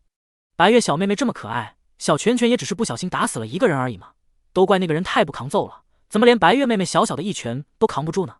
曹丽的脑海居然出现了这种可怕的想法。然后曹丽拉着白月小姐姐的手，很软很嫩，眼里含情脉脉，就差点头答应了。丁，检测到宿主被人魅惑，可能有失公寓，现在为宿主清除杂念，坚决做一个心中无女人，拔刀自然神的坚定违法青年。一股清凉的感觉直接灌顶，曹丽的眼神瞬间就明亮了。什么女人，什么色色，统统是不存在的，我是一个执法正义的好青年。曹丽低头一看，正好抓着白月的手，反手将他身子转过来，然后一脚踢他膝盖窝，然后掐着他的后脖梗，直接按倒。大胆妖女，还敢魅惑本司君，妄图逃法，罪加一等。一系列操作不足一息时间。白月自己也没有料到，同境界之间居然有人能够挣脱的他的媚术。青丘九尾天狐一族从未失手，千百年来，除了仇人以及那种恨意和杀意叠满的人，从来没有人不吃他们这一套。刚才曹丽明显已经中招了，中招的人就不可能挣脱的，这不可能，绝对不可能。白月想挣脱，可是曹丽的手力气非常大。白月努力的回头看了曹丽一眼，媚术全力发动，轻声的说道：“哥哥，轻一点，你弄疼我了。”曹丽脸色冷漠，闭嘴。但是其他人不淡定了，躺在地上的江红咆哮：“高树人，你怎么可以这样？”而拿回了御膳的夏景明也一脸怒意：“树人兄，还不快住手！”其他不知名的修士顿时飞上来，想要当护花使者，指责曹丽：“司君大人，还请对这位姑娘温柔一点，你这样是有辱斯文的。”曹丽转头一看，成百上千的修士齐齐飞天。一名化神修士对着曹丽作礼：“还请司君大人能够宽恕这位姑娘，若她犯了什么罪，我愿一力替她承担，替她受罚，哪怕是死，算我一个。本座哪怕散尽家财，也要为这位姑娘赎罪，还望司君大人成全。”一个太虚境的修士上前求情。此刻不少人都冲上来求情，除了灵阳宗的修士拼命的忍着。宗主高树握紧的拳头，他咬得腮帮子鼓鼓的。太难了，太难了。他身为宗主，都想要上去给白月求情。他从来没这么动心过，看到曹丽将他扣住，跟揪他心的感觉是一样的。小曹啊小曹，就不能温柔一点吗？而天上的曹丽对着一群修士吼道：“都给本座滚！”说完，他和白月对视。白月眼里充满了疑惑，怎么可能？媚术并非魂术，这是诱发基因深处的独特法门，曹丽怎么做到挣脱的？曹丽掐他后脖梗的手一松，然后挥手间，一个麻袋直接将他套起来，眼不见为净。顿时，那群被一言喝退的修士急眼了：“司君大人，曹丽，你不怜香惜玉，我跟你拼了！”一个化神修士不自量力地向曹丽冲来，他今天就必须要救回白月，以示他爱的真诚。曹丽转头看了他一眼，一道灵力打出，那修士当即被一道灵力打飞，吐血摔倒在地。白月虽然被抓，但他的神识依然可以探查外面的情况。曹丽怎么这么无情？当白月被扣上麻袋，那媚术的力量顿时削弱的90%。不少修士清醒过来，没了那股子冲动劲，但心中对于白月的喜爱却是不减。这恐怕会烙进他们的内心，成为一辈子的梦中情人。夏景明也终于从媚术中挣脱开来，他被吓得冒一身冷汗。白月的天赋神通太可怕了，之前只是听说，他嗤之以鼻，觉得自己毅力强大，定能抵抗白月的魅力。当见到白月后，他虽然也觉得非常惊艳，想入非非，但却能够控制和保持。现在才知道，白月根本就没开启天赋神通。如果他一直开启天赋神通在皇朝内生活，恐怕除了一些顶级大能，无人不中招。夏景明转头就走，想跑。曹丽一手抓着麻袋，一步来到了夏景明身前，一拳轰出。符文被封禁，他靠着缩地成寸，他就是这里无敌的王。应接曹丽一拳，夏景明当即倒飞而出，从天上卸力来到地面，蹭蹭蹭的后退几步。曹丽下一秒继续出现在他面前，一拳打在夏景明的鼻子上。夏景明哎呦一声惨叫，整个人失去重心，一屁股坐到地上。曹丽一脚将他踹倒，翻过身来，脚踩着他的背部，将他两只手反过来身后，单手操控绳子将夏景明捆绑。树人兄，我们真的可以好好谈谈，这事情我都可以帮你按下去，像皇朝担保彭瑞的事情与你无关，可以吗？夏景明喊道。人是树人，我是曹丽。曹丽语气坚定。夏景明，行，曹思俊，就算我求你了好吗？咱们能不能坐下来好好谈谈？夏景明喊道。曹丽压根不听，左手提着白月，右手提着夏景明，走到宗主旁边。宗主将江红也提了起来，他的眼睛一直瞥着那个麻袋。面对这种绝世美人，曹丽居然能够如此铁面淡然。夏景明抬头看了一眼宗主，牧人兄，你能不能劝劝曹思君？宗主冷漠了瞥了他一眼，你认错人了，我是凌阳宗宗主高树。夏景明，那高宗主，您能不能帮我劝劝曹思君，让我们坐下来谈谈，我们可以答应在皇朝那里掩护树人兄的事情。夏景明被提着，但还是抬头看向曹丽。曹思君，我知道您是因为我们来抓你，所以生气，你大可放心，我会将此事接过。曹丽低头，你多虑了，纯粹是因为你在齐国境内抢劫，这和你是不是来抓我没有半毛钱关系。夏景明还想说什么，曹丽将他的神识全给封了，然后往地上一丢。白月、江红、夏景明三人是一样的，封了神识，然后套上麻袋。其他修士只能在一旁抿着嘴巴，但却没人敢上来求情了。曹丽打伤一个化神修士，已经是给他们做了个榜样了，谁要是还上来，那曹丽会不会下死手就不知道了。这时凌阳宗的人由程子贵带队小跑过来，曹丽也看到了程子贵、燕文冕等人。小曹，你可让我好找啊。程子贵凑上来，干嘛？想我呀？曹丽反问。毛线想你，就是找你有事。找我啥事？曹丽询问。回宗，回宗，那走啊。曹丽想着回宗有何难的，他挥手将白月、夏景明和江红三人收进冥河塔。程子贵这才松了一口气，还好有曹丽在，要不然都不知道宗门去哪了。曹丽回头看了一眼赤荒，还有一些散修，以及那10万米高大的金刚猿。凶兽全身都是宝，更别说曾经身为凝神境3花巨鼎的金刚猿了。这是除了离火真经、镇神菇之外的赤荒第3件宝物啊！曹丽怎么可能放过？他一挥手将金刚猿收进高级储物袋里。收拾完宝物，看着没啥宝贝了，曹丽看了看那群不甘的修士，径直离开。而赤荒生门门口，一个农夫静静地看着曹丽离去，嘴角一勾，然后他转头走回赤荒，走向赤炎尊者的坟冢。曹丽飞在最前面，顿时宗主、程子贵等人跟上。曹丽站在空中，看着漫无边际的荒野，他挠了挠头。对了，宗门是哪个方向来着？从这里过去，往西的方向走。曹丽飞去，其他人紧随其后。来到了齐国边境，曹丽看了看四周，齐国边境这么宽大，凌阳宗去哪了？曹丽停下，宗主随后就到，曹世兴和程子贵等人也来了，就站在曹丽旁边。曹丽突然回头，老程，你知道我们宗门去哪了吗？程子贵，我要是知道，我还用到处找你吗？程子贵瞪大眼睛，推开人群，走到曹丽面前，你不知道宗门的位置在哪吗？曹丽摇了摇头。程子贵直接傻眼了，然后他和曹丽对视一眼后，齐齐看向宗主。宗主也懵逼，我也不知道啊。他们看向梁皇的曹世兴。曹世兴，我就更不知道了。风吹过，带着一片落叶。程子贵抓狂了，不对啊，那么大的宗门，足足几10万里的山脉，怎么就凭空不见了呢？他想不明白，他真的想不明白。难不成有什么绝世大能，趁他离开宗门的时候，把羚羊山脉给搬走了吗？突然，曹丽冷不丁的来了句：我离开的时候，画了一个隐形大阵，把羚羊山脉给藏起来了。宗主高树、程子贵、曹世兴、燕文冕等人猛地一个转头看向曹丽。曹丽干笑。宗主高树愣神了，假的吧？曹丽真的是从来没接触过阵法吗？他总不能骗人吧？之前给他了解阵法的时候，那小白净不像是装的呀。也就是说，他们不过睡了3天觉，曹丽就将阵法学会了，还真的搞出了一个隐身大阵，范围足足有几十万公里的。这种级别，就算是入门级别的1代武宗都做不到吧？岂不是说3天时间，曹丽从入门到小成，别人几千年才能做成的事情，他3天就做成了？一众灵阳宗的人全部傻眼了。而下一刻，程子贵双手抓着头发，完了，这下回不去了。程子贵双手抓着头发，他所有宝贝都放在宗门里啊，一生积攒的资源，包括那几千册的录像玉简，这下子就连宗主也傻眼了。回不去了。燕文冕说道，实在没办法的话，一点一点找的话，也是可以的找到的吧。毕竟宗门又没藏到虚空里面，也只是隐身而已。程子贵转过头来，不敢置信地看着燕文冕，你确定？齐国西边的边境线长达800万里，就算排除掉一些，最少也有500万里的距离。要是没有头绪这样找的话，不知道要找到猴年马月。这可不是飞过去就好的，是需要一寸一寸土地去探测，看看哪个地方是有隐身大阵的。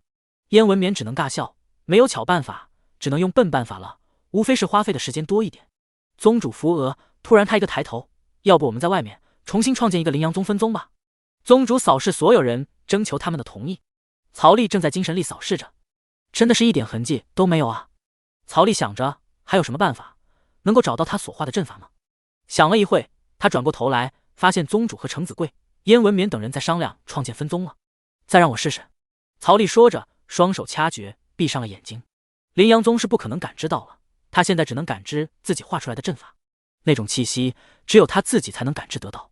你们等我一下。曹丽说完，消失在了原地，朝着一个方向飞去，不断的感知着。终于，半个时辰后，曹丽感知到了阵法的位置。幸好，幸好！曹丽连忙在这里定下一枚令牌，作为坐标。曹丽笑了，转身。突然，曹丽愣住了。卧槽，我刚才从哪飞来的？宗主们在哪个方向呢？主要是兜兜转转几百圈，让曹丽已经迷失了方向感和距离感。站在原地回想了好一会儿，曹丽才找到赤荒的方向，飞过去。赤荒，曹丽收走了金刚猿尸体后，留下一群蒙圈的散修。现场很安静，大家都在相互提防着，然后悄悄退走。而这个时候，一个黑衣人出现在赤荒上空，负手看着赤荒。下一步，他来到了一个化神修士面前。曹丽在哪？那化神修士正谨慎小心地后退着，听到后面有声音，吓了一跳，转身就是一斧子劈向身后的人。不管那黑衣人抱有什么目的，劈死他就对了。现在草木皆兵，谁知道是不是来抢法宝的？亮着光的斧子淡地劈在那黑衣人的额头上。黑衣人纹丝不动，就这么静静地看着他。而那斧子劈在他头上之后，直接卷刃。化神初期的修士直接傻眼了，他张大了嘴巴。我去，这是什么级别的修士？就算是太虚境的肉身，也不可能把他的斧子法宝干卷刃吧？这不得是朝元境大能？那化神修士吓得直接傻眼，把斧头收回来看了一眼，再看向那蒙面黑衣人无情的眼光。他的眼睛只是直勾勾地看着化神初期的修士，却让那修士仿佛有一种进入地狱的感觉。这是杀气，末世苍生的杀气。这黑衣人不知道杀了多少修士才练出来的杀气。化神修士直接干笑，将斧子扔掉。小的有眼不识泰山。那修士直接扑通一声跪了下来。黑衣人也没跟这种蝼蚁计较，就算他站着不动，蝼蚁也无法伤他分毫。若他刚才稍微一用力，反弹的力道都能杀他千百遍。对于这种人，黑衣人没有杀他的兴趣。曹丽，你认识？化神初期的修士疑惑了一下。您说的可是曹思君？对，他刚才大战3位皇朝天骄，将他们打败抓走后，往那个方向走了。化神初期的修士指了一下方向。3位天骄输了？黑衣人问。对，其中有一个是女的，特别漂亮。化神修士跪在地上，语速极快地将他自己所知道的事情全部说出来，生怕说慢了，引来黑衣人的不快，自己就被他干掉了。有个很漂亮的女生，就是青丘那位，没错了。黑衣人只是冷漠的回答，下一刻就消失在了原地。化神修士这才重重的泄了一口气，吓死人了。刚才那黑衣人实在是太可怕了，完全看不透他的修为，但感觉不比那3个天骄弱，甚至不比曹思君弱。黑衣人站在云端，俯瞰下，庞大的精神力直接扫出。宗主等人站在原地等曹丽回来。下一刻，曹世兴就突然回头看向赤荒的方向。谁？他只能感受到精神力，却看不到人。那股精神力太强大了，也感知不出境界。而宗主太虚境巅峰，甚至都不知道有人扫精神力过来，更别说其他羚羊宗人了。曹丽此刻在正朝宗主一群人赶去，突然他感觉到了一股非常强大精神力扫来，在这股精神力面前，他就仿佛海里的一片小舟。如果这精神力的主人有心想要杀人，可以万里之外杀人。这是什么境界？凝神境圆满吗？曹丽加快脚步，一下子就出现在了宗主等人面前。他不知道那股精神力的主人是谁，是敌是友，还是惊醒了赤荒内或者无人森林内一些恐怖的存在。小曹，你回来了。世兴刚才说有一个强大的人扫了神识过来，你发现了吗？宗主有点小慌，是什么样的存在，能够让他一个太虚巅峰连精神力都感受不到？整个羚羊宗队伍如临大敌。发现了，很强大。羚羊宗我已经找到了，我们快走。曹丽一卷羚羊宗队伍就要离开。300万里开外，黑衣人睁开了眼睛。那个强大的年轻人就是曹丽了吧？还有那个小菜鸡带着金冠留着长胡子的，就是羚羊宗的宗主高树了吧？黑衣人伸手撕裂虚空，下一刻他从曹丽等人前面10米的虚空走了出来。这一幕看得羚羊宗众人当即后退。他穿着黑衣，戴着一个黑色的面巾，在大白天，这种夜行衣的装束太明显了。仔细去看，他身上的黑衣是一套黑色的软甲，条条沟壑交错，而没有软甲覆盖的地方则是黑色的软布料，这种料子闪着黑金的暗光。曹丽感知了一下这个人的修为，他看不透，这不是凝神境，绝对不是凝神境圆满。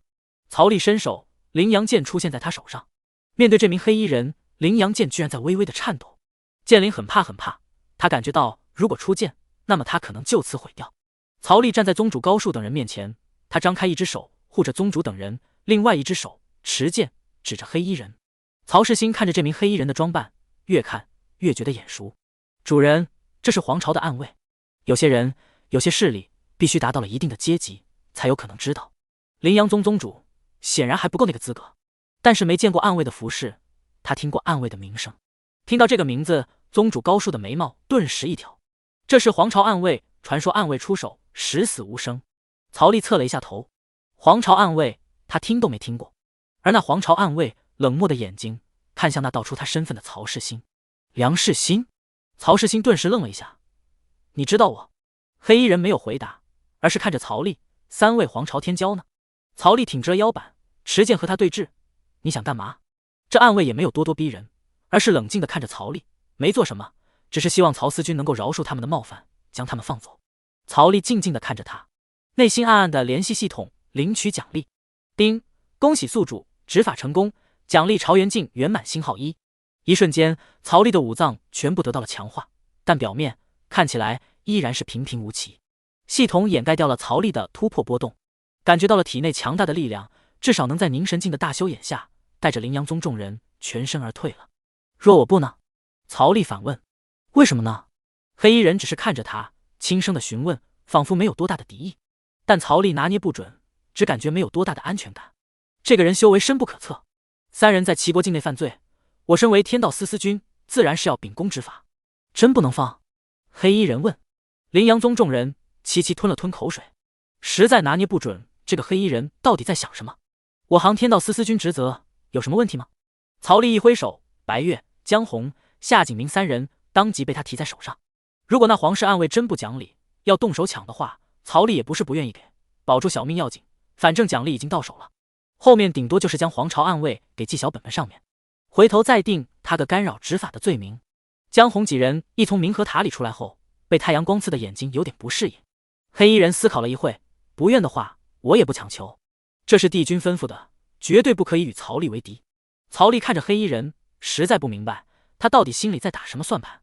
而这时江红抬头看着黑衣人，他被曹丽用绳子绑后提在手里晃啊晃，看了3息，他才看清楚这个黑衣人指挥使。江红不敢确定，暗卫的着装都非常的相似。江红一说完，白月和夏景明齐齐看向那黑衣人，看清楚后，夏景明的脸色顿时一喜。指挥使，救我！夏景明其实是有一点怕的，他现在已经猜到了天差彭瑞被曹丽干掉了，加上他前面那个铁面无情的样子，谁知道被他带回去后会不会给他误杀了？小命只有一条啊，天骄也要爱惜性命。白月看清楚之后，顿时朝指挥使眨了眨眼睛，媚术直接开启。指挥使哥哥，妹妹被绑得疼，能救救我吗？指挥使冷漠的眼睛顿时有了一点动容，心跳加快。不到一息，他的眼睛重新恢复了冷漠，心跳也回到了平常的速度。但羚羊宗其他人当即一个个顶部住了，全部握紧了拳头，拼命忍着。这是个妖女，妖女绝对不能这道啊！宗主高树紧紧地捏着拳头，太难了。燕文冕等人则完全抵抗不住，被近距离这么一喊，他们顿时心疼的哟。燕文冕本来就是个嘴硬心软的人，他连忙走上来，想要来给他求情。曹丽一伸手，燕文冕被他的手一勾，然后手臂内弯稍微一用力，燕文冕当即有点晕。燕老哥，你着到了。燕文冕眼睛稍微恢复了一点清明，他吓得一身汗。曹丽伸手将那天骄三人重新收回冥河塔内。江红和夏景明还好，这个妖孽白月必须要单独处刑，要不然他怕整个羚羊宗上百万人全部跪下来给他求情。曹丽往后一挥手，轻微的力量打在各位山主身上，此刻不论男女，全部吓得一身冷汗。黑衣人看着曹丽都有点惊讶，此子居然没有着到。九尾天狐的媚术无双，曾经的青丘女帝粉丝遍布全天下，统治整个时代。能够免疫九尾天狐媚术的，除非修为高出几个等级，稍微有点免疫力，这种同级的没见有谁能够抵挡。曹丽确实让他意外。曹丽收起羚羊剑，对着黑衣人双手作礼，既然指挥使大人不强求，那还望能够让我等通行。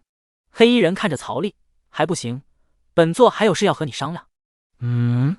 曹丽看着他，我希望你能不伤害他们三个的性命。曹丽只是静静地看着他，这也是帝君的意思。黑衣人再次补充，帝君。曹丽郑重地看了黑衣人两眼。星光皇朝的帝君，皇帝有很多位，帝君只有一位。黑衣人面无表情，我乃皇朝暗卫指挥使，帝君此次命我前来，主要有2件事：第一，保住3位天骄；第二，帝君希望你能够来皇朝发展。曹丽不知道暗卫指挥使是多大的官，但他身后曹世兴知道。作为曾经的梁皇，他很清楚，就算是面对诸国皇帝，暗卫指挥使也有先斩后奏之权。暗卫指挥使看着曹丽，这是帝君的招揽，希望曹司君能够好好考虑考虑，再给我答复。他面无表情，眼神也没有波动。就这2件事吗？对，暗卫指挥使回答。他们犯了抢劫罪，肯定是要罚的，但性命这方面，你可以不用担忧。暗卫指挥使点了点头。至于招揽吗？我在这里好好的，为什么要去皇朝啊？我在齐国是老大，去了皇朝，我是啥？给别人当小弟，我可没有兴趣。曹丽摆了摆手，就这样吧，你去帮我回绝了帝君。帝君说了，你若去了皇朝，那便是一等天骄，皇朝的修行资源会尽力的向你倾斜，这对于你日后的成长将非常有帮助。暗卫指挥使继续说道，你现在已经朝元境了，我不否认你天赋异禀，但你想要突破到凝神，我相信没有100年是不可能的。如果你有皇朝的资源，加上你的天赋，本座相信你将会是皇朝历史上第一个100岁的凝神境。这等诱惑说的他自己都心动了。他们绝大多数人都是1000岁的朝元境，只有少数人能够在1000岁内突破朝元，比如白月这种身份可能有古怪的人。100岁的凝神境足以载入史册，流传千古，这是多么伟大的荣耀！谢谢，不需要，宗主，我们回去。曹丽避开了暗卫指挥使，就要离开，确认了对方没有敌意就行。见曹丽转身想走，暗卫指挥使有点急了。曹司君，那你说，你想要什么条件？曹丽只是有点无奈，打发他咋那么难呢？我这人呢，宁做鸡头不做凤尾，要么你给我当天道司君，要么免谈。暗卫指挥使顿时眼睛一瞪，这怎么可能？皇朝的天道司君已有了归属，更是非大能，不得担任。就算帝君答应你，满朝文武也不会同意的，对吗？那就免谈喽。曹丽带着宗主等人就要走，暗卫指挥使捏了捏拳头，要不是帝君下达了必须招揽的死命令，他才不会这么卑微呢。他堂堂一个皇朝的暗卫指挥使，正3品大员，去到哪里不受人尊敬，得受这窝囊气。暗卫指挥使一个转身，又走到了曹丽面前。曹司君，这个条件真不行，你换一个。不能威逼，不能得罪，这真的让暗卫指挥使很为难。就必须是天道司君，要不然免谈。曹丽就是故意刁难。天道司君位置只有一个，为了曹丽舍弃原本的天道司君，这让原本的天道司君怎么办？到时候肯定会遇到拼命的阻挠，满朝文武的反对。王朝有朝元境的强者，那么皇朝那些高官不得是凝神甚至尊者，这种大佬能受这种气？这条件就是在为难帝君。曹丽，暗卫指挥使突然一喝，吓了所有人一跳。干嘛？曹丽反问。你换个条件。暗卫指挥使怒了，他要是把这个条件传回去，皇朝天道司君得跟他没完。不换，就这个条件。暗卫指挥使睁大眼睛，一字一句，恶狠狠的道：“曹丽，你别逼我，逼急了我就求你。”那语气仿佛要吃人。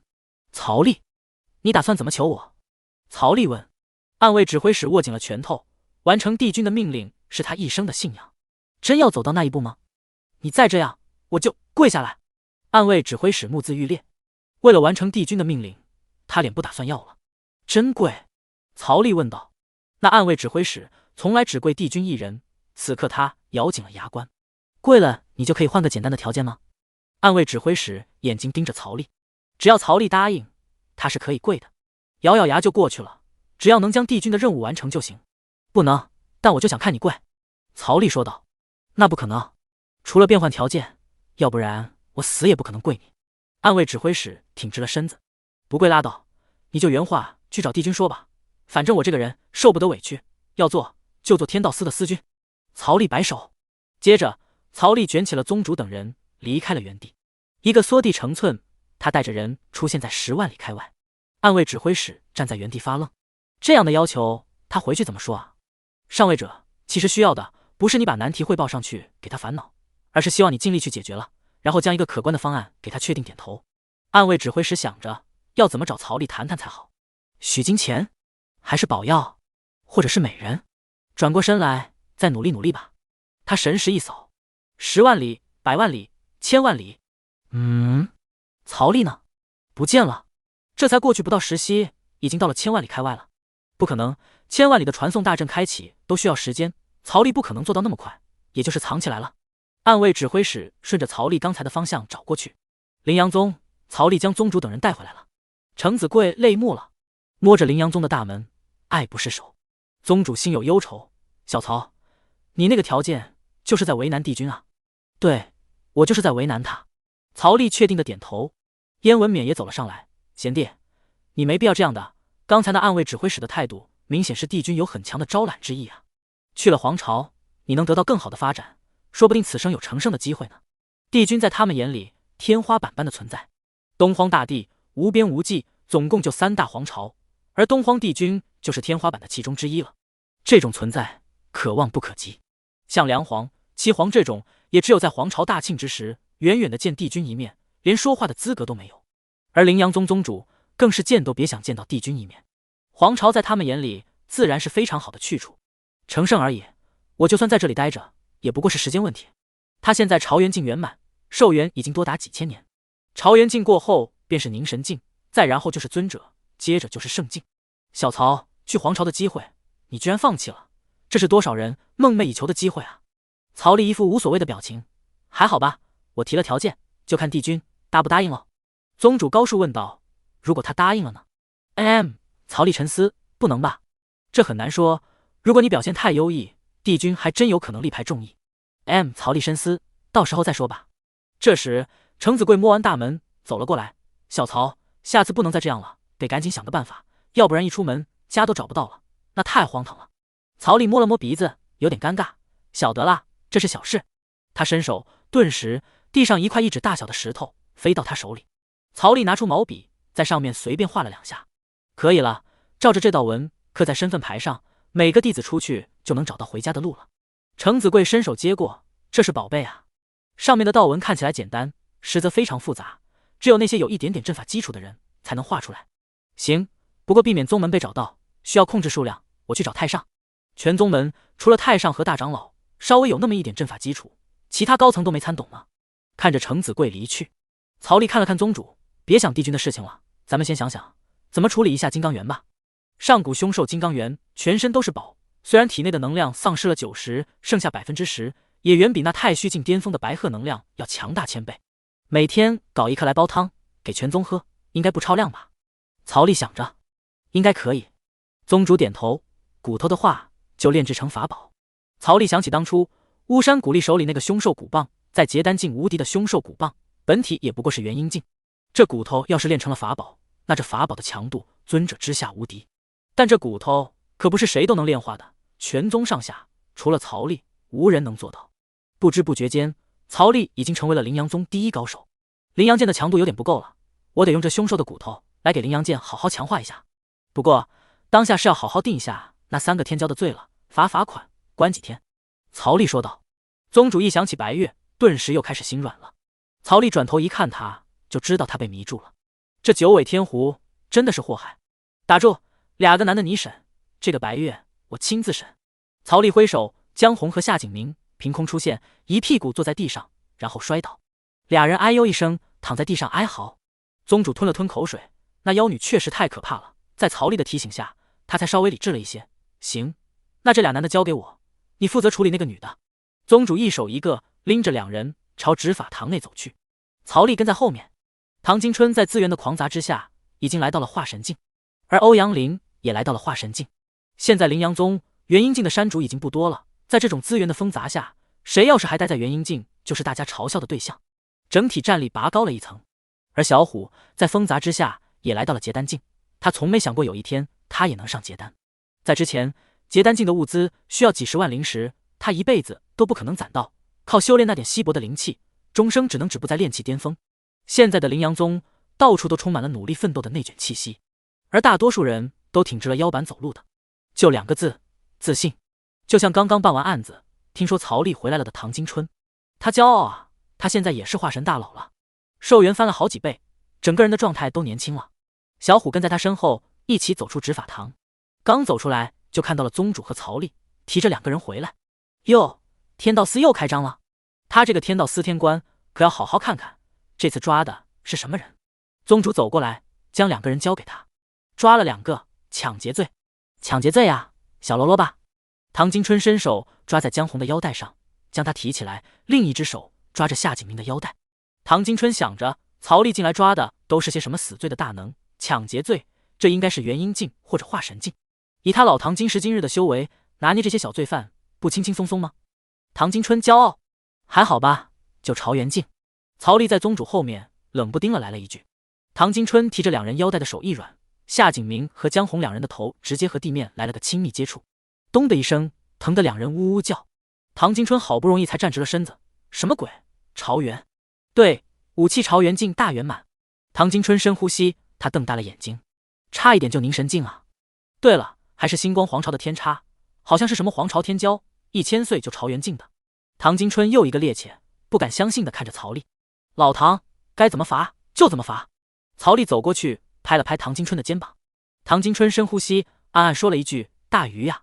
小虎，给我备一间专门的审讯室。小虎在唐金春后面都听傻眼了。小虎，曹丽又喝了一句：在。小虎大声回应：准备一间审讯室，我要审人。是。小虎转头朝执法堂内跑去。唐金春提着2个被封了嘴的江红和夏景明，也朝执法堂内走去。3时息后，小虎就带着曹丽走进审讯室。审讯室占地1000平方米，是执法堂内规格最大的审讯室，1级罪犯专用，什么刑具都有。曹哥，你要审谁啊？一个妖女，有魅惑之术。曹丽转头看着小虎，你要试试你的定力吗？小虎有点好奇，真的那么厉害吗？朝元境大圆满吧。小虎，对不起曹哥，我走了，你忙。小虎连忙拔腿就跑，他不过是个结丹境啊。前几天还自我感觉良好，有点膨胀，没想到曹哥现在抓回来的人这么强大。小虎握紧拳头，结丹不够，还要继续卷起来。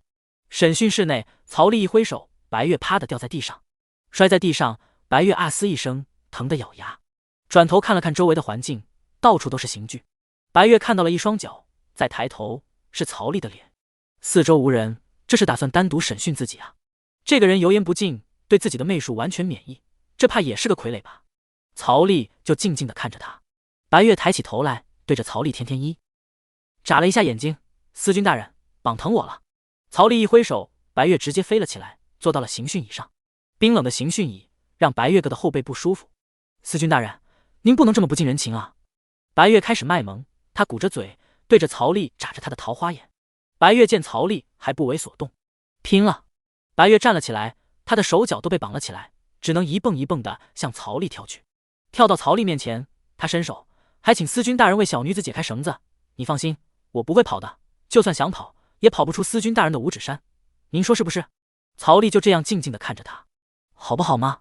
白月一边说着，一边散发着媚术，他以一种缓慢的速度和曹丽不断的拉近着距离，从半米拉近到30公分，再拉近到20公分。再到10公分，两人几乎贴到了一起。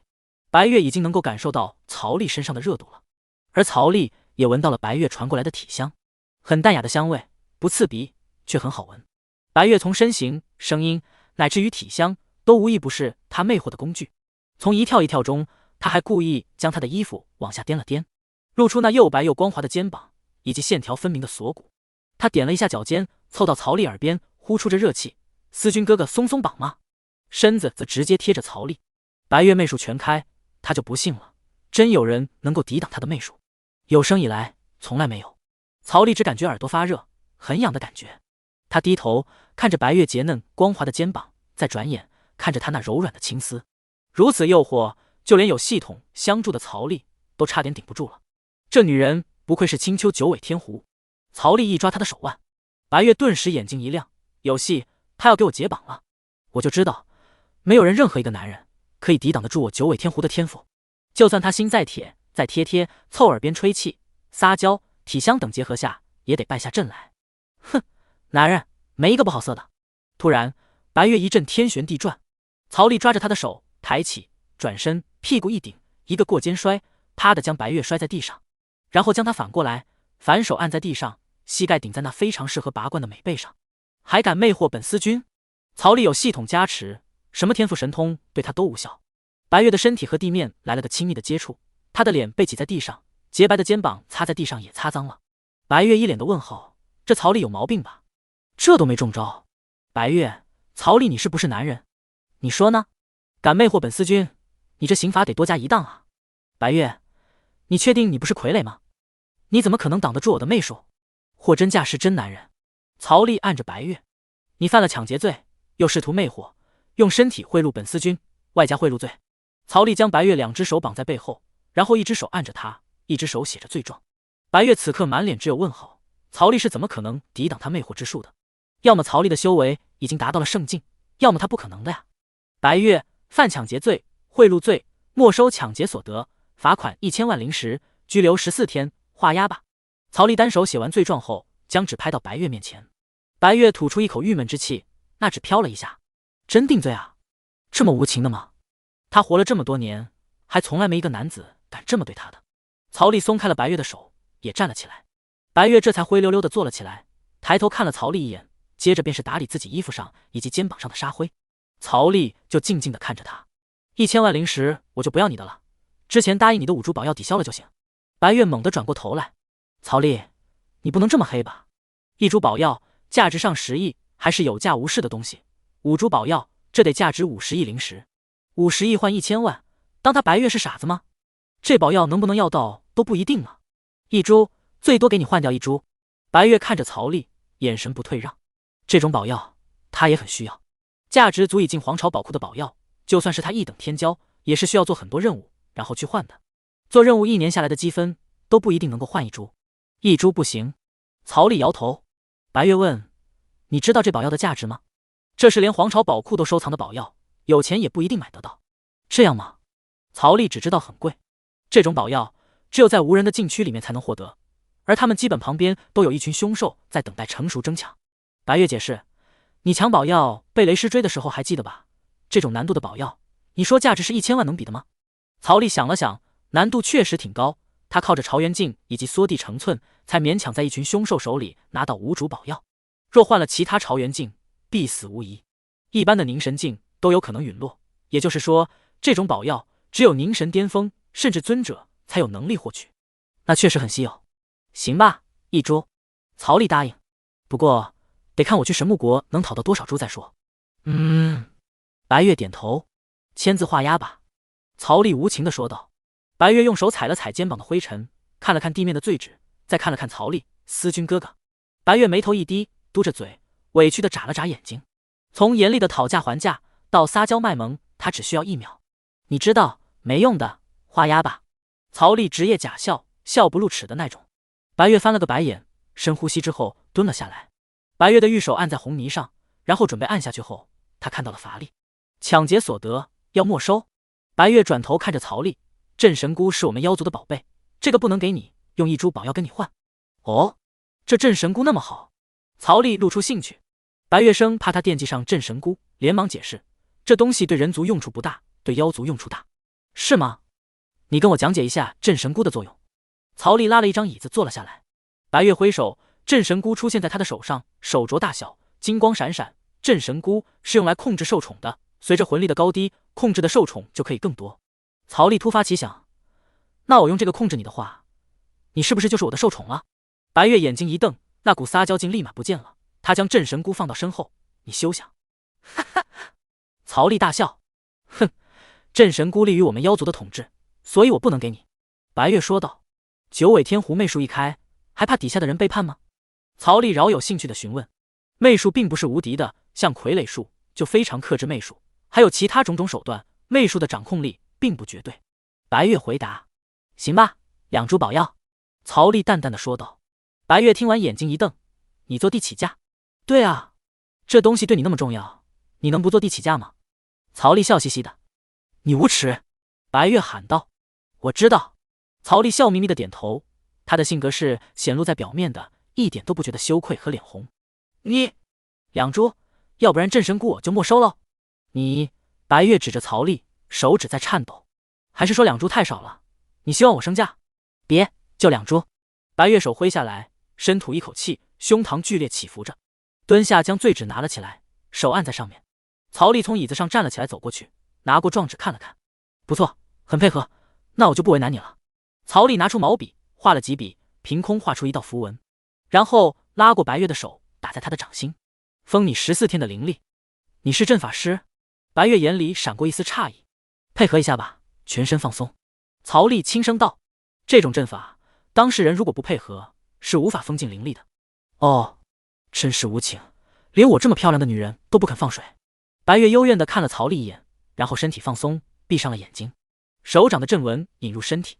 封禁完后，曹丽转身就要走，白月走过来，拦在他前面。你真的是个男人吗？不信，要不要给你看看？曹丽挑眉。好啊。白月上前一步，眼睛上下打量了一下曹丽，特别在下半身的位置瞄了一下。曹丽，这女人这么虎的吗？别，我走。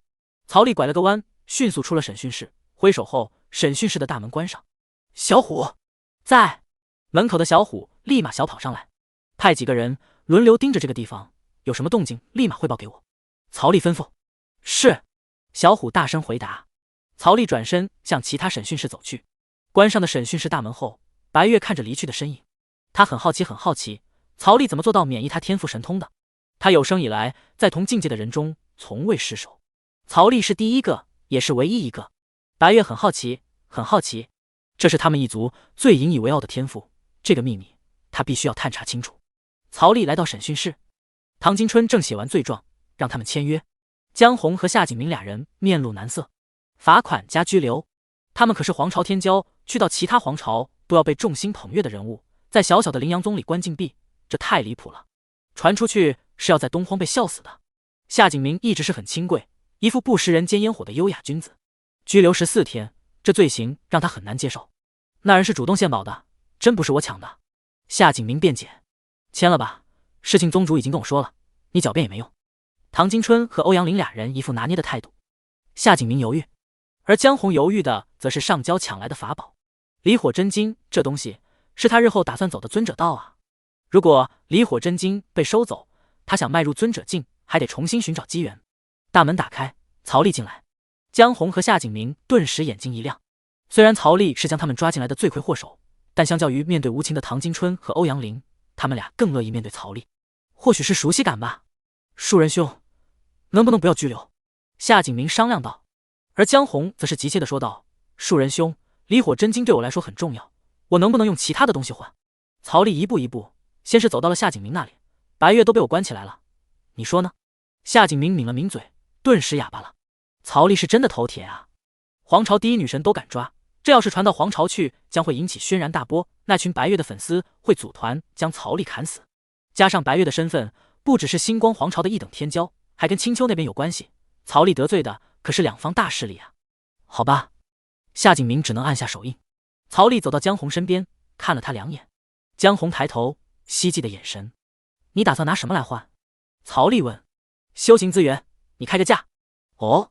曹丽看着江红，这小子显然也是很看重离火真经啊，有种不惜代价的感觉。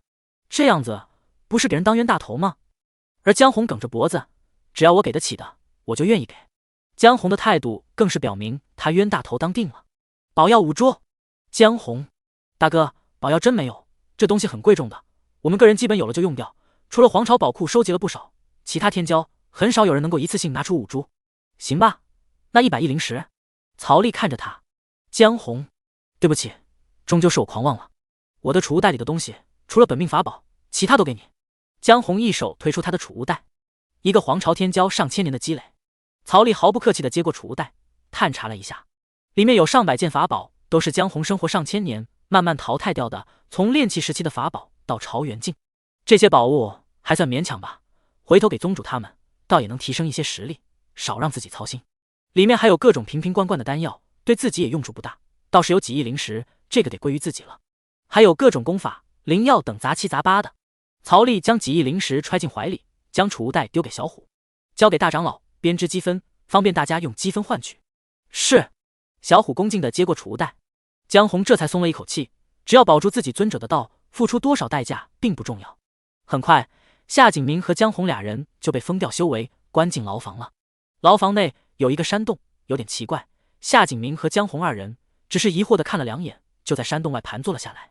此时的灵阳宗已经是空前的繁华，随着曹丽那些用不着的资源丢下，灵阳宗的修士们一个个眼睛都红了。这可是超级大宝贝啊，每天都有灵兽肉煮汤喝，甚至可以用积分换一克没有稀释过的凝神境大圆满凶兽的肉。这消息一经传出，所有人都不淡定了。凝神境，他们没听错吧？凝神境啊，传说中的3花聚顶修身的巅峰境界，也是尊者以下的大圆满境界，吃饱药能达到的天花板。这种境界相当于大国的帝王，是无上的存在。再上去的尊者，那是真正迈入道的人物了。一克肉啊，对于他们来说也是无敌的宝药，蕴含的能量可能比太虚巅峰的白鹤都要多上很多。就算是真的资质差到不行，在这种无上资源的狂砸下，都会突破前进。虽然吸收转化率不行，但理论上在资源无限的情况下，就可以砸到凝神。曹丽在闭关室内将金刚元分解，将他的肉弄出来炼化成粉末，再将骨头炼化成法宝。曹丽将金刚元全身的骨头全部融化在一起，10万米的骨架炼化浓缩成了一把金色重剑。重剑没有开封，但这重剑多达几百万吨。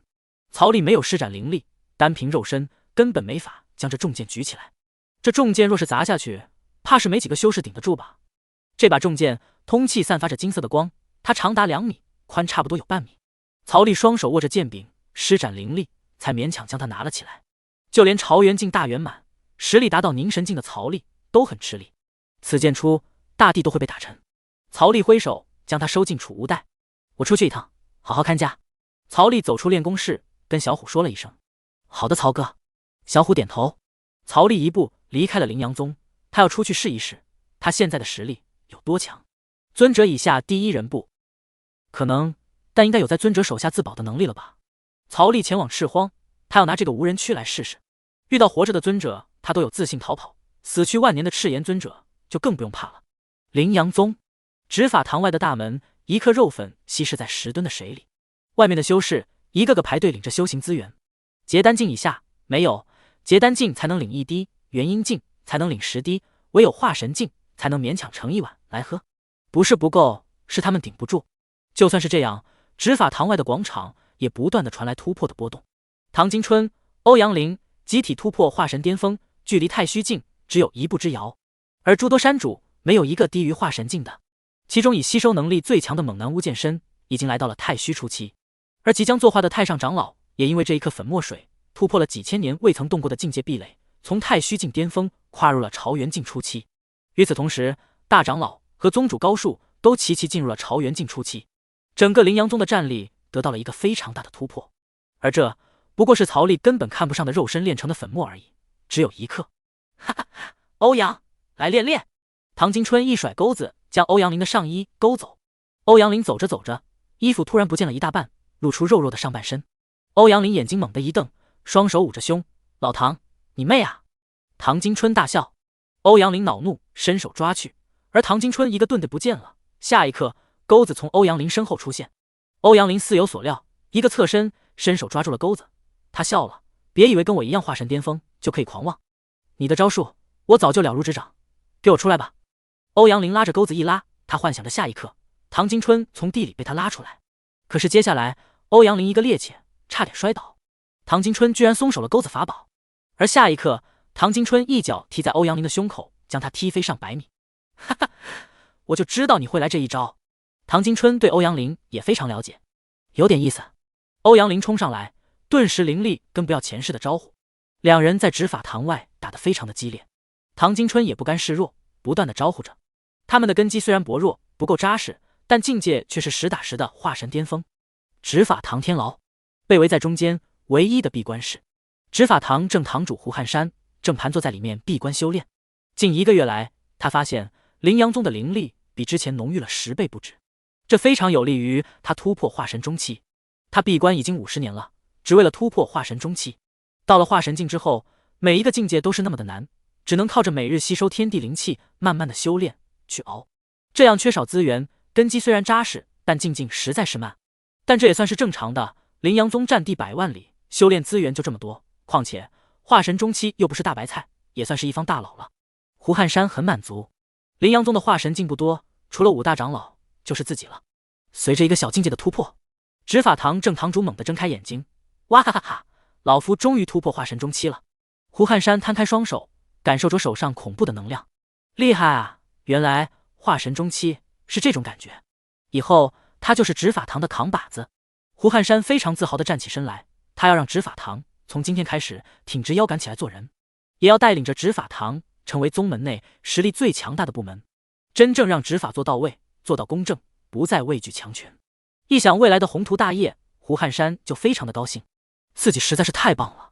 医药堂堂主邱同生也不过是个废物，生活堂堂主也都是些废物，除了太白山山主化神境初期有点能打之外，宗门他没一个看得上的。不知道老司马他突破了没有？副堂主司马光明卡在元婴巅峰也上百年了，他记得司马光明说要闭死关突破化神，但就算他再怎么样，也不可能赶上自己啊。胡汉山自豪，他拍了拍满是灰尘的衣服，嫌麻烦，伸手一挥，顿时灰尘散去，身上一尘不染。不行，还不够有逼格。胡汉山又换了一套白色的衣服，他模仿太白山山主的风格，一尘不染，仙气飘飘。可以。胡汉山摸了摸胡子，低头看了一下，没想到胡子居然有半米长了。不过闭关50年而已。胡汉山伸手，顿时胡子全部散去，又恢复了年轻的模样。胡汉山对此刻的状态非常满足，要不自己再闭关，灵气这么浓郁，这不得修炼到化神后期再出去。胡汉山心里这么一想，但旋即这个念头就被他否定了。突破不装逼，突破还有什么意义？胡汉山双手提起后裙摆，手用力一甩，走，出去装一场逼再说。胡汉山走到洞府门口，他挥手打开那尘封已久的洞府，灰尘散落，碎石掉落，但这都掩盖不住胡汉山激动的心。洞府外是青山绿水，是鸟兽虫鸣。胡汉山还记得洞府外面有一处潭水，平日里可以用来打水漂和钓鱼，挺好玩的。洞府的大门缓缓打开，可是一点光线都没有，很昏暗。胡汉山皱眉，日子这么差的吗？乌云盖天，一点阳光都没有。哦对了，现在的黑夜。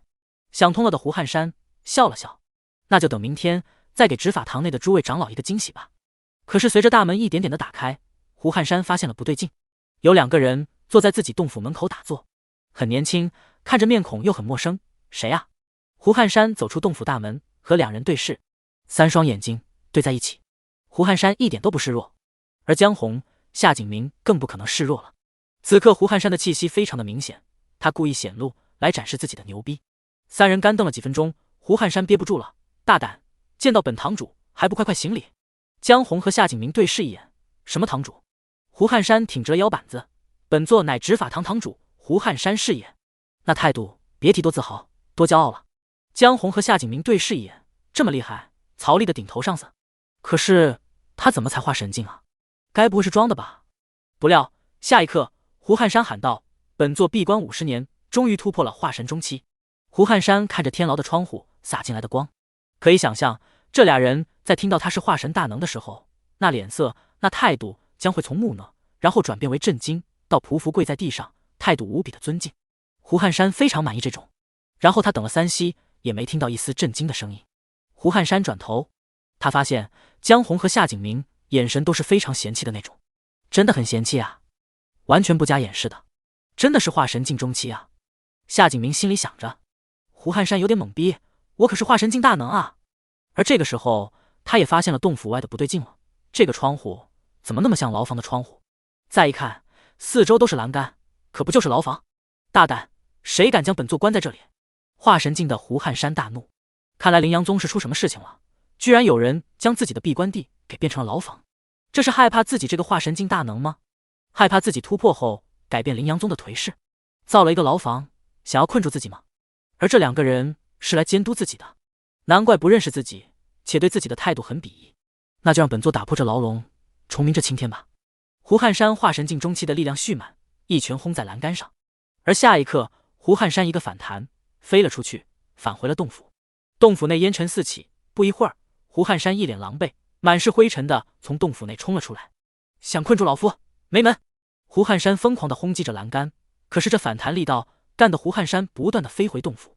夏景明和欧阳林俩人手撑着下巴，饶有兴趣了看着这傻了吧唧的中年大叔，估计是有点精神病吧，被关在这里也是难免了，关久了还以为自己是执法堂的堂主呢。终于，胡汉山的轰击引起了狱卒的注意，狱卒瞬间就不爽了，这牢笼的强度是当初特意打造的，足以囚禁太虚境，是哪个不开眼的傻子想越狱？干嘛干嘛啊？找死是不是？狱卒带着几个人，手里拿着棍子走了过来。大胆，你们敢关本座？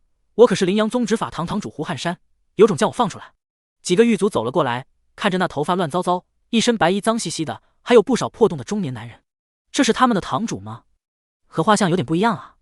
看了一下牢房，确实从2个人变成了3个人。洞府的大门也打开了，还真是正堂主啊！狱卒大惊，快打开，放堂主出来！胡汉山挺直了腰板子，哼，被我吓到了吧？狱卒连忙上来，将牢房的大门打开。胡汉山黑着脸从里面走了出来，让你们的头来见我，本座倒要看看是谁敢囚禁本座，此事若不给我个说法，定让你们吃不了兜着走。说完，胡汉山转头向通道走去。狱卒们顿时一脸尴尬，堂主往这边请。狱卒指引。胡汉山假装很生气，他堂堂一个化神境大能，竟遭到如此对待，更别说他还是灵阳宗执法堂堂主，在整个齐国，化神境也是属于高层了，就算是齐皇看到自己，也得给几分薄面。胡汉山生气，那些狱卒就更加战战兢兢了。走了1刻钟，胡汉山顿时有点疑惑了，这监狱不是针对我的，是扩建。走了半个时辰，都还没走出监狱牢房，这还真的是扩建啊！这监狱是咋回事？胡汉山问道。前面带路的狱卒回过身来作礼，回禀堂主，原本的执法堂太小了，所以曹长老便扩建。一路走来，监狱里关满了各种形形色色的人，犯罪人数是真的不低啊。胡汉山转头看着狱卒，曹长老，哪来的曹长老？胡汉山不解。狱卒回答，是新进几个月的曹长老，之前的执法长老殉职了。他大胆，居然将牢房都建到本座的洞府门口，真当执法堂他做主的吗？胡汉山顿时不高兴了，原来是下属做的，那真的是一点不把他这个正堂主兼化神大能放在眼里。狱卒无法接话，因为在他的世界观里确实是这么认为的，乃至于整个灵阳宗，曹丽说的话都是板上钉钉的，没人会不给他面子。那也不能这么整啊，执法堂哪里需要那么大的牢房？这死命的抓人也不能克正啊。胡汉山皱眉，他一路走来，半个时辰的路，几乎每个牢房都有人。这灵阳宗的杂役得被那个姓曹的下属抓了多少？此人刚坐上长老之位，就翻建执法堂，各种抓人，杀鸡儆猴，新官上任3把火也不是这样玩的。身为执法堂的正堂主，胡汉山觉得他很有必要打压一下这个新任的曹长老。他一出关，若是可以拿捏住这个风头无两的曹长老，那便树立一下他这个化神中期大能执法堂正堂主的威严了。狱卒回答，需要的，因为这里抓的不仅仅是灵阳宗的，还有齐国境内所有违法犯罪的修士。胡汉山顿时疑惑了，因为曹长老不仅是咱们灵阳宗的执法长老，还是齐国天道司的新任司君。狱卒低头作礼。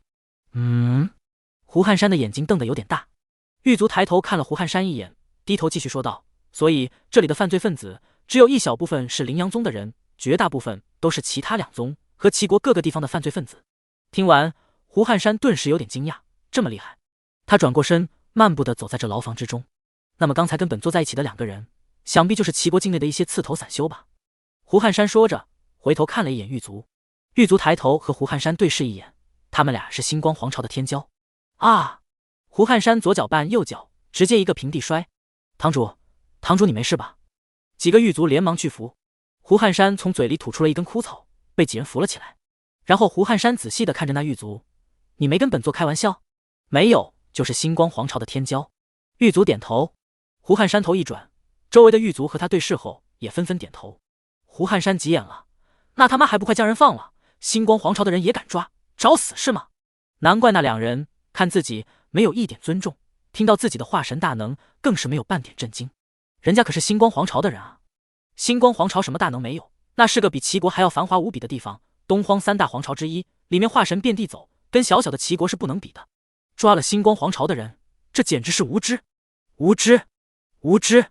不能放啊！狱卒说道：“这是曹长老亲自吩咐关的。”曹长老，他的话算个屁！本座可是执法堂的正堂主。胡汉山瞪眼，看来50年没出关，已经没有人把他的话当回事了吧？几个狱卒一个个都装哑巴，这话不能接。而胡汉山看到他们的样子就更生气了，看来现在执法堂只知曹长老，不知道他胡汉山啊！本座自己去将他们放出来，简直胡闹！胡汉山推开几个狱卒扶着的手，他急匆匆地走了2步，突然止步。对了，监牢的防御非常的高，连他一个化神境都能防得住，根本没法强拆，尴尬了。胡汉山回过头来，钥匙给我！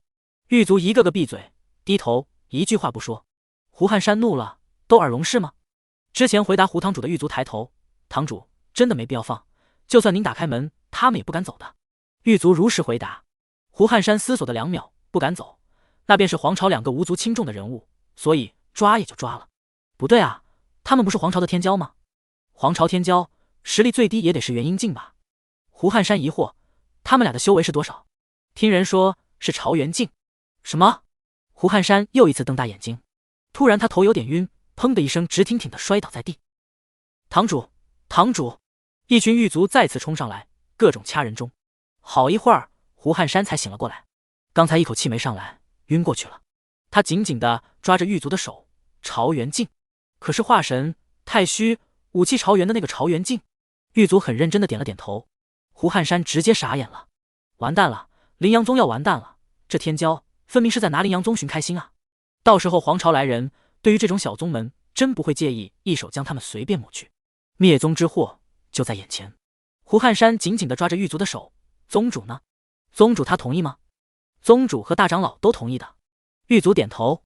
糊涂啊，这是灭宗之祸啊！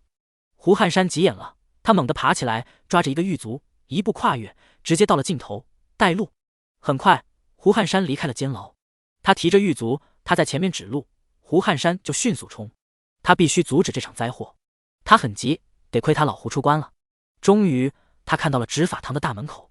胡汉山迅速冲出执法堂，而下一刻，一个钩子刚好甩了过来，他身前的人影消失，而钩子勾住了胡汉山的脖子，然后钩子收回，将他一拉。啊！胡汉山一声惨叫，直接被勾飞了。唐金春喊道：“跑是没有用的。”他一直甩钩子，而欧阳林则险之又险地躲过。若不是熟悉唐金春的套路，他还真的会被老唐拉过去暴揍。而这次唐金春甩钩却带飞了一个人。正堂主被突兀的来上一钩子，他根本就反应不过来。当被勾中之后，他想要反抗，却发现这钩子的灵力如此强大，完全不弱于自己。而下一秒，胡汉山就飞出去了，脸贴着地，在光滑的广场上滑行。接着一个倒立，人直挺挺地立着翻滚，背部摔在地上。因为速度的原因，他再次跪了起来，趴在地上滑了几米才停下。被那钩子勾中之后，他的灵力、精神力根本无法施展。这法宝怎么跟老唐那个废材的法宝那么像？此刻胡汉山脸部摩擦的全是灰尘，他晃了晃脑袋，有点发懵。而欧阳林和唐金春这才发现勾到人了，2个人连忙飞过来。你没事吧？唐金春不好意思地关心道。欧阳林也快速地过来，将摔倒的那个人扶起来，然后3人对视。欧阳林和唐金春瞬间有点愣住了，这个人怎么和胡堂主长得那么像？堂主，堂主！后面的狱卒快步地跑过来。唐金春看了狱卒一眼，再低头看了一眼胡汉山，真的是胡堂主。老唐！胡汉山甩了甩脑袋，仔细地看着唐金春。唐金春点了点头。胡堂主，你出关了。胡汉山转头看了一下欧阳林，也确认了是他。这俩几乎形影不离的。但是胡汉山发现他们的身上的修为怎么是化神巅峰？胡汉山再次摇了摇头，他觉得自己摔傻了。再次感受了一下，依然是化神巅峰。胡汉山急了：“老唐，你的修为？”唐金春终于遇到有人问他修为了，当即眼睛一亮，站起来还转了一圈。没错，我已经是化神巅峰了。虽然他的吸收转化率很差，根基虚浮，可在资源狂杂、不顾一切的情况下，也确实来到了化神巅峰，但实际战力可能只有化神中期左右。胡汉山抬头仔细地看着唐金春，他凭什么？唐金春一脸笑意地问：“胡堂主，你必死关修为怎么样了？”气氛突然安静了下来，几人对视。胡堂主哑巴了，不知道为什么，他引以为傲的修为居然拿不出手来说了。白练了吗？而这时候，在旁边围观唐金春和欧阳林的其他山主也一个个凑上来。胡堂主居然出关了！大家都很热情。胡汉山转头看着这些山主，最低都是化神境，居然还有太虚境。胡汉山傻眼了，宗门到底经历了什么？胡堂主，您闭关到了什么阶段了？一群人顿时非常好奇的八卦。胡汉山没有展露气息，所以没人看得出他修为，但那些围着他的山主和长老全都在展露气息，就仿佛脱掉衣服在秀他们的肌肉。胡汉山尴尬了，怎么了？这时候司马光明从远处飞了过来。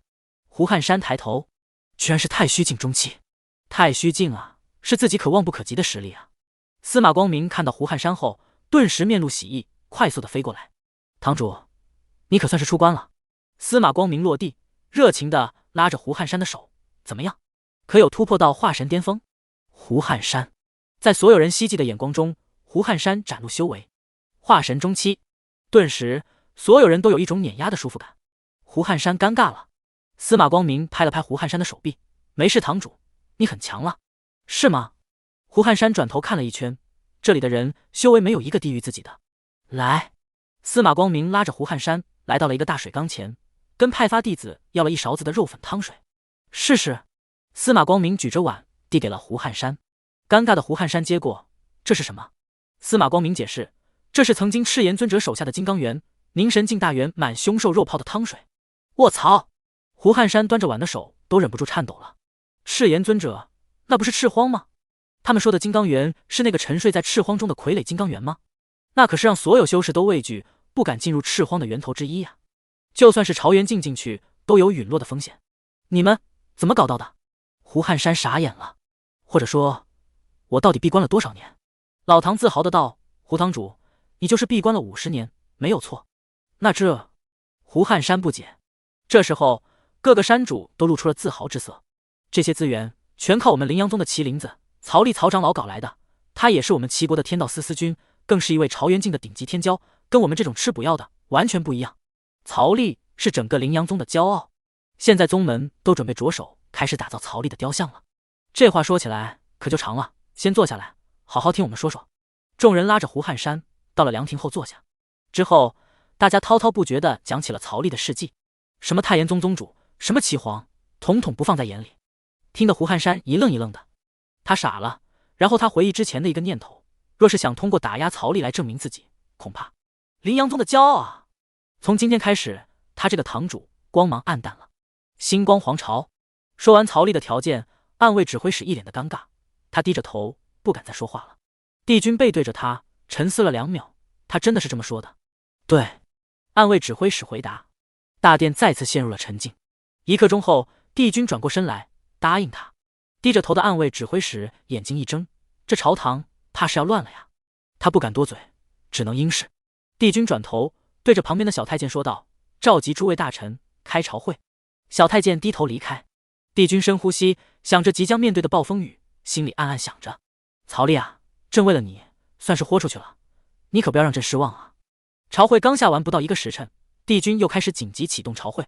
刚下朝的大臣顿时一脸疑惑。天道司司君是一个严肃的中年男子，他穿着一身黑红相间的制服，制服的胸口纹了一条巨蟒。他塞给了前来报信的护卫几块零食，还望公公能够稍微透露一点，帝君是有什么要紧的事情吗？小太监一脸为难，他知道啊，但是他不敢说，只能将零食推回去。司君大人，小的也实在不知，帝君只说了紧急召开朝会，并未说及缘由。天道司司君也只能叹了一口气，然后拿出一个储物袋塞给小太监。小太监顿时急了：司君大人，使不得，使不得，收下吧，辛苦公公跑一趟了。司君大人回答：小的就是跑个腿，收下吧，本司君给出去的东西，哪有收回去的道理？天道司司君假装严肃，但看起来就真的好严肃。本来就是掌管肃杀之人，在整个星光皇朝也是举足轻重的大人物。小太监只能略带愧疚地接过储物袋，谢谢司君大人，小的去通知其他人了。公公慢走，本座休整一下，一会就进皇宫。做了个礼后，小太监离开。这一幕在不同的高官府里上演着，当然只是相对几个权力比较大的高官，一些小官员都是直接发个传音让他们过来，并没有亲自登门这等重视。3品以上的大官员都比较疑惑，一般皇朝的国策他们都知晓的比较清楚，近来并没有其他特别重要的事情是需要紧急商议的，莫非是边疆战乱，还是哪里有非常恐怖的兽潮在爆发？在京官员纷纷进宫，帝君就站在寝宫的大门口，看着外面开阔的广场。等他提出要立曹立为司君的时候，恐怕没有人一个朝臣会答应的，特别是原本司君那一派的人，怕是会拼死来保护他们既有的利益。区区一个曹立，即便是大能转世，他们也不可能退让自己的利益，这是必然的。帝君自认为对朝堂的掌控还行，但也不可能真的因为曹立一人众叛亲离变成孤家寡人，那么只能退而求其次，重新创建一个天道司了，再立一个部门来制衡原本的天道司。那么原本的天道司就简称东司吧，而新的天道司就叫西司吧，一东一西相互制衡，有没有那个本事就看曹立的了。朕只能做到这一步了。帝君心里想着，但他不会自己提，而是要让他们来提。人性使然，如果你一开始想要开窗，那么一群人会阻止你；如果你一开始想要把屋顶拆了，那么大家就会建议你开个窗，假装没他们聪明，实则把他们玩弄于股掌之中。帝君副手站在寝宫门口，很安静地看着。很快，朝臣们一个个都进宫了。帝君也稍微整理一下，戴上了帝冠，重新换上了九龙朝服。300宫女跟在身后，扶着帝君朝服后几十米的委托。1000太监分别分为2批，一半在后面护卫，一半在前面开道。帝君就在这种非常平常的出行队伍的拱卫下，来到了朝殿，然后坐上了33米宽大、高达9.9米、通体由一个巨大灵石打造的龙椅。朝臣们已经全部到齐，见帝君坐上去后，上万朝臣集体跪下，高声大呼：“参见帝君，愿帝君授予天齐。”平身。帝君抬手，众朝臣一个个爬了起来，接着就是左辅相也走了出来，对着帝君行礼：“帝君，不知召见紧急朝会是为了何事？”上万朝臣一个个都看着帝君。帝君看了看众人，朕今日发现了一个顶级天骄，100岁的朝元敬，想要花大价钱将此人挖来皇朝，不知各位爱卿意下如何？100岁的朝元敬，在场的所有臣工都看着帝君，没开玩笑吧？右弼相爷站了出来，问帝君：“此人可是砸药砸出来的？”100岁朝元，除了那些砸药砸出来的，闻所未闻。这些人根基虚浮，就算砸到了凝神、3花聚顶大圆满，也得花费几千年的时间去夯实根基，而且夯实后也不自然，实力远不如那些一步一个脚印，吸收完之后炼化夯实的修士。底下的臣工一个个纷纷讨论，大部分都是觉得此人在哗众取宠。帝君回答：“朕已经命暗卫前去调查，此事非虚。他虽朝元敬中期，却可以一敌3，生擒白月、江红、夏景明3位天骄，所以朕便有了招揽之意。”众臣工一听，眼睛瞬间就亮了，这么离谱的吗？白月、江红、夏景明3人可是皇朝有名的天骄啊，特别是白月此人与青丘有关，更是皇朝一等天骄之一。一等天骄，皇朝只设置10人，没有绝对的实力是站不稳那个位置的，可以说是皇朝年轻一辈巅峰战力了。这样的人败在一个朝元敬手里，这属实让人有点惊讶。这时候，江家、夏家的人顿时不淡定了。帝君，江红他没事吧？江家的一名老臣当即站了出来，夏家的大臣们也走了出来。这2人都是他们2大家族的杰出才俊啊，是一定不能出事的。帝君挥手，大可放心，并无大碍。夏家和江家的人这才松了一口气，但心里头也开始好奇那个人到底是什么人物。江红和夏景明的实力，他们非常的清楚，能够低等级逆战皇朝天骄的人物，这应该不是人吧？极大的概率是神兽之子，因为只有真龙之子这种级别的才有可能达到。左辅相也想清了其中的利益，当即发言：如果真有此人，那么确实需要花大代价招入星光皇朝，对于皇朝的未来发展是非常有意义的。右弼相爷也拱手：臣附议。众臣工也顿时觉得此人恐怕比皇朝第一天骄王腾还要有大帝之资。众臣工纷纷附议。右弼相爷问道：帝君不知道此人的条件是什么？帝君淡淡的道：此人的唯一条件就是做天道司司君。突然整个朝堂都安静了，原本的天道司司君直接懵了，帝君说的什么话？但不过2秒，那个严肃的天道司司君就反应过来了，这件事他不好自己出头，所以转头看了一下他的其他好伙伴，立马就有一个大臣就站了出来，大声喊道：“帝君三思啊！”而接下来，整个朝堂80%的人全部跪了下来。帝君若招揽此人为天道司司君，那么王司君又该何去何从？左辅相爷也站出来：“帝君，王司君为皇朝兢兢业业几千年，若为了招揽此天骄，让王司君离职，恐伤了众臣公的心。”右弼相爷也站出来阻止：“帝君恩宠新臣，不顾旧臣，这是违君大忌，还望陛下收回成命。”一个武将直接跪下：“帝君，您所做有失公道，王司君兢兢业业，若遭贬职，那么臣请辞。”臣附议，臣请辞。这下连站着的2成又跪下1成的人，臣请辞。朝臣们要集体罢官了。而一些自诩为官清廉的站出来：“帝君，您这是昏君所为，还请收回成命，要不然老臣今日为了让帝君醒悟，宁可跪死在这里。”臣附议。一群人统统跪下，这绝对是不可行的，他们也不可能让那个天骄当天道司的司君。年轻人不过100岁，懂个啥？皇朝是家族式的，各大传承了数十万年的家族与皇朝共治天下，而且和现在的王司君交情都打得不错。王思俊对于这些权贵基本睁一只眼闭一只眼，只要不要太猖狂，事情就会处理得很漂亮。若是换了个人，哪里知道他是不是愣头青？天道司这个部门天授神权，背后又有帝君，明面上没人愿意跟这个部门唱反调。若是来了一个愣头青驾驭这台刑罚机器，那么不知道会有多少人遭殃。所以天道司的司君只能从天道司里面来选一个听话的。就算是头猪，只要坐上了天道司之位，混上个几年的功绩，天授神权之时，也能稳稳当当的坐好那个位置。帝君挥手，朕招揽此人，心意已决。帝君，若帝君一意孤行，臣今日就跪死在这里，以望帝君悔悟。一群大臣纷纷威胁。帝君挥袖，那便跪吧。人关乎了皇朝未来大计，朕招定了。朝臣们纷纷脸色很难看，而原本的天道司司君更是尴尬的要死。这时，帝君和其中一位大臣对了一眼，那大臣突然从地上爬了起来。帝君，臣有一计。所有人纷纷看向那大臣。御史大人，您快说。那御史大人当即说道：臣建议另创一个天道司给这个天骄，到时候设立东西2个天道司，共同掌管皇朝不平事。所有人朝臣看着这御史。帝君皱着眉头，似乎在想什么。不行，朕怎么可以用手段来哄骗这等天骄？原本想要阻止另立天道司的左辅相爷当即对着帝君行礼：陛下，这也未尝不可，我们给他同等执法范围，这也不失为一个好方法，一切待遇与原天道司相同。帝君皱眉，似乎不大满意。这可以吗？这时候各位朝臣纷纷附议：帝君，这方法可以，此人也可行使司君之权，又有司君之待遇，哪都不比王司君差，从一个白衣直升正3品大员，这已经是破格了。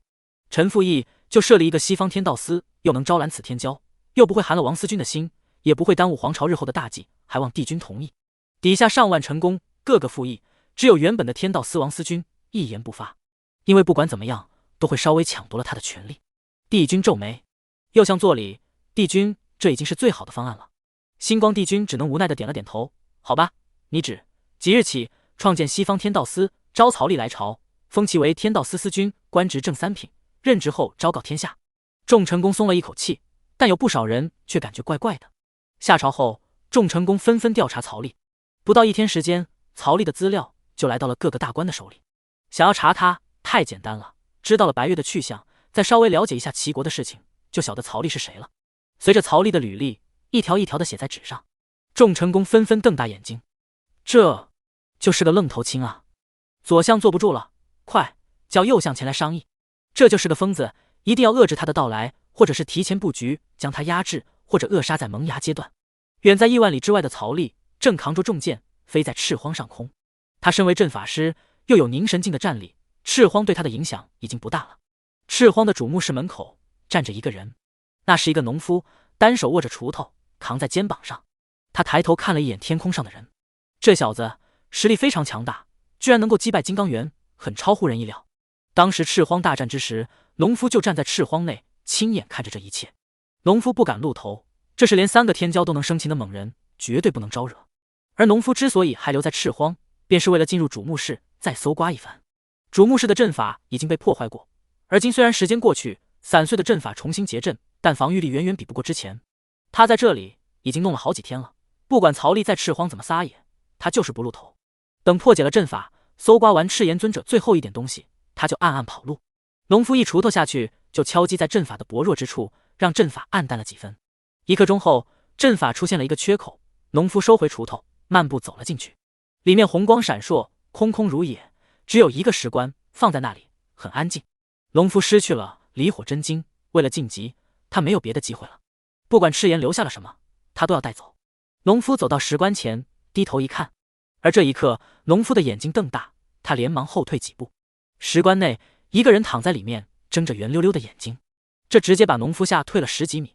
然后农夫觉得还不够，拔腿就跑出主墓室。站在墓室外面，农夫吓得脸色煞白，呼吸急促。那人是假的吧？怎么石棺内还有人？不应该只剩下一具骸骨了吗？万年岁月过去，是什么让赤炎尊者保持肉身到今天？尊者的最高寿命也不过是1万多年而已。过了好一会儿，农夫也没见主墓室有什么动静。他壮了壮胆，深呼吸后，重新朝主墓室走去。主墓室内壁石发着橙色的光，照得整个主墓室都有点诡异。农夫围着主墓室的周围逛了一圈，没发现任何宝物，只有一堆被岁月腐蚀的毫无作用废铜烂铁。之前留在这里的宝物都随着主墓室的开启逃走了。他堂堂一个凝神初期的修士，连一个垃圾都没捞到。农夫看着墙上的壁画，心跳加快，内心的恐惧加深。但想起来若不得到点什么，回头也逃不了一死。农夫便鼓着勇气走过去，看着石棺内的赤炎尊者。赤炎尊者依然跟之前的姿势一样，躺在石棺内。农夫小心翼翼地在赤炎尊者的眼前挥手，没有动静。农夫伸出食指，在赤炎尊者的脸上戳了戳。他仔细地看了一眼，居然会回弹，这就有点恐怖了。这便证明赤炎尊者这具肉身并没有真的死透，还残存着生机。万年前，赤炎尊者与其他尊者再次交手，赤炎尊者战败，血染大地，故形成赤荒。看这样子，赤炎尊者并没有直接死去，而是将自己封印起来，保存生机。这是一种天骄避世的手段，一般人不会启用。农夫内心大惊，伸手在赤炎尊者身上摸了摸，如果没有宝物，他会直接就跑。一位半死状态的尊者，也不是他能够抵挡的。摸到胸口的时候，这时放在肚脐眼的手往上升，一把抓住了农夫的手。啊！农夫大叫，接着他看到赤炎尊者坐了起来，与他对视。农夫双眼一翻，直接倒地。1刻钟后，农夫从地上站了起来，嘴角一歪，眼神也变得有点狡黠，就知道有人会忍不住。不管是谁触摸了他的身体，破了他的封印，那么这个人就得死。赤炎看了看自己原本的躯壳，魂体离开后，那具身体急速的干枯、衰老，化为粉末。万年时间仿佛在这一瞬之间，包括穿在身上的衣服也化为腐朽。赤炎活动了一下这具新的躯壳，有点弱，而且死气浓郁，没几年好活的了。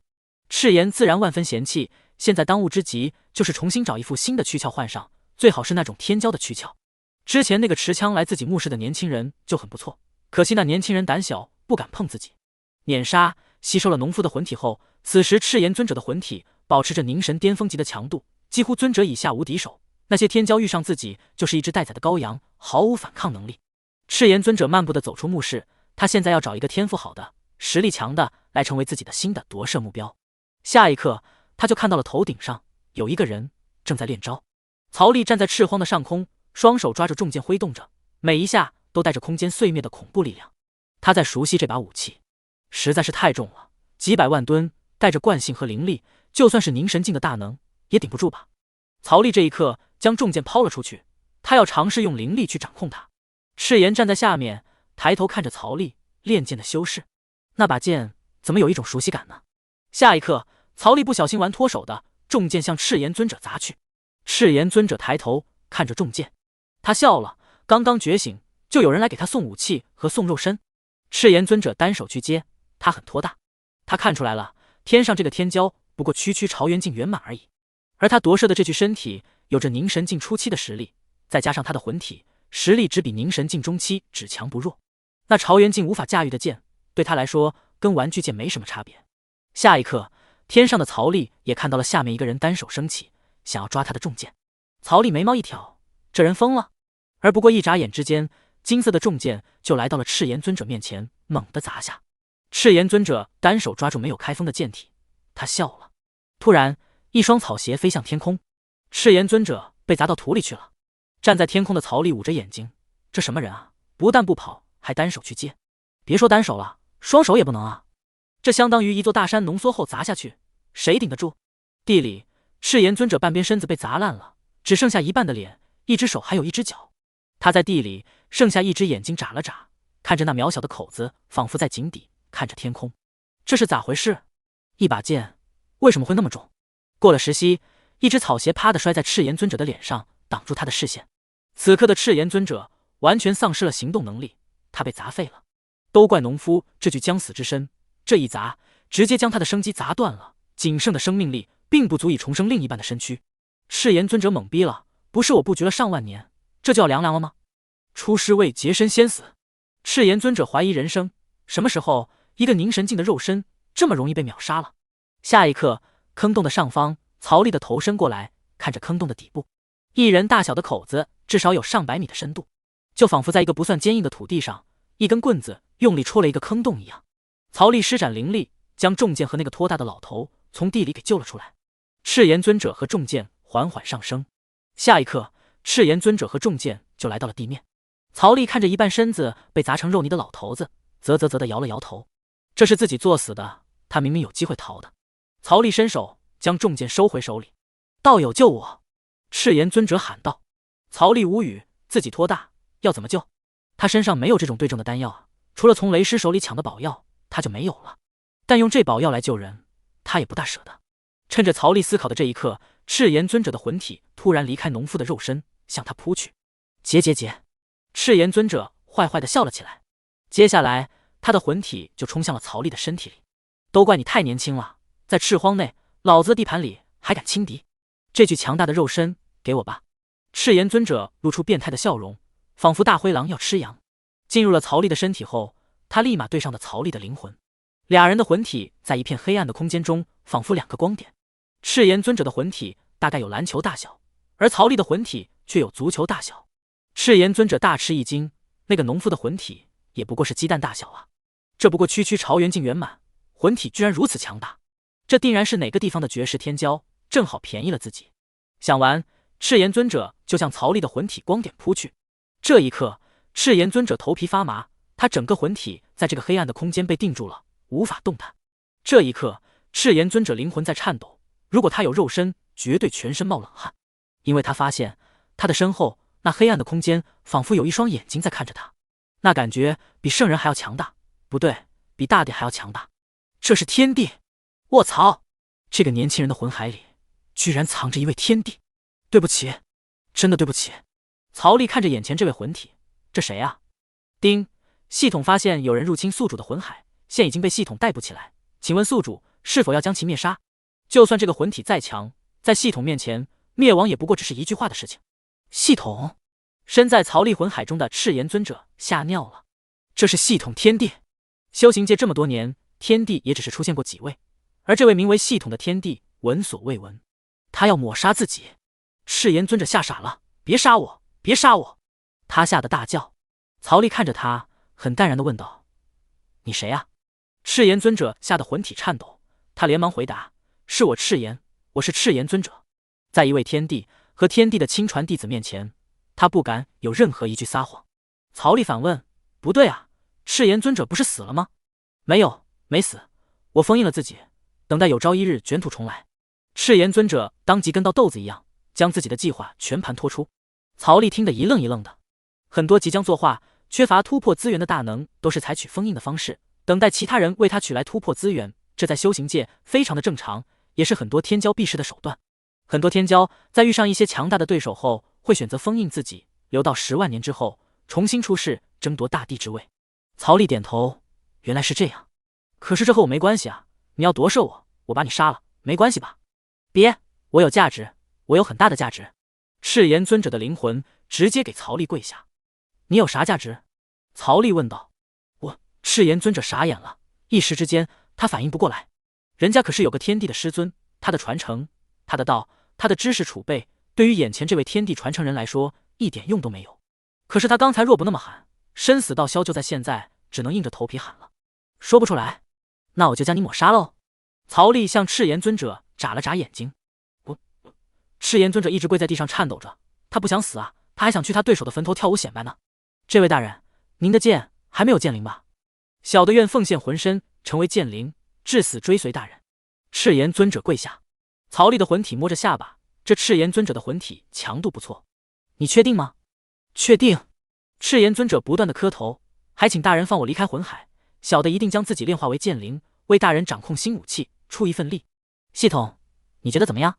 叮叮叮叮。好吧。也问不出什么答案。曹丽说道：系统，放他走。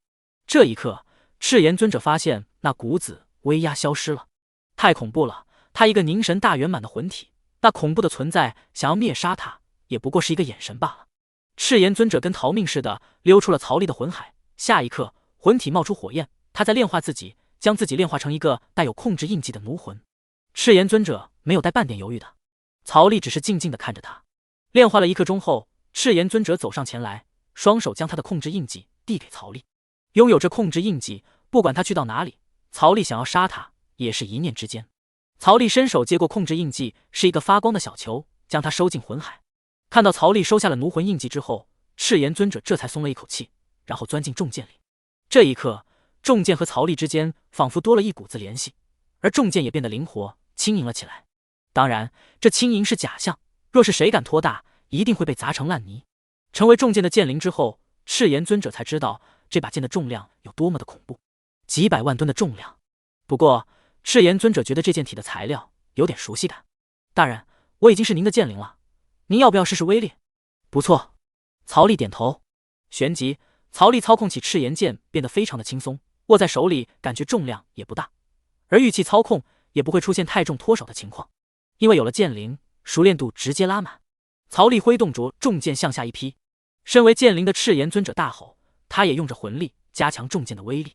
一道万丈剑气冲去，将空间斩裂，下一刻轰击在赤炎尊者的主墓室上面，残缺的阵法分崩离析，紧接着主墓室直接被炸开，夷为平地，方圆万里直接被砸沉近10米。赤炎尊者内心庆幸，他终于有价值了。他操控着重剑在摇晃，仿佛在跳舞。曹丽将重剑收回了手上。赤炎尊者喊道：大人，这把剑不知道叫什么呢？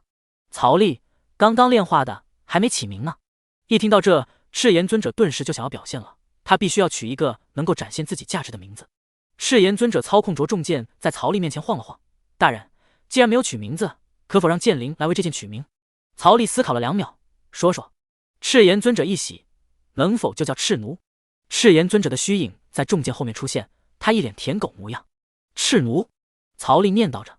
哎，赤炎尊者连忙补充道：我是赤炎尊者，又是大人的奴才，可不就是赤奴？说着，他还伸出舌头，像一条哈巴狗一样吐舌。为了讨好曹丽，他连人格都卖了。大人的身后可是有一位天帝啊，不管是几10万年前的天帝，还是100万年前的天帝，即便肉身已死，只剩残魂，也依然是这个世界上第2个档次的大人物，实力比起大帝只强不弱。而大人被天帝选中，日后最少也是准帝、大帝级别的人物，给这种人做奴才是他的荣幸。想到这里，赤炎尊者表现得更加卖力了。赤奴不好听呀。赤炎尊者喊道：那么就叫赤炎，我就是赤炎，我随时听从大人的召唤。赤炎的话是你曾经的尊号，这倒是很容易引来其他人的无端敌意。曹丽还是有点不大满意。赤炎尊者顿时自责，有点考虑不周了，那边便叫赤灵。曹丽点头，这个名字不错。赤炎尊者的神魂当地向着曹丽一拜，谢大人赐名。赤炎跪在地上行了一个五体投地的大礼。行了，起来吧，我要回宗了。赤炎尊者笑嘻嘻的抬头，然后钻进赤灵剑内。曹丽一把抓过赤灵剑，很轻松的将他抓稳。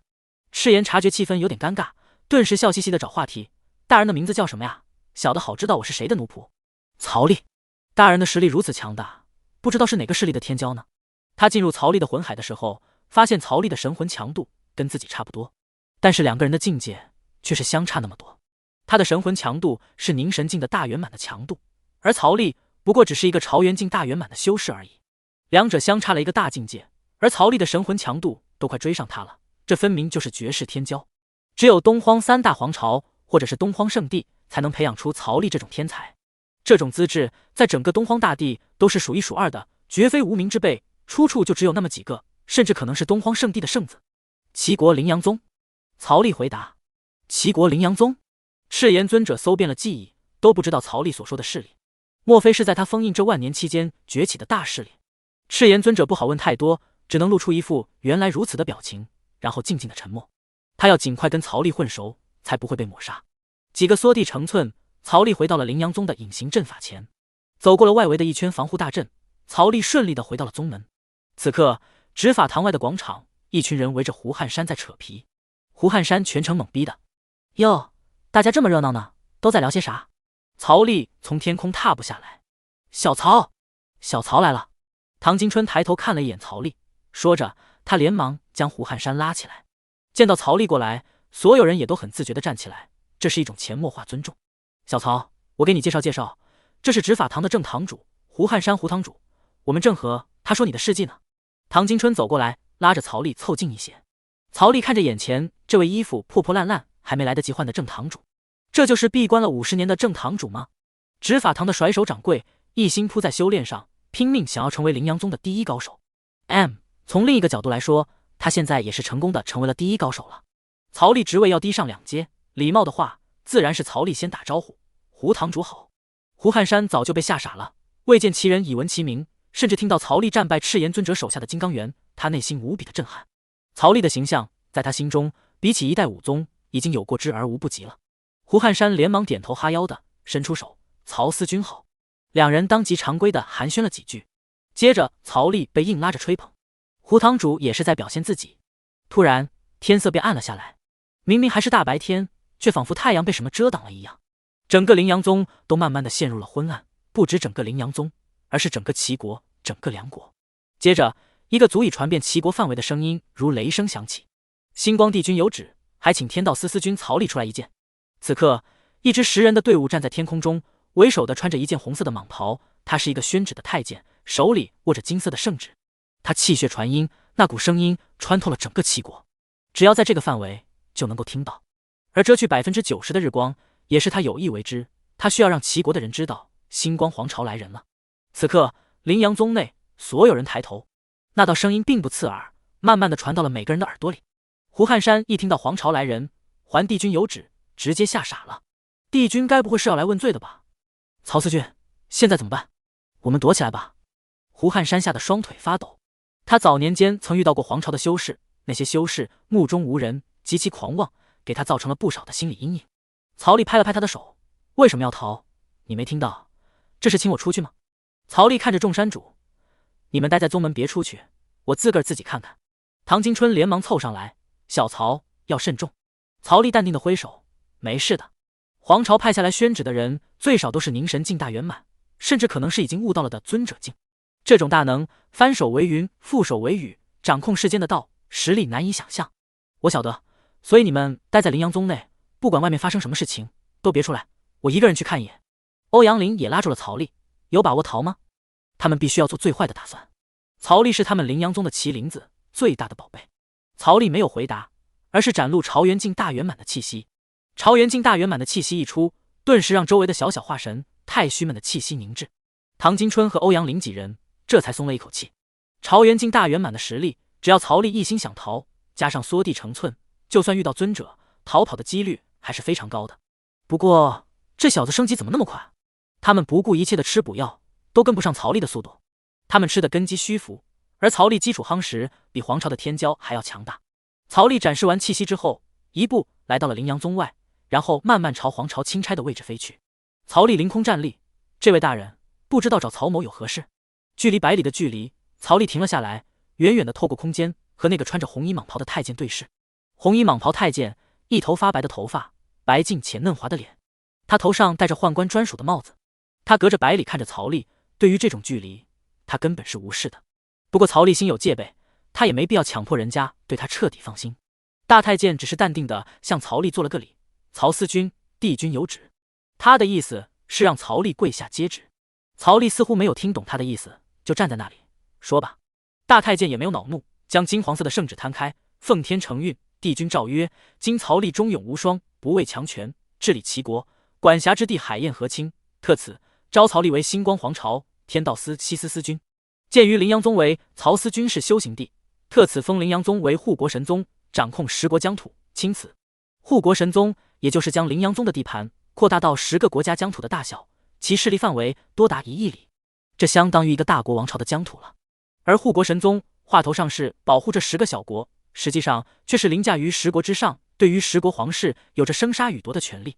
而10国每年都要交上一定的税收，对灵阳宗进行供养。1日之间，灵阳宗成为了10国土地的唯一掌控者，而曹利更是成为了星光皇城特招的天道司司君。西司东司的曹利不大懂，不过他有点诧异，帝君居然真的能够答应他的条件，还将灵阳宗封为护国神宗，这诚意满满啊！那红色蟒袍大太监微笑地看着曹利，曹司君接旨吧。他双手端着圣旨，十分的恭敬。曹利隔着百里看着他，刚才那宣布的声音传遍了整个齐国，此事应该没诈。曹利也不怂，他一步来到了蟒袍大太监的前面，见过这位大人。曹司君好，接旨吧。大太监皮笑肉不笑，露出一个自认为善意的笑容。曹利并没有第一时间接旨，而是看着蟒袍大太监，请问这位大人，天道司西司权力是跟我在齐国的权力一样的吗？谁都能抓啊。大太监只是笑了笑，自然可以，不过咱家忠告司君大人一句，皇朝的环境要比齐国复杂的多，还望司君大人抓人前能跟帝君先打个招呼。大太监露出很善意的笑容。曹利只是看了看大太监一眼，然后伸手接过了圣旨，只要能抓人就行了。然后曹利又嘀咕了一声，如果不行的话，我可是掉头就走的，可不管这什么圣旨。大太监只是笑笑，觉得曹利有点孩子气，奉行的是那种心理契约，而非纸面契约。但是成年人的世界里就是纸面契约啊。大太监没有反驳曹利，而是笑了笑，这些还得司君大人和帝君谈，臣不能替帝君大人做主。曹利将圣旨收进储物袋，接着便是掏出一个装满了零食的储物袋，递给大太监，大人辛苦了。大太监推手，咱家不需要这些，都是为帝君大人效力。我问几个问题，我能带人过去吗？曹利询问道。大太监将储物袋推开，自然是可以的，看司君大人的想法，是要带人过去，还是去到皇朝之后，在皇朝里面挑选人才，建立新的班底，这些都是司君大人职权内的事情。好的，谢谢大人了，这点零食买酒吃。曹利给的储物袋至少有几千万零食，但大太监连连推回，谢谢曹司君好意，若是没其他的问题，我便要回去了。曹利问，对了，我不知道怎么去皇朝。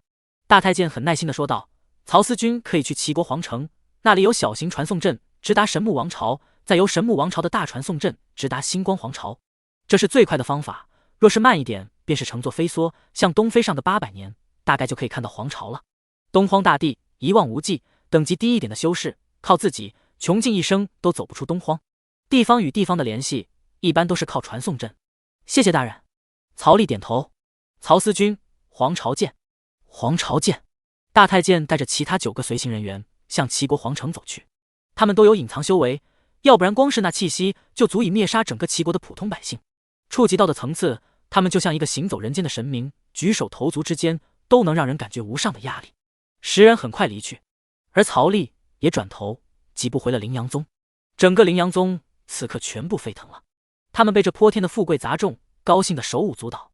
他们原本不过是小小的齐国境内3大宗门其中之一，灵阳宗整个势力能够一统齐国，这是一代武宗的愿望，这也是灵阳宗上下几代人的愿望。而现在一人得道，鸡犬升天。曹利一人发达，带动着整个灵阳宗一统10国，一举成为护国神宗，远超了一代武宗的梦想。曾经的梁皇曹世兴握紧了拳头，他就知道跟着曹利是正确的，他的选择没错，能给曹利当仆人，日后成为王朝之主，绝对是有可能的。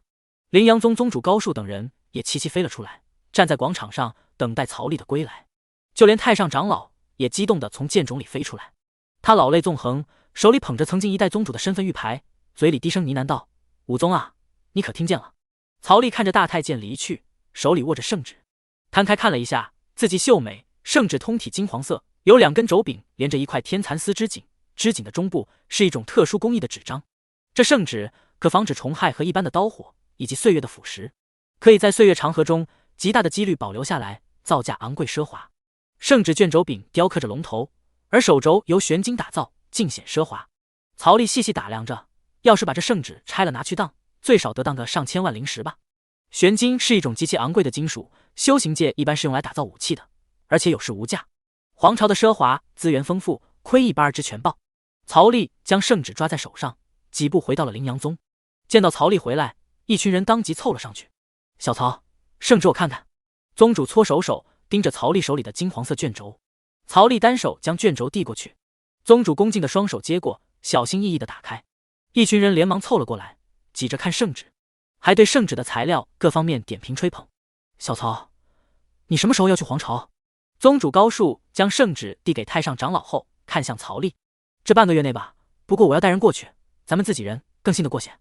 曹丽的话一出，顿时一群人齐齐抬头。小曹，我要去，我要去！唐金春立马举手，欧阳林也立马举手，我也要。一听能去皇朝，其他人眼睛也都亮了，各大山主纷纷举手，哪怕去了皇朝天道司后，他们是曹丽的属下也无妨。曹丽一眼扫去，各大山主、各大堂主纷纷举手，总不能大家都去吧？林阳宗怎么办？大长老南宫纵出声，我在家里镇守着，没事。胡汉山也说道，执法堂有我。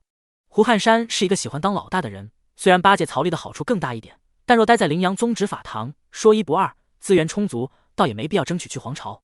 他和大长老南宫纵是不同的人，南宫纵是成全大义。这时候太上长老也开口，小曹你可以放心，老头子我已经突破朝元境了，不出意外还能再稳林阳宗上千年。在资源充足的情况下，即便他气血亏空，少说也能突破到朝元境大圆满，寿元达7000。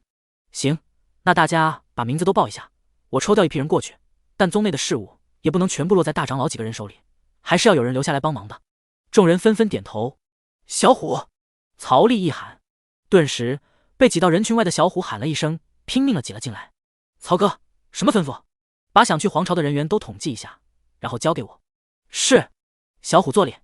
曹丽先一步离开，接下来就是各位山主报名，同时也回山安排事务。站在人群外的一个灰衣女人有点踌躇，似乎很犹豫。你想去？宗主高树走到他身边，无情师太转头瞪了宗主高树一眼。你想去的话，我可以跟小曹说一声，我的话还是挺管用的。哼！无情师太再次瞪了他一眼，转头就走。要是没我说情的话，你能跟去皇朝的几率不到1%。宗主在后面站着，无情师太的脚步一顿，然后他回过头，你想要什么？把我不小心看你血。你还说？无情师太直接拔剑，宗主转头就跑，抹去行吗？我砍死你！俩人化作2道流光消失。站在无情师太身后的梅花山亲传弟子独孤胜雪看着俩人一追一赶，他叹了口气，他知道师尊为什么想去皇朝，因为曾经辜负了师尊的那个男人就是皇朝的一个侍卫。虽然只是一个侍卫，但放在齐国这种小地方也是大人物，而且听说他还是皇朝一位公子的贴身侍卫，惹到了他，很有可能会给整个齐国带来灭门之祸。所以衡量再三，无情师太忍了这口恶气，但也从此不再相信男人。独孤胜雪走了上来，他帮无情师太报了个名，为了让师尊此生没有遗憾，曹丽要去皇朝当天道司司君，想必替师尊出个头不难吧？就算那人是一位公子的贴身侍卫又如何？很快报名纸就由小虎交到曹丽手里，曹丽拿起纸笔在上面勾圈出一些人名，而后又在末尾补上了高树2个字。突然门被推开，宗主高树走了进来。哈哈，想追我也不看看本座现在是什么修为。宗主高树很骄傲，他溜了溜无情师太2圈，就用速度将他甩开了。宗主进来也没跟曹丽打招呼，而是从储物袋掏出他的茶壶，然后端起曹丽火炉上的开水添上，再轻轻地将茶壶放在那里泡着。高树回过头来看了看曹丽，你小子在干嘛？勾名字呀，这是我去皇朝的班底。宗主高树凑了过来，拿过墨迹未干的纸上下看了几遍，总共就那么几10个人被曹丽勾了2/3，只为林阳宗留下了1/3的人。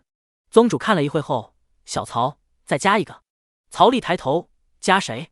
站着的宗主和坐着的曹丽对视一眼，他没有说出名字，而是伸手，你笔给我。曹丽突然笑了，有猫腻，快说你要加谁？快把笔给我，别闹。宗主正面看着曹丽。行。曹丽坏笑地看着他，将笔递了过去。宗主接过笔后转身就要跑，却被曹丽的手搭在肩膀上，干嘛去？哈哈。宗主转头看着曹丽大笑着，你不要看吗？人是我勾的，到时候多了谁我也很清楚，你瞒不了我的，早知道晚知道都一样。曹丽笑眯眯的。宗主翻了个白眼，好吧。说完，他当着曹丽的面伸手将还未打勾的梅花山山主无情师太给勾起来，然后宗主将笔放下，转头看着曹丽。曹丽瞪大着眼睛，一副很有意思的表情。你别这个表情，我懂，我都懂。曹丽将纸拿过来，你懂个屁，不是你想的那样。宗主慌忙解释，对，不是我想的那样。曹丽将名单放在桌子上，然后用东西压住。宗主急眼了，你分明就是有在想什么。他连忙解释道，这事儿真不是我心里有什么想法，而是因为无情在那里有一个仇人。曹丽转头问道，什么仇人？宗主这才没有那么焦急，无情的故事你听过吧？曹丽点头，听老唐唠嗑过。宗主立马说道，无情想去皇朝，正是因为伤害无情那个人的身份是皇朝的人，而他的身份也是我下令全宗禁止讨论的。曹丽一脸八卦，很牛。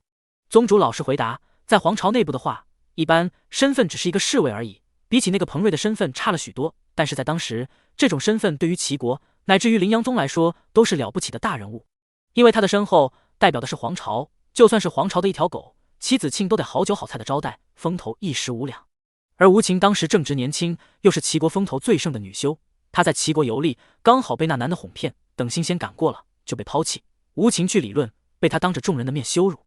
无情是个恋爱脑，他本天真，认为一生一世一双人，发生了这种事情，无情恨不得杀了他。可是修为不如他，如果临阳宗替他出头，那么到时候皇朝那位公子追究下来，临阳宗100万人口可能都会因为此事惨遭灭宗之祸。所以你明白吗？宗主高树看着曹丽的眼睛，曹丽点了点头。他还是第一次这么详细的听到无情的故事，也是个傻女人。宗主说道，所以你现在打算去皇朝任职，那么无情跟着一起去皇朝就能报仇啊？不能吧，我打算去皇朝躺平的。曹丽说道。宗主突然瞪大眼睛，你说什么？躺平啊？真的假的？宗主猛圈了。哈哈，曹丽大笑，不行啊，你在临阳宗连本宗都抓，你怕皇朝的权贵？曹丽抬头，你也知道这事儿会得罪权贵啊。宗主思考了2秒，点了点头。怕吗？曹丽询问道。怕。宗主一想皇朝那些大人物，心里头就发颤，但是有点刺激。哈哈，能踹他们大门吗？宗主亮晶晶地看着曹丽。哈哈哈，我给你安排上了。曹丽手戳着名单最后一位，那里写着高树2字，打了勾的。宗主点头，那我去安排一下宗主塔那边的事务，把他们全交给南宫。去吧。曹丽点头。对了，你要去皇朝任职，你在临阳宗的职位就不能低了，我还得去给你安排一下。给我安排什么？曹丽询问。你一会就知道了。宗主撂下一句话，人已经离开曹丽的办公房了。宗主前脚刚走，无情师太就来了。他进来后看着曹丽，有点拘谨。坐吧。曹丽伸手示意。无情看着茶几上的茶壶，我先坐吧。好。无情有点社恐地坐了下来，然后有点尴尬，双手不知道放在哪里好，只能放在自己的大腿上。曹丽整理着桌面。无情看着曹丽，曹思君，宗主刚才已经过来了，你的名字已经勾上了，等我这几天编上了职位，咱们就去星光皇朝。无情的当即就红脸了，谢谢了。你那个事情我也听说了，不过那只是谈恋爱而已，不足以定罪，而且也过去了那么多年了，即便我是天道司君，也不一定能够定他的罪，你别抱太大的期待。曹丽丑话说在前头。无情认真点头，我知道，我只想看看他现在过得怎么样，要是他过得很惨，我就放心了。曹丽轻笑，行吧，这个随你，不过他要是有其他罪行，我倒是可以帮你出这口恶气。谢谢。无情说道。举手之劳。无情突然站了起来，然后扑通一声跪了下来，给曹丽行了一个大礼。曹丽只是看了一眼，也没有阻止他行大礼。对了，桌子上那个的茶叶都泡开了的茶壶是宗主的，你等下离开的时候顺便带给他。好。无情看了一眼桌子上的黑色茶壶。无情起身后社恐的寒暄了几句，就借口拿起黑色茶壶离开。此时的宗主塔第8层，宗主正拿着毛笔在纸上写，放下毛笔后，随后就往旁边一拿，咦，我茶壶呢？左右看了看，茶壶不在，回想了一下，落在曹丽那里了。而下一刻，办公房的门被敲响，宗主走过去，打开门。下一刻，宗主眼睛瞪大，砰的一声把门猛地关上，然后冲到窗户边，随时准备跳窗跑路。站在门外的无情黑着脸，透过门说道：“我不打你。”真的，真的。宗主这才半信半疑地走过去，慢慢地打开门，眼睛透着一掌大小的门缝看着无情。无情将一个黑色的茶壶递过来，宗主看到茶壶后眼睛一亮，警惕心这才放小，他将门缝开大了一点，伸出一只手接过茶壶。你怎么有我的茶壶？无情白了他一眼，曹丽让我给你带的，这件事情谢你，但是一码归一码，你躲得了今天，你躲不了明天。无情师太撂下一句话后，转身就走。宗主隔着门缝看着他离去的背影，女人是真的麻烦。砰！宗主重新把门关上，拿起茶壶对着壶嘴喝了一口。宗主来到了书桌前，继续给曹丽加职位。写好后，宗主将纸张拿起，喊了一声助理过来，将这东西张贴出去，公告全宗。那弟子恭敬地接过纸张，是宗主。慢慢后退，离开办公房。出了办公房之后，他看了一眼纸上的内容，瞳孔猛地一缩。宗主要离开凌阳宗，跟随曹丽前往星光皇朝任职，而大长老南宫纵全权接管凌阳宗的一切事务，为代宗主。而曹丽从执法长老升到执法堂堂主，再升执法堂太上堂主。这还不止，宗主还专门为曹丽设了一个职位，这个职位仅比凌阳宗宗主要低上一个阶级，比大长老的职权还要高，还有权否决凌阳宗宗主所发出不合理的令条，在整个凌阳宗有近乎绝对的话语权。这便是凌阳宗副宗主。凌阳宗宗主有资格否决副宗的不合理条令，而副宗同样也有资格否决他的条令，俩人从权力来说几乎是一样的。正宗主不在的时候，副宗是第一接替人，掌控整个凌阳宗的一切事务。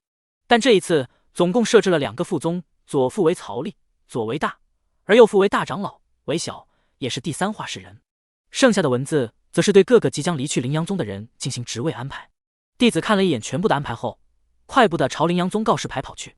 公告贴出来的那一刻，借着告示牌上面的阵法，给整个凌阳宗范围内所有传音御简全部发了一条信息：曹丽卸任执法堂执法长老，上任执法堂太上堂主兼凌阳宗副宗主。筑基后期的一队队长费安接替曹丽的位置，成为新一任的执法长老。而唐金春和欧阳林身份也都荣升太上，原本的位置由他们部门的第2把手接替。但凡被安排去皇朝的人，全部都有安排。山主们也基本都是荣升太上，有原来的亲传弟子接替山主之位。亲传弟子们已经有不少人靠着强大的资源堆到了元婴境界。梅花山独孤胜雪看着传音御简上的宗门公告，上面有他的名字，新一代的梅花山山主独孤胜雪。独孤胜雪看完后，将御简放下，默默地打坐。与此同时，巫山的鼓励修为达到了元婴巅峰的他，也成为了新一代的巫山山主。云顶山正月之也一样，不到100岁的他们开始了独当一面，也到了收亲传弟子的时候。看到宗主这份公告，基本就确定了即将去皇朝的人选。不少新晋山主正在师尊面前听训。另外一边，曹丽也将名单后面的职位编出来了，司军1人，也就是他自己。而副司5人，宗主高树、司马光明、唐金春、欧阳林，还有他的好大哥，现如今的化神巅峰燕文冕燕山主。5位副司，1人掌控5位天官，天官基本都是由小虎和各位山主组成。而天差，凌阳宗已经抽调不出人了，只能去皇朝那边重新选了。一个天差的职位，相信也能让那些想要镀金的天骄挤破头。曹丽让小胡把公告发出去，也顺便将公告发到每个凌阳宗修士的传音御简里。收拾完桌子，曹丽也将一队队长费安叫了过来，将事情安排给他。费安红着眼睛走了进来：“曹哥，你当初为了我差点豁出命，今天甚至把位置让给我，我老费没什么好报答你的。”曹丽拍了拍他的肩膀：“咱们跟亲兄弟一样，计较那么多做什么？”费安红着眼睛，很感动地喊道：“大哥！”哎，费安咬着牙：“大哥，你的大恩大德，我现在不报答，以后就更没法报答了。我这人啥东西都没有，钱你肯定看不上，东西也没你好，但是我可以把我相好的借给你。”跟他对视的曹丽瞪大眼睛：“这么玩的吗？”曹丽想起了一开始那个哭哭啼啼的绿衣女子，也就是费安的老相好白毅，小家碧玉型的，很有邻家女孩的感觉。可是那是弟妹啊，我曹丽不是这样的人，这样做不是人。费安继续说道：“这事儿我跟小白说了，小白也答应了，你变相的救过他的命，也为他出头，小白他也答应以身相报。”费安抓着曹丽的2只手：“曹丽，老费，朋友妻，不客气啊，不对，是不可欺。”曹丽用力将手从费安手里抽了出来：“我去巡逻巡逻，这事儿就这样吧，我是不可能答应的。”说完，曹丽快步走出办公房。费安站在原地没有说话。说实在的，他跟曹丽提出这种报答，也算是豁出去的。关键是白毅也同意。曹哥是个天底下无敌的大好人，而白毅更是天底下最善解人意的相好。费安站在曹丽的办公房，他泪目了。他费安这辈子何德何能，所遇皆为良人。曹丽前往自己的修行洞府，刚走到洞府，就看到一个穿着碧绿衣服、青春气息很浓郁的小家碧玉站在他洞府门口，很清纯。曹丽打量了一下白毅的身材，吞了吞口水，好色的天性，克制是修养。曹丽转头就走，送上门的朋友妻。下一刻，曹丽来到了执法堂内单独的审讯室门口。打开！几个弟子连忙将审讯室的大门打开。这几天没有什么动静吧？回曹宗主，没有。几个弟子非常的识相的叫着新名称。下去吧。曹丽说完，走进了审讯司。阳光透过窗户照射在审讯室内，但此刻整个审讯司让曹丽耳目一新。里面的刑罚工具都被收走了，桌子上还摆上了花瓶，墙面还被画上了各种绿意盎然的草和花，而地面则是被白色的糊给铺满了。此刻的白月躺在他9条白色的尾巴上面，大字形的睡觉。呼噜呼噜，曹丽走在白色狐毛上面，脚步没有半点声音，脚感很轻盈柔软。走进来后，白月都没发觉。这小狐狸的心这么大吗？曹丽漫步的走到白月旁边，而身为小狐狸，他居然一点都没发觉。睡得真的很香，一点都不带防备的，仿佛这里是他的净土，可以真正放下心的地方。曹丽凑近看他一边打着呼噜，口水流了一枕头。突然，白月从大字睡形翻了个侧身来睡，他枕着手臂，把脸颊一挤压，搞得肉嘟嘟的。接着，白月继续流口水，接着从嘴里吹出来一个泡泡。曹丽看着着实有意思，就站在旁边静静的看着。然后他伸手将白月嘴里吹出来的口水泡泡戳睡。睡觉吹泡泡的人，他还是第一次见，可能是因为侧身睡的原因，也有可能是因为狐族的缘故。反正他从没见过有人是这样子的。曹丽伸手一戳，泡泡砰的一下就破开了。白月毫无察觉，睡得非常的香。他呼出来一个泡泡，曹丽就戳掉一个泡泡。1个时辰后，他的脸颊又被口水沾湿了，可能是有点不大舒服。他转了个身子，然后他睁开了朦胧的眼睛，眼前有个人，可能是做梦吧。白月转了个身继续睡。下一秒，白月眼睛猛地一瞪，然后直挺挺地坐了起来。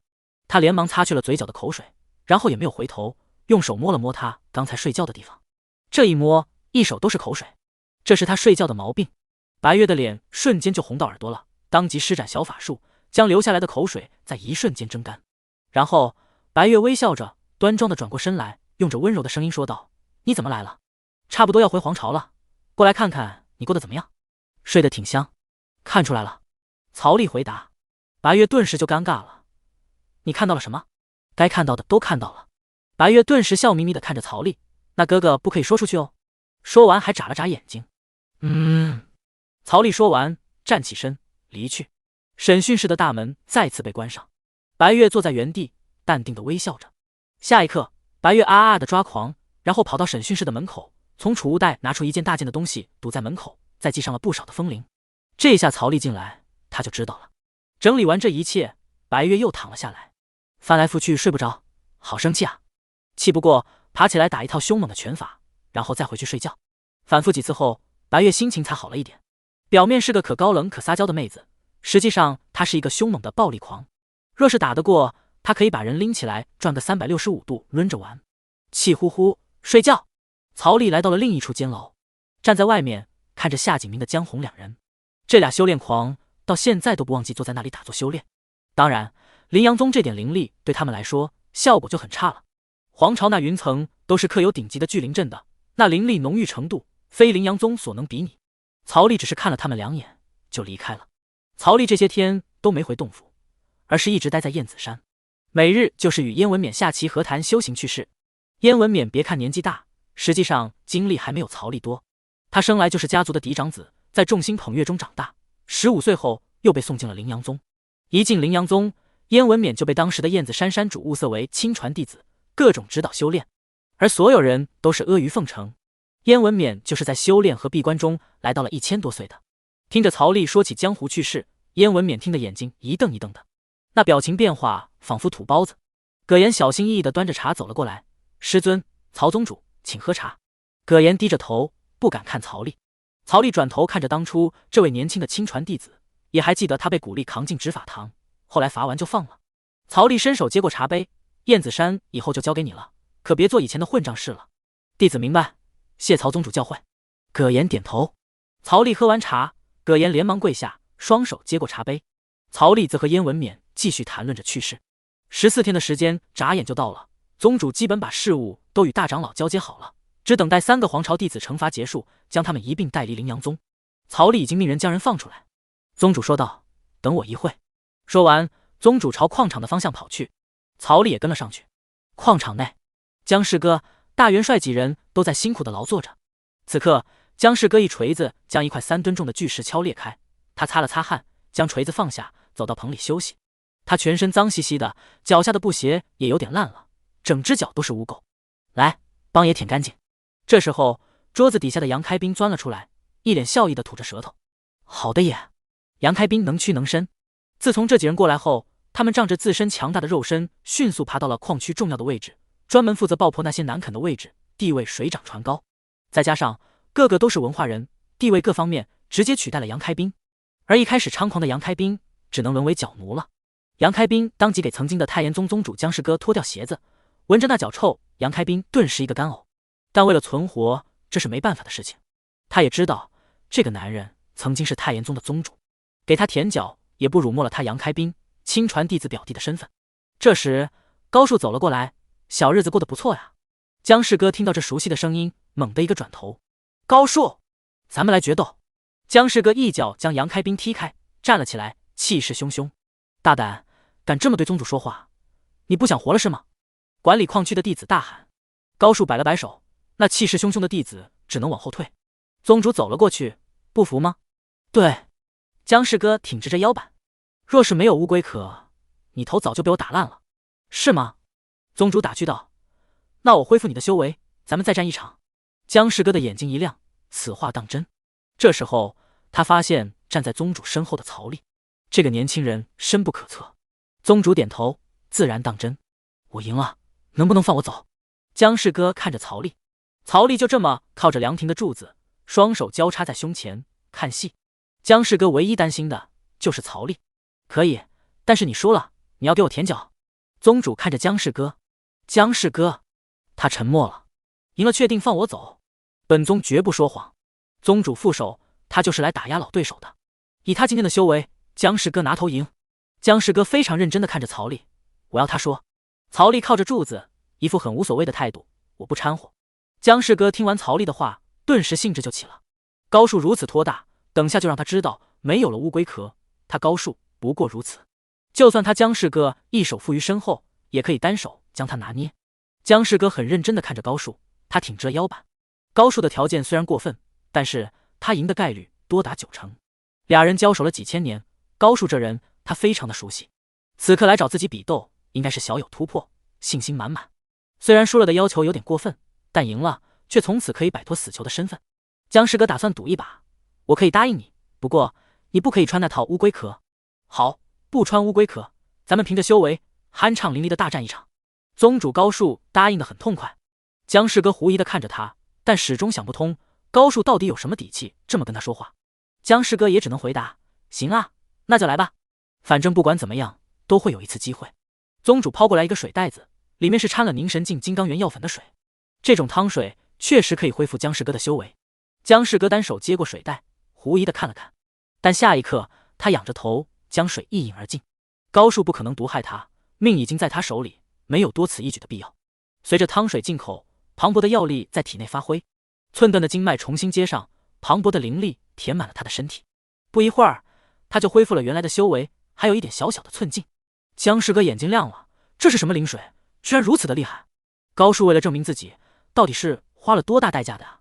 居然用了这种足以成为镇宗之宝的药水来给自己恢复修为，但怕是要让你失望了。姜氏哥摊开双手，感受着自己重新掌握的力量。哈哈，姜氏哥忍不住了，笑了足足有1刻钟，姜氏哥这才慢慢从喜悦中平淡了下来。他看向高树，来吧。强大的太虚威压从姜氏哥的身上爆发，这一刻整个矿区的人全部被压趴在地上，这就是无上的太虚大能。而面对这种威压，宗主高树只是淡淡一笑。姜氏哥看着他，你是要在这里打，还是换个地方打？俩人打起来的威力足以将矿区毁灭，将灵脉打沉，但姜氏哥不会刻意这么做，而是将选择交给高树。如果高树无所谓，他自然也是无所谓的。姜氏哥笑着，他很自信，就在这里吧。宗主高树点头，好，肉身还是全部？姜氏哥捏了捏拳头，你有什么手段，尽管使出来吧。宗主高树也非常自信地说道。曹丽靠着柱子，就这么淡定地看着。好，姜氏哥，这可是你说的。他开始运转灵力，汹涌而澎湃的灵力被他操控起来，灵力肉眼可见的从天而下，形成一道灵力的漩涡。他要施展他的绝学太炎斩，此招数需要配合太炎剑，将威力发挥到极致，可斩太虚境后期。但现在没有太炎剑，威力就只能打折扣了，勉强可以斩太虚境中期。庞大的火焰刀在姜氏哥头上出现，而另外一边的宗主则开始攀升修为。初始展露修为从太虚初期，接着来到了太虚中期，这是他原本的修为与姜氏哥同境。而下一刻，宗主的修为气息来到了太虚后期。姜氏哥眼里闪过了一抹诧异，不过却也勉强可以接受，早就猜到他肯定是有所进展。但是下一秒，宗主的气息来到了太虚巅峰，姜氏哥不淡定了，他怎么？但是下一刻，宗主的气息居然突破了太虚境，来到了潮元境。姜氏哥直接傻了，潮元境的气息将他的威压给消去，庞大的压力冲在他的肩膀上，而姜氏哥头顶上的火焰剑虚影在这一刻也寸寸崩裂。怎么可能？姜氏哥傻眼了。而下一刻，宗主的修为再次爆发，来到了潮元境中期，庞大的威压仿佛瀑布一样从上而下冲击在姜氏哥的肩膀上。姜氏哥咬着牙苦苦的支撑，可是下一刻他顶不住了。姜氏哥膝盖一弯，直接朝着高树跪了下来。姜氏哥咆哮：我不！他喊着，可是那威压并不会留情。下一秒，威压将姜氏哥按到地板上，他的经脉在这一刻寸寸崩裂，他的修为再次被废。姜氏哥看着高树，有意思吗？有意思吗？宗主高树走了过来，舔吧。姜氏哥大吼：你明明已经到了潮元境，还来找我比斗什么？有意思吗？我说了，光明正大打一场啊！毛线啊你！姜氏哥大喊，又气又无奈。那你现在服不服？我是不是比你强？高树俯视着他。姜氏哥咬着牙不说话。现在你输了，要么承认我比你强，要么舔鞋子，你选一个。斗了几千年，他就想听这个老对手服气。你，姜氏哥瞪着高树，朝元境来找他寻开心是吧？怎么样，服不服？高树将脚凑到他面前。姜氏哥咬着牙，我不可能服的。那么你宁愿舔鞋喽？这也是你一开始答应的。宗主伸出脚。姜氏哥咬着牙看着宗主的鞋子，舔就舔，谁怕谁？姜氏哥突然吼道，也算是给自己壮胆。接着他就凑到鞋子面前，一股恶臭传来，姜氏哥强行忍住，再凑过去。哟！下一刻，姜氏哥忍不住开始干呕了起来。我服，我服！姜氏哥承认了。宗主高树这才蹲下来，拍了拍姜氏哥的后背。哼，现在终于承认了吧？我一直都比你强。说完，宗主站了起来，他和曹丽俩人转身离去，留下了姜氏哥在那失神。俩人回到了宗门口，发现一群人正围在一起，小狐狸白月就站在最中间，所有人都围着他叽叽喳喳。羚羊宗所有人都没见过如此角色，不管男女都被吸引得走不动道了。关键是白月笑了，他什么都不用说，就单纯只是笑笑，羚羊宗内的所有人就为他倾倒了。唐金春一个转身，从老头子当即变成了一个翩翩少年郎，他叼着一束玫瑰花，一个滑铲滑到了白月面前。然后唐金春转了个头看向白月，甩了一下刘海，一只手扶着额角，用一个自认为很帅气的姿势看着白月。这位美女，不知道你有没有道侣？唐金春挑了一下眉毛。白月看着他，顿时甜甜的笑了，哥哥好帅呢。这声音带着魅惑之音，唐金春只感觉灵魂在这一刻轰了一下，仿佛升华了。那种感觉是恋爱的感觉，他受不了了，他要娶这个妹子回家。他居然夸我，居然夸我帅也！能够看透自己的人不多了，这种女的可遇不可求。唐金春顿时呼吸急促，心脏扑通扑通的跳着，但他还是强行正眼和白月对视。既然觉得哥哥帅，那你有没有想过成为哥哥的道侣呢？唐金春伸手将玫瑰花从嘴里拿了下来，递给白月，而其他的男生都激动地看着白月。若是白月答应，他们不介意把老唐揍一顿，而女修士们则觉得一朵鲜花插在牛粪上了。我想，可是妹妹做不到呢，妹妹已经有道侣了，太可惜了。白月抿了抿嘴，那眼神委屈得很。这瞬间就让唐金春保护欲暴涨。谁？你的道侣是谁？唐金春已经失态了。是他呢。白月一个转身，指着正走过来的曹丽。唐金春转头看过去，小曹。对的呢，那天醒来，小曹哥哥就在我旁边，所以我是小曹哥哥的人了。白月软软的说道。而这一刻，所有人的男人都炸毛了。他说的什么话？曹丽怎么可以如此禽兽？这么漂亮的女孩子，居然占为己有。这种人间角色就只能远观而不可亵玩焉。没想到已经名花有主了，曹丽你这个禽兽！所有人男人都心疼且愤怒，甚至想质问曹丽。要不是曹丽平日里威严甚足，非常不好惹，此刻绝对被群起而围攻。白月转头看着曹丽，眨了眨眼睛，表面看起来很委屈，但细看有点狡黠。曹丽淡淡的道：“行了，收起你的天赋神通。”他走过去，一把揪住白月的后脖颈。白月当即缩脖子，正要开口说点什么，曹丽打断威胁道：“你再这样搞事，别逼我把你重新关起来。”白月只能眨了眨眼睛，好吧。这一刻，他身上仿佛少了一点什么，但容貌和好身材是一直存在的。而灵阳宗的修士们全部如释重负，不管男女都在深呼吸。若是再来几息，他们当中可能得有人冒着大不韪去质问或者挑战曹丽。这是皇朝的天骄，也是一只九尾天狐，天赋神通是媚属，你们可长点心吧。曹丽出言提醒。这一刻，灵阳宗的修士们个个都吓得冷汗直冒，不知不觉中他们就中招了。若是这天赋神通再变态一点，不是可以一声令下，让所有人喜欢他的人为了得到他都自相残杀。这一刻，识相的灵阳宗修士当即封闭50。欧阳林也连忙默念静心经。白月对着曹丽哼了一声，他发现曹丽是唯一一个不受他媚术影响的男人。可是遇到暗卫指挥使的时候，曹丽分明就是中招了呀。所以他身上有秘密，绝对有秘密，甚至是专克他们九尾天狐一族的宝物。曹丽简单的向唐金春等人介绍了白月的身份，然后带着江红、夏景明几人在众人的告别下，带着宗主几人离开了灵阳宗。曹丽几步后来到了齐国皇城，察觉到有强大的灵力波动，齐国新的齐皇连忙亲自出门迎接。看到来人是灵阳宗等人，曹丽带头，新任齐皇当即更加尊重了。见过曹思君以及诸位上宗，新任齐皇亲自向曹丽作礼。曹丽走在最前面，身边肩并肩站着一个蒙着面的白月。带本座去传送阵，我要去一趟神木国传送阵。是。新任齐皇自然知道曹丽当皇朝天道司君的事情。司君大人，请跟我来。新任齐皇跟一个小弟一样，乖乖的在前面带路。不一会儿就来到了一个大殿，传送阵就在这里。大殿内不少人都在排队等待，这些都是一些商人，准备到神木王朝做生意的，交一些钱就可以使用传送阵。传送阵有官用和商用的。此刻路过了大殿后，众人看到是齐皇带队，纷纷跪下行礼。齐皇没有搭理他们，而是在前面乖乖的带路，伸手引导，带曹丽他们去皇室专门建设的传送阵。离开了大殿后，私用传送阵在后殿的位置。曹丽他们站上去后，传送阵启动，光芒扫向全身。下一刻，他们几十人身影模糊，一阵天旋地转后，不到1刻钟，他们就跨越不知道多远的距离，来到了神木王朝。现在询问一下，皇朝的传送阵在哪？直接传过去吧。宗主提议。江红当即说道：“我知道在哪，你们可以跟我过来。”他常年出任务，所以哪里有传送阵，他一清二楚。曹丽突然伸手，慢着，刚好路过神木王朝，正是要摘的好时候。所有人都看着曹丽。曹丽说道：“神木皇朝也就是彭瑞的家乡，不过他们二皇子现在欠我10颗宝药，我总不能不要吧？”灵阳宗的人一听是彭瑞的家乡，顿时就虚了。卧槽，小曹，我们还是快跑吧。宗主一把拉住曹丽的手。他们虽然现在实力强大了之前许多，但比起神木王朝还差得远呢。神木皇朝肯定是有凝神镜坐镇的，他们一群最高只有朝元的人，不可以招惹啊。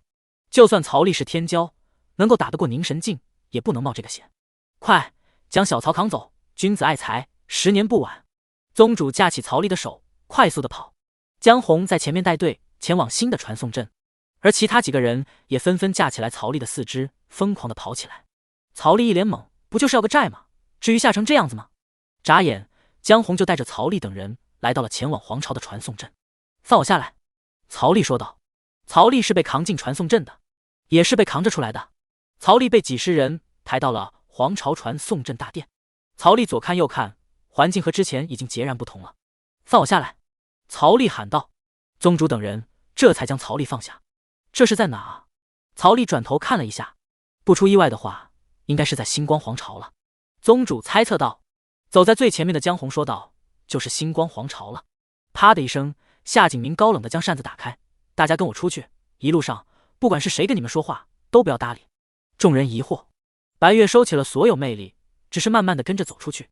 皇朝传送阵位接东荒各地，甚至东荒之外，所以皇朝传送阵大堂的人是非常多的。夏景明挥着扇子，冷漠地走出大堂。几十个人走在长达上百米宽的通道中，通道的周边都是昏暗中带着一点白光，到处都是空间乱流。江红走在最前面，离开了通道之后，靓仔要去哪？一个骑着飞梭的人快速过来。江红看了他一眼，不带搭理的。下一刻，夏景明就走了出来，一群骑着飞梭的顿时围了上来，而曹丽等人也陆陆续续的走了出来。靓仔要去哪里？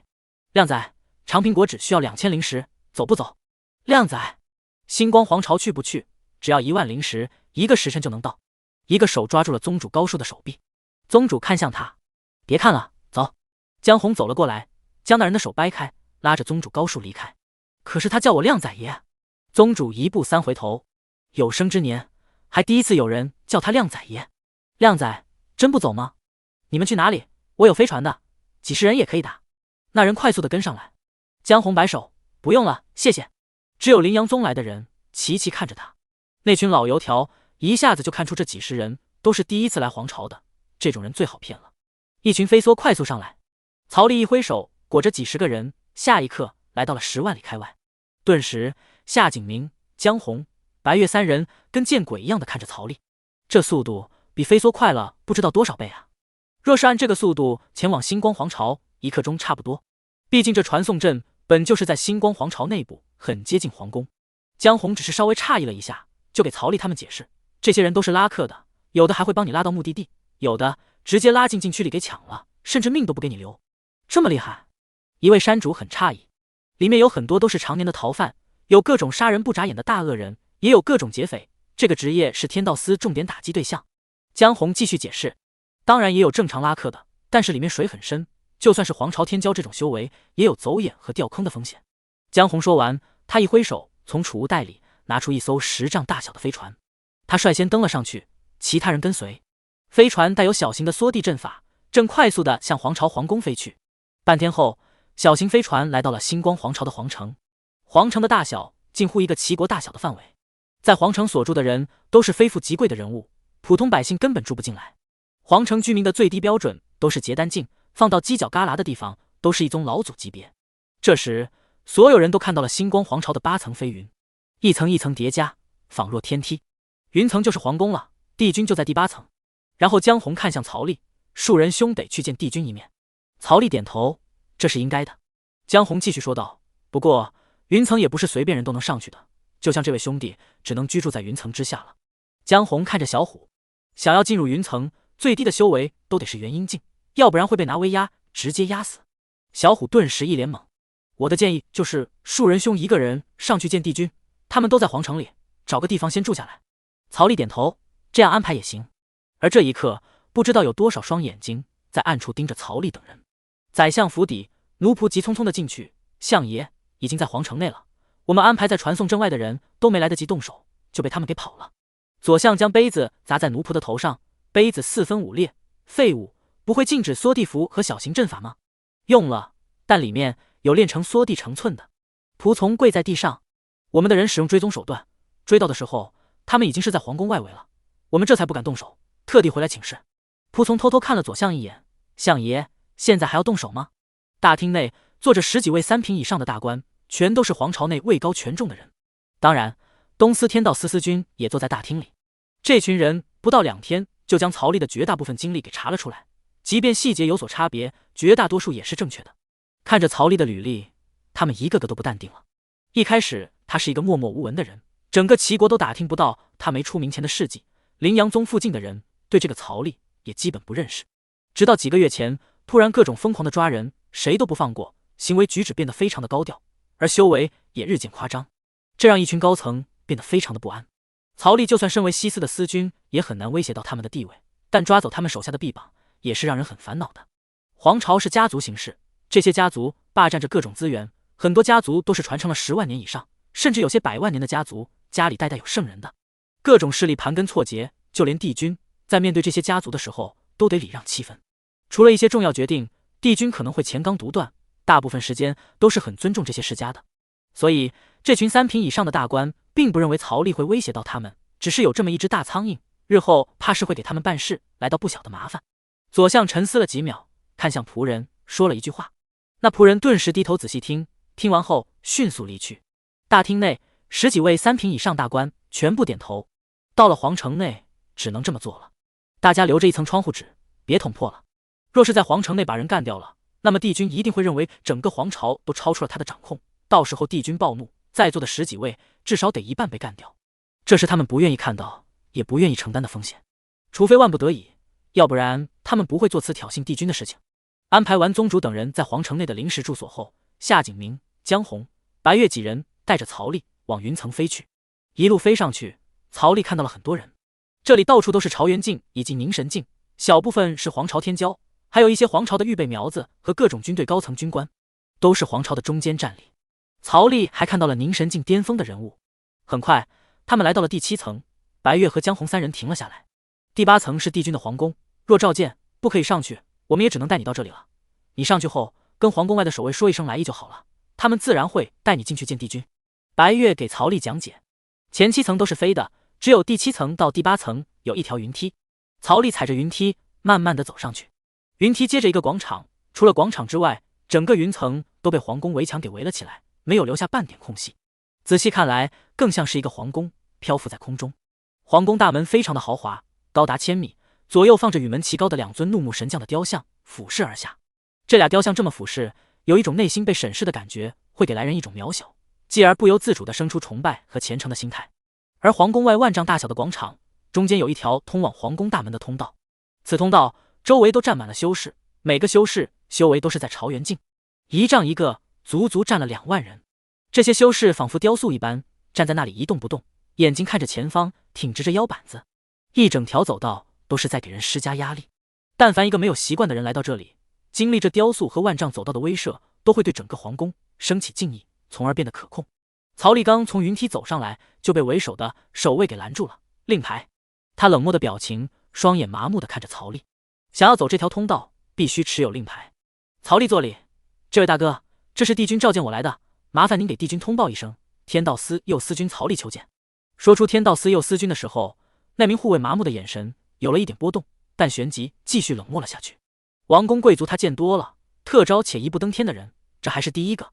那守卫只是点了点头，等着。守卫挥手，顿时一道光朝皇宫内飞去。而帝君身边的一位小太监捧着的镜子出现了影像，正是曹立在大门口的一幕。小太监迅速地跑向帝君，将手中半米宽的镜子给帝君看。帝君此刻正在批公文，只是看了一眼曹立，对，是否放他通行？帝君看着镜子内和画像有点小差别的曹立，放他进来吧，你去带他来见我。是，帝君。小太监将镜子收起来，跪下给帝君行了一个大礼，这才离开。爬起来后，小太监就给门口的守卫传去了讯息，而他则迅速往宫门飞去。守卫挡着曹立的2把长枪顿时移走，他们站回了原来的位置，麻木地守卫着。曹立看懂了俩人的意思，向前走去。一路上确实给了曹立一种庄严的感觉。道路尽头的宫门，一辆飞梭停在那里，然后飞梭上面下来了一个小太监，见过曹司君。曹立回礼，报以微笑。曹司君，上飞梭吧，奴才带贵人去见帝君。曹立没有说话，只是静静地坐了上去。飞梭快速地朝宫殿飞去。小太监一边操控着飞梭，一边给曹立科普：司君大人，皇宫内的规矩就是禁止飞行，除非有帝君特许或者赏赐的飞梭。如果不小心呢？没有飞行特许的话，那就是犯法了，格杀勿论，就算是左相也一样。曹立点头，这个小太监用左相来做比喻，足以看得出，在皇朝内权力最大的人莫过于这个左相了。还有，在皇宫内话不能多说，什么该你说的，什么不该你说的，要把握好。若是因为哪句话得罪了那些大贵人，恐怕死都不知道怎么死的。谢谢差官提醒。曹立伸手就是一个小储物袋。小太监看了一眼曹立，单手推辞：当不得，当不得。拿着，就当是差官这几句话的报酬。不行不行，皇朝抓这方面抓得很厉害，若是被发现了，轻则离职，重则死罪。小太监连连摆手。皇宫内部的天空上到处都有监视阵法，还带录像功能的，在皇宫谁也不敢轻易的放肆，大家都是小心翼翼，如履薄冰，太跳脱的人早就被淘汰了。1刻钟后，飞梭来到了一个宫殿前，飞梭停下，小太监从飞梭上下来，曹立也跟着下来。帝君在里面等司君大人，快去吧。小太监收走了飞梭后，走在曹立的前面，曹立跟在小太监的后面走向宫殿。曹立走归走，但眼睛都有观察四周的环境。这些朴实无华的东西看着很贵吧？曹丽看那柱子，全都是用一体的灵石所打造，柱子内部通体蓝光，显得格外的好看。谁若是手剑放到灵石柱上，然后将里面的灵力吸干，应该会被帝君打死吧。接着，曹丽走进了宫殿，宫殿也有1万米大小，远远看去，一个男人就坐在一张龙椅上面，在那里批奏折，很渺小。一会后，曹丽在小太监的带领下，来到了距离帝君不到50米的位置。曹丽作礼，见过帝君。帝君将笔放了下来，然后抬头看着曹丽，他很亲和的笑了。帝君笑得很开心，他连忙站了起，一甩袍子，很热情的从高台上面走下来。他看起来很年轻，表现的却很老成。帝君快步走了下来，然后拉住了曹丽的手：“爱卿，朕盼你盼了许久了。”曹丽也假装一副诚惶诚恐的模样：“帝君恕罪，臣自接到命令之后，从那一刻起就出发，饭也不吃，觉也不睡，日夜兼程赶了半个多月，这才赶过来，还是让帝君牵挂了。帝君，爱卿真的是辛苦了，朕这一点期盼不算什么。你这么辛苦的赶路，是朕疏忽了，就应该专门派队伍去接你，朕有错。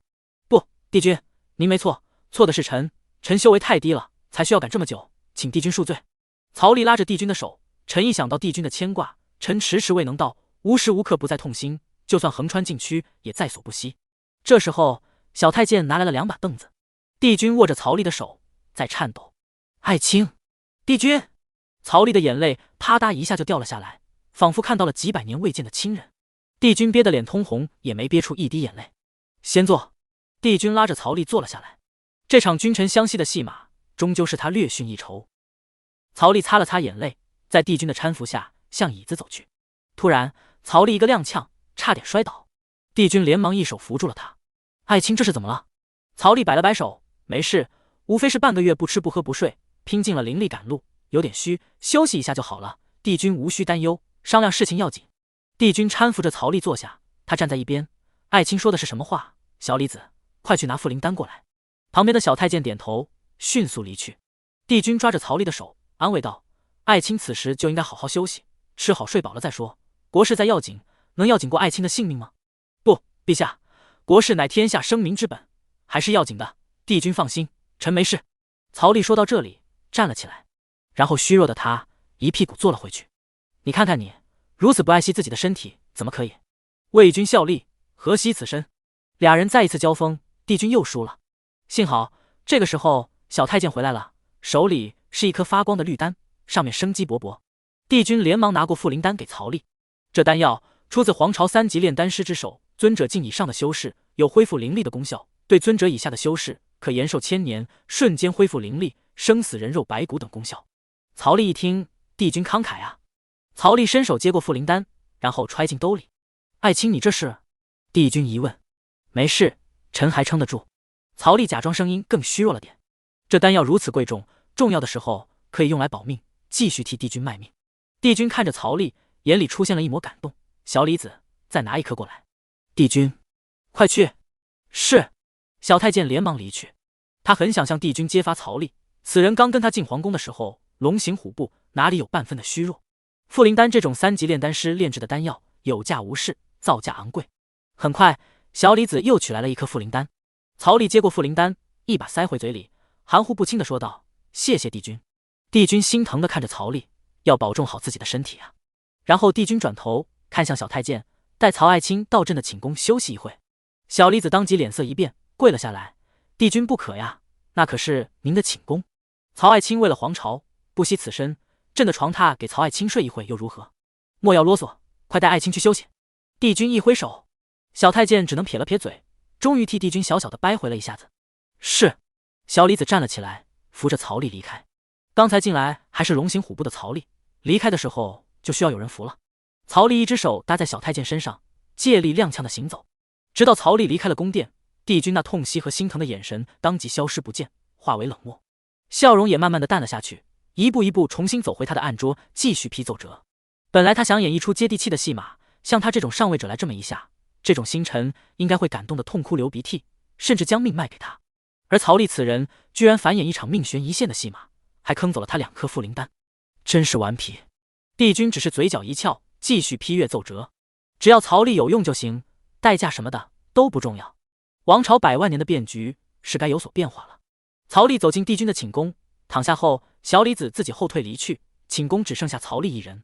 曹丽见四下无人，将茯苓丹吐了出来，看着发光的绿丹，好东西，收进储物袋。接着，曹丽又在寝宫内逛了逛四周，展示柜都是宝物，这里就算是一棵树，都是那种先天宝药的移植，而花瓶等瓷器也都是炼器师所炼制的法宝。曹丽也不知道这些东西有什么功效，但能出现在帝君寝宫的，绝对比茯苓丹的价值要更高100倍。曹丽也只能羡慕地摸摸，然后躺帝君的床榻上睡觉。床榻金黄色，很软。曹丽刚刚躺下，就感觉到了体内的灵力在快速的增长。曹丽诧异地看了看床榻，这还自动修行呢。曹丽也没客气，就这么睡了半天，直到黄昏，曹丽才伸着懒腰走出寝宫。外面的护卫看到曹丽出来，连忙行礼：“帝君有旨，司君大人醒后，还请一驾太原殿，同帝君大人一起用膳。”这好，这好。2名护卫在前面带路，来到了原来的大殿。大殿的龙椅已经没人了，整个大殿空荡荡的。而护卫领着曹丽拐了一道小门，前往偏殿。进入偏殿后，2名护卫就站在一旁。帝君坐在一张几百米长的大桌子前，而宫女们则一个个端着菜肴上来，共计3000道菜，寓意大到3000。宫女们还在摆菜，而太监则在试菜，帝君则在发呆。他看到曹丽走进偏殿，帝君顿时就喜了。帝君连忙招手：“爱卿，快过来。”曹丽连忙小跑过去，然后在帝君旁边坐了下来。帝君很年轻，看起来不过20来岁，年轻中伴随着一丝稳重，一双狭长的单眼皮丹凤眼，不说话的时候充满了帝王之威严，但是笑起来眼珠子几乎都看不到，反倒给人亲和之感。曹丽看着满桌的山珍海味，每一道菜都充满了庞大的灵力，但是有些菜肴根本是夹不到的，几百米的桌子根本没有带旋转功能，几千道菜能吃的其实就眼前的10来道，其他的都是吃完之后倒掉或者赏赐给下人的。爱卿啊，明天朝会，朕就亲自为你封职，从今往后，你就是星光皇朝的右司君了，可要好好干啊，不能辜负朕的期望。帝君拉着曹丽的手，另外一只手亲切地拍着曹丽的手背。帝君放心，臣绝对履行好右司君的职责。曹丽说话铿锵有力，有你这句话，朕就放心了。帝君一只手拿着筷子，给曹丽夹了一块肉。爱卿啊，朕希望你能……帝君突然不说话，看向旁边的小李子。小李子当即大喊：“统统下去！”端菜的宫女和试菜的太监闻言放下了手头上的活，跪下行了个大礼后后退离开。小李子也作礼后退，来到偏殿门口守着。整个偏殿就只剩下曹丽和帝君2人。帝君，你说。帝君握着曹丽的手，非常亲切的道：“朕希望你能够成为星光皇朝最正直的脊梁骨，如在灵阳宗时期一般，谁犯罪了就抓谁，绝不姑息。”曹丽当即拍着胸脯：“这是自然，我曹丽别的不敢说，在刚正不阿这上面还是能打包票的。”那就好，记住，在星光皇朝内，不管是谁犯了法，你都要抓，不能所畏惧对方的权势就睁眼瞎。帝君再次的郑重的叮嘱，以暗示那些人权势之大。曹丽点了点头，突然狐疑的打量了一下帝君。帝君假装没看到，星光皇朝氏族根基深厚，一些世家传承100万年，在皇朝根深蒂固，早已经成为了皇朝的蛀虫，甚至天道司都被腐蚀。曹丽惊讶，这么严重？帝君叹了一口气，所以朕需要一把刀，一把锋利的刀，改革这潭死水，中兴我星光皇朝。不知道卿能不能接受这个重任？帝君没有等曹丽回答，就继续说道：“在这期间，你可能会承受世家的暴怒和疯狂的反扑，但你若不怕，朕就会成为你坚强的后盾。在资源等方面，朕会尽力提供给你，助你提高修为，应对未来之危机。”帝君认真的看着曹丽：“你担不担得起？”气氛严肃了起来。但话说到了这个份上，曹丽只能站了起来：“臣担得起。”好，帝君拍手：“朕明日便与你先斩后奏，皇权特许的权利。”帝君也非常激动的站了起来。曹丽看着帝君，他很认真：“谢帝君，你抓紧将天道司搭建起来，朕期待你的作为，臣定不负所望。”曹丽作礼。俩人一边谈论，一边吃着宴席，一直聊到深夜，曹丽才离开。帝君送曹丽到太原殿的门口，这才依依不舍地放曹丽走。帝君转身回去，丹凤眸子又恢复了冷漠。这套话他已经说了不知道多少遍了，前面那些安插进世家、天道司的人，很大一部分被干掉了，但成功一个，他就是血赚。曹丽是一颗明面上的大棋子，从刚才他已经了解到了，曹丽的修为全是靠自己修炼的，和顿悟道文无关。20多岁内的朝元尽大圆满，闻所未闻。若说曹丽不是大能转世，他待选把头扭下来当球踢。那套话对很多人说过，也无妨对曹丽说，他若是真的同意相帮，那么改变现有的死水可能性将会很大。帝君没有试探曹丽的魂海，以免冒犯了曹丽，但想必最少也是圣人级别的。曹丽在小太监的带领下走出了皇宫，踩着云梯一步步下去。江红、白月、夏景明三人一直坐在云梯口等待着曹丽。看到曹丽下来，三人当即凑了过去。树人兄，怎么样了？江红还是急性子。陛下表示了对我的郑重，还有明天朝堂封官，然后我就可以组建天道司了。曹丽无所谓的回答，这些都不算是机密。江红等人也猜到了。江红搓手，跃跃欲试。树人兄，如果我跳槽去你们右司的话，能不能混个天官当当？在左司，每个天官都是尊者境，根本就轮不上他们这群天骄。他们想成为天官，除非熬成老头子，自然是可以的。天道司创建正是需要人手的时候，人嘛，多多益善。哈哈，江红上来，大大的给曹丽一个拥抱。我就知道，树人兄你是讲义气的，来我们右司可是要玩命的哦。曹丽伸手挡住了江红的拥抱。江红拍了拍胸脯，我不怕，只要能够当天官，区区小命，我江红根本就不放在眼里。曹丽看向微笑，站得笔直，在哪里挥扇子的夏景明以及一直微笑的白月。你们两个呢？还不到两人回答，两个仆从就走了上来，站到曹丽面前。司君大人，我家主人找你，还望给个薄面。曹丽看着两个护卫打扮的太虚静，白月看着他们俩，这是左相的人。曹丽对着两个仆从微笑，也还了一礼。请护卫坐礼，回头找你们。曹丽看了看白月和夏景明等人，然后在两个太虚境仆从的带领下向后面飞去。第7层是一等天骄以及3品以上大官的居住场所，这一层也居住了很多世家，是皇朝真正的顶尖阶级。1刻钟后，曹丽来到了一个大酒楼，在护卫的带领下来到了包间。包间的门被打开，里面坐着一个人。那人看到曹丽过来，连忙站了起来。曹司君，老夫让人去找你，应该不耽误是吧？曹丽看着眼前的人，你是？此人头发黑白相间，岁数看起来挺大的，有60岁上下。他一身如衣，单手拿书，似乎在哪都不忘记学习。他看到曹丽后，便放下了一直拿在手上的书本，向曹丽走来。房间里没有仆从，当然是他自我介绍：老夫承蒙帝君厚爱，拜封左相。曹丽假装一副很惊讶的样子，原来是左相大人。说着，曹丽上去一把握住左辅大人的手。左相有点不适应曹丽这么热情的态度，他尴尬的笑了笑：来，曹司君，坐，我正想去拜访左相大人呢，没想到让左相大人先来找我，实在是惭愧。曹丽拉着左相的手，一副相亲相爱的态度。左相大人，这顿饭得我请，这是我的过失。曹丽伸手拉过放在桌面上的酒瓶，这一瓶我敬左相。曹丽不待左相说话，一饮而尽。一喝下去，曹丽顿时感到这瓶酒的不凡。左相哀哀2声，我那珍藏的万年老酒，还没喝一口呢。曹丽一饮而尽，将酒瓶倒立，一滴都不剩。好酒。说罢，曹丽直接趴在餐桌上睡了起来。喂，你！左相捧着空空的酒瓶，憋了半天没憋出一句话来。哪来的土包子啊？他真的很想说这一句话。左相将瓶子倒了倒，然后仰着头，伸着舌头，真的一滴都没有了。相爷，改明儿我重新送你一坛同样年份的。话落，房间门打开，10几个3品以上的大员走了进来。为首的是左司君，话也是他说的。左相白了他一眼，你懂什么？这是万年老酒，是先皇出生那一年下地的那一批，喝一瓶就少一瓶。这下左司君闭嘴了，而左相看他，你有？左司君只能笑笑，这倒是没有。不过左相您招待一个小小曹丽罢了，用得着拿这么好的酒吗？这是我自己想喝的，真的是。左相已经上千年没骂人了。好吧，瓶子真空了。右相笑道，左相损失一坛万年老酒，却得到了一个大喜讯。左相白了他一眼，有点不高兴的道，喜讯在哪？右相上前2步，拍了拍曹丽的后背，不过7两酒，就测试出此人不过庸碌奉承之辈。众人齐齐看着右相爷。右相打量了曹丽，将他侧身，还翻了翻眼皮，确定醉得不省人事了。此人太年轻了，一点江湖经验都没有，与我们第一次见面就敢喝醉，毫不防备。若我们现在想杀他，易如反掌。右相非常自信的判断。一众3品大官个个点头。右相继续说道，见到左相后又如此亲切的巴结，不是奉承之辈是什么？这种人又能成什么大事？10几位大官看着躺在桌子上的曹丽，或许真的如右相所说，此人真的是无能之辈，毫无心机，初出茅庐的小年轻。但这种人也最是冲动。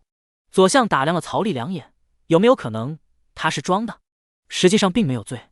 右相伸手拨了拨曹丽的眼珠子，翻着白眼。此刻一堆人凑了上来看，世事便知。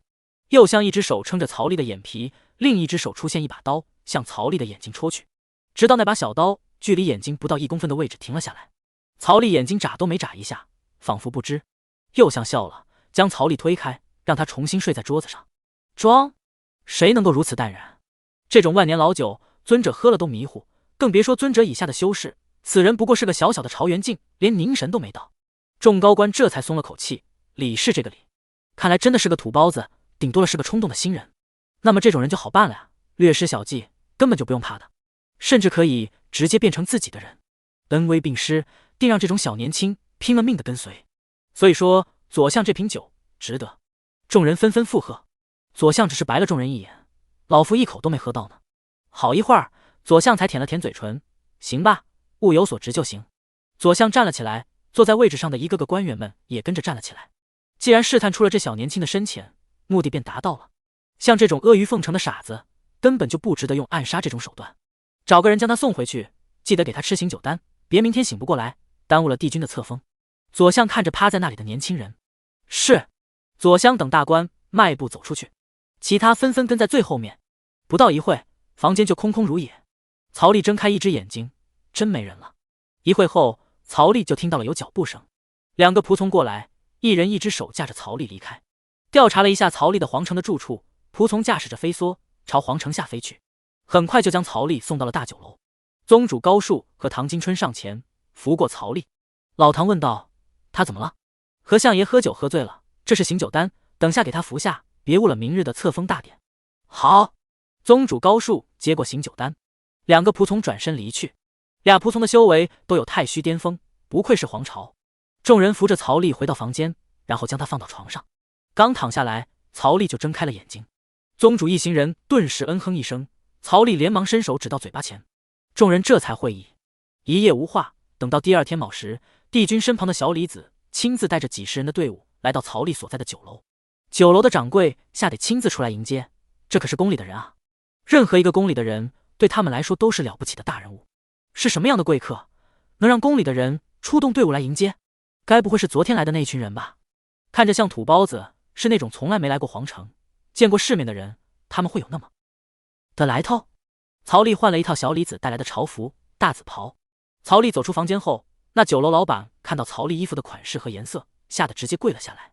那紫袍上面纹着4爪蛟龙，这是天道司司君的服饰。天道司司君怎么会出现在这里？酒楼老板吓得直接磕下来，额头紧紧地贴着地面。草民见过司君大人，之前听说过帝君要创建一个新的天道司，莫非那不是谣言？是真的？酒楼老板内心惊骇，不断地反思着这2天的伺候是否有不周到之处。这种大人物，一句话就能让他们酒楼以及身后那背景并不算硬的修士齐齐消失。其他围观的百姓看到曹丽身上的紫袍，也吓得直接跪了下来，俯首作礼。他们不知道曹丽是什么职位，但他们能认出曹丽身上衣袍的颜色，不限皇城富贵乡，只限庙堂紫袍官。紫色官袍代表了云层最顶端，那最高端的人物。小李子走了过来，曹司君，请吧。曹丽坐上一辆飞梭，不一会儿，皇宫的队伍离去。一群百姓在原地跪了许久，这才缓慢地抬头。走了。老板第一时间冲进酒楼，他要严厉地警告酒楼的所有伙计，若是有谁对这群大贵人伺候不周，提头来见。同时对这群人进行免单，不管吃的喝的玩的，一律他报销。跟天道司司君扯上了关系的这群人，别说是土包子，就算是一颗不会动不会说的石头，他都得精心伺候着。飞梭以极快的速度穿过云层，来到皇宫外围，然后停在了皇宫门口，将曹丽放了下来。此刻一群官员步行上朝，曹丽也跟着他们走。目之所见都是青色、绿色的官袍，只有少数的红袍，一个紫袍都没见到。进了皇宫后，足足走了1个时辰，才来到太原殿门口，个个排好队伍，准备上朝。曹丽则在太原殿外的楼梯坐了下来，他垂着腿，帝君有病吧？上个朝要走1个时辰的路。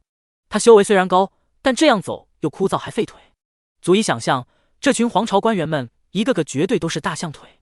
上朝1个时辰，下朝1个时辰，这光走路就得2个时辰，对应现代时间就是4个小时，妥妥的有病。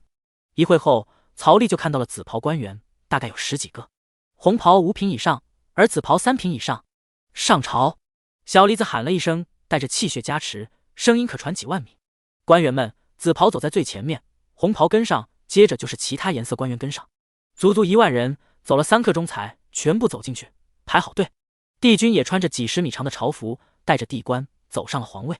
参见帝君，愿帝君授予天齐。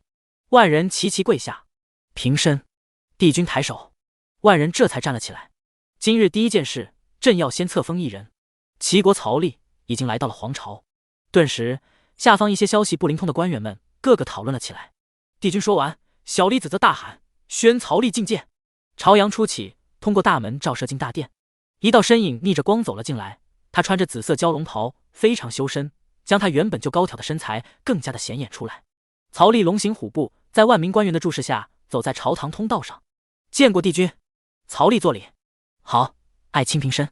说完，帝君看向旁边的小李子，小李子当即拿出准备好的圣旨，张开后，他深呼吸，接着一口气的喊道：“奉天承运，帝君敕曰，今在齐国境内寻得一位刚正不阿、忠勇贤明的人才，经过调查，曹吏行为符合皇朝之理念，特此招来皇朝，担任天道司右司军，赋予曹吏先斩后奏、监督东司、百官之权，望曹吏今后能谨记今日初心，勿骄勿躁，为皇朝盛世尽一份力，钦此。”曹吏作礼，谢帝君隆恩。小李子当即走了下来，将圣旨放到曹吏的手上。曹吏接过，10几个紫袍官员只是平淡的看着曹吏，也有人看着帝君那在帝冠下被10几串珠子挡得看不清神色的眼睛。东司司军只想笑，帝君将希望放到这个毛头孩子身上有啥用？皇权特许，先斩后奏又如何？他们东司也同样有这样的权利，也有监察百官的权利。可是呢，真遇到一些大人物，还真敢斩不成？得罪了皇朝10大世家，就算是圣人都得发毛。流水的皇朝，铁打的世家，这可不是开玩笑的。曹吏这种喜欢巴结、阿谀奉承的无脑之辈，奉承也就罢了，若是冲动真砍了世家的人，后果他就知道了。左司军只是平淡的看着曹吏的册封，其他大官亦然。接着就是对曹吏进行府邸的赏赐，以及办公场所的位置敲定。接受册封后，小李子拿来一个托盘，里面放置着一个天道司的发冠。发冠后面的造型如同雷霆，寓意天威。曹吏戴上发冠之后，册封才算是结束。接下来便是皇朝的其他事情，大部分和曹吏没有关系。谈了3个时辰后，众人才下朝。离开了皇宫后，曹吏和左相几人寒暄了一会，就来到了7层云朵的主街西侧，那里有万亩衙门，就是右天道司官衙。江红和夏景明早就在官衙门口等待着曹吏了。他们细算了一下，整个云城能够给天道司当衙门的没几个，而这里的可能性是最大的。你们咋知道帝君会选在这里？曹吏看到俩人也有点诧异，他是接到圣旨之后才刚赶过来的。俩人总不能提前知道圣旨吧？我们可是本地居民，猜一下就知道了。江红一副得意的样子，然后江红就化身导游，带着曹吏将这万亩衙门逛了一圈。树人兄，现在你第一步可不是搭建天道司。江红卖着关子。曹吏狐疑，不是搭建天道司是什么？这座地乃是废宅，第一步自然是去吏部要人，要个几千人将这里收拾一下。夏景明一拍扇子，哈哈。江红拍了拍曹吏的肩膀，不过我觉得树人兄可能要不到1个人。曹吏，左司军那老头子肯定打过招呼的了，谁敢给你派人？江红看着曹吏吃瘪的表情，顿时哈哈大笑。曹吏想起那个跟他一样带着雷霆发冠的人，大概40岁的中年男子，有点狐狸眼，长着一副阴险的样子。那人雷霆发冠的雷霆是在左边，而曹吏身为右司军，雷霆发冠的雷霆是在右边。这个人要给自己使绊子，是因为争了他的权利吧？曹吏也理解，任谁手里的权利被分掉一半都不会开心的，但你不开心归你不开心，不给我人就不对了呀。这上万亩的地，要是靠曹吏那几10个人打扫，得打扫到猴年马月去，必须要人。曹吏将天道司司军的令牌塞进怀里放好，然后拍了拍胸脯，我看谁敢不给。他们天道司组建得跟吏部要人，这些人刚好就可以编队，顺便来打扫。当然这活有工部的一份子，因为工部主管修缮。夏景明挥动着扇子，江红则一脸看好戏，我去看看就知道了。曹吏拍了拍手，要是天道司组建不起来，你们俩的天官也没着落了。顿时江红的笑容就僵住了。曹吏昨晚在酒楼的时候看过皇朝的地图，过目不忘对他们这个级别的修士很正常。曹吏当即缩地成寸，往吏部的办公衙门飞去。6部办公衙门基本都在云梯附近，这是第7层的潜规则。越靠近云梯的位置，代表这个部门的重要性，而距离云梯的位置越远，则代表这个部门的生疏，世家除外。曹吏一步来到了吏部大门。门外的2个修士看了曹丽一眼，再看曹丽身上的服饰，再结合这2天的传闻，顿时知道了这是天道司的右司军。2修士顿时作礼，见过大人。曹丽点头，微笑的走了过来。你们户部调派人手的部门在哪里呢？2看门的修士见曹丽身为司军，居然如此亲民，顿时好感大增，回禀大人。进去之后右转，那个人事房就是。谢谢了。曹丽很亲和的对2人笑了一下。这2看门的修士也跟着笑。看门的基本都是地位最低的，别说这种紫袍大官，就是绿袍官员，也是他们平日里高攀不起的大人物。曹丽跟他们打招呼实在是太亲民了，给足了他们尊重，这让他们心里想为曹丽卖命。曹丽走进了户部，里面人来人往，仿佛很忙。他右拐一下，看到一个办公房外面写着人事房3字。曹丽走过去，刁你。这时候突然一个官员丢了一卷子过来，摔在曹丽的脚边。那官员又拿过一卷子，一看脾气又上来了，挥手又扔，看都没看曹丽一眼，也不顾及会不会扔到人。嗨嗨！曹丽干咳。人事房里面有上百办公人员。这时一个抱着半人高书册的小官员从曹丽身边走过，他看了曹丽一眼，然后将手中半人高的书册分给曹丽一半。新来的吧，没见过你，快跟我一起去干活。那人吩咐道。曹丽一脸懵逼的抱了一胸口的书册，他也不是一个计较的人，跟着那小官走了几步。而后面有人看到曹丽衣服的颜色，顿时一阵狐疑。疯了吧，有人敢在值班期间穿紫色的衣服？新来的这么不懂事。而那小官带着曹丽来到了扔本本的官员面前。小官悄咪咪的将怀里小半人高的书册放下，然后小心翼翼的往后退。曹丽也模仿着他，将手里的书册放了过去。躺在椅子上，一只脚放在桌面的官员，椅子翘起，只用椅子以脚撑地。他余光瞥见了来送资料的，而这一瞬间他还看到了一丝紫影。那官员看着书册，一脸怒意的转过头来，抬头看了曹丽一眼。都不是所有认识的紫袍大官，很新的面孔。不过他看到了曹丽的领子，这领子是官袍的领子，绝对不是什么新人穿紫袍值班。卧槽！椅子一翻，那看册子的差官直接一个倒摔，砰的一声，椅子摔在地面上，而差官背不着地，翻了个滚。他看着曹丽的鞋子，真的是3品官靴。大人，下官见过大人。那官差立马连滚带爬的过来。曹丽放下册子之后，胸前的图案也露了出来，4爪蛟龙再加上头上的天雷发冠。那半职的差官顿时就知道眼前的人是谁了，新上任的天道司右司军曹丽。那让曹丽搬册子的小官也直接傻眼了，他刚才被半人高的书册挡住了眼睛，根本就没看清曹丽身上的着装。他吓得也直接跪下，大人恕罪，大人恕罪，小的有眼无珠。这边的吵闹也引起了人事房上百人的注意，大家看了过来，只看到一个身材高挑，腰缠红色玉带，头顶雷冠，身穿紫袍蛟龙的男人。见过大人。所有人齐齐跪下。曹丽只是瞥了这群人一眼，刚才那翘脚丢本子的官员和那让他帮忙拿册子的小官吓得直接发抖，其他人还好。起来吧。曹丽也懒得跟这群小官计较，他拉了一张椅子，仿佛自家一样坐了下来。他的心态非常轻松，因为这些人更加的紧张。人事房这群人才颤颤巍巍地站了起来。司军大人，不知道来户部是有什么公事吗？谁是主管人员调配的？曹丽环视了一周，那翘脚摔书的官员顿时奉承一笑，作礼道：司军大人，是小官，给我抽调1万人，我要组建天道司。那小官顿时露出为难之色，司军大人，这有什么问题吗？曹丽反问，眼睛盯着他。那小官硬着头皮和他对视，司军大人，不是我们户部不愿意，实在是现在人员空缺，1万人的话太多了，根本就没有那么多人。没有吗？曹丽认真的看着他。那你们手里头有多少人？那小官顿时比出一根手指。1000。曹丽反问。不是。那小官摇了摇头。100。那小官顿时笑容有点僵，是1个。你再跟我开玩笑。曹丽一巴掌拍在桌子上，桌子当即4分5裂，一桌子的东西全部飞出去。司军大人还望见谅，给我们半年时间，我们定然凑到1万人给司军大人送去。那小官连忙作礼。真的没人吗？曹丽看着他，眼神逼人。那小官吞了吞口水，确实没人，大人。阻挠天道司的人员搭建，耽误了帝君的大计划，纵容犯罪分子在外面多逗留1个月，你这是在通敌啊！曹丽瞪着眼睛。那官员一听，吓得直接扑通一声跪在地上。大人您明鉴啊，下官兢兢业业，实在是户部最近人手抽调很多，真的是没人啊。我看你嫌疑很大啊，不如就让本司军好好审审。曹丽站起来，伸手就抓住那小官的领子。大人，这绝对是没有的事情。有没有，我查查就知道了。曹丽拉着那小官的手就要离开人事房。司军大人，司军大人！那小官有点慌了。那小官喊叫，实在是户部向每个部门输送的人太多了，真的没人。司军大人，您难为我也没用啊。而说到这里，曹丽突然放手了。说的也是。那小官顿时松了一口气，他还真怕曹丽不讲规矩。左司军那边特意叮嘱了，最多给曹丽一个人羞辱他，让他半年都搭不出一个班子，到时候全皇朝的人看他笑话。这一刻，曹丽叹了一口气，有一个人也行，那就是你了。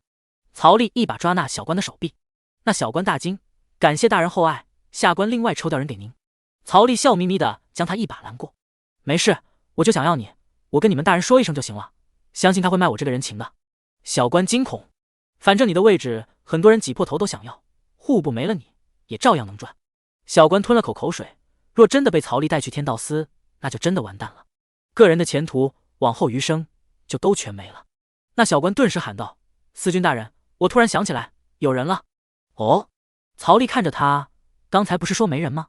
那小官吞了吞口水，有点强装镇定，下官刚才想起前阵子皇朝录取了5000位修士。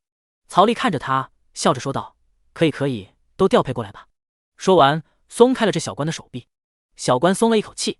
曹丽紧接着说道，对了，记得把你自己的名字加上，刚好5001个，等你下一任再给我叫剩下的人吧。那小官刚松一口气，立马呼吸一紧，抬头看着曹丽。下官突然想起来，皇朝录取后待业的人加起来应该是有1万的。真的有吗？真的有。那小官斩钉截铁的回答。那好吧，你这记忆力该好好补补了，别老是记错。曹丽挥手，若弄少了一个，就让你来补，我看你就很不错的。那小官顿时吓了一跳，然后很敬畏的作礼，大人放心，少一个我都从其他部门调配给您。要多久？曹丽反问。大人放心，半天足矣，我会给这1万人发传音，让他们去天道司任职。行。曹丽说完，问了一句，工部在哪？小官顿时眼睛一亮，这人终于要走了。大人，工部衙门就是对街的第3间。行。曹丽走出户部，朝工部走去。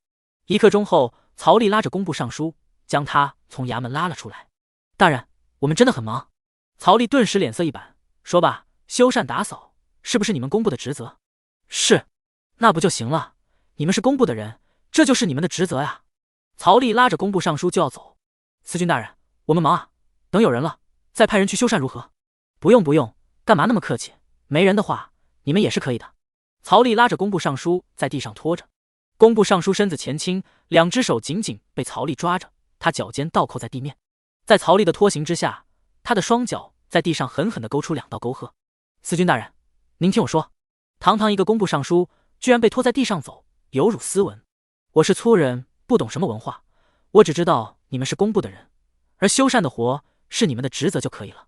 曹丽拖着工部尚书拉了2条街，硬生生地拉回到天道司门口。一众工部官员在后面追赶着。司军大人，我马上派人打扫可以了吧？2条万米大街，部尚书的鞋子都磨没了，露出一根脚趾头在外面。那你也不能回去，身为工部尚书，他们的领导，你有责任监督他们干活。是。半天后，曹丽跟江红、夏景明3人坐在破旧的衙门里，看着1-2万人齐齐动工修扫。江红有点傻眼了，树人兄，你是怎么把人找来的？秀才遇上兵，有理说不清。曹丽给自己倒了一杯茶喝，顺便看着几万人修扫的工作姿态。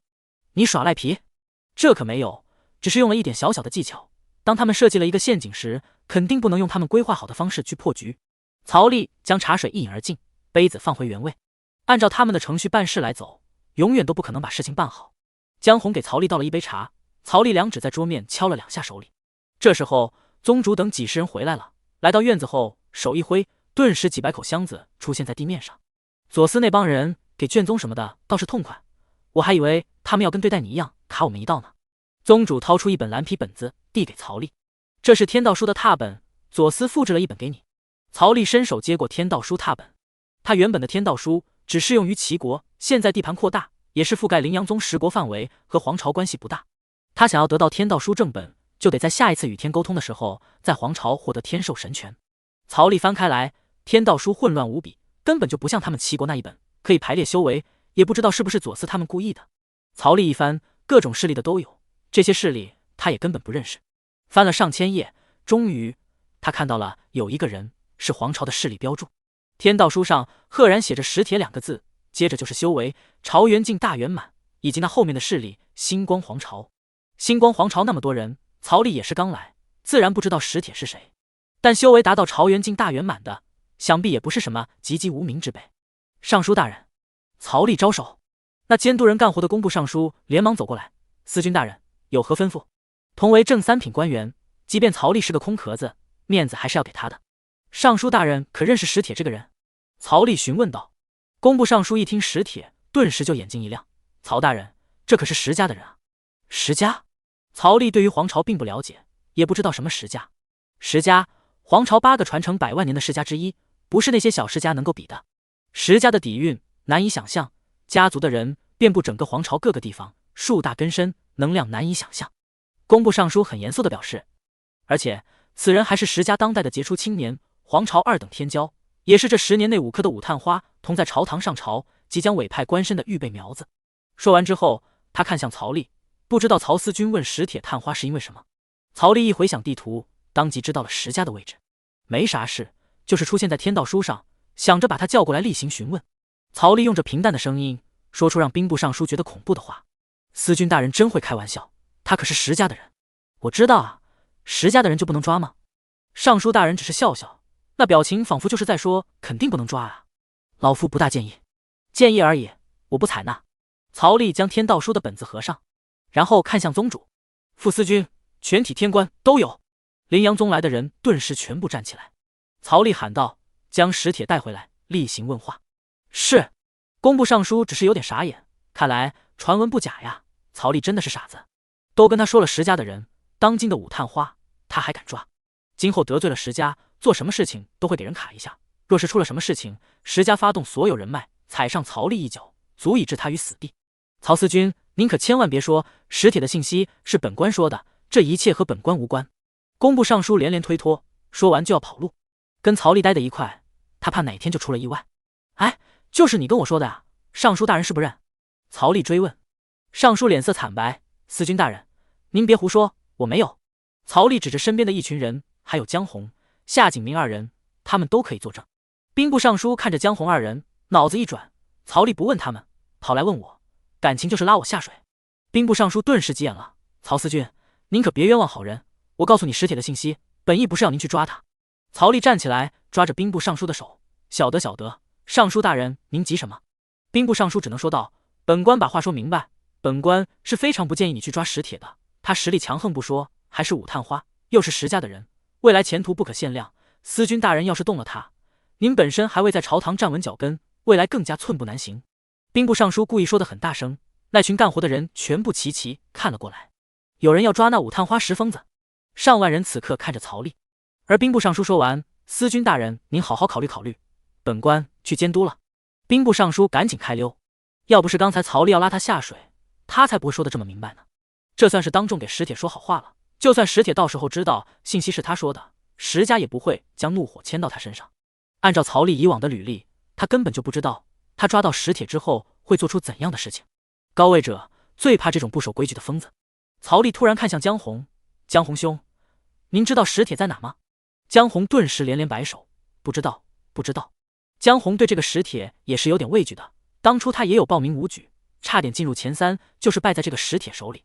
江家传承10万年，在底蕴上面也比不得8大世家的石家。江红虽然狂妄，但惹得起谁，惹不起谁，他还是比较清楚的。夏景明挥扇子的手停了下来：树人兄，不知道我这天官能不能不当了啊？嘿嘿，不行。曹丽反驳：现在所有人跟我一起去石家抓人。江红立马捂着肚子趴在石桌上：我有点不舒服。走吧。曹丽揪着江红的后领子，将他提了起来。江红抬头看着曹丽：树人兄，不带这样的，我还没入职右天道司呢，我的职位还是左天道司的天差呢。曹丽点头：没错，正是因为你是左司的天差，所以抓捕石铁也应该有你一份子。我……江红无法反驳。然后江红缩着腿被曹丽踢着飞奔。石家作为大世家，家族驻地的位置自然距离天梯比较近。曹丽走了10几步才来到了石家门口。石家的大门摆着2头石麒麟，外面的守卫全部都像是军人，站在那里挺着笔直的腰杆子。8位看门的全都是太虚境。见到曹丽提着人到来，为首的一人当即将枪锋对着曹丽。来者何人？一身紫袍，3品大员，但这个看门的似乎并没有把他放在眼里。在世家面前，除了帝君要给点面子，其他人基本不放在眼里。别说是3品大员了，如果不是他们石家的人，2品宰相、1品太傅又如何？天道司右司军曹丽，奉天道书传使帖跟我们回一趟天道司。曹丽松开江红后，看着8位太虚境护卫。8个护卫看了看曹丽，相互看了一眼，没听过，滚！一个太虚境护卫枪锋指着曹丽，天道司只有一个，再不滚蛋，让你人头落地。门房一脸豪横，指着枪锋。曹丽挥手，当即8个太虚境手里的长枪化为粉末，随风散去。8个太虚境守卫愣了一下，然后齐齐抬头看向曹丽。朝元境大圆满，但他们8个丝毫不惧，因为他们身后站着的是整个皇朝巅峰的存在，传承100万年悠久的石家。大胆狂徒，你这是在找死！让你们管事的出来，再敢冒犯，本座让你们几个生死道消！曹丽也板着个脸。8个护卫看着曹丽，一时不敢上前，加上那身官服也不似作假，若真的是天道司的人，管事和石家高层不会不知道。哼，等着！其中一个守卫跑了进去，过了一会，带着一个中年男人回来了。见过司军大人。那管事的笑眯眯。而之前的8个护卫见管事都作礼，他们也只能跟着作礼，虽然心里头有点不甘心。让使帖出来，跟本司军回去调查。曹丽看着那管事的，那管事只是笑笑，司军大人，真是不巧，使帖他出去了，不在家里。那他什么时候回来？曹丽问。这就不知道了，有可能出去玩闹，一时半会就回来了，也有可能出去历练，千百年也说不定。管事的只能陪笑。曹丽静静地看着他，这话肯定是在敷衍。行，那就让他别出现了，要不然什么时候出来，什么时候到我右司去做案情陈述。曹丽甩袖。管事的也只是笑笑。曹丽看了他们一眼后，转身带着人离开。宗主高树凑了上来，小曹，要是那人一直不出来怎么办？曹丽只是淡淡一笑，放心吧，我话都放出来了，按照他那性格，不可能当缩头乌龟的，要不然以后在天骄界，在整个星光皇朝，他就是个笑话。不少人点头，之前江红不是说过这人很疯狂吗？疯狂的人自然不可能是狗道中人。那咱们什么时候可以去踹他们家的大门啊？宗主又问。要是使帖拒捕躲到石家里去，那自然就能踹门抓人了。宗主眼睛一亮，旋即双手合一，闭上眼睛。可以，天道保佑，使帖拒捕，使帖拒捕。曹丽等人回了天道司。工部尚书看到没将使帖带回来，松了一口气，旋即也觉得这是意料之中。使帖能给带回来，那才是奇怪。这一刻，石家占地上100万里，家族地域内有着各种从其他地方移过来的真山，以及各种楼阁宫殿。族内还有各种被驯服的异兽。石家上100万年，20%的分支居住在这里，虽然只有20%，也是分支无数，人丁兴旺了。此刻，石家大堂，石家家主静静地听着汇报声。这小子新官上任3把火，第1把火是要烧我们石家。石家家主嘲讽一笑，不自量力。家主，都是他疯了，抓我们石家人，他凭什么？凭帝君给他的先斩后奏吗？这种先斩后奏一般都是威慑小家族的，他们大家族还真不一定怕。上有政策，下有对策，应对这种事情，他们有太多的经验了。拖着就能够让曹丽难受一辈子。他们有各种借口，让曹丽见不到使帖，就算见到了，也不一定能够让他带走。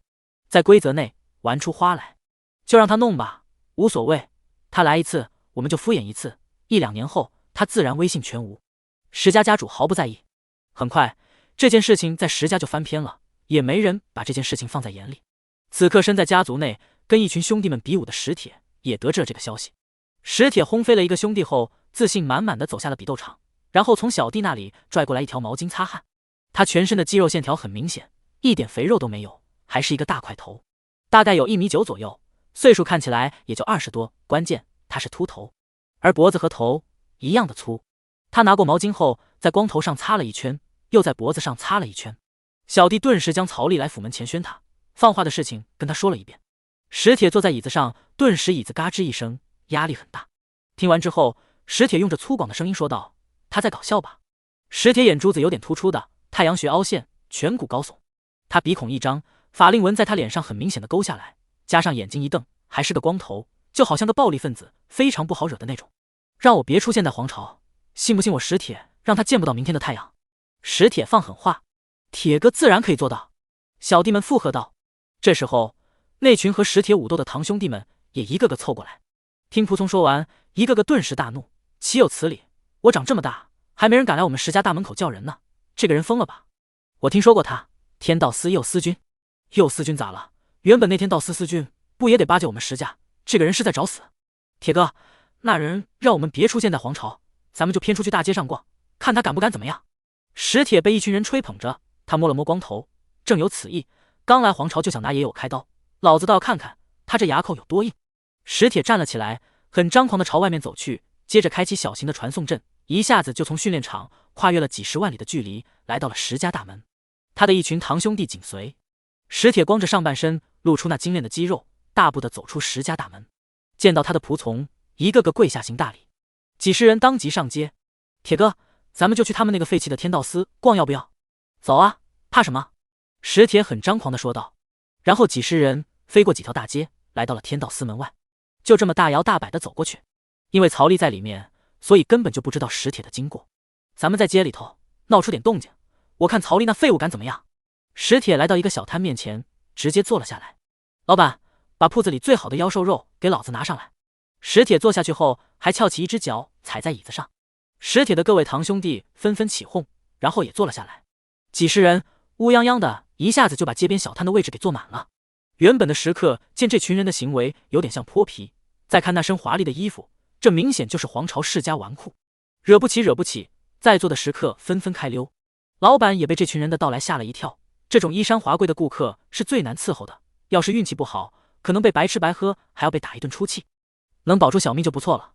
街边摊卖的妖兽肉大多为化神境和太虚境的妖兽，最差的还有元阴境的，注点灵气当做化神境的妖兽肉卖。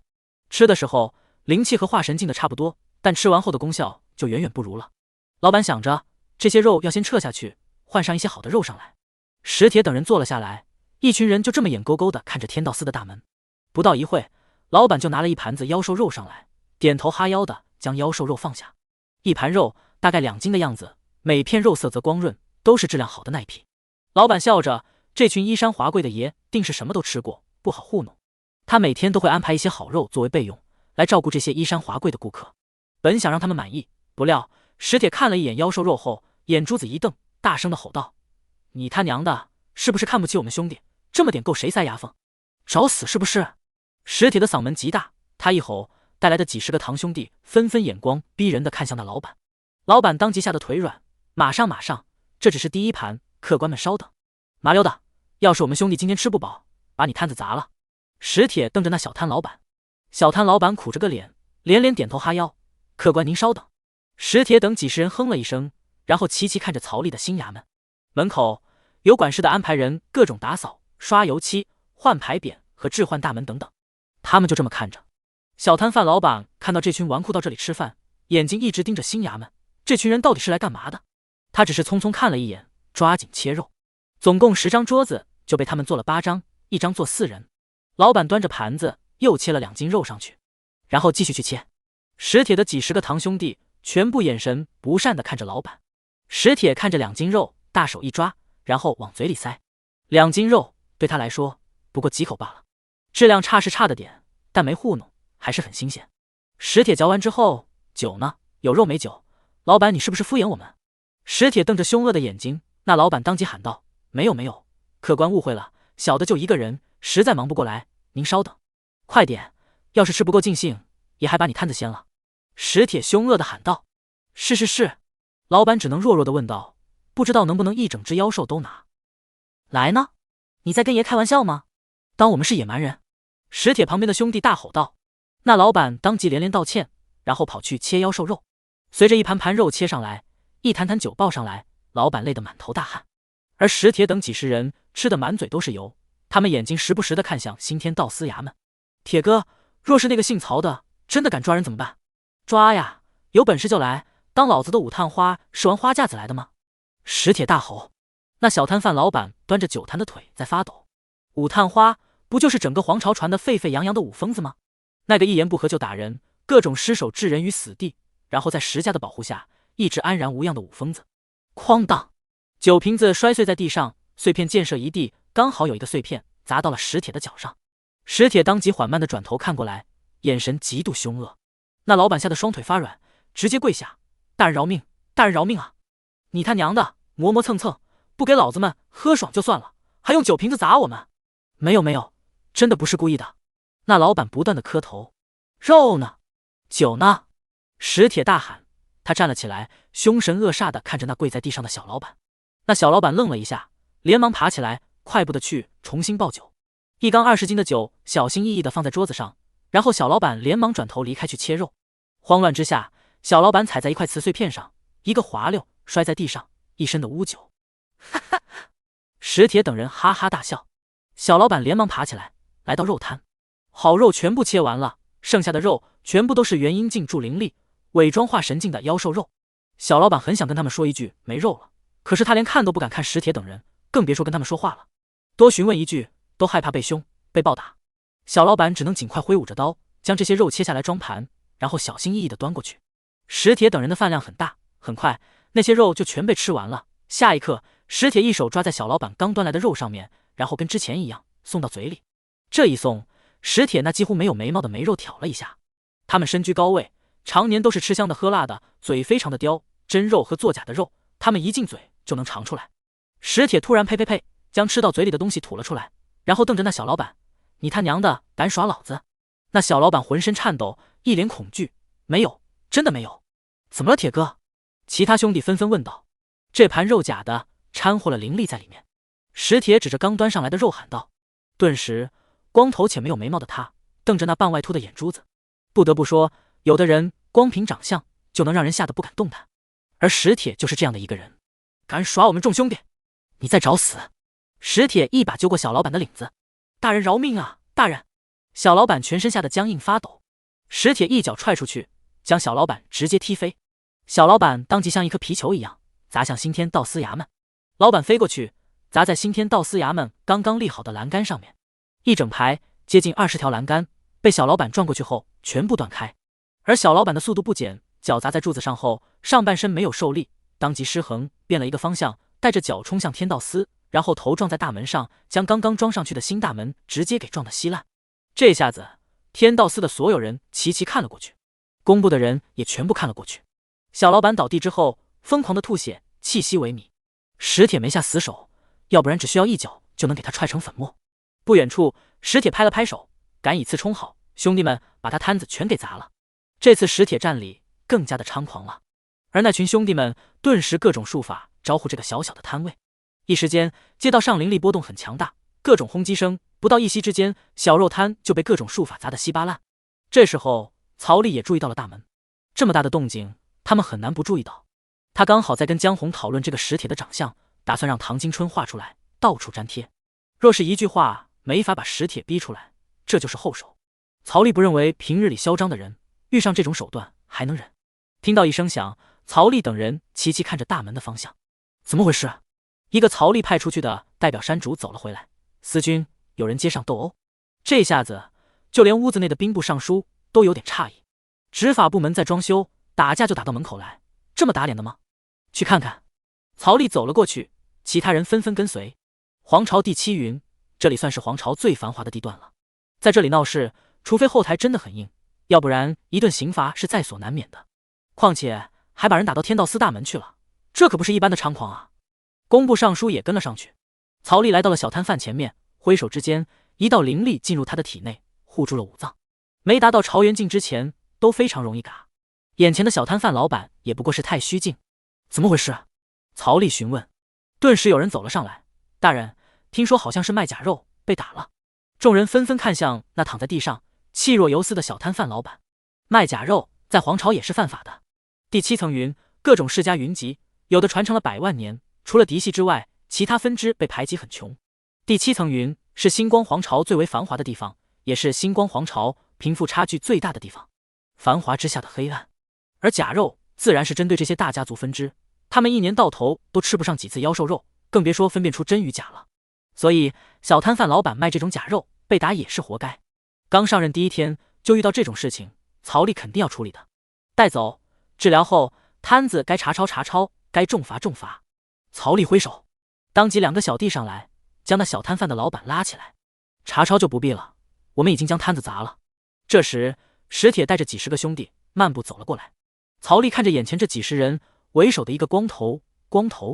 曹丽想起了江红对史铁的描述，他是光头，眉毛不到10根，几乎没有，脖子和头一样粗等特征。再看这带头的人，可不就是长这样，看起来给人的感觉也是非常的凶恶。江红、夏景明以及工部尚书看到史铁的时候，一眼就将他认出来了。他们3人纷纷看向曹丽。之前去石家找人，找不到，现在是直接过来天道司，这是巧合？不大可能，武疯子就是来挑衅的呀。史铁一脸的讥笑，站在台阶下面，就这么和曹丽对视。他看着曹丽的衣服和头上的冠冕，一下子就猜出了这个年轻人的身份。司军大人就好好的将大人罚款吧，不用太感谢我，我们走。史铁桀骜的看了曹丽一眼，然后转身。曹丽看着史铁，他很冷静，一直没有说话。眼看着史铁真要离开了，曹丽声音平静的说道：“石公子不进来坐坐再走。”史铁准备离开的脚步一顿，老子认出他，他认出老子，有意思。史铁瞪着半秃的眼珠子，转过身来：“你们天道司太烂了，连张凳子都没有，还不配爷爷我进去？”倒也是。曹丽点头，看向工部尚书：“大人，修缮好还需要多久？”工部尚书回答：“2天。接近2万人，还全都是高阶修士，2天时间足够了。”曹丽点头，再次看向史铁：“今天第1天而已，还有1天，石公子还是进来坐坐吧，很快了。”哈哈。史铁仰头大笑，接着突然脸色一板：“你很有意思，但爷爷我没啥空，先忙了，再见。”他就是故意来曹丽面前蹦跶一圈，恶心他的。也是反将曹丽义军向整个皇朝暗示，他史铁根本就不怕他，不是那种被堵到家口后不敢反击的懦夫。石公子砸掉人家摊子，还需要好好将事情说清楚呢。况且天道书上的罪也需要你来解释。曹丽声音带着战意：“若老子不解释呢？”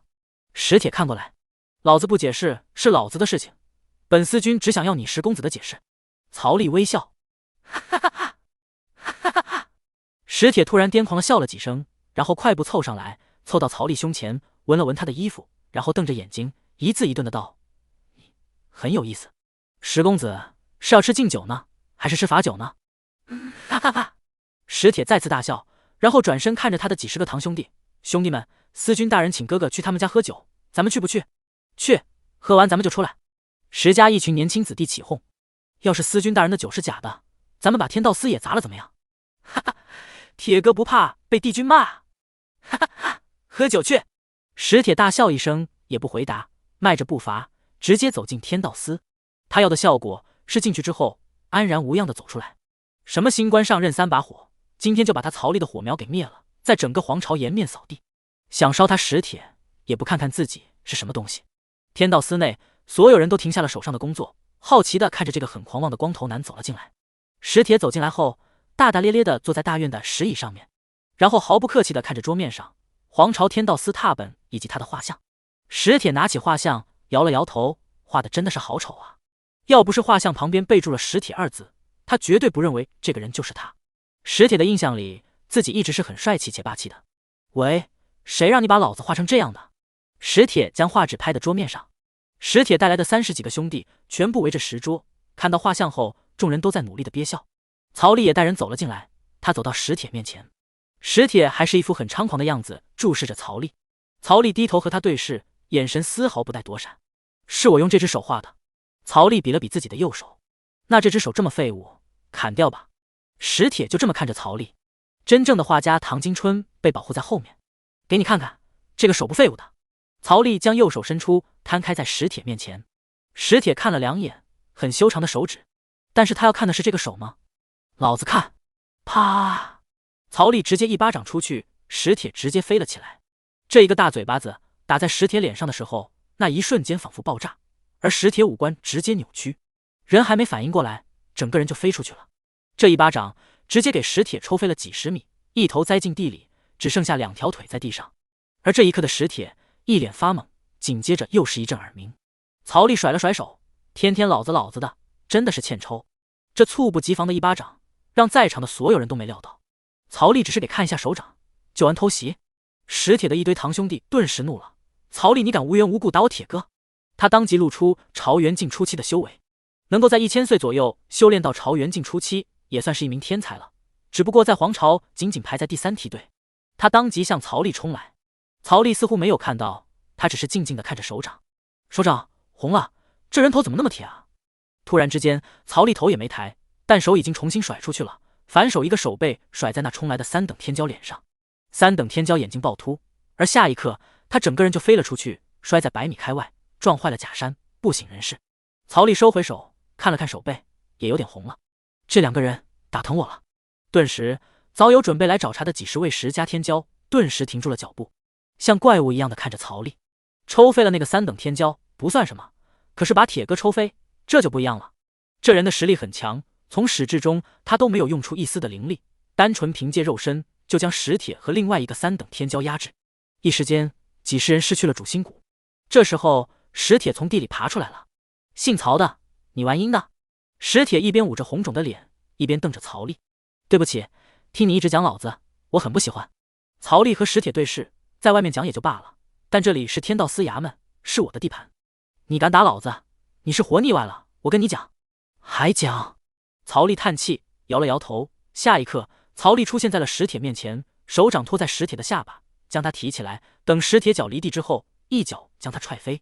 石铁当即就像一个流星一样飞了出去，轰断了各种梁体，接着又是撞毁了各种墙壁，直接飞出了天道司府衙，摔到了大街上。这一脚至少飞出去上万米。大家看着大街上突然出现的一个人，一脸懵逼。当看清楚之后，有些人叫出了石铁的名字。石铁羞恼，回想起曹丽刚才的出手，那是缩地成寸。本来被打飞后，石铁是可以直接离开的，但他怎么可能？石铁咆哮一声，仿佛猛兽，紧接着向天道司府衙冲去。曹丽，声音带着恨意。他当朝舞探花，若是今日不能找回场子，以往积累的威严将会彻底扫地。今天本来就是来找茬的，如果被曹丽镇压，那他们就彻底成为了小丑。偷鸡不成蚀把米。不一会儿，石铁就飞回来了，一个大块头向曹丽轰去。曹丽再次出手，顿时面前出现一个大手虚影，将冲来的石铁一捏，然后直接往地上一砸。这一次，石铁终于看清楚曹丽修为了，朝元境大圆满。可是那战力比起武状元还要恐怖。下一刻，石铁就直接被砸到了地上，紧接着就是一巴掌拍下来，直接给他嵌入地里，触动了最底层的底蕴阵法，然后反弹回来。地里的石铁直接打起了问号，不是，曹丽的战力怎么会那么的强？他堂堂武探花，有武疯子之称的他，居然不是曹丽的一合之敌，这和他原本设想的剧情是不一样的。但他石铁是不可以输的。他被打飞一次之后，瞪着凶恶的眼睛就冲上来，曹丽当即又和他交手，不过一个回合他就被曹丽打飞。10几个回合过去，石铁已经鼻青脸肿，头角峥嵘。曹丽灵力加上肉身，将石铁全方面的压制。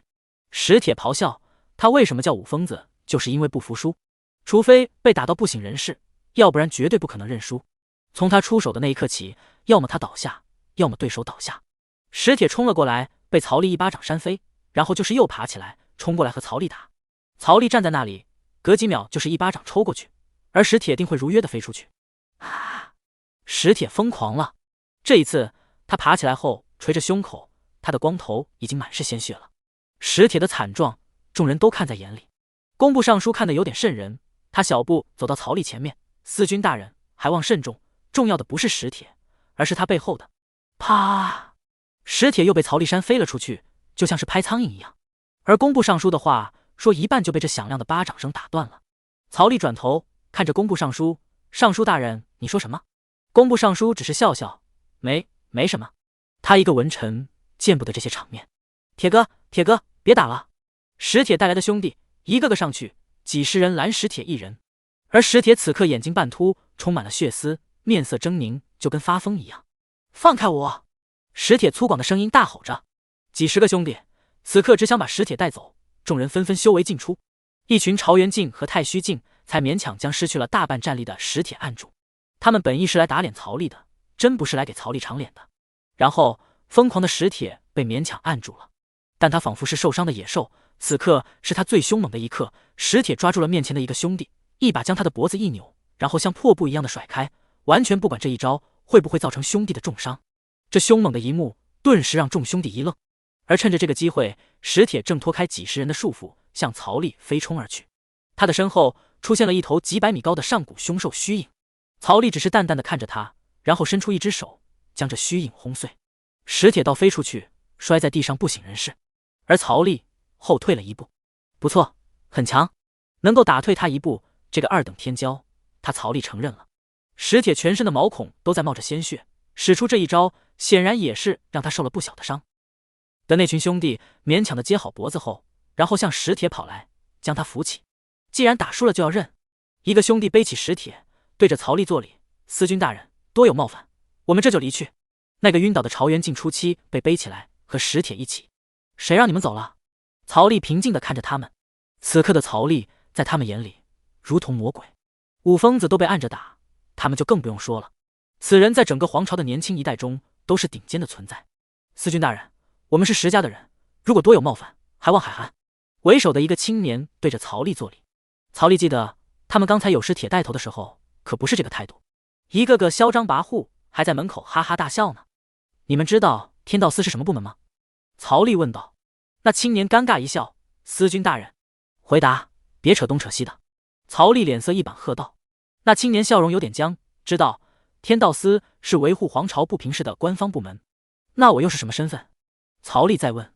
您当然是天道司的司军大人，这个官方部门的头。知道你们还敢来我天道司呢？曹丽反问。几十个石家人很尴尬。为首的石家青年说道：“左天道司就不会在意，那是左司，不是我们右司。”曹丽看着他们：“你们是自己束手就擒，还是让本座动手？”司军，我们是石家的人，您知道石家是什么概念吗？为首的青年还要辩解。比帝君还大。那青年眉头一挑，连忙低头：“这倒没有。”那不就完了？曹丽转头看向身后的唐金春，老唐把他们一一绑起来，调到天道司门口暴晒3日，以儆效尤。是。唐金春走上来，那几十个石家青年纷纷看着曹丽，然后有点不甘心的双手合在一起。唐金春和欧阳林两个人非常顺利的就将几十人绑了起来，还顺带的将昏迷的3等天骄和2等天骄石铁也绑了起来。不一会儿，天道司大门口几十个人就被吊在外面，给各位过路人围观。7层的人基本都是非富即贵之人，即便穷苦修士也都是大家族旁支。认识石家石铁的人太多了，不一会儿，石家石铁去天道司闹事，被绑起来吊在门口，就在皇朝内转得沸沸扬扬。而天道司继续修缮着，仿佛没有这件事情。先吊个3天3夜，立威后再来审问石铁在天道书中所犯何罪。半天后，石铁被吊在右司门口的事情也传到了石家。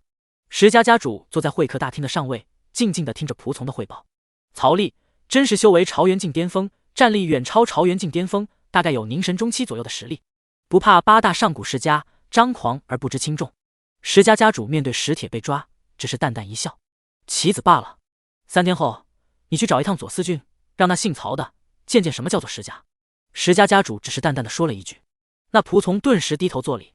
石铁的事情在皇朝快速的发酵，不到半个时辰，也传到了帝君的耳朵里。帝君听着小李子的汇报，汇报内容极为的详细，包括曹丽的出手招式以及所用灵力还是肉身，都描述的非常清晰。石家，帝君嘴里念叨着这2个字。100万年的世家，有不知道多少位老祖，分布在星光皇朝的各行各业。不止星光皇朝，就连青丘皇朝、苍玄皇朝都有石家人的身影，乃至于东荒圣地也有一些石家人在内。他们无时无刻不在这里影响着东荒大地，这是帝君唯一忌惮这些100万级世家的原因。他们盘根错节，实在很让人头疼。帝君哪里会不知道石铁的狂妄和霸道，但对有些事情他都是睁一只眼闭一只眼，顶多让手下的人去做，而不是他亲自入场。帝君的表态很重要，一个不当也很容易引起石家人的反扑。他希望的是皇朝面对世家问题能够软着陆，而不是两败俱伤的结果。若不是天道司有失控的迹象，他也不至于冒险找曹丽来维持皇朝平衡。帝君，这是一件快事，那小魔头有人治他了。小李子神色有点高兴。世家的人平日里有点张狂的，除非闹出人命什么的，帝君才会过问。小李子平日里也为帝君鸣委屈，皇帝真不是那么好当的。罚掉3天罢了，再看看吧。帝君并不乐观。2天后，天道司全部修缮完工，从门面到监狱、审讯室等等，工部尚书带着人火急火燎的离去，不想趟这浑水。曹丽坐在自己的新办公房里，翻阅着皇朝的法规。与林阳宗的法规不同，这边的法规以拘禁居多，少有死刑，多为无期。在监牢里，如果能够研发出什么功法，被相关部门证实，还能减刑。杀人者情节严重，主观恶劣，造成严重影响的，才会判死罪。只有造反才会夷3族且诛5族，之所以没有诛9族，估计是怕牵连太广。皇朝世家林立，就连帝君都不敢轻易的将这棵大树连根拔起。曹丽将法规合上，到时候审审史铁的罪，看看犯了什么，能关多久就关多久吧。帝君算是给曹丽出了一个大难题。系统领取奖励，丁，现在为宿主发放奖励，凝神镜初期星号1。这一刻，曹丽感觉到体内五脏的气在疯狂的流转，之后五行气在体内正在慢慢延伸出一种新的力量。五脏在这一刻彻底成为了一个坚不可摧的闭环，五行相生，迈入了一个新的修行阶段。这第一步便是五行闭环，第二步则是生出第一朵花，再反复直到3朵花出现，最后3花齐聚为大圆满境界。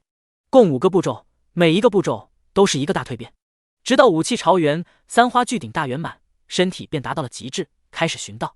寻到了道，便算是迈入了尊者境，从此超脱凡俗，滴血成河，陨落则天枯，足以称为一方大能。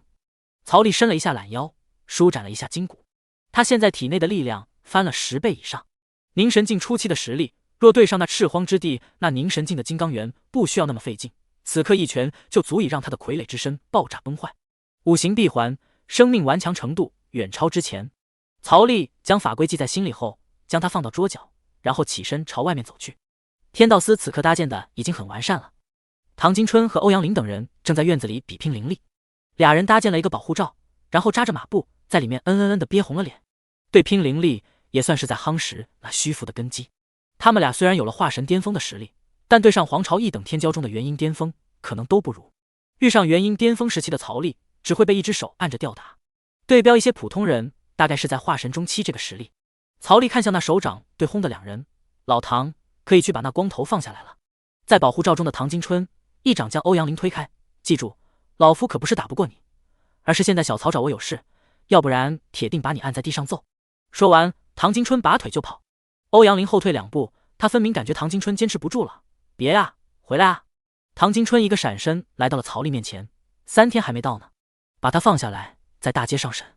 曹丽说道：“这是咱们天道司第一个案子。”好，老唐拍着胸脯，你放心，本副司君一定把这事情办得漂亮。唐金春招呼了2位天官跟在他后面，然后气势汹汹地走出天道司。欧阳林也凑上来：“小曹，你把那人交给老唐审，那我干啥？”曹丽指着唐金春离去的背影：“你也可以上去负责监督。”好嘞。欧阳林也同样招呼了2位天官山主跟在后面，雄赳赳气昂昂地追上去。大门口几10个石家人就跟腊肉一样，被绑起来后吊在铁棍子上面，一根棍子绑5个人，32个人，足足用了7个铁架。为首的正是那五疯子石铁。石铁已经苏醒了许久，此刻修为被封，嘴上塞了破抹布，但还是止不住他疯狂的呜呜叫骂声。他挣扎的整个铁架都在颤抖，仿佛随时要倾倒，让其他几10个兄弟跟着他提心吊胆。唐金春走过来后，石铁看到他疯狂的呜呜叫，挣扎得更加激烈。来人，将他解下来，我又司第1件案子采取公审。2位灵阳宗山主，此时的天官走上去，将晒得一边黑一边白的石铁从架子上解下来。石铁呜呜的叫着，那眼神一直在瞪大，仿佛要吃人，攻击性十足。一位天官拿出审讯椅，另一位天官则将石铁放上去固定起来。石铁坐到椅子上，还不老实的挣扎着。唐金春前身是审讯司长老，这种老油条他见多了，老实点，免得皮肉之苦。唐金春并不指望这句话能够让他老实，只不过是常规威慑罢了。而石铁这里有了动静，顿时引得周边的百姓纷纷来围观，还有不少皇朝的天骄饶有兴趣的看着，其中就有石铁武举时期的对手。看到石铁被绑起来，他们就觉得非常有趣。这时候，唐金春拿出天道书拓本，翻到了写有石铁名字的那一页，说为什么会出现在天道书上面，所犯何罪。而天官将石铁嘴里的臭抹布拿走，石铁当即呸呸呸。好一会儿，石铁才看向唐金春：“我犯你老母，张嘴！”唐金春早就料到了，这种硬骨头不动点刑罚是不可能老实的。太白山山主走上前，一巴掌抽在石铁的脸上。石铁桀骜不驯地转过头来，盯着太白山山主：“没吃饭吗？力道比那姓曹的小那么多，是给爷爷我挠痒痒吗？”石铁眼珠子瞪着太白山山主。太白山山主回头看了一眼唐金春，唐金春点头满足他。太白山山主手抡了一个大圈，趴在抽在石铁的脸上，整张审讯椅都被抽倒了，石铁重重的摔在地上，那光头狠狠地将路面的石块砸裂开。废物吗？就这么一点力气？石铁大吼着，他是五疯子，宁死不折就是他的标签。当有一次他发疯后，被人说了一句疯子，他不仅不觉得这是贬义词，反而觉得是对他的夸赞，继而将这个习惯保存到现在。也因为他的个性，越来越多的人怕他，除非实力碾压，要不然一般人还真的很怕他这种玩命的。他之所以武举第3名，是因为第4名的江红打不过他吗？不是，而是因为他不要命，而江红只是武痴，不敢跟他玩命。太白山山主将沈迅已扶起来后，回头看着唐金春，他不知道怎么办了。继续打。唐金春冷着个脸，石铁咬着牙，头部一个前倾，仿佛要撞人。来啊，当老子怕你们不成？只要他抵死不认，天道司就拿他一点办法都没有。天道书只有一个名字，根本就没写明他所犯何罪，没有铁证，天道司就不能怎么样。而他只要稍微一拖，石家那边的人自会帮他打点好，到时候他就当着曹丽的面大摇大摆的离开。石铁被天道书检测到犯罪，不肯招供，出言不逊，挑衅律法，给我抽到他讲为止。唐金春吼道。旁边围观的人越来越多了，从地上的到天上，密密麻麻的围了一圈。石铁在皇朝也是有头有脸的人物，各大家族基本都有派人来观望，还有一些宫里的眼线。2位天官上去轮流给石铁抽大嘴巴子，而石铁咬着牙，用力点，没吃饭吗？废物！他2边脸全被打肿了，可是依旧咬着牙，额头青筋暴起，绝不服气。当着这么多人的面，石铁更加不可能认怂的了，打死都要保证这气节。这时候曹丽副手走了出来，石铁看到曹丽，向曹丽瞪了一下眼睛，攻击性十足。不肯招吗？对，唐金春回答。欧阳林就站在唐金春旁边，那只能用非常规手段了。曹丽走过去，总不能把人打死吧？2位天官手都抽红了，见到曹丽过来，他们这才停下来，让出位置。曹丽和石铁对视。不招吗？曹丽问。石铁抬着头，但他的回答出乎所有人的意料。我招。曹丽一个挑眉。那说吧。石铁就这么坏笑的看着曹丽。我强迫了你奶奶，所以生了你这个孙子。哈哈。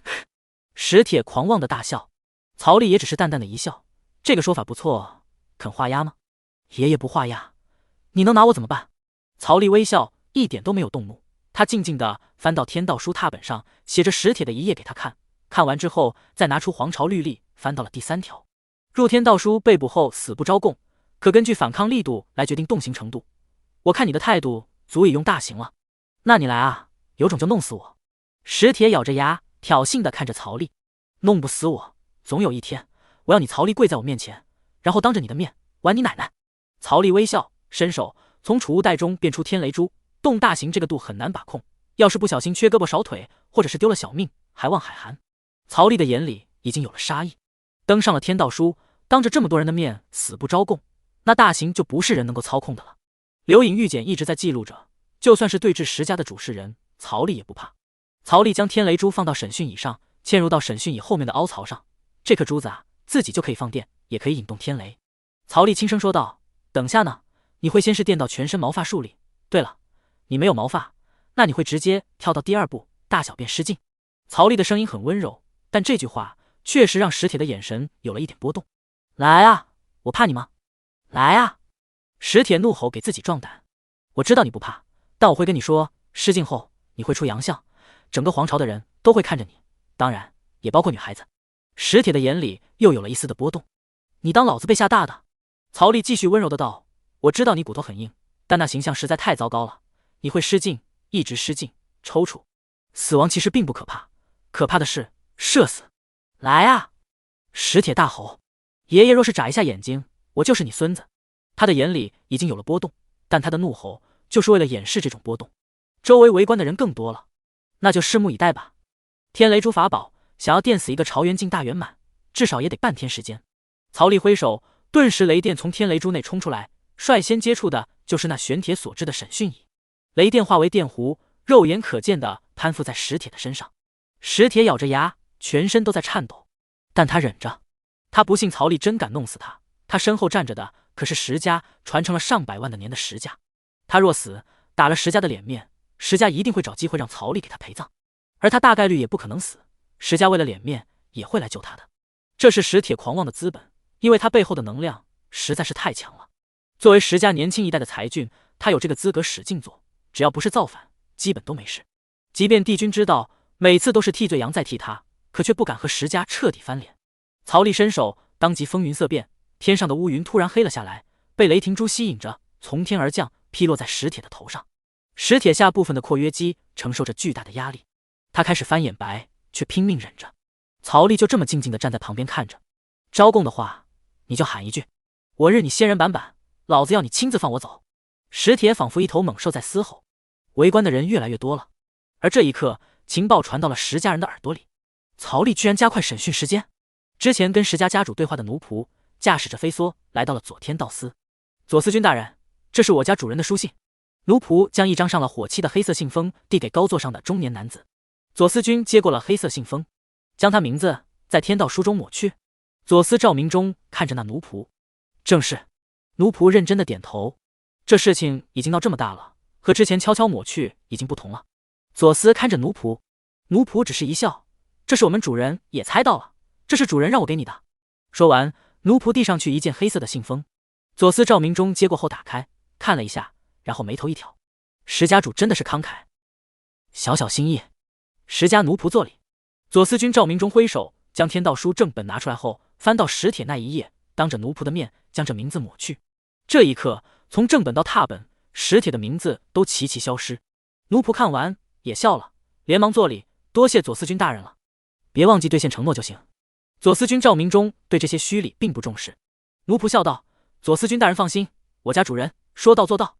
左司君赵明忠就坐在上位，静静地看着奴仆。那奴仆笑笑，然后后退着慢慢离开。现在天道书上面的名字已经抹去，合理合法，非常正规，他有正当的理由将人就出来了。小小曹丽还是太年轻了，哪里知道黄潮水的深度。右天道司府衙门口，审讯椅上，一条水缸粗细的雷霆从天而降，将史铁淹没。史铁捏紧了拳头，他的括约肌隐隐有点失手。史铁发出嘶吼，没吃饭，滴滴滴，那是史铁牙齿打颤的声音。因为这一句话，史铁的括约肌差点失手了。史铁面目狰狞，龇牙咧嘴的，他眼睛爆瞪，不可以，绝对不可以。那么多曾经的对手以及女天骄在看着，他宁可死，也绝对不能出洋相。他咬着牙，终于不敢放狠话了。曹丽等人就站在10几米开外看着。曹丽淡淡的道，招供的话你就喊一声，你看看你的样子都忍不住了，再垫下去失敬可就不好看了。史铁很想回一句滚蛋，可是他只能咬紧牙关。你想一想，你要是在这里失敬，不用半个时辰，全皇朝的女天骄都知道了你的糗事。曹丽继续说着。史铁更怒了，但他根本一句话都说不出来。他的心里只有3个字，不可以。该死的，从审问到现在快半个时辰过去了，光是雷电都电了1刻钟了，石家的人怎么还没到？再忍忍，再忍忍，石家的人快点来啊！1刻钟的雷电，他就隐约有点失禁了，再电下去，他随时都有失手的可能。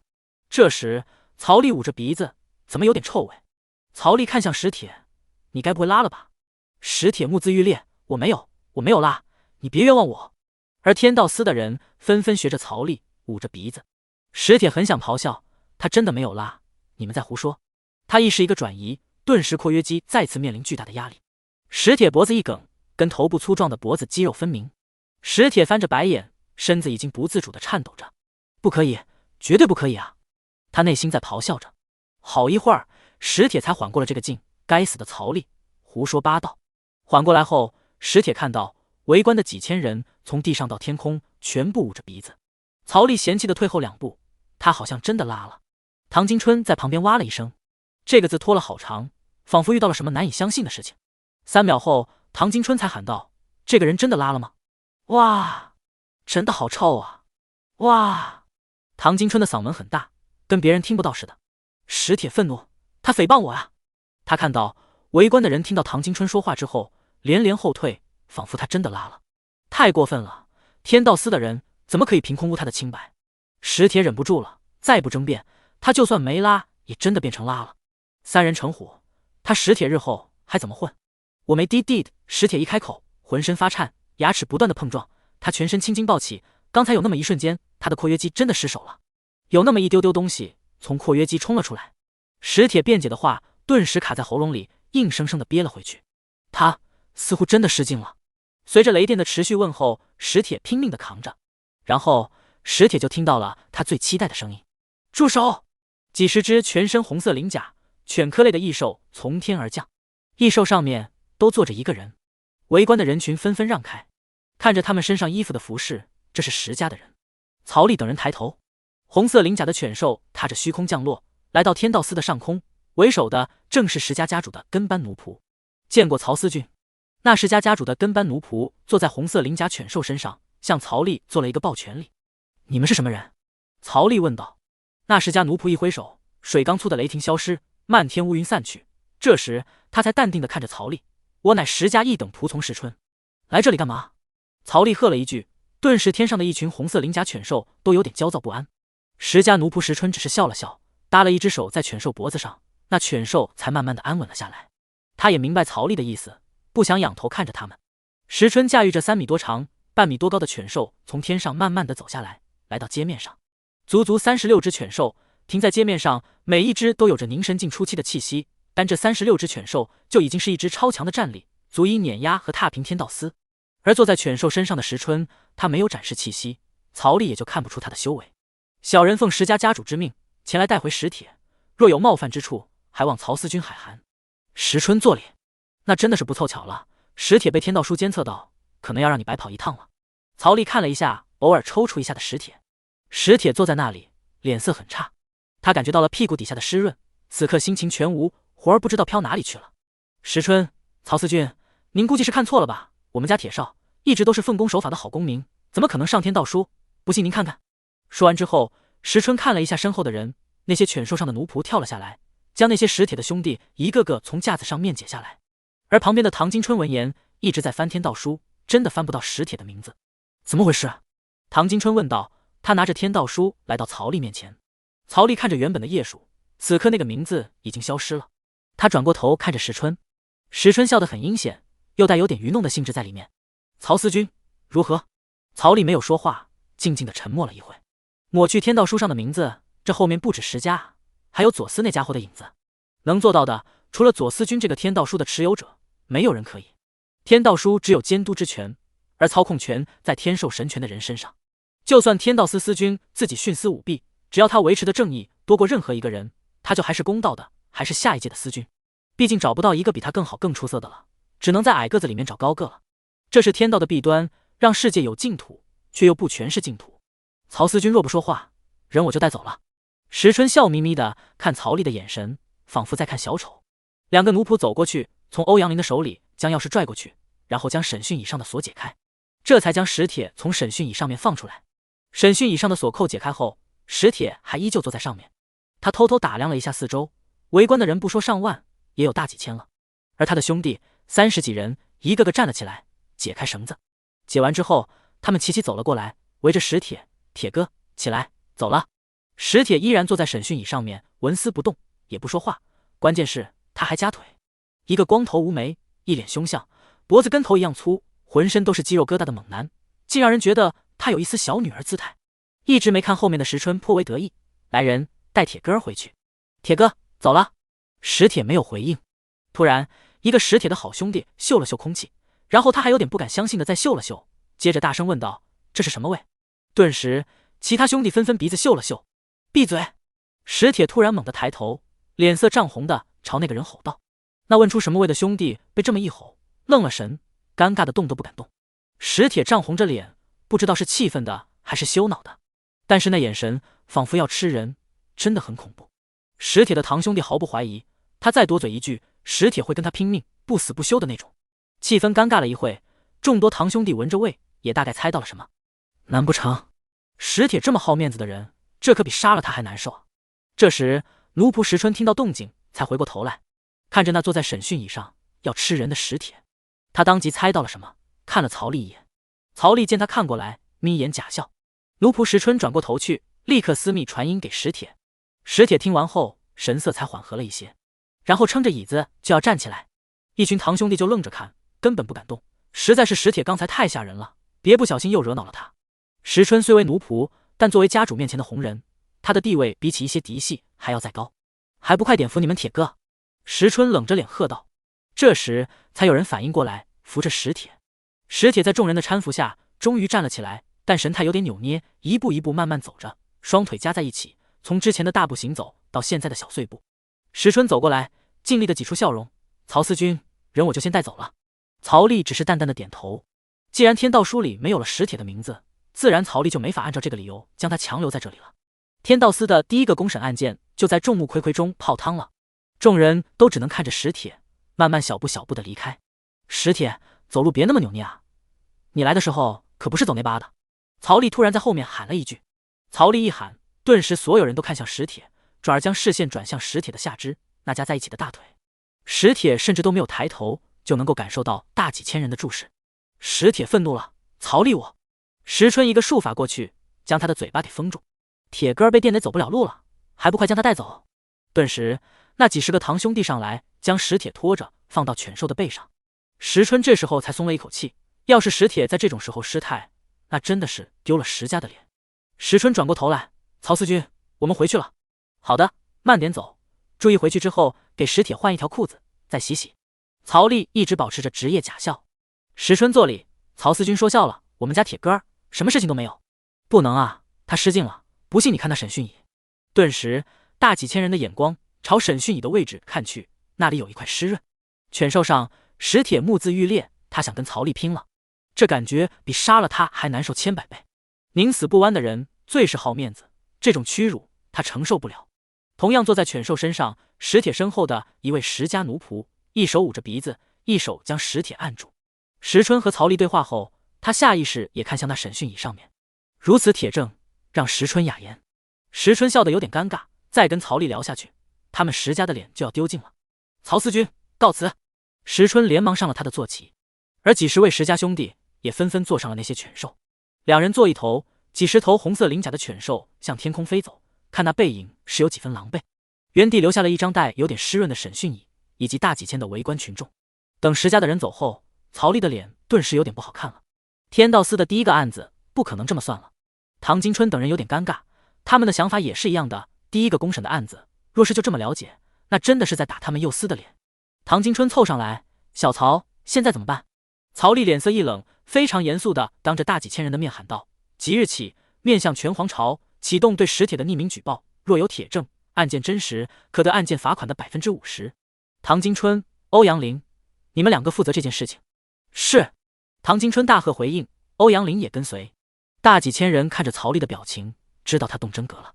而曹丽也是在表态，表给所有的探子看。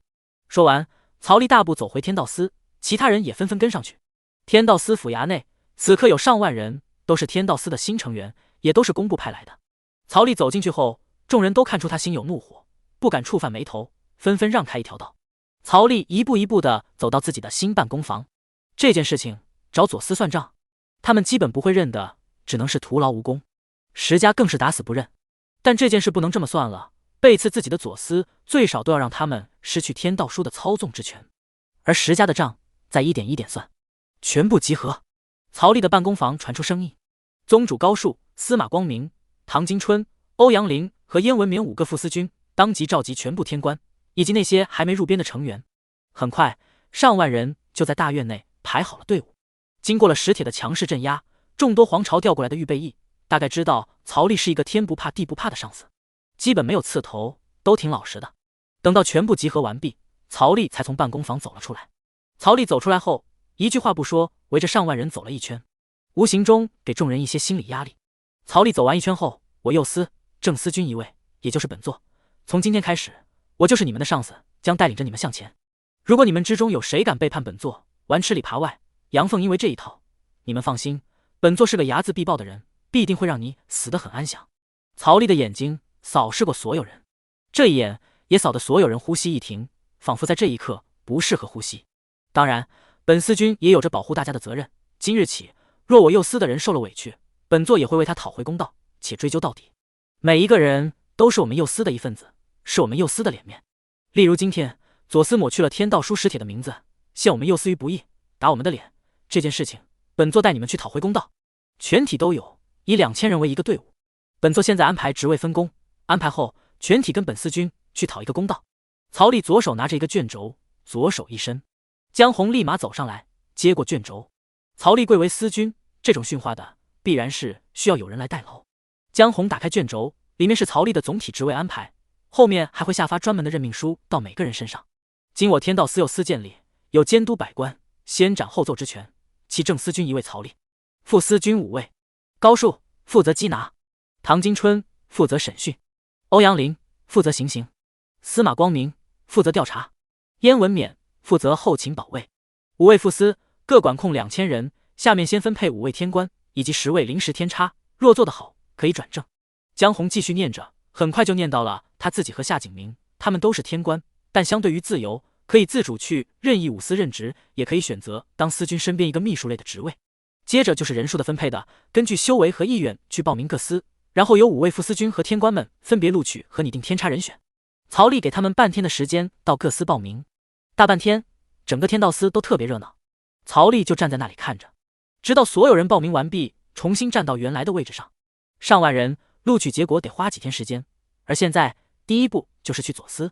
现在以2000人为单位，分别由1位副司统领，从东西南北4个方向将左司彻底包围，一个人都不要放出去。高司军随我，从正门进去。曹丽喊道。5个副司当即选好分割好的队伍，出发！曹丽声音浑厚且穿透力非常的强。曹丽踏着虚空，一步一步的走上去，速度并不快。5位副司军跟上，紧接着就是那1万的预备役。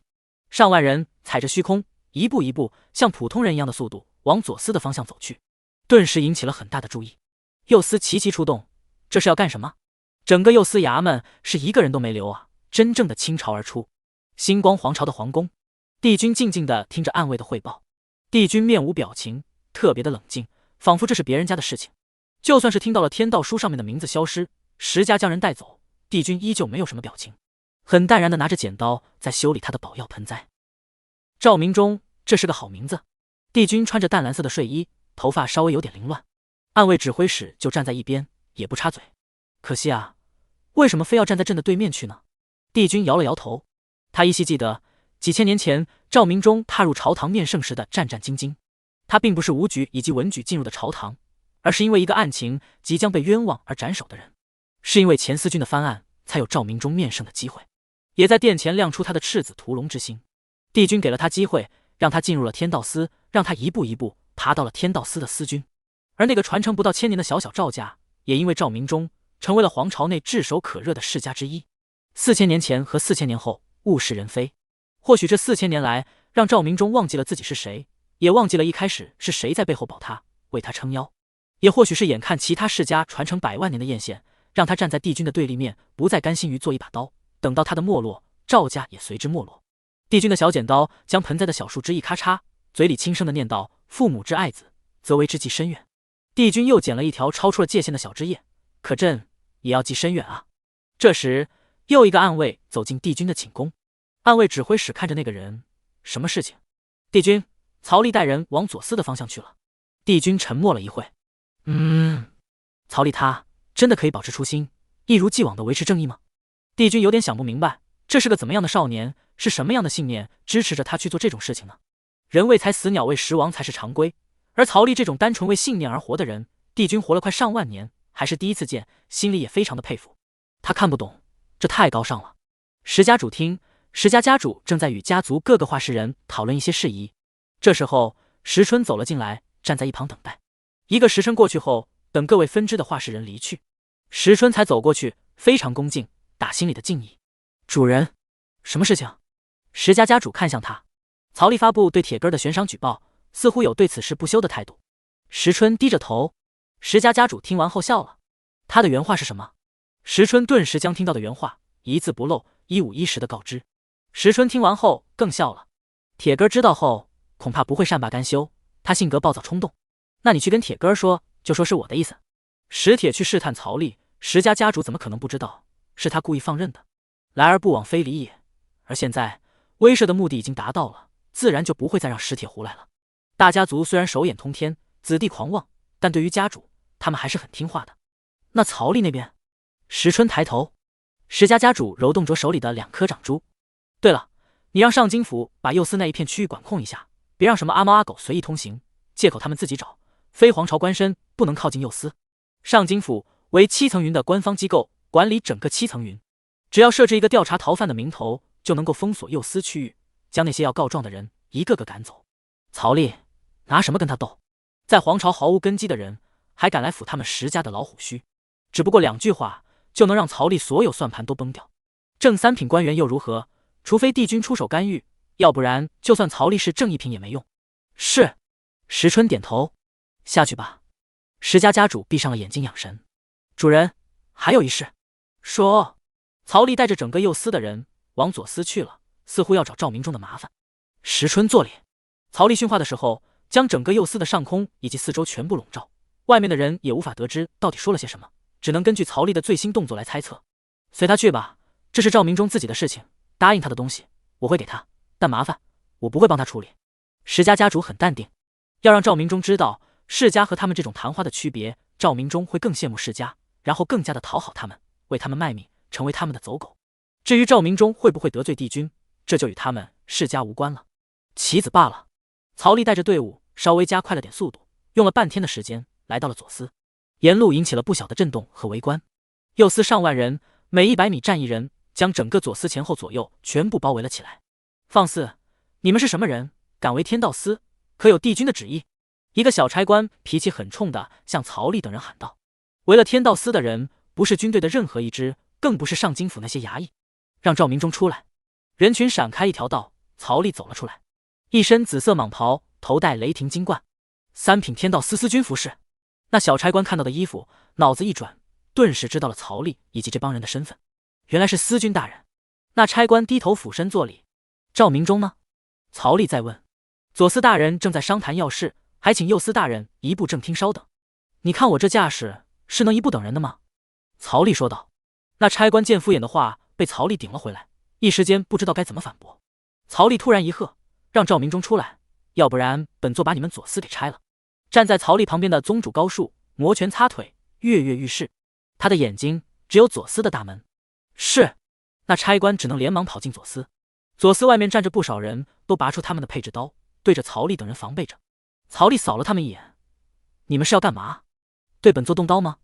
左司的差员们一个个面面相觑，不敢回话。放下刀，滚一边去！宗主高树跳到曹丽面前喊道：区区几个元婴境，还敢拔刀？那几个元婴境的差员们面面相觑，敢对曹司军动手，以下犯上！你们司军也保不住你们，滚！宗主高树一喝，那几位元婴境的修士这才心虚，慢慢将刀放下，真的躲一边去了。天道司内，赵明忠正在和一群副司们商量着其他的事情，没人知道他抹去了名字的事情。这时候，一个天官服饰的人匆匆跑进了书房。司军大人，何事慌张？赵明忠很淡定。曹丽那小子，他将天道司给包围了。此话一落，顿时天道司几个副司军大喝：放肆！小小曹丽，谁借他的胆子？开刀开刀！我左司来了，当真狂妄！此子修为不过区区朝元境，竟敢直接上门！若非身后站着帝君，就凭他的修为，老夫能将他魂都打散。赵明忠伸手示意众人淡定，看看他要胡闹什么再说吧。赵明忠很淡定，当然他不可能承认抹去史铁名字的。有些事情可以做，但不能说。赵明忠起身，10几个副司军跟上，每一个身上都有道运，这些大能最低都是尊者境，具体实力不详。一步后，赵明忠带着人来到了天道司门口。他看到门口的人纷纷放下刀，然后一排排站好，低着头。一个衣服款式和他相同的人正在训斥他们。这可是他赵明忠的人。曹司军，我的人你来教训，这不合适吧？赵明忠走了出来。曹丽骂人的唾沫横飞，对他拿刀的差员低头不敢言语。听到声音后，曹丽才转头看过去。那个人衣服跟他一样，俩人只是在朝堂见过，但是从来没说过一句话。在职位上就注定了他们只能是对手。你们左司不会教，右司自当替你们教。曹丽说道。曹丽不待他回答，而是继续逼问道：你的差员以下犯上，对本座亮刀，难道不该训斥吗？这2条理论，曹丽听起来都很占理。以下犯上确实是不对的，但也看情况。赵明忠只是笑道：曹司军此言差矣，若非曹司军带人为了左司，这些差员怎会对曹司军亮刀呢？赵明忠的神色明显有怪罪之意。本座为什么为了左司？赵司军心里头难道没有数吗？曹丽反问。赵明忠自然不会承认，只是笑了笑：本司军不知道你在说什么，那要我当众说出来，让大家伙听听？曹丽试探一问。赵明忠有点尴尬的笑了笑，有点强装镇定。右司军说什么？本司军真的听不懂。曹丽见他死不承认，当即大声喊道：天道书中原本有史铁的名字，怎么会突然不见了？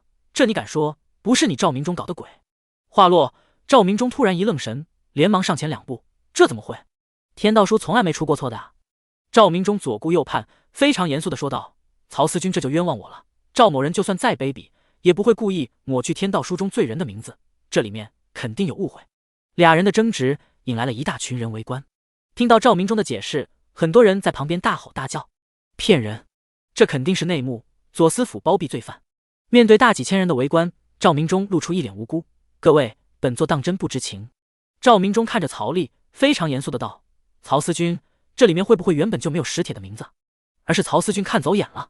接着赵明忠继续说道：“曹司君可不能因为这个误会就将左司给包了，要是让帝君知道了，怕是免不了被斥责几句。”误会吗？曹丽一挥手，顿时一个留影玉简出现在手里。赵明忠看着留影玉简，眼神里闪过了一丝的波动，而周围大几千的吃瓜群众一个个眼睛都亮了。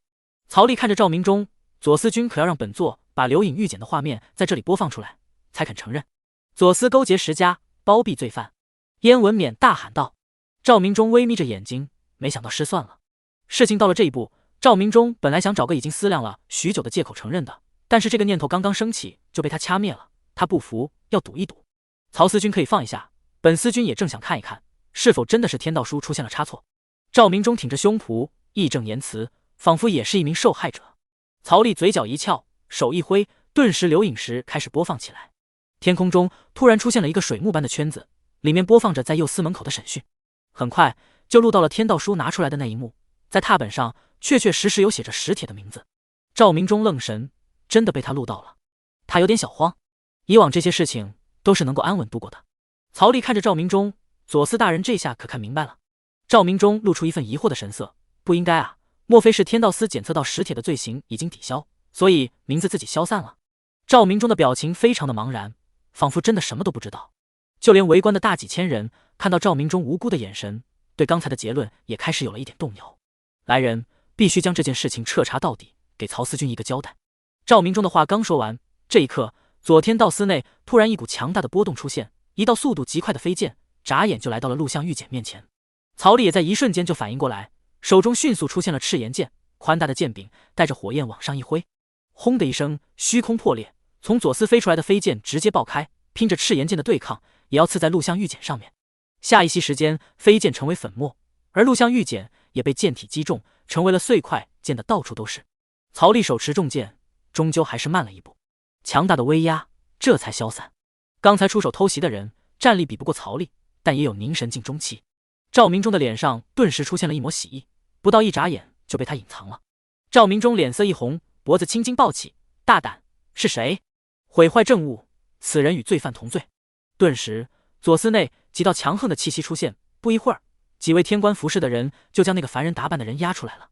赵明忠看着他：“大胆！你是谁？为何要破坏政务？”说完，赵明忠走上前抽了那人一巴掌。那是个一脸胡子的男人。老子行不更名，坐不改姓，夜霸天！赵明忠大怒：“你为何要破坏政务？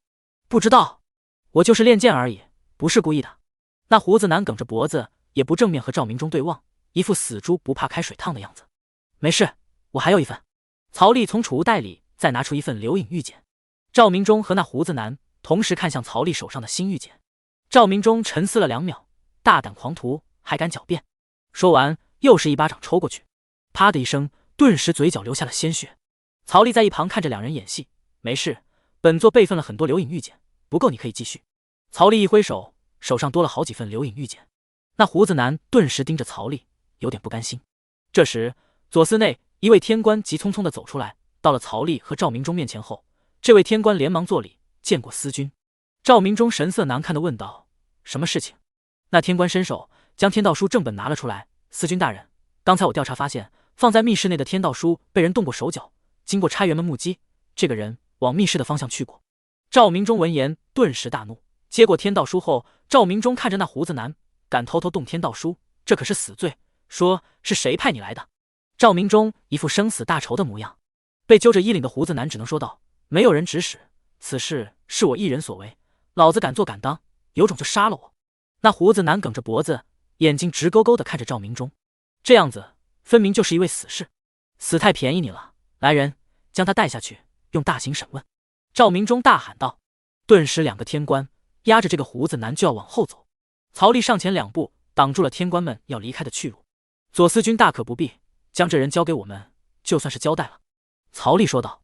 赵明忠顿时上来，拉住曹丽的手：“曹司君，这是我们左司的事情，放心，我一定会给你一个满意的交代。”曹丽推开在他面前的赵明忠，伸手抓住了那个胡子男的手臂：“此人打我右司的脸，本座必须亲自讨回公道。”赵明忠上前想要拦住曹丽，曹丽直接：“这他左司君阻止本官，是有什么隐情吗？”赵明忠闻言只能笑笑：“这倒不是。老高，上来将人带走。”曹丽喊道。顿时宗主高树冲了上来，从左司手里将人押解过来。而这个时候，唐金春立马冲了上来，抓住那个人的下巴，伸出手指在他的牙齿缝寻了一圈，摸不到毒药后，这才放心的用手指在他身上擦了擦。赵明忠只能眼睁睁的看着曹丽将人押到右司的阵营上面去。然后赵明忠对着曹丽作礼：“曹司君对这个结果可还算满意？”曹丽看了眼笑眯眯的赵明忠，不满意。赵明忠，天道司左司几十万人，居然被一个凝神中气的陌生人如入无人之境，将天道书上的名字划掉。此事本座会与帝君汇报。既然左司没有能力守护天道书正本，那么便由本座来执掌天道书正本。曹丽大声说道。赵明忠连忙摆手：“汇报帝君，我看就不用了吧，可能是今天刚好全体训话，才给了宵小可乘之机。此事本座会让他们整改。如此大事，怎可隐瞒帝君？”曹丽义正言辞地说道。不仅如此，如果左司没有能力做好守卫的职责，那么本座还可以派人接管左司的防护责任。这哪里是什么大事？赵明忠尴尬地笑了笑。曹丽的脸色一板，声音加大：“这哪里不是什么大事？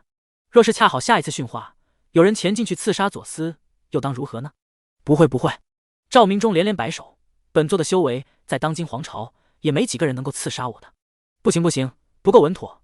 天道书关乎全皇朝，左司的防护更是关乎整个天道司，我必须去跟帝君说清楚。”曹丽转身就走。这种事情再有下次，所造成的后果是不可预料的。赵明忠有点急了，这种事情可大可小，若真的给朝堂上一些对手拿去做文章，他暗地里的损失也是不小的。他连忙上去拦在曹丽面前：“曹司君，您大可放心，左司的防护，本君之后肯定会加派人手，保证之后一只不认识的苍蝇都飞不进来。”“不行不行！”曹丽连连摆手。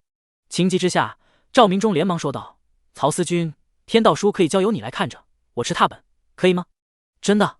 曹丽停下脚步，转头看着赵明忠：“当真？曹司君说的很有道理。天道书涉及皇朝内的罪犯，此事是我疏忽，本座会严格做好天道司的防护责任。1年后再请回天道书正本。”赵明忠看向他的身后，那个双手捧着天道书的天官犹豫了一下：“还不快将天道书拿上来？”赵明忠一喝，那天官这才低着头，双手举高，捧着天道书走了上来。曹丽看了赵明忠一眼，伸手将天道书正本拿了过来。翻开来后，天道书正本和踏本的功能完全不同。踏本上的名字都很乱，而正本上则有排行，比曹丽在齐国的天道书还要完善一些。这里有修为排行、犯罪值的排行，还能搜名字、姓氏，甚至还有定位功能，由天道直接定位那个犯罪的人在哪里，然后根据天道书的指引直接找到他。范围越大，天道书的功能就越强。曹丽将天道书合上，然后双手一挥，从储物袋将天道书的踏本拿给赵明忠。赵明忠接过天道书踏本，这踏本他当初做的非常的粗糙，就是为了糊弄曹丽的。但赵明忠不好表现出来，只能表现得很正常的接过天道书踏本。反正他平日里也从来不用天道书抓人，暂时放在曹丽那里也没事，只要他意念一动，就能够将天道书召回身边，但得过了这阵风头再说。曹丽将天道书正本收回储物袋。赵明忠笑了笑：“曹司君，左司的防护我会继续派人加强，到时候还望曹司君亲自带人来指导。”“曹丽点头。在赵明忠的恭送下，曹丽这才带人离开。赵明忠松了一口气，事情没捅到帝君面前，帝君为了不和石家翻脸，这种小事还可以睁一只眼闭一只眼，若是捅到帝君面前，为了脸面就不得不处理了。虽然受到帝君责罚，损失也远远比不上收益，但能少一事自然是好的。赵明忠转身走回左司，曹丽把弄着天道书正本，这只是第一步，下一步针对石家的人，石家敢这么公然打他曹丽的脸，那就别怪我曹丽的报复了。现在天道书已经拿了回来，名字已经抹不去了，曹丽就不信了，整个石家所有人都是硬骨头，只要有一个软骨头，石家就会被他的刀扎进去，然后撕开一个血淋淋的大口子，到时候看他痛不痛，还能不能面不改色。这时候曹丽拿到天道书正本的事情也纷纷传到各大家族以及宫里，而曹丽则带着他们右司的1万人快步的走回去。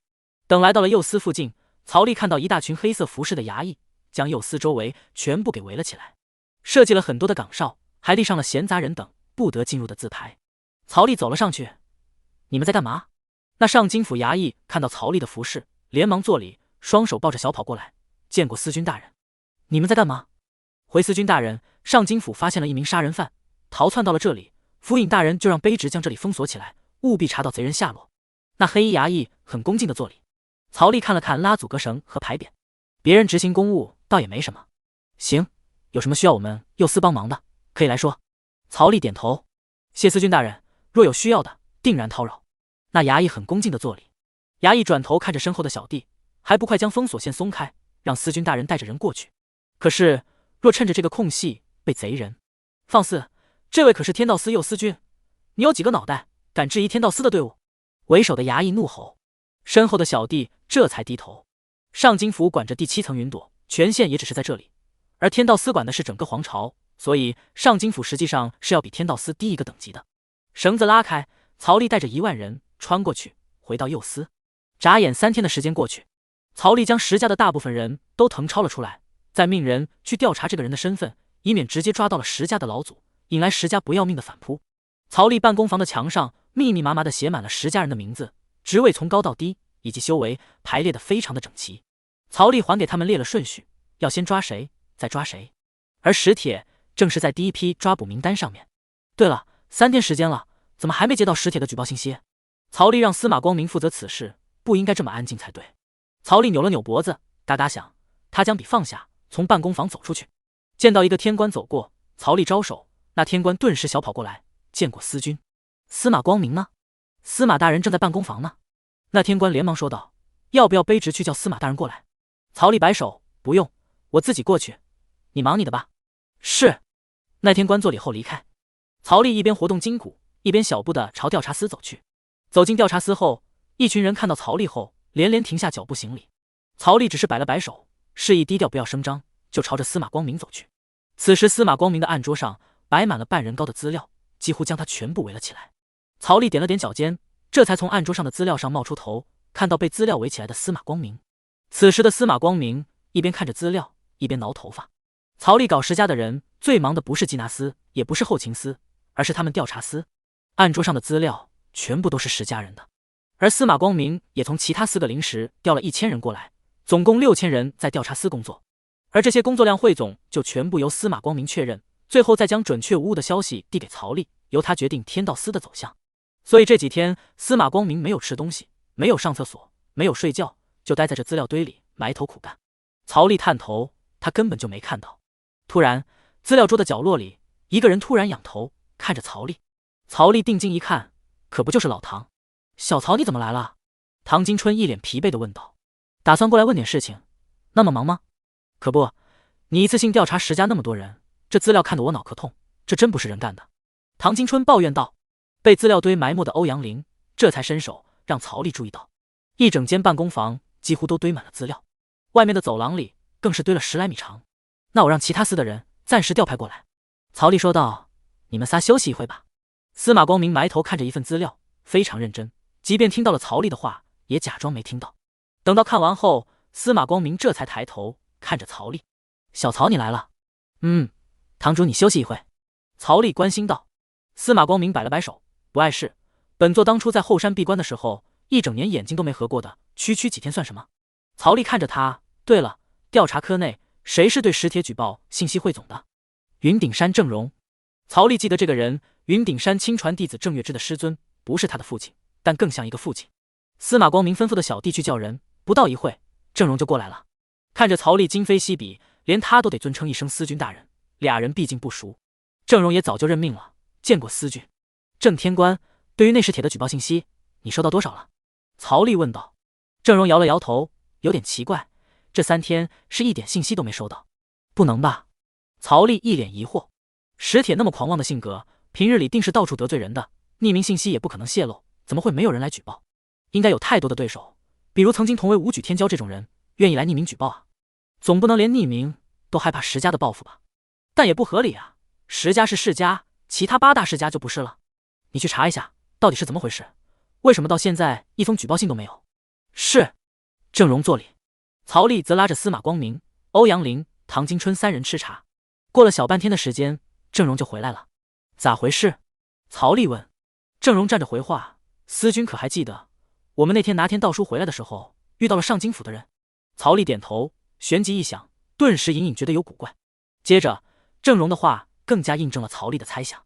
那上京府的人把所有人靠近右司的人都赶回去了。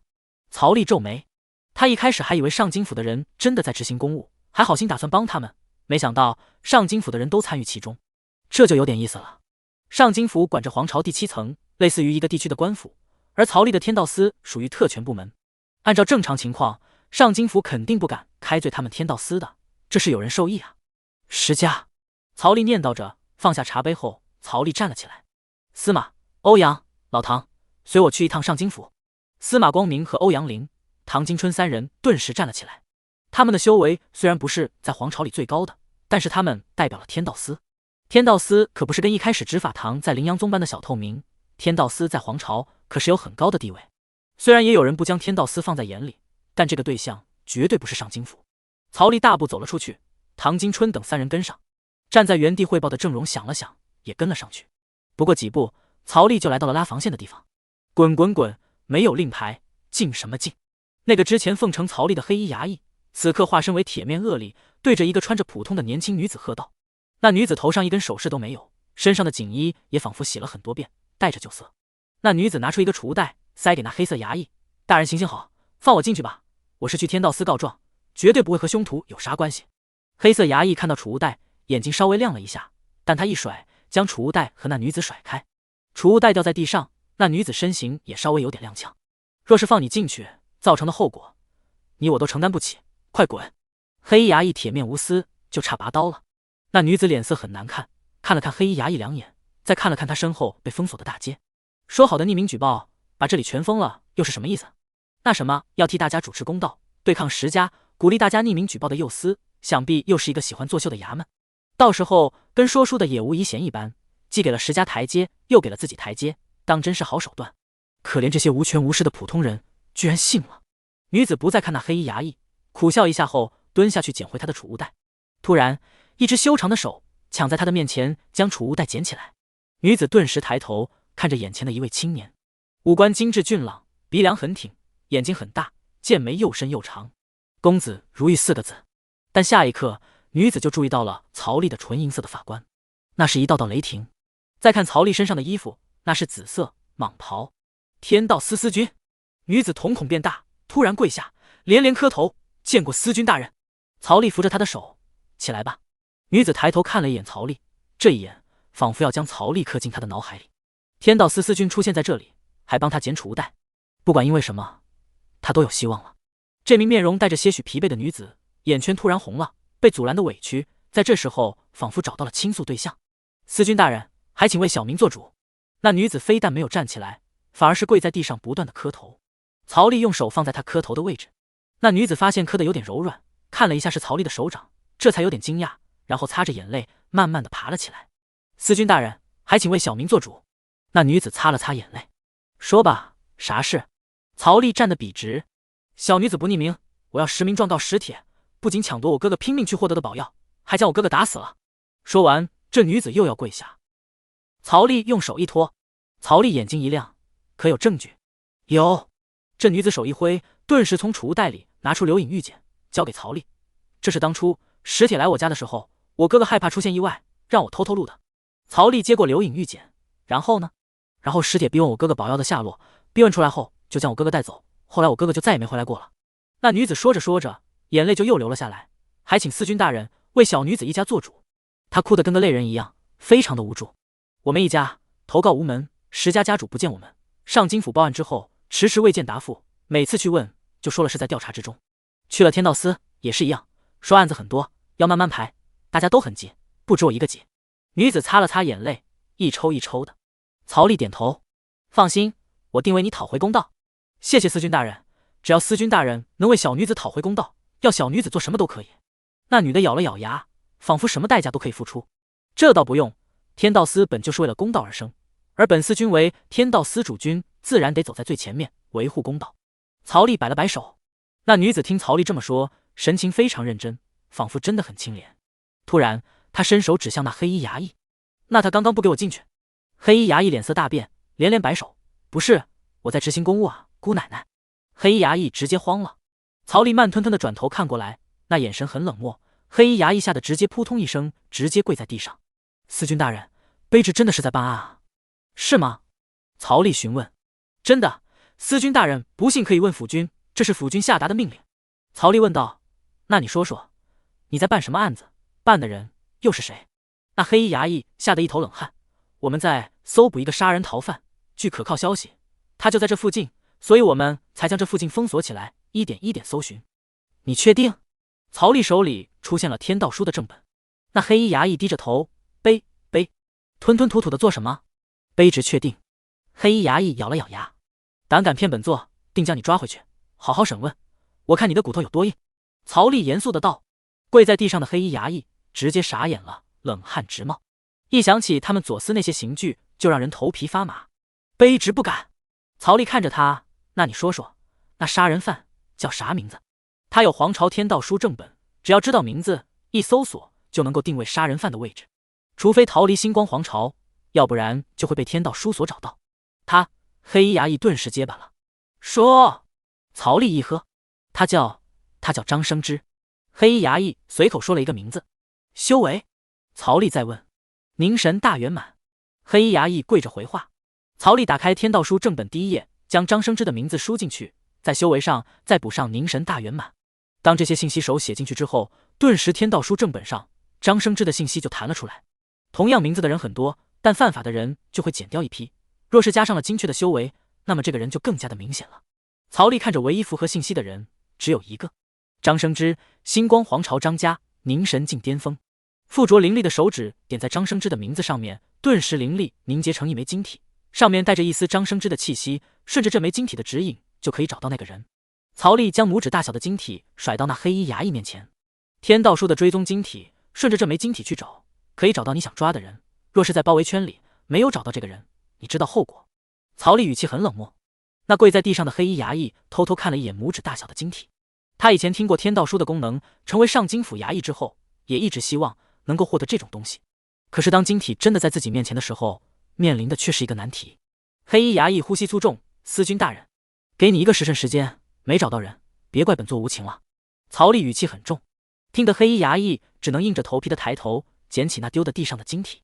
确实有张生之这个人，可是他早就已经伏法，被关在天牢10几年了。他张生之没那个权限去天牢提人，所以他被夹在上京府府尹和天道司右司中间，只能靠托字大诀了。黑衣衙役双手作礼，就要低头离开。曹丽转头看了一下司马光明，跟着他看着他抓人。那黑衣衙役脚步一顿。司马光明听到曹丽的吩咐后点了点头，直接走到他的旁边，对着黑衣衙役一笑。多了个监督的，黑衣衙役脸色变得有点白，他很紧张，他想要去找上京府尹的想法要泡汤了。黑衣衙役连忙回过头来，扑通一声跪了下来：“司军大人饶命啊，卑职也是奉命行事啊。”曹丽的猜想被证实了，他表情冷漠：“说吧，说不清楚就去天道司的说。”那黑衣衙役立马跟到苦水一样，将府尹的吩咐说了出来，具体细节不知，但明确说了这是上京府府君下的死命令。老唐，将他们都带回去吧，好好审审。曹丽回头看了一下，唐金春顿时笑了，摩拳擦脚的走到黑衣衙役的面前：“要自己走进去呢，还是要反抗一下再被抓？”黑衣衙役抬头看了眼曹丽，又看了眼唐金春，想着他都把事情说出来了，若是没有进天道司受点苦头，府尹能放过他吗？当即如释重负的喊道：“大人放心，我自己进去。”说罢爬了起来，向天道司右司跑去，脚步急匆匆的，不知道还以为是要去抓人呢。唐金春稳步的跟在后面。曹丽也带着那名女子和欧阳林、司马光明几人一起回天道司。对了，老唐，押送他们到审讯司后，让高副司军集合队伍，准备抓人。唐金春转过头来，笑眯眯的：“好，天道司要开张了呀！”不到1刻钟时间，那名女子就将所有的证据以及供词全部都说了出来，还用了刘颖石做了记录。他本是石家第1232代，也是石家非常偏远的分支，早就无法享受石家子弟的福利了。但穷人靠变异，他哥哥就是一个变异的，天赋绝佳，更是敢打敢拼，甚至敢深入无人禁区去与那群凶兽争夺宝药。2000岁就已经迈入了朝元境大圆满，被皇朝收录为3等天骄，未来前途不可限量。后面的事情也就和之前说的一样，被石铁抢走了宝药，人带走后就再也没回来过，到现在都没找到尸首。虽然同为10家天骄，石铁为嫡系5府内的子弟，而他哥哥是1000多代的石家家主，自然包庇石铁，也让他们投告无门。一个小弟将证词写完后放下笔，站了起来，走过去给他画押。石隐他咬着牙，非常坚决地将大拇指按在印泥之上，因为用力直接按到底部。然后他拿起大拇指，重重地按在证词上面。按完之后，他看着围观的曹丽、唐金春、欧阳林等人，那眼神很坚决，仿佛为此可以付出生命。小弟接过证词，然后迈着小碎步送到了曹丽面前。曹丽侧身靠在墙上，接过证词，扫了一眼后，将它4方折叠起来。通知高司军，准备去抓人。曹丽的声音中气十足，每个字都铿锵有力。顿时那小弟座里连忙跑出审讯室，曹丽等人也跟着走出去。坐在椅子上的那名女子握紧了拳头，呼吸急促，咬着牙，很紧张地看着曹丽等人离去的背影。天道司内的大院，宗主高树正在点他的兵，1000人也从调查司叫回来了，共2000人结合成队伍，先抓上金府府君，妨碍公务，有同罪之嫌。过了一会，曹丽等人从审讯司里走了出来。宗主高树眼睛带光，有点兴奋地小跑过来：“曹司君，我们现在……”曹丽和宗主对视一眼，接着看向基拿斯的2000小弟喊道：“动身！”宗主顿时非常兴奋地摩拳擦掌，他等这一天等了好久了。宗主高兴地双手挥起来：“天官领好自己的队伍，随本君去抓人。”喊完，宗主闭上眼睛，这种感觉实在是太畅快了。当宗主哪里有这么爽？真的还不如当一个抓人的天道司副司军呢。自从太炎宗踹门后，他就深深爱上了这种上门的感觉。宗主高树看向曹丽：“对了，曹司军，我们现在先去抓谁？”曹丽大声说道：“上京府府君。”宗主露出激动且有点变态的笑容：“出发！”喊完之后，宗主举起一只手指着大门，而另外一只手掏出了一个茶壶，对着壶嘴吸吮了几口压压惊。茶叶已经被泡发，没有了半点味道，但宗主喝起来却有一种独属于他的心境。收回茶壶后，宗主高树大步走在前面，众人跟上。天道司右司2000多人大摇大摆地从上空飞过，顿时引起了皇朝第7层不少人的注意。大家纷纷猜疑，天道司右司是又有啥大动作了吗？上次围了左司，这次又要干嘛？看他们的方向，似乎是上京府啊。顿时不少人拿着传音玉简给好友发去消息。天道司左司军赵明忠专门派了人紧盯着右司，不管天道司有什么动作，都要第一时间汇报给他知道。所以他当的传音玉简收到了消息后，他就知道曹丽要干嘛了。上京府府君正3品官员管理着7层云这一整层上亿里的地盘，在这种满是权贵的云层，他跟各位世家勋贵交好，实权之大是多少人一辈子都无法体会的。他的位置与2位天道司司军和6部尚书同职，整个星光皇朝正3品官员用手指头都数得过来。曹丽要动这个人，胆子实在是不小。果然和左相说的一样，曹丽就是个鲁莽的小子。这一刻，同在石家的家主也得到了曹丽前往上京府的消息，也包括皇宫以及上京府的府尹大人。此刻，一身紫袍，胸前纹着山河图的上京府府尹坐在他的书房内，一边听着传音玉简传来的消息，一边摸着他执掌两边的小胡子。曹丽要来抓他了。上京府府尹听完之后，就想要站起来逃跑。刚站起来，府尹就觉得有点不对了。他派刘捕头去封锁天道司街道的事情，被发现了吗？不应该啊，这件事情有借口作为依托，不应该被曹丽知道啊。就算被发现了，刘捕头打死办公务，曹丽总不能拿他怎么办吧？刘捕头也没有和曹丽出卖他的理由啊，因为曹丽根本不具备有戳破这个公务谎言的能力，所以曹丽多半是气势汹汹的赶来，没有证据的无端责问。上次聚会，右相也说了，曹丽就是个有勇无谋的人，那么还需要怕什么？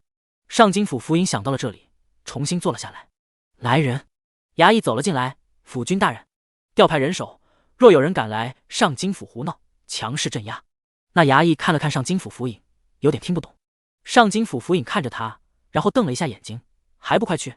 是。衙役连忙离开。准备完，上京府府尹就靠在的太师椅上面。同为正3品，曹丽想动他，也得帝君同意。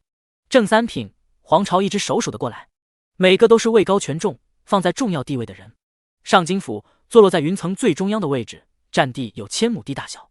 曹丽带着基拿斯2000多人来到了上京府上空，然后降落下来。抓人！曹丽就2个字，铿锵有力。为首的是宗主高树，随本副司军抓人。一群人从天上下来，然后由宗主高树带头向上京府冲去。上京府外看门的4个衙役看到天上密密麻麻的来人，大胆，快停下！无故靠近上京府，是有何事？看门的衙役都是太虚境，宗主带着的2000多人也是太虚境，但他本人则是朝元境。宗主高树冲最快，一脚踩在上京府大门外的阶梯上，一股非常强横的灵气波动从他的脚下散发出去，看守大门的4个化神境衙役直接被冲击波冲飞。天道司办案！宗主高树喊道。下一刻，他上前几步，一脚踹在上京府的大门上。大门的质量非常的好，通体由玄金打造，所以并没有在这一脚下成为粉末，而是被踹出了一个脚印。整个大门在这一刻朝上京府内飞进去，摔出去上百米才停了下来。宗主高树踢完之后，顿时感觉内心非常的舒服。他站在原地，而几位天官从他身侧两旁带着人向上京府内冲去，锵锵的拔刀声此起彼伏。天道司办案，一下子上千名太虚境冲进了上京府，将一个个部门全部围了起来。放肆！天道司凭什么到我们上京府抓人？有衙役在大吼。而天道司的人也赶到了府尹的书房外面，将他的书房围了起来。书房大门打开，上京府府尹就坐在里面，一边端着茶杯喝茶，一边看着书，仿佛对于来人没有丝毫的惧意。但连他自己都没有发现，他的书拿颠倒了。曹丽带着唐金春、欧阳林、司马光明3人走进了上京府，站在门口停顿了1刻钟的高树也连忙跟上。在小弟的带领下，众人很快来到了上京府府尹的书房。书房的大门打开，可以清楚地看到府尹坐在大厅中间。曹丽带着人也不打招呼，直接进入了书房。曹大人好大的做派，耍威风耍到我上京府来了，就不怕本君明日参你一本吗？等到曹丽进来后，上京府府君这才将书本放下，直视曹丽。府君大人做派更大，还派人封锁了我天道司附近，将前来检举的人一一赶走。曹丽反驳。府尹的神色微微有一点变化，但很快就让他掩饰了。你在说什么？本君听不懂。听不懂，那就去天道司里听。来人，将上京府府君押回天道司。曹丽喊道。是。宗主高树点头，就要走上前抓人。你放肆！上京府府尹一手拍在桌子上，力道不大，只是发了一声巨响。你敢抓本官？本官和你同为正3品，你没有证据，以及下的手谕，你敢对本官动手试试？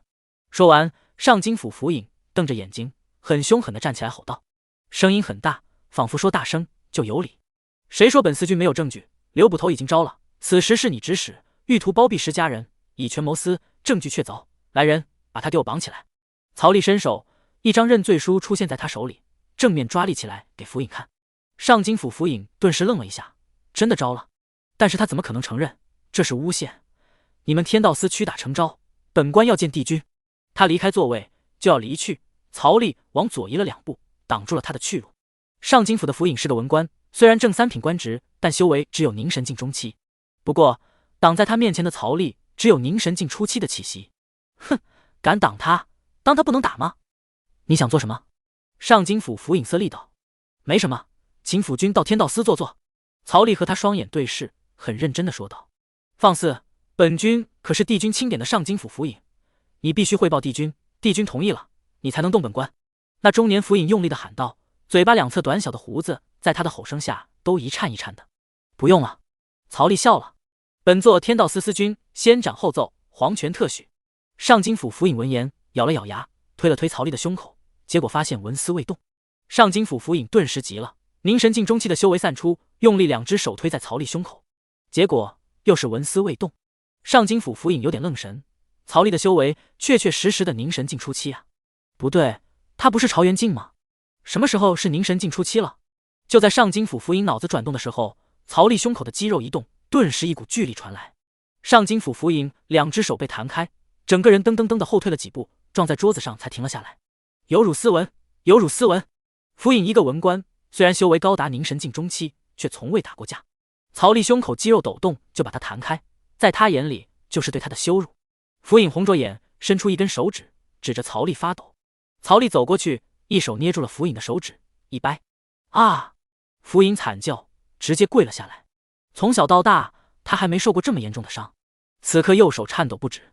走吧，府君大人。曹丽犹如揪小鸡一般，伸出右手抓住了府君的后脖颈。曹丽，你敢屈打成招？跟我走吧您。曹丽犹如揪小鸡仔一般，将府尹带出办公房。堂堂凝神境中期，俩人还是同等官职，府尹不可能束手就擒，他剧烈的反抗。曹丽摇了摇头，提着他的后脖梗，将他拎直了身子，然后侧着头和他对视。府尹咬着牙：“曹丽，你动我，得罪了很多啊！”曹丽一手抓着他的后脖梗，另外一只手握手成拳，捶在了他的肚子上。府尹惨叫，顿时身子弓得跟虾米一样，五官都扭曲到了一起，双腿一软，直接跪在地上，捂着肚子。太痛了！他咬着牙，然后一丝鲜血从他的嘴角流出。粗鄙的武夫，太狠毒了吧！居然下如此重手！书房外，上京府的衙役们一个个持着刀，看着曹丽等人。天道司的人将他们围了起来，两方几乎相同，彼此忌惮着。府君！那些衙役跟看着被打了一拳的府君高喊道。接着他们再与曹丽对视，他们只敢看着曹丽，却不敢挥刀。为首的一人大声喊道：“敢问司君大人，我家府君大人所犯何罪？竟劳您如此兴师动众，包庇10家罪犯。”曹丽说完，直接无视这群衙役小喽啰，提着府尹朝外面走去。天道司的人纷纷跟随。上京府外早已经围得水泄不通，大家纷纷围观吃瓜。上京府府尹墨家莫从文不属于任何一个世家，只是一个小家族。因为上京府的地盘管辖着任何一个世家，所以每个世家都在争这一个位置，久争不下后，只能共同从一个小家族里选出一个人，再发动人脉，朝廷举荐的时候强力推举他坐上这个位置，让他成为各大世家的傀儡。而莫从文就是这个被选中的傀儡。此时围观的各大世家眼线迅速离开去汇报，曹丽把他们的傀儡端了，要么干掉曹丽保莫从文，要么只能重新推选一个人了。顿时曹丽提走了上京府府尹的消息传到了各个3品以上大官的耳朵里，也同时传到了各大世家的耳朵里。曹丽这是捅了所有皇朝官员的一刀，他真的无法无天了，就像一根棍子插进了深潭，将那箍进了几千年的潭水搅动起来。当消息传到石家家主的传音预检后，石春也快步的回去，很匆忙的走进了石家家主的书房。见过主人。石春步履放慢，深呼吸，整理了一下衣服之后，恭敬的给石家家主作礼，然后语速缓慢的说道：“曹丽他现在押着莫从文回去了，而3品以上官员也都被左相紧急叫去了。”石家家主点头，说说当时你看到的情况吧。石春听完之后，顿时将自己所见所闻非常客观的说了出来。之后，石春对着家主作礼：“主人，曹丽在齐国的时候行事就乖张叛逆，奴才害怕他会对石家造成一些影响。”石家家主坐在高位上，点了点头，确实有点乖张。石春眼睛一亮，继续拱火：“这就是个愣头青，要不要我去找那些亡命徒把他做了？”石颖呢？石家家主有点3白眼的眼睛看了一下石春。石春连忙低头：“还在天道司。”“那你让石铁暂时不要露头。”“那曹丽现在有天道司正本，可以直接定位，除非将铁根送出皇朝。”石春皱眉。石家家主听完后沉默了，眼睛一直看着地板。“那就将阿铁送出去吧。”“是。”石春作礼，然后离开。石家家主把弄着手中的2颗核桃，想着被曹丽牵着鼻子走不是很舒服，得找机会反击了。而左相那边3品大员们一个个激动的争论，被追着反问的就是右相，他口口声声说不会有事的。现在曹丽已经抓走了一个正3品官员，也是他们当初的其中一员，众3品以上官员都比较激动，想着未来曹丽的刀是否会落到他们头上。此刻这么激动，也只是因为兔死狐悲。右相摆了摆手，示意众人不要那么激动。老莫，我会把他救出来的，大家尽可放心。咱们身后站着是各大世家，众人团结一致，曹丽他将寸步难行。右相，你可别拿这话来敷衍本官，咱们后面站着世家，曹丽身后难道就没站人吗？此话一出，整个大厅瞬间就沉默了。有人，而且站的是皇朝最大的帝君，这就是帝君推出来了一把刀，异常锋利的刀。那名官员再次喊道：“若此人不除，仗着帝君在后面撑腰，必将把朝堂捣得一团糟，别搞到最后，你们背后的世家被灭了，那么在虚位上的我们将会被那群豺狼撕碎吞了。”另外一个紫衣官员的声音响起，比较细，多气少力。本官觉得此人必须除。我们每个人身上，乃至于后面的世家，没有谁经得起查的，搞这么个愣头青进来，若是不能控制，将是在逼我们和帝君正面对抗。到了那个时候，不是帝君死，那就是我们亡。我们还不知道帝君的所有实力，贸然和帝君撕破脸，绝对是非常不理智的选择。整个大厅又陷入了沉默。这个人是非除不可了。右相插着双手，先将他请来，探探虚实吧。帝君开给他什么条件，我们可以给出双倍。我们也可以助他突破凝神境，帮助他堆到凝神境的巅峰。资源的话都是小事，最怕这小子不识抬举。众人纷纷你一言我一语，一直保持沉默的左相说话了：如果这愣头青不识抬举，在如此行事，万不得已的情况下，就得清君侧了。此人身后站着帝君，一般情况下还真不愿意动他，动他将是皇朝几万年来的变局。当初若是不答应帝君就好了，现在为自己等人招来了一头麻烦的牛犊子。我去下帖子，请那毛头小子过来。左司赵明忠开口，在场的官员齐齐看向他。这事情由你出面，再合适不过了。美人、美酒、财帛、修行资源等，就交由户部尚书吧。左相开口，一个坐在靠前位置上、头发花白的老头子，双手相互插在袖子里，听到了左相说话后，他翻了个白眼。真当老夫管户部的钱就最多吗？不应该是兵部和工部那俩吗？但户部老头子一句话不说，只能生闷气。很快，事宜商量完毕，一群三品大官相继离开。另外一边，曹吏将府尹莫从文送到了审讯司。唐金春出来接人，曹吏问道：“左司抓回来那家伙，审得怎么样了？”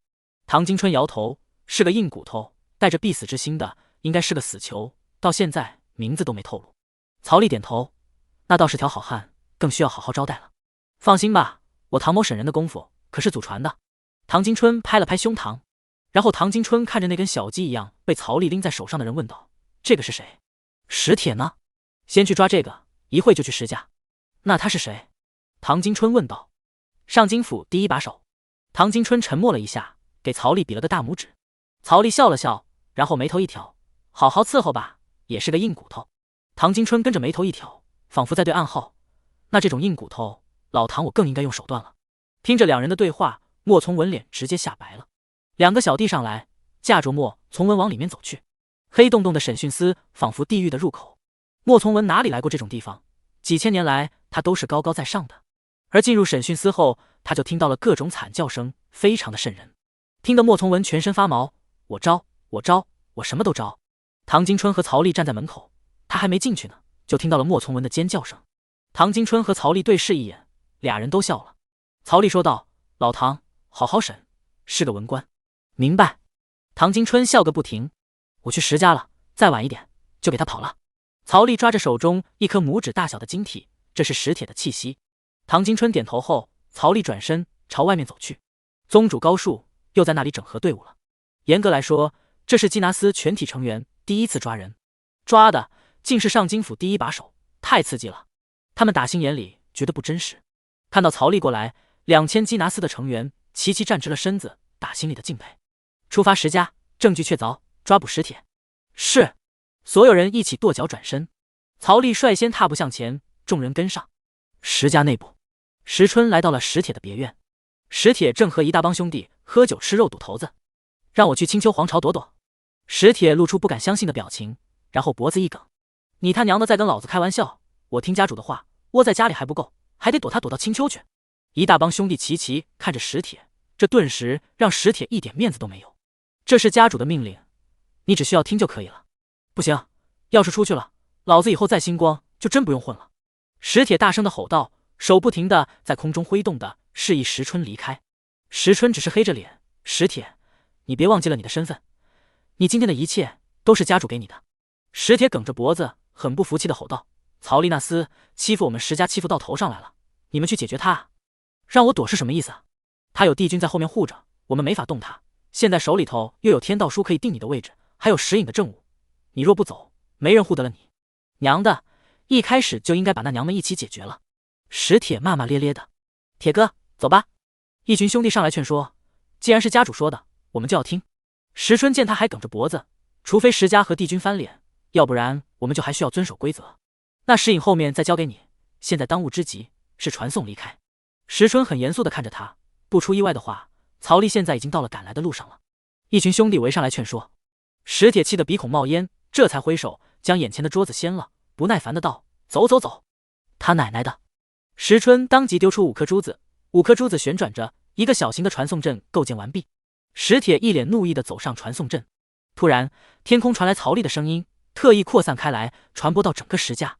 史铁，别当缩头乌龟，给本司君滚出来！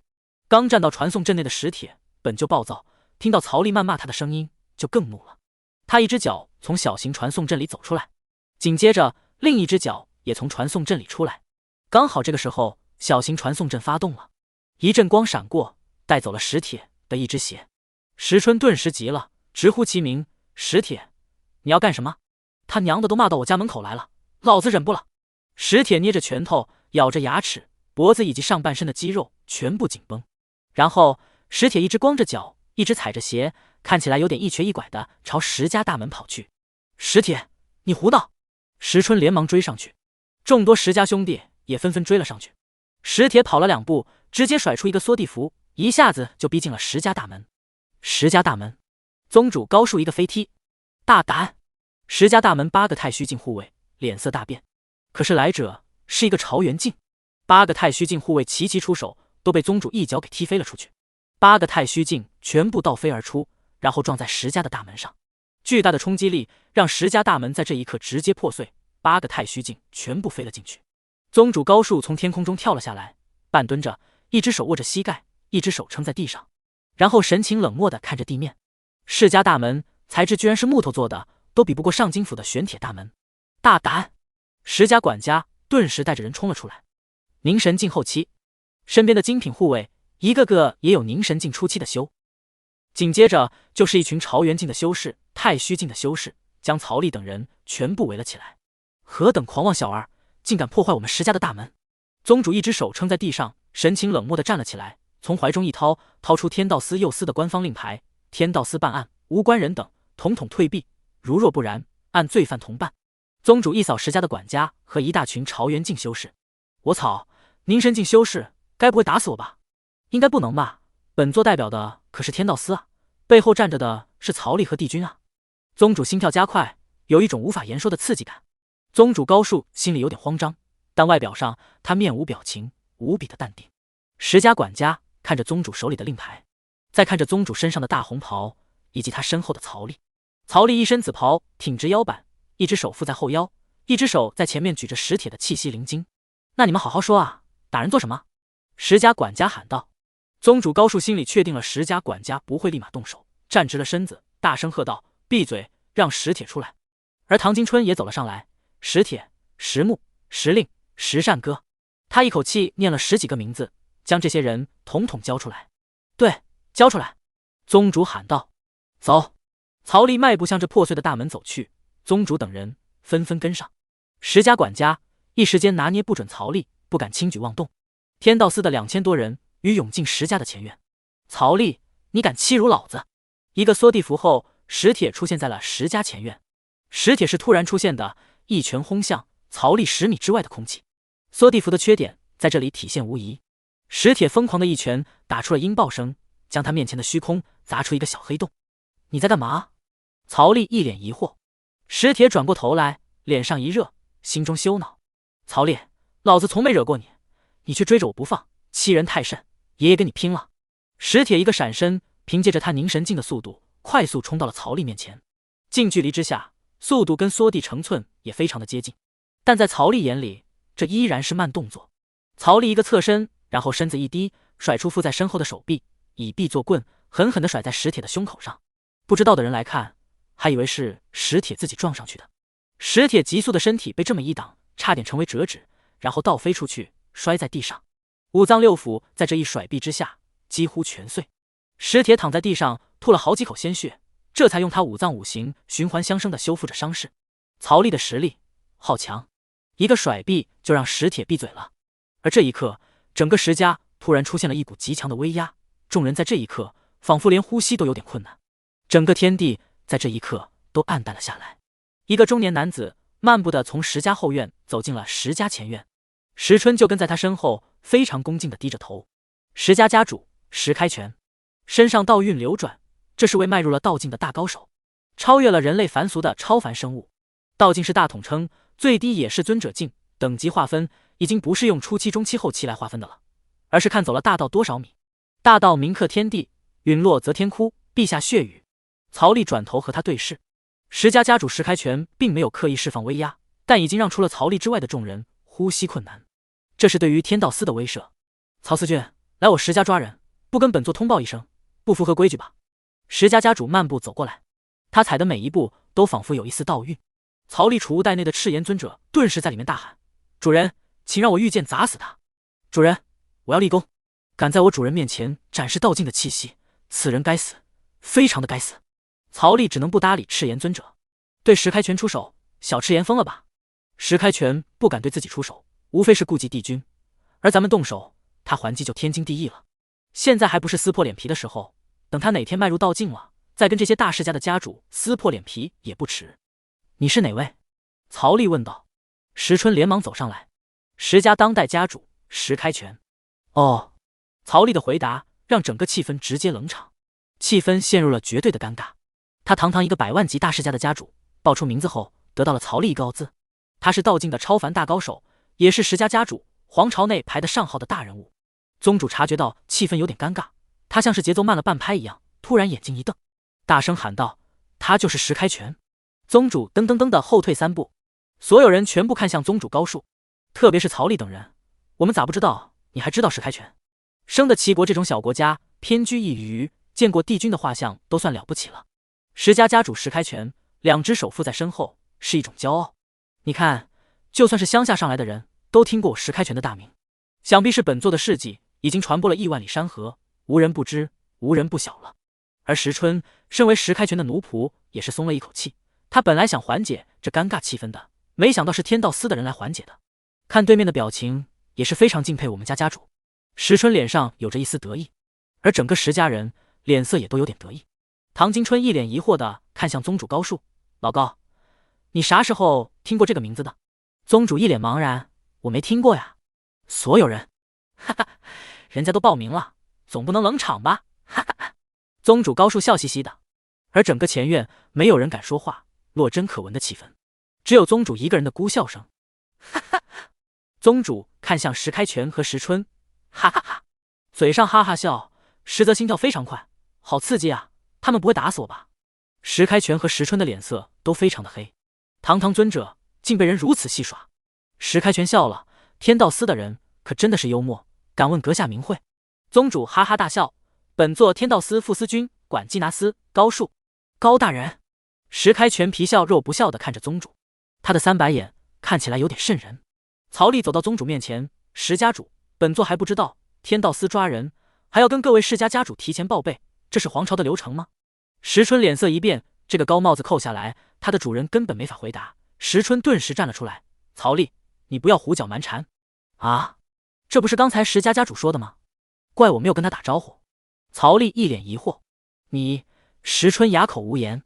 石家家主伸手拉了一下石春，走上前，他笑了笑：“曹司君，本座的意思是，你来我的地盘抓人，跟我这个家主说一声，这是很正常的礼节吧？”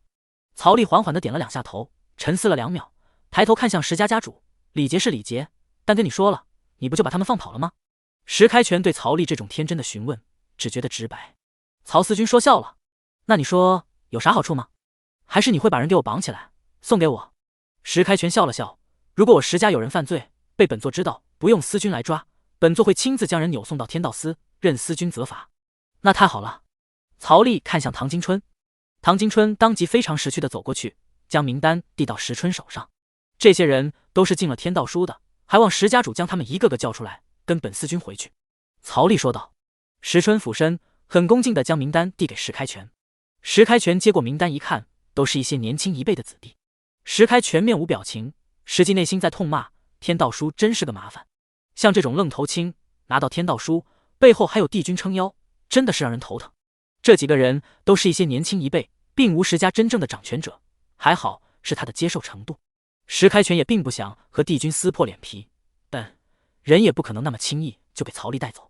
他看向曹丽：“司君大人真是不好意思，这些人刚好被我派出去执行家族任务了，若等他们回来，本座会亲自让他们上门请罪。”曹丽伸手，天道书正本出现在他手上：“不用不用，我自己抓就可以了。”看到天道书，石开拳的脸色又不好了。这种人怎么一点眼力见都没有？不会顺着台阶下，非要把气氛搞得这么尴尬吗？一点都不会做人，让他这个大家主颜面尽失。石开拳内心很不高兴，从那个基拿斯的高树和曹丽，统统都是这种没眼力见的。都说做人留一线，这群人是真的铁了心要得罪自己啊！这梁子算是结定了。石开拳笑了笑：“曹司君不用那么麻烦。”他看向石春，将名单递给他：“去他们那里看看，执行任务回来了没有？回来了，将他们带过来。”是。石春拿着名单离开。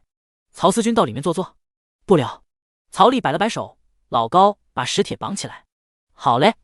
宗主走上前，将被曹丽一招打得奄奄一息的石铁用绳子绑起来，再由2个小弟扛着。石开全眼睁睁地看着石铁，这位石家天骄被曹丽带走。曹思君真的是年少有为，我们家铁根在你手上都过不了一招。石开全皮笑肉不笑的道。曹丽则是真笑了，摆了摆手，没有没有。不知道曹思君今年贵庚？石开全问道。25。曹丽回答。石开全的眼睛突然瞪大，然后恢复原状。曹思君真会说笑。凝神境初期对上黄巢，同为凝神境初期的武探花石铁，一招差点被他打死。25岁绝对不可能，曹丽说的应该是2500岁吧。堂堂凝神境强者，能够在齐国羚羊宗低调那么多年，实属不易。此子潜伏2000多年，有大图谋。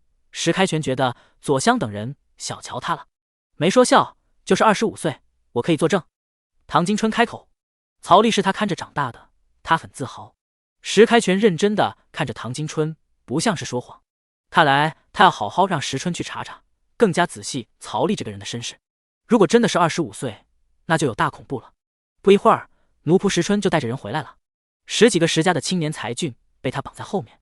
石开全转头看着曹丽，曹思君，请带走他们，不管犯了啥罪，请公道处理，也务必将实情告诉石某人，自然好说。曹丽微笑，他一挥手，基拿斯的人顿时上去，将10几个被封住修为的石家年轻人带走，还有一个奄奄一息的石铁。我们走。曹丽挥手，高树昂着头将10几人统统带走。石开全站在后面，用着3白眼盯着天道司所有人的背影。等到曹丽等人走后，石春走上去，家主，我们就任由曹丽等人这么胡闹吗？杀了他。石开全平静地说道。啊？石春呆滞了一下，不至于吧，杀了他岂不是在跟帝君翻脸？石开全沉默了一会，转过头来看着石春，你去调查一下曹丽的信息。家主，不是调查过了吗？这次花费重金，我要知道任何细节，包括曹丽的真实年龄和以往说过的任何一句话。石开全认真道，记住，是任何一句。是。到时候是杀是留，再给本座决定。石开全冷漠的道。25岁的凝神境，还是一个底子雄浑的凝神境，这太不可思议了。如果情况真的如此，那么曹丽一定是老妖怪。一来黄巢就针对石家，那就是石家曾经灭杀过的老妖怪，仅剩的残魂在搞鬼。那么这种人不杀留着做什么？等把石家搞到天翻地覆吗？我去一趟祖宅，外面的事情交给我二弟处理。石开全说完直接消失。他要去追问石家祖宅内的一群道境老祖认不认识曹丽这个人。是。石春低头拱手作礼，恭送石开全的离去。等过了3息时间，石开全消失不见了，石春这才抬起头，然后匆匆离去。这次调查要真的花重金，仔仔细细的调查了。天道司右司，曹丽带着人回来了。回来之后，宗主就将人全部押去审讯司审讯了。曹丽正准备转身回办公房，燕文冕就亲自过来了。贤弟，大哥。曹丽看出燕文冕似乎有事情找他。怎么了？有人找你。燕文冕说道。谁？燕文冕一指会客大厅，天道司左司的一个副司君说奉左司和相爷之命，要请贤弟去赴宴。左司君赵明忠，还有相爷。曹丽，带我过去。燕文冕走在前面，带着曹丽过去。一会后，曹丽和燕文冕就来到了会客大厅，里面正坐着一个红衣官袍的左司副司君。看到曹丽过来，那副司君很礼貌地站了起来，见过曹司君。该给的面子还是要给的。坐礼后，那副司君就从怀中掏出一封请柬，双手奉上。曹司君，我们司君请您今晚到欢迎楼一聚，这也是相爷的意思。曹丽看了看他，没有说话。过了一会，曹丽才接过请帖。相爷和左司怕是对我的行事风格不满吧？司君大人，没什么疑问的话，下官就先回去了。副司君作礼。曹丽点头。那副司君直接离开。会客大厅里就剩下曹丽和燕文冕2个人。燕文冕凑上来，拿过曹丽手里的请帖。宴会吃什么？有写进来吗？翻开后啥都没写，太不够意思了。不知道黄巢的宴会吃的是啥山珍海味。燕老哥，你看到的只有吃的吗？曹丽问道。燕文冕抬起头看了一眼曹丽，请你去吃饭，不是去吃还能干啥？曹丽大笑，莫非他们是要跟你谈事情？你初来乍到也没啥好说的呀。燕文冕挠了挠脑袋。然后凑了上来。那你去不去？去啊，看看他们搞什么把戏。曹丽说道。燕文冕舔了舔嘴唇，搓了搓手。那我先去忙了。燕文冕意犹未尽的离开。曹丽将请帖放在桌面上，径直离开，向审讯司走去。审讯司的建造特意将阳光遮挡，造成了阴暗的现象。曹丽穿过昏暗的走廊，走进了审讯司内部。唐金春、欧阳林、高树几人在一块，他们面前的是一张审讯桌，而上京府府尹莫从文正在按大拇指。小曹，唐金春看到曹丽过来，顿时让开了一个身位。在外面得叫曹司君，关起门来自然还是原来的叫法。曹丽凑近三人，看着审讯桌在按拇指印的莫从文。他在干嘛？曹丽问。认罪，他什么都招了，一点皮肉之苦都没受。唐金春说完，众人一直看着府尹莫从文。莫从文见曹丽看过来，顿时露出一个自以为和善的笑容。按完后，唐金春将纸一拽，拿给曹丽看。曹丽伸手接过，看了看上面的罪状，上面写着各位世家的人和莫从文一起参与的各种罪状，包括那被石家逼迫才让手下的人围住天道司，前者都是被唐金春吓出来的，与本案无关。曹丽看着名单，扫了一眼，没一个认识的。他转手将东西揣进怀里，一会交给司马光明，让他好好查查里面人的身份以及修为。曹丽看向唐金春，之前左司绑回来的那个人呢？这个有点厉害，全身上下没一处好肉了，都一句话不说。唐金春看了看莫从文，莫从文顿时吓了一跳，尽量笑得不尴尬。他在这里听那惨叫声，听得心里发毛。曹丽往里面走去，看到一个审讯室内，那被吊起来耷拉着头奄奄一息的人，这是条真汉子。每间审讯室之间只是用透明的绫巾做了一个隔断。刚被押过来的石铁等人看着那人的惨样，就连一向以头铁著称的石铁都不由吞了吞口水。这就是不招的代价吗？曹丽走了一圈，好好审，要是扛不住，那就让最好的医师治疗，治好了继续审。放心吧，小曹，我有分寸。唐金春说完，然后转头坏笑地看着石铁等人，看得石铁等人头皮发麻。曹丽离开了审讯司，准备一下，他就要去赴宴了。过了半个时辰，曹丽带着江红出门，上了飞梭后，俩人朝欢逸楼飞去。一双纯黑色、没有半点眼白的眼睛看着飞梭离去的方向。他整个人走了出来，全身黑色，而皮肤有着一种诡异的苍白。他身上冒着黑烟，没有眼白的眼睛看向天道司右司。他浑身上下没有一丝的灵力波动，仿佛就是一个普通人。看到曹丽离去后，他一步踏出，下一刻他来到了审讯司。他站在角落的黑暗中，而所有人都没发觉他。黑瞳男的肤色从诡异的苍白变成了全黑色，整个人与黑暗彻底融为一体，没有气息，没有颜色，无法察觉。他大步行走在审讯司内，没有人发现他，而他正慢慢地走向莫从文。此刻的莫从文就坐在审讯椅上，他不知道曹丽会怎么处置他。按照所犯的罪，每一条都是囚禁1000年的大罪。虽然主犯并不是他，但他的罪行也不轻。莫从文一个凝神境中期的大能，听着那瘆人的惨叫声，吓得有点发抖。招供归招供，总好过去吃这些肉体之苦吧。他寒窗苦读300年，这才有了今日。他是家族的希望，虽然家族不大，但他也从来没做过一点的除了读书之外的杂事。中了文举之后，就莫名其妙的成为了上京府府尹，官位正3品。之后就只能听从8大世家以及其他各大世家的摆弄，基本大家说什么，他照做就可以了。这次8大世家应该也能救我出去吧？莫从文这样想着，突然他有一种窒息感，他无法呼吸了。莫从文瞪大了眼睛，这一刻无法呼吸，无法动弹，无法说话，整个人坐在那里，眼睛瞪得全是血丝，身子非常轻微的发抖。紧接着身体失禁，脸色铁青。慢慢的，莫从文他的眼里失去了神采，他的脑海里只有2个字：道尽，道尽。有尊者出手了，不是来救他的，而是来杀他的。而桌面上除了名单被曹丽拿走之外，那些罪状纸全部被收走了。而莫从文就坐那里纹丝不动。黑瞳男大步朝天道司外面走去，天道司右司的阵法对此人毫无阻挡的作用。下一刻，黑瞳男就出现在了大街上，他的肤色从纯黑慢慢恢复成诡异的苍白，手一挥，画押的状纸出现在手里。他一张张的看过去，里面涉及了很多人。若真的查下去，整个皇朝都要翻天。帝君就算拿到了这状纸，也不敢查，同时跟皇朝所有世家翻脸，整个朝堂所有人没一个人脱得了干系，帝君也就真正变成孤军无辅了。但这些罪状会成为帝君排除异己的神器。莫从文知道的太多了，又偏偏是个软骨头。从他被曹丽抓走后，各大世家就得到了消息，而莫从文的表现也令各大世家家主非常的失望。所以傀儡的结局只有一个。黑瞳男再次在原地消失，出现时已经在了欢艺楼外面。他手里的状纸在这一刻灰飞烟灭，而他就坐在了欢艺楼外一个小摊上。客官，要吃点什么？一个化神境的摊主笑道。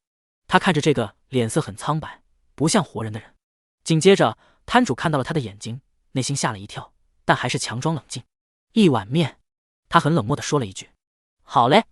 摊主无视这种奇怪的现象，只要坐在他摊位的就是客人。皇朝千奇百怪的人太多了，就算有一头太古凶兽人面兽身的过来，他们也会选择正常对待。很快一碗面条就端上来了。黑瞳男他没有吃，他就静静地看着欢艺楼的大门。过了一会，他就看到了一辆飞梭到来。曹丽和江红从上面下来，江红将飞梭收起来后，俩人走进了欢艺楼。这一切都被黑瞳男看在眼里。包间，左司君赵明忠就坐在包间内，左相和右相以及各位大人物就坐在隔壁。曹丽在小二的引导下来到了包间。包间的门推开，里面的赵明忠顿时站了起来。赵明忠今日穿着一件很朴素的衣裳，很有一股文人的风范。曹大人。赵明忠笑嘻嘻的作礼。曹丽也笑了回礼。赵大人。坐。赵明忠挥手示意，紧接着他看向外面的掌柜，上菜。是。那掌柜的顿时快步离开。江红就站在门外。包间门关上，曹丽和赵明忠俩人坐在包间内。桌子很大，大圆桌可以坐上100个人。包间也很宽敞，有300多平方米，但只有赵明忠和曹丽2个人。哈哈哈哈！俩人尬笑。曹大人，不知道你有什么兴趣爱好呢？赵明忠挑了挑眉。他的意思已经够明显了，只要是常混场合的说出他的兴趣爱好，那基本就会梦想成真。抓人。曹丽这次是笑得很真实的。赵明忠的笑容顿时就尬住了。这算什么兴趣爱好？赵明忠笑了笑。曹大人真会说笑，这哪里是兴趣爱好？兴趣爱好指的是琴棋书画、美人、金钱、权力。说完，赵明忠笑了笑。现在曹大人是帝君面前的大红人，手中的权力在皇朝可是数一数二的，这个你就不缺了。那么曹大人还有什么喜欢的事情吗？抓人。曹丽再次看向赵明忠。赵明忠愣了一下，接着哈哈大笑。曹大人的爱好可真是与众不同。是的。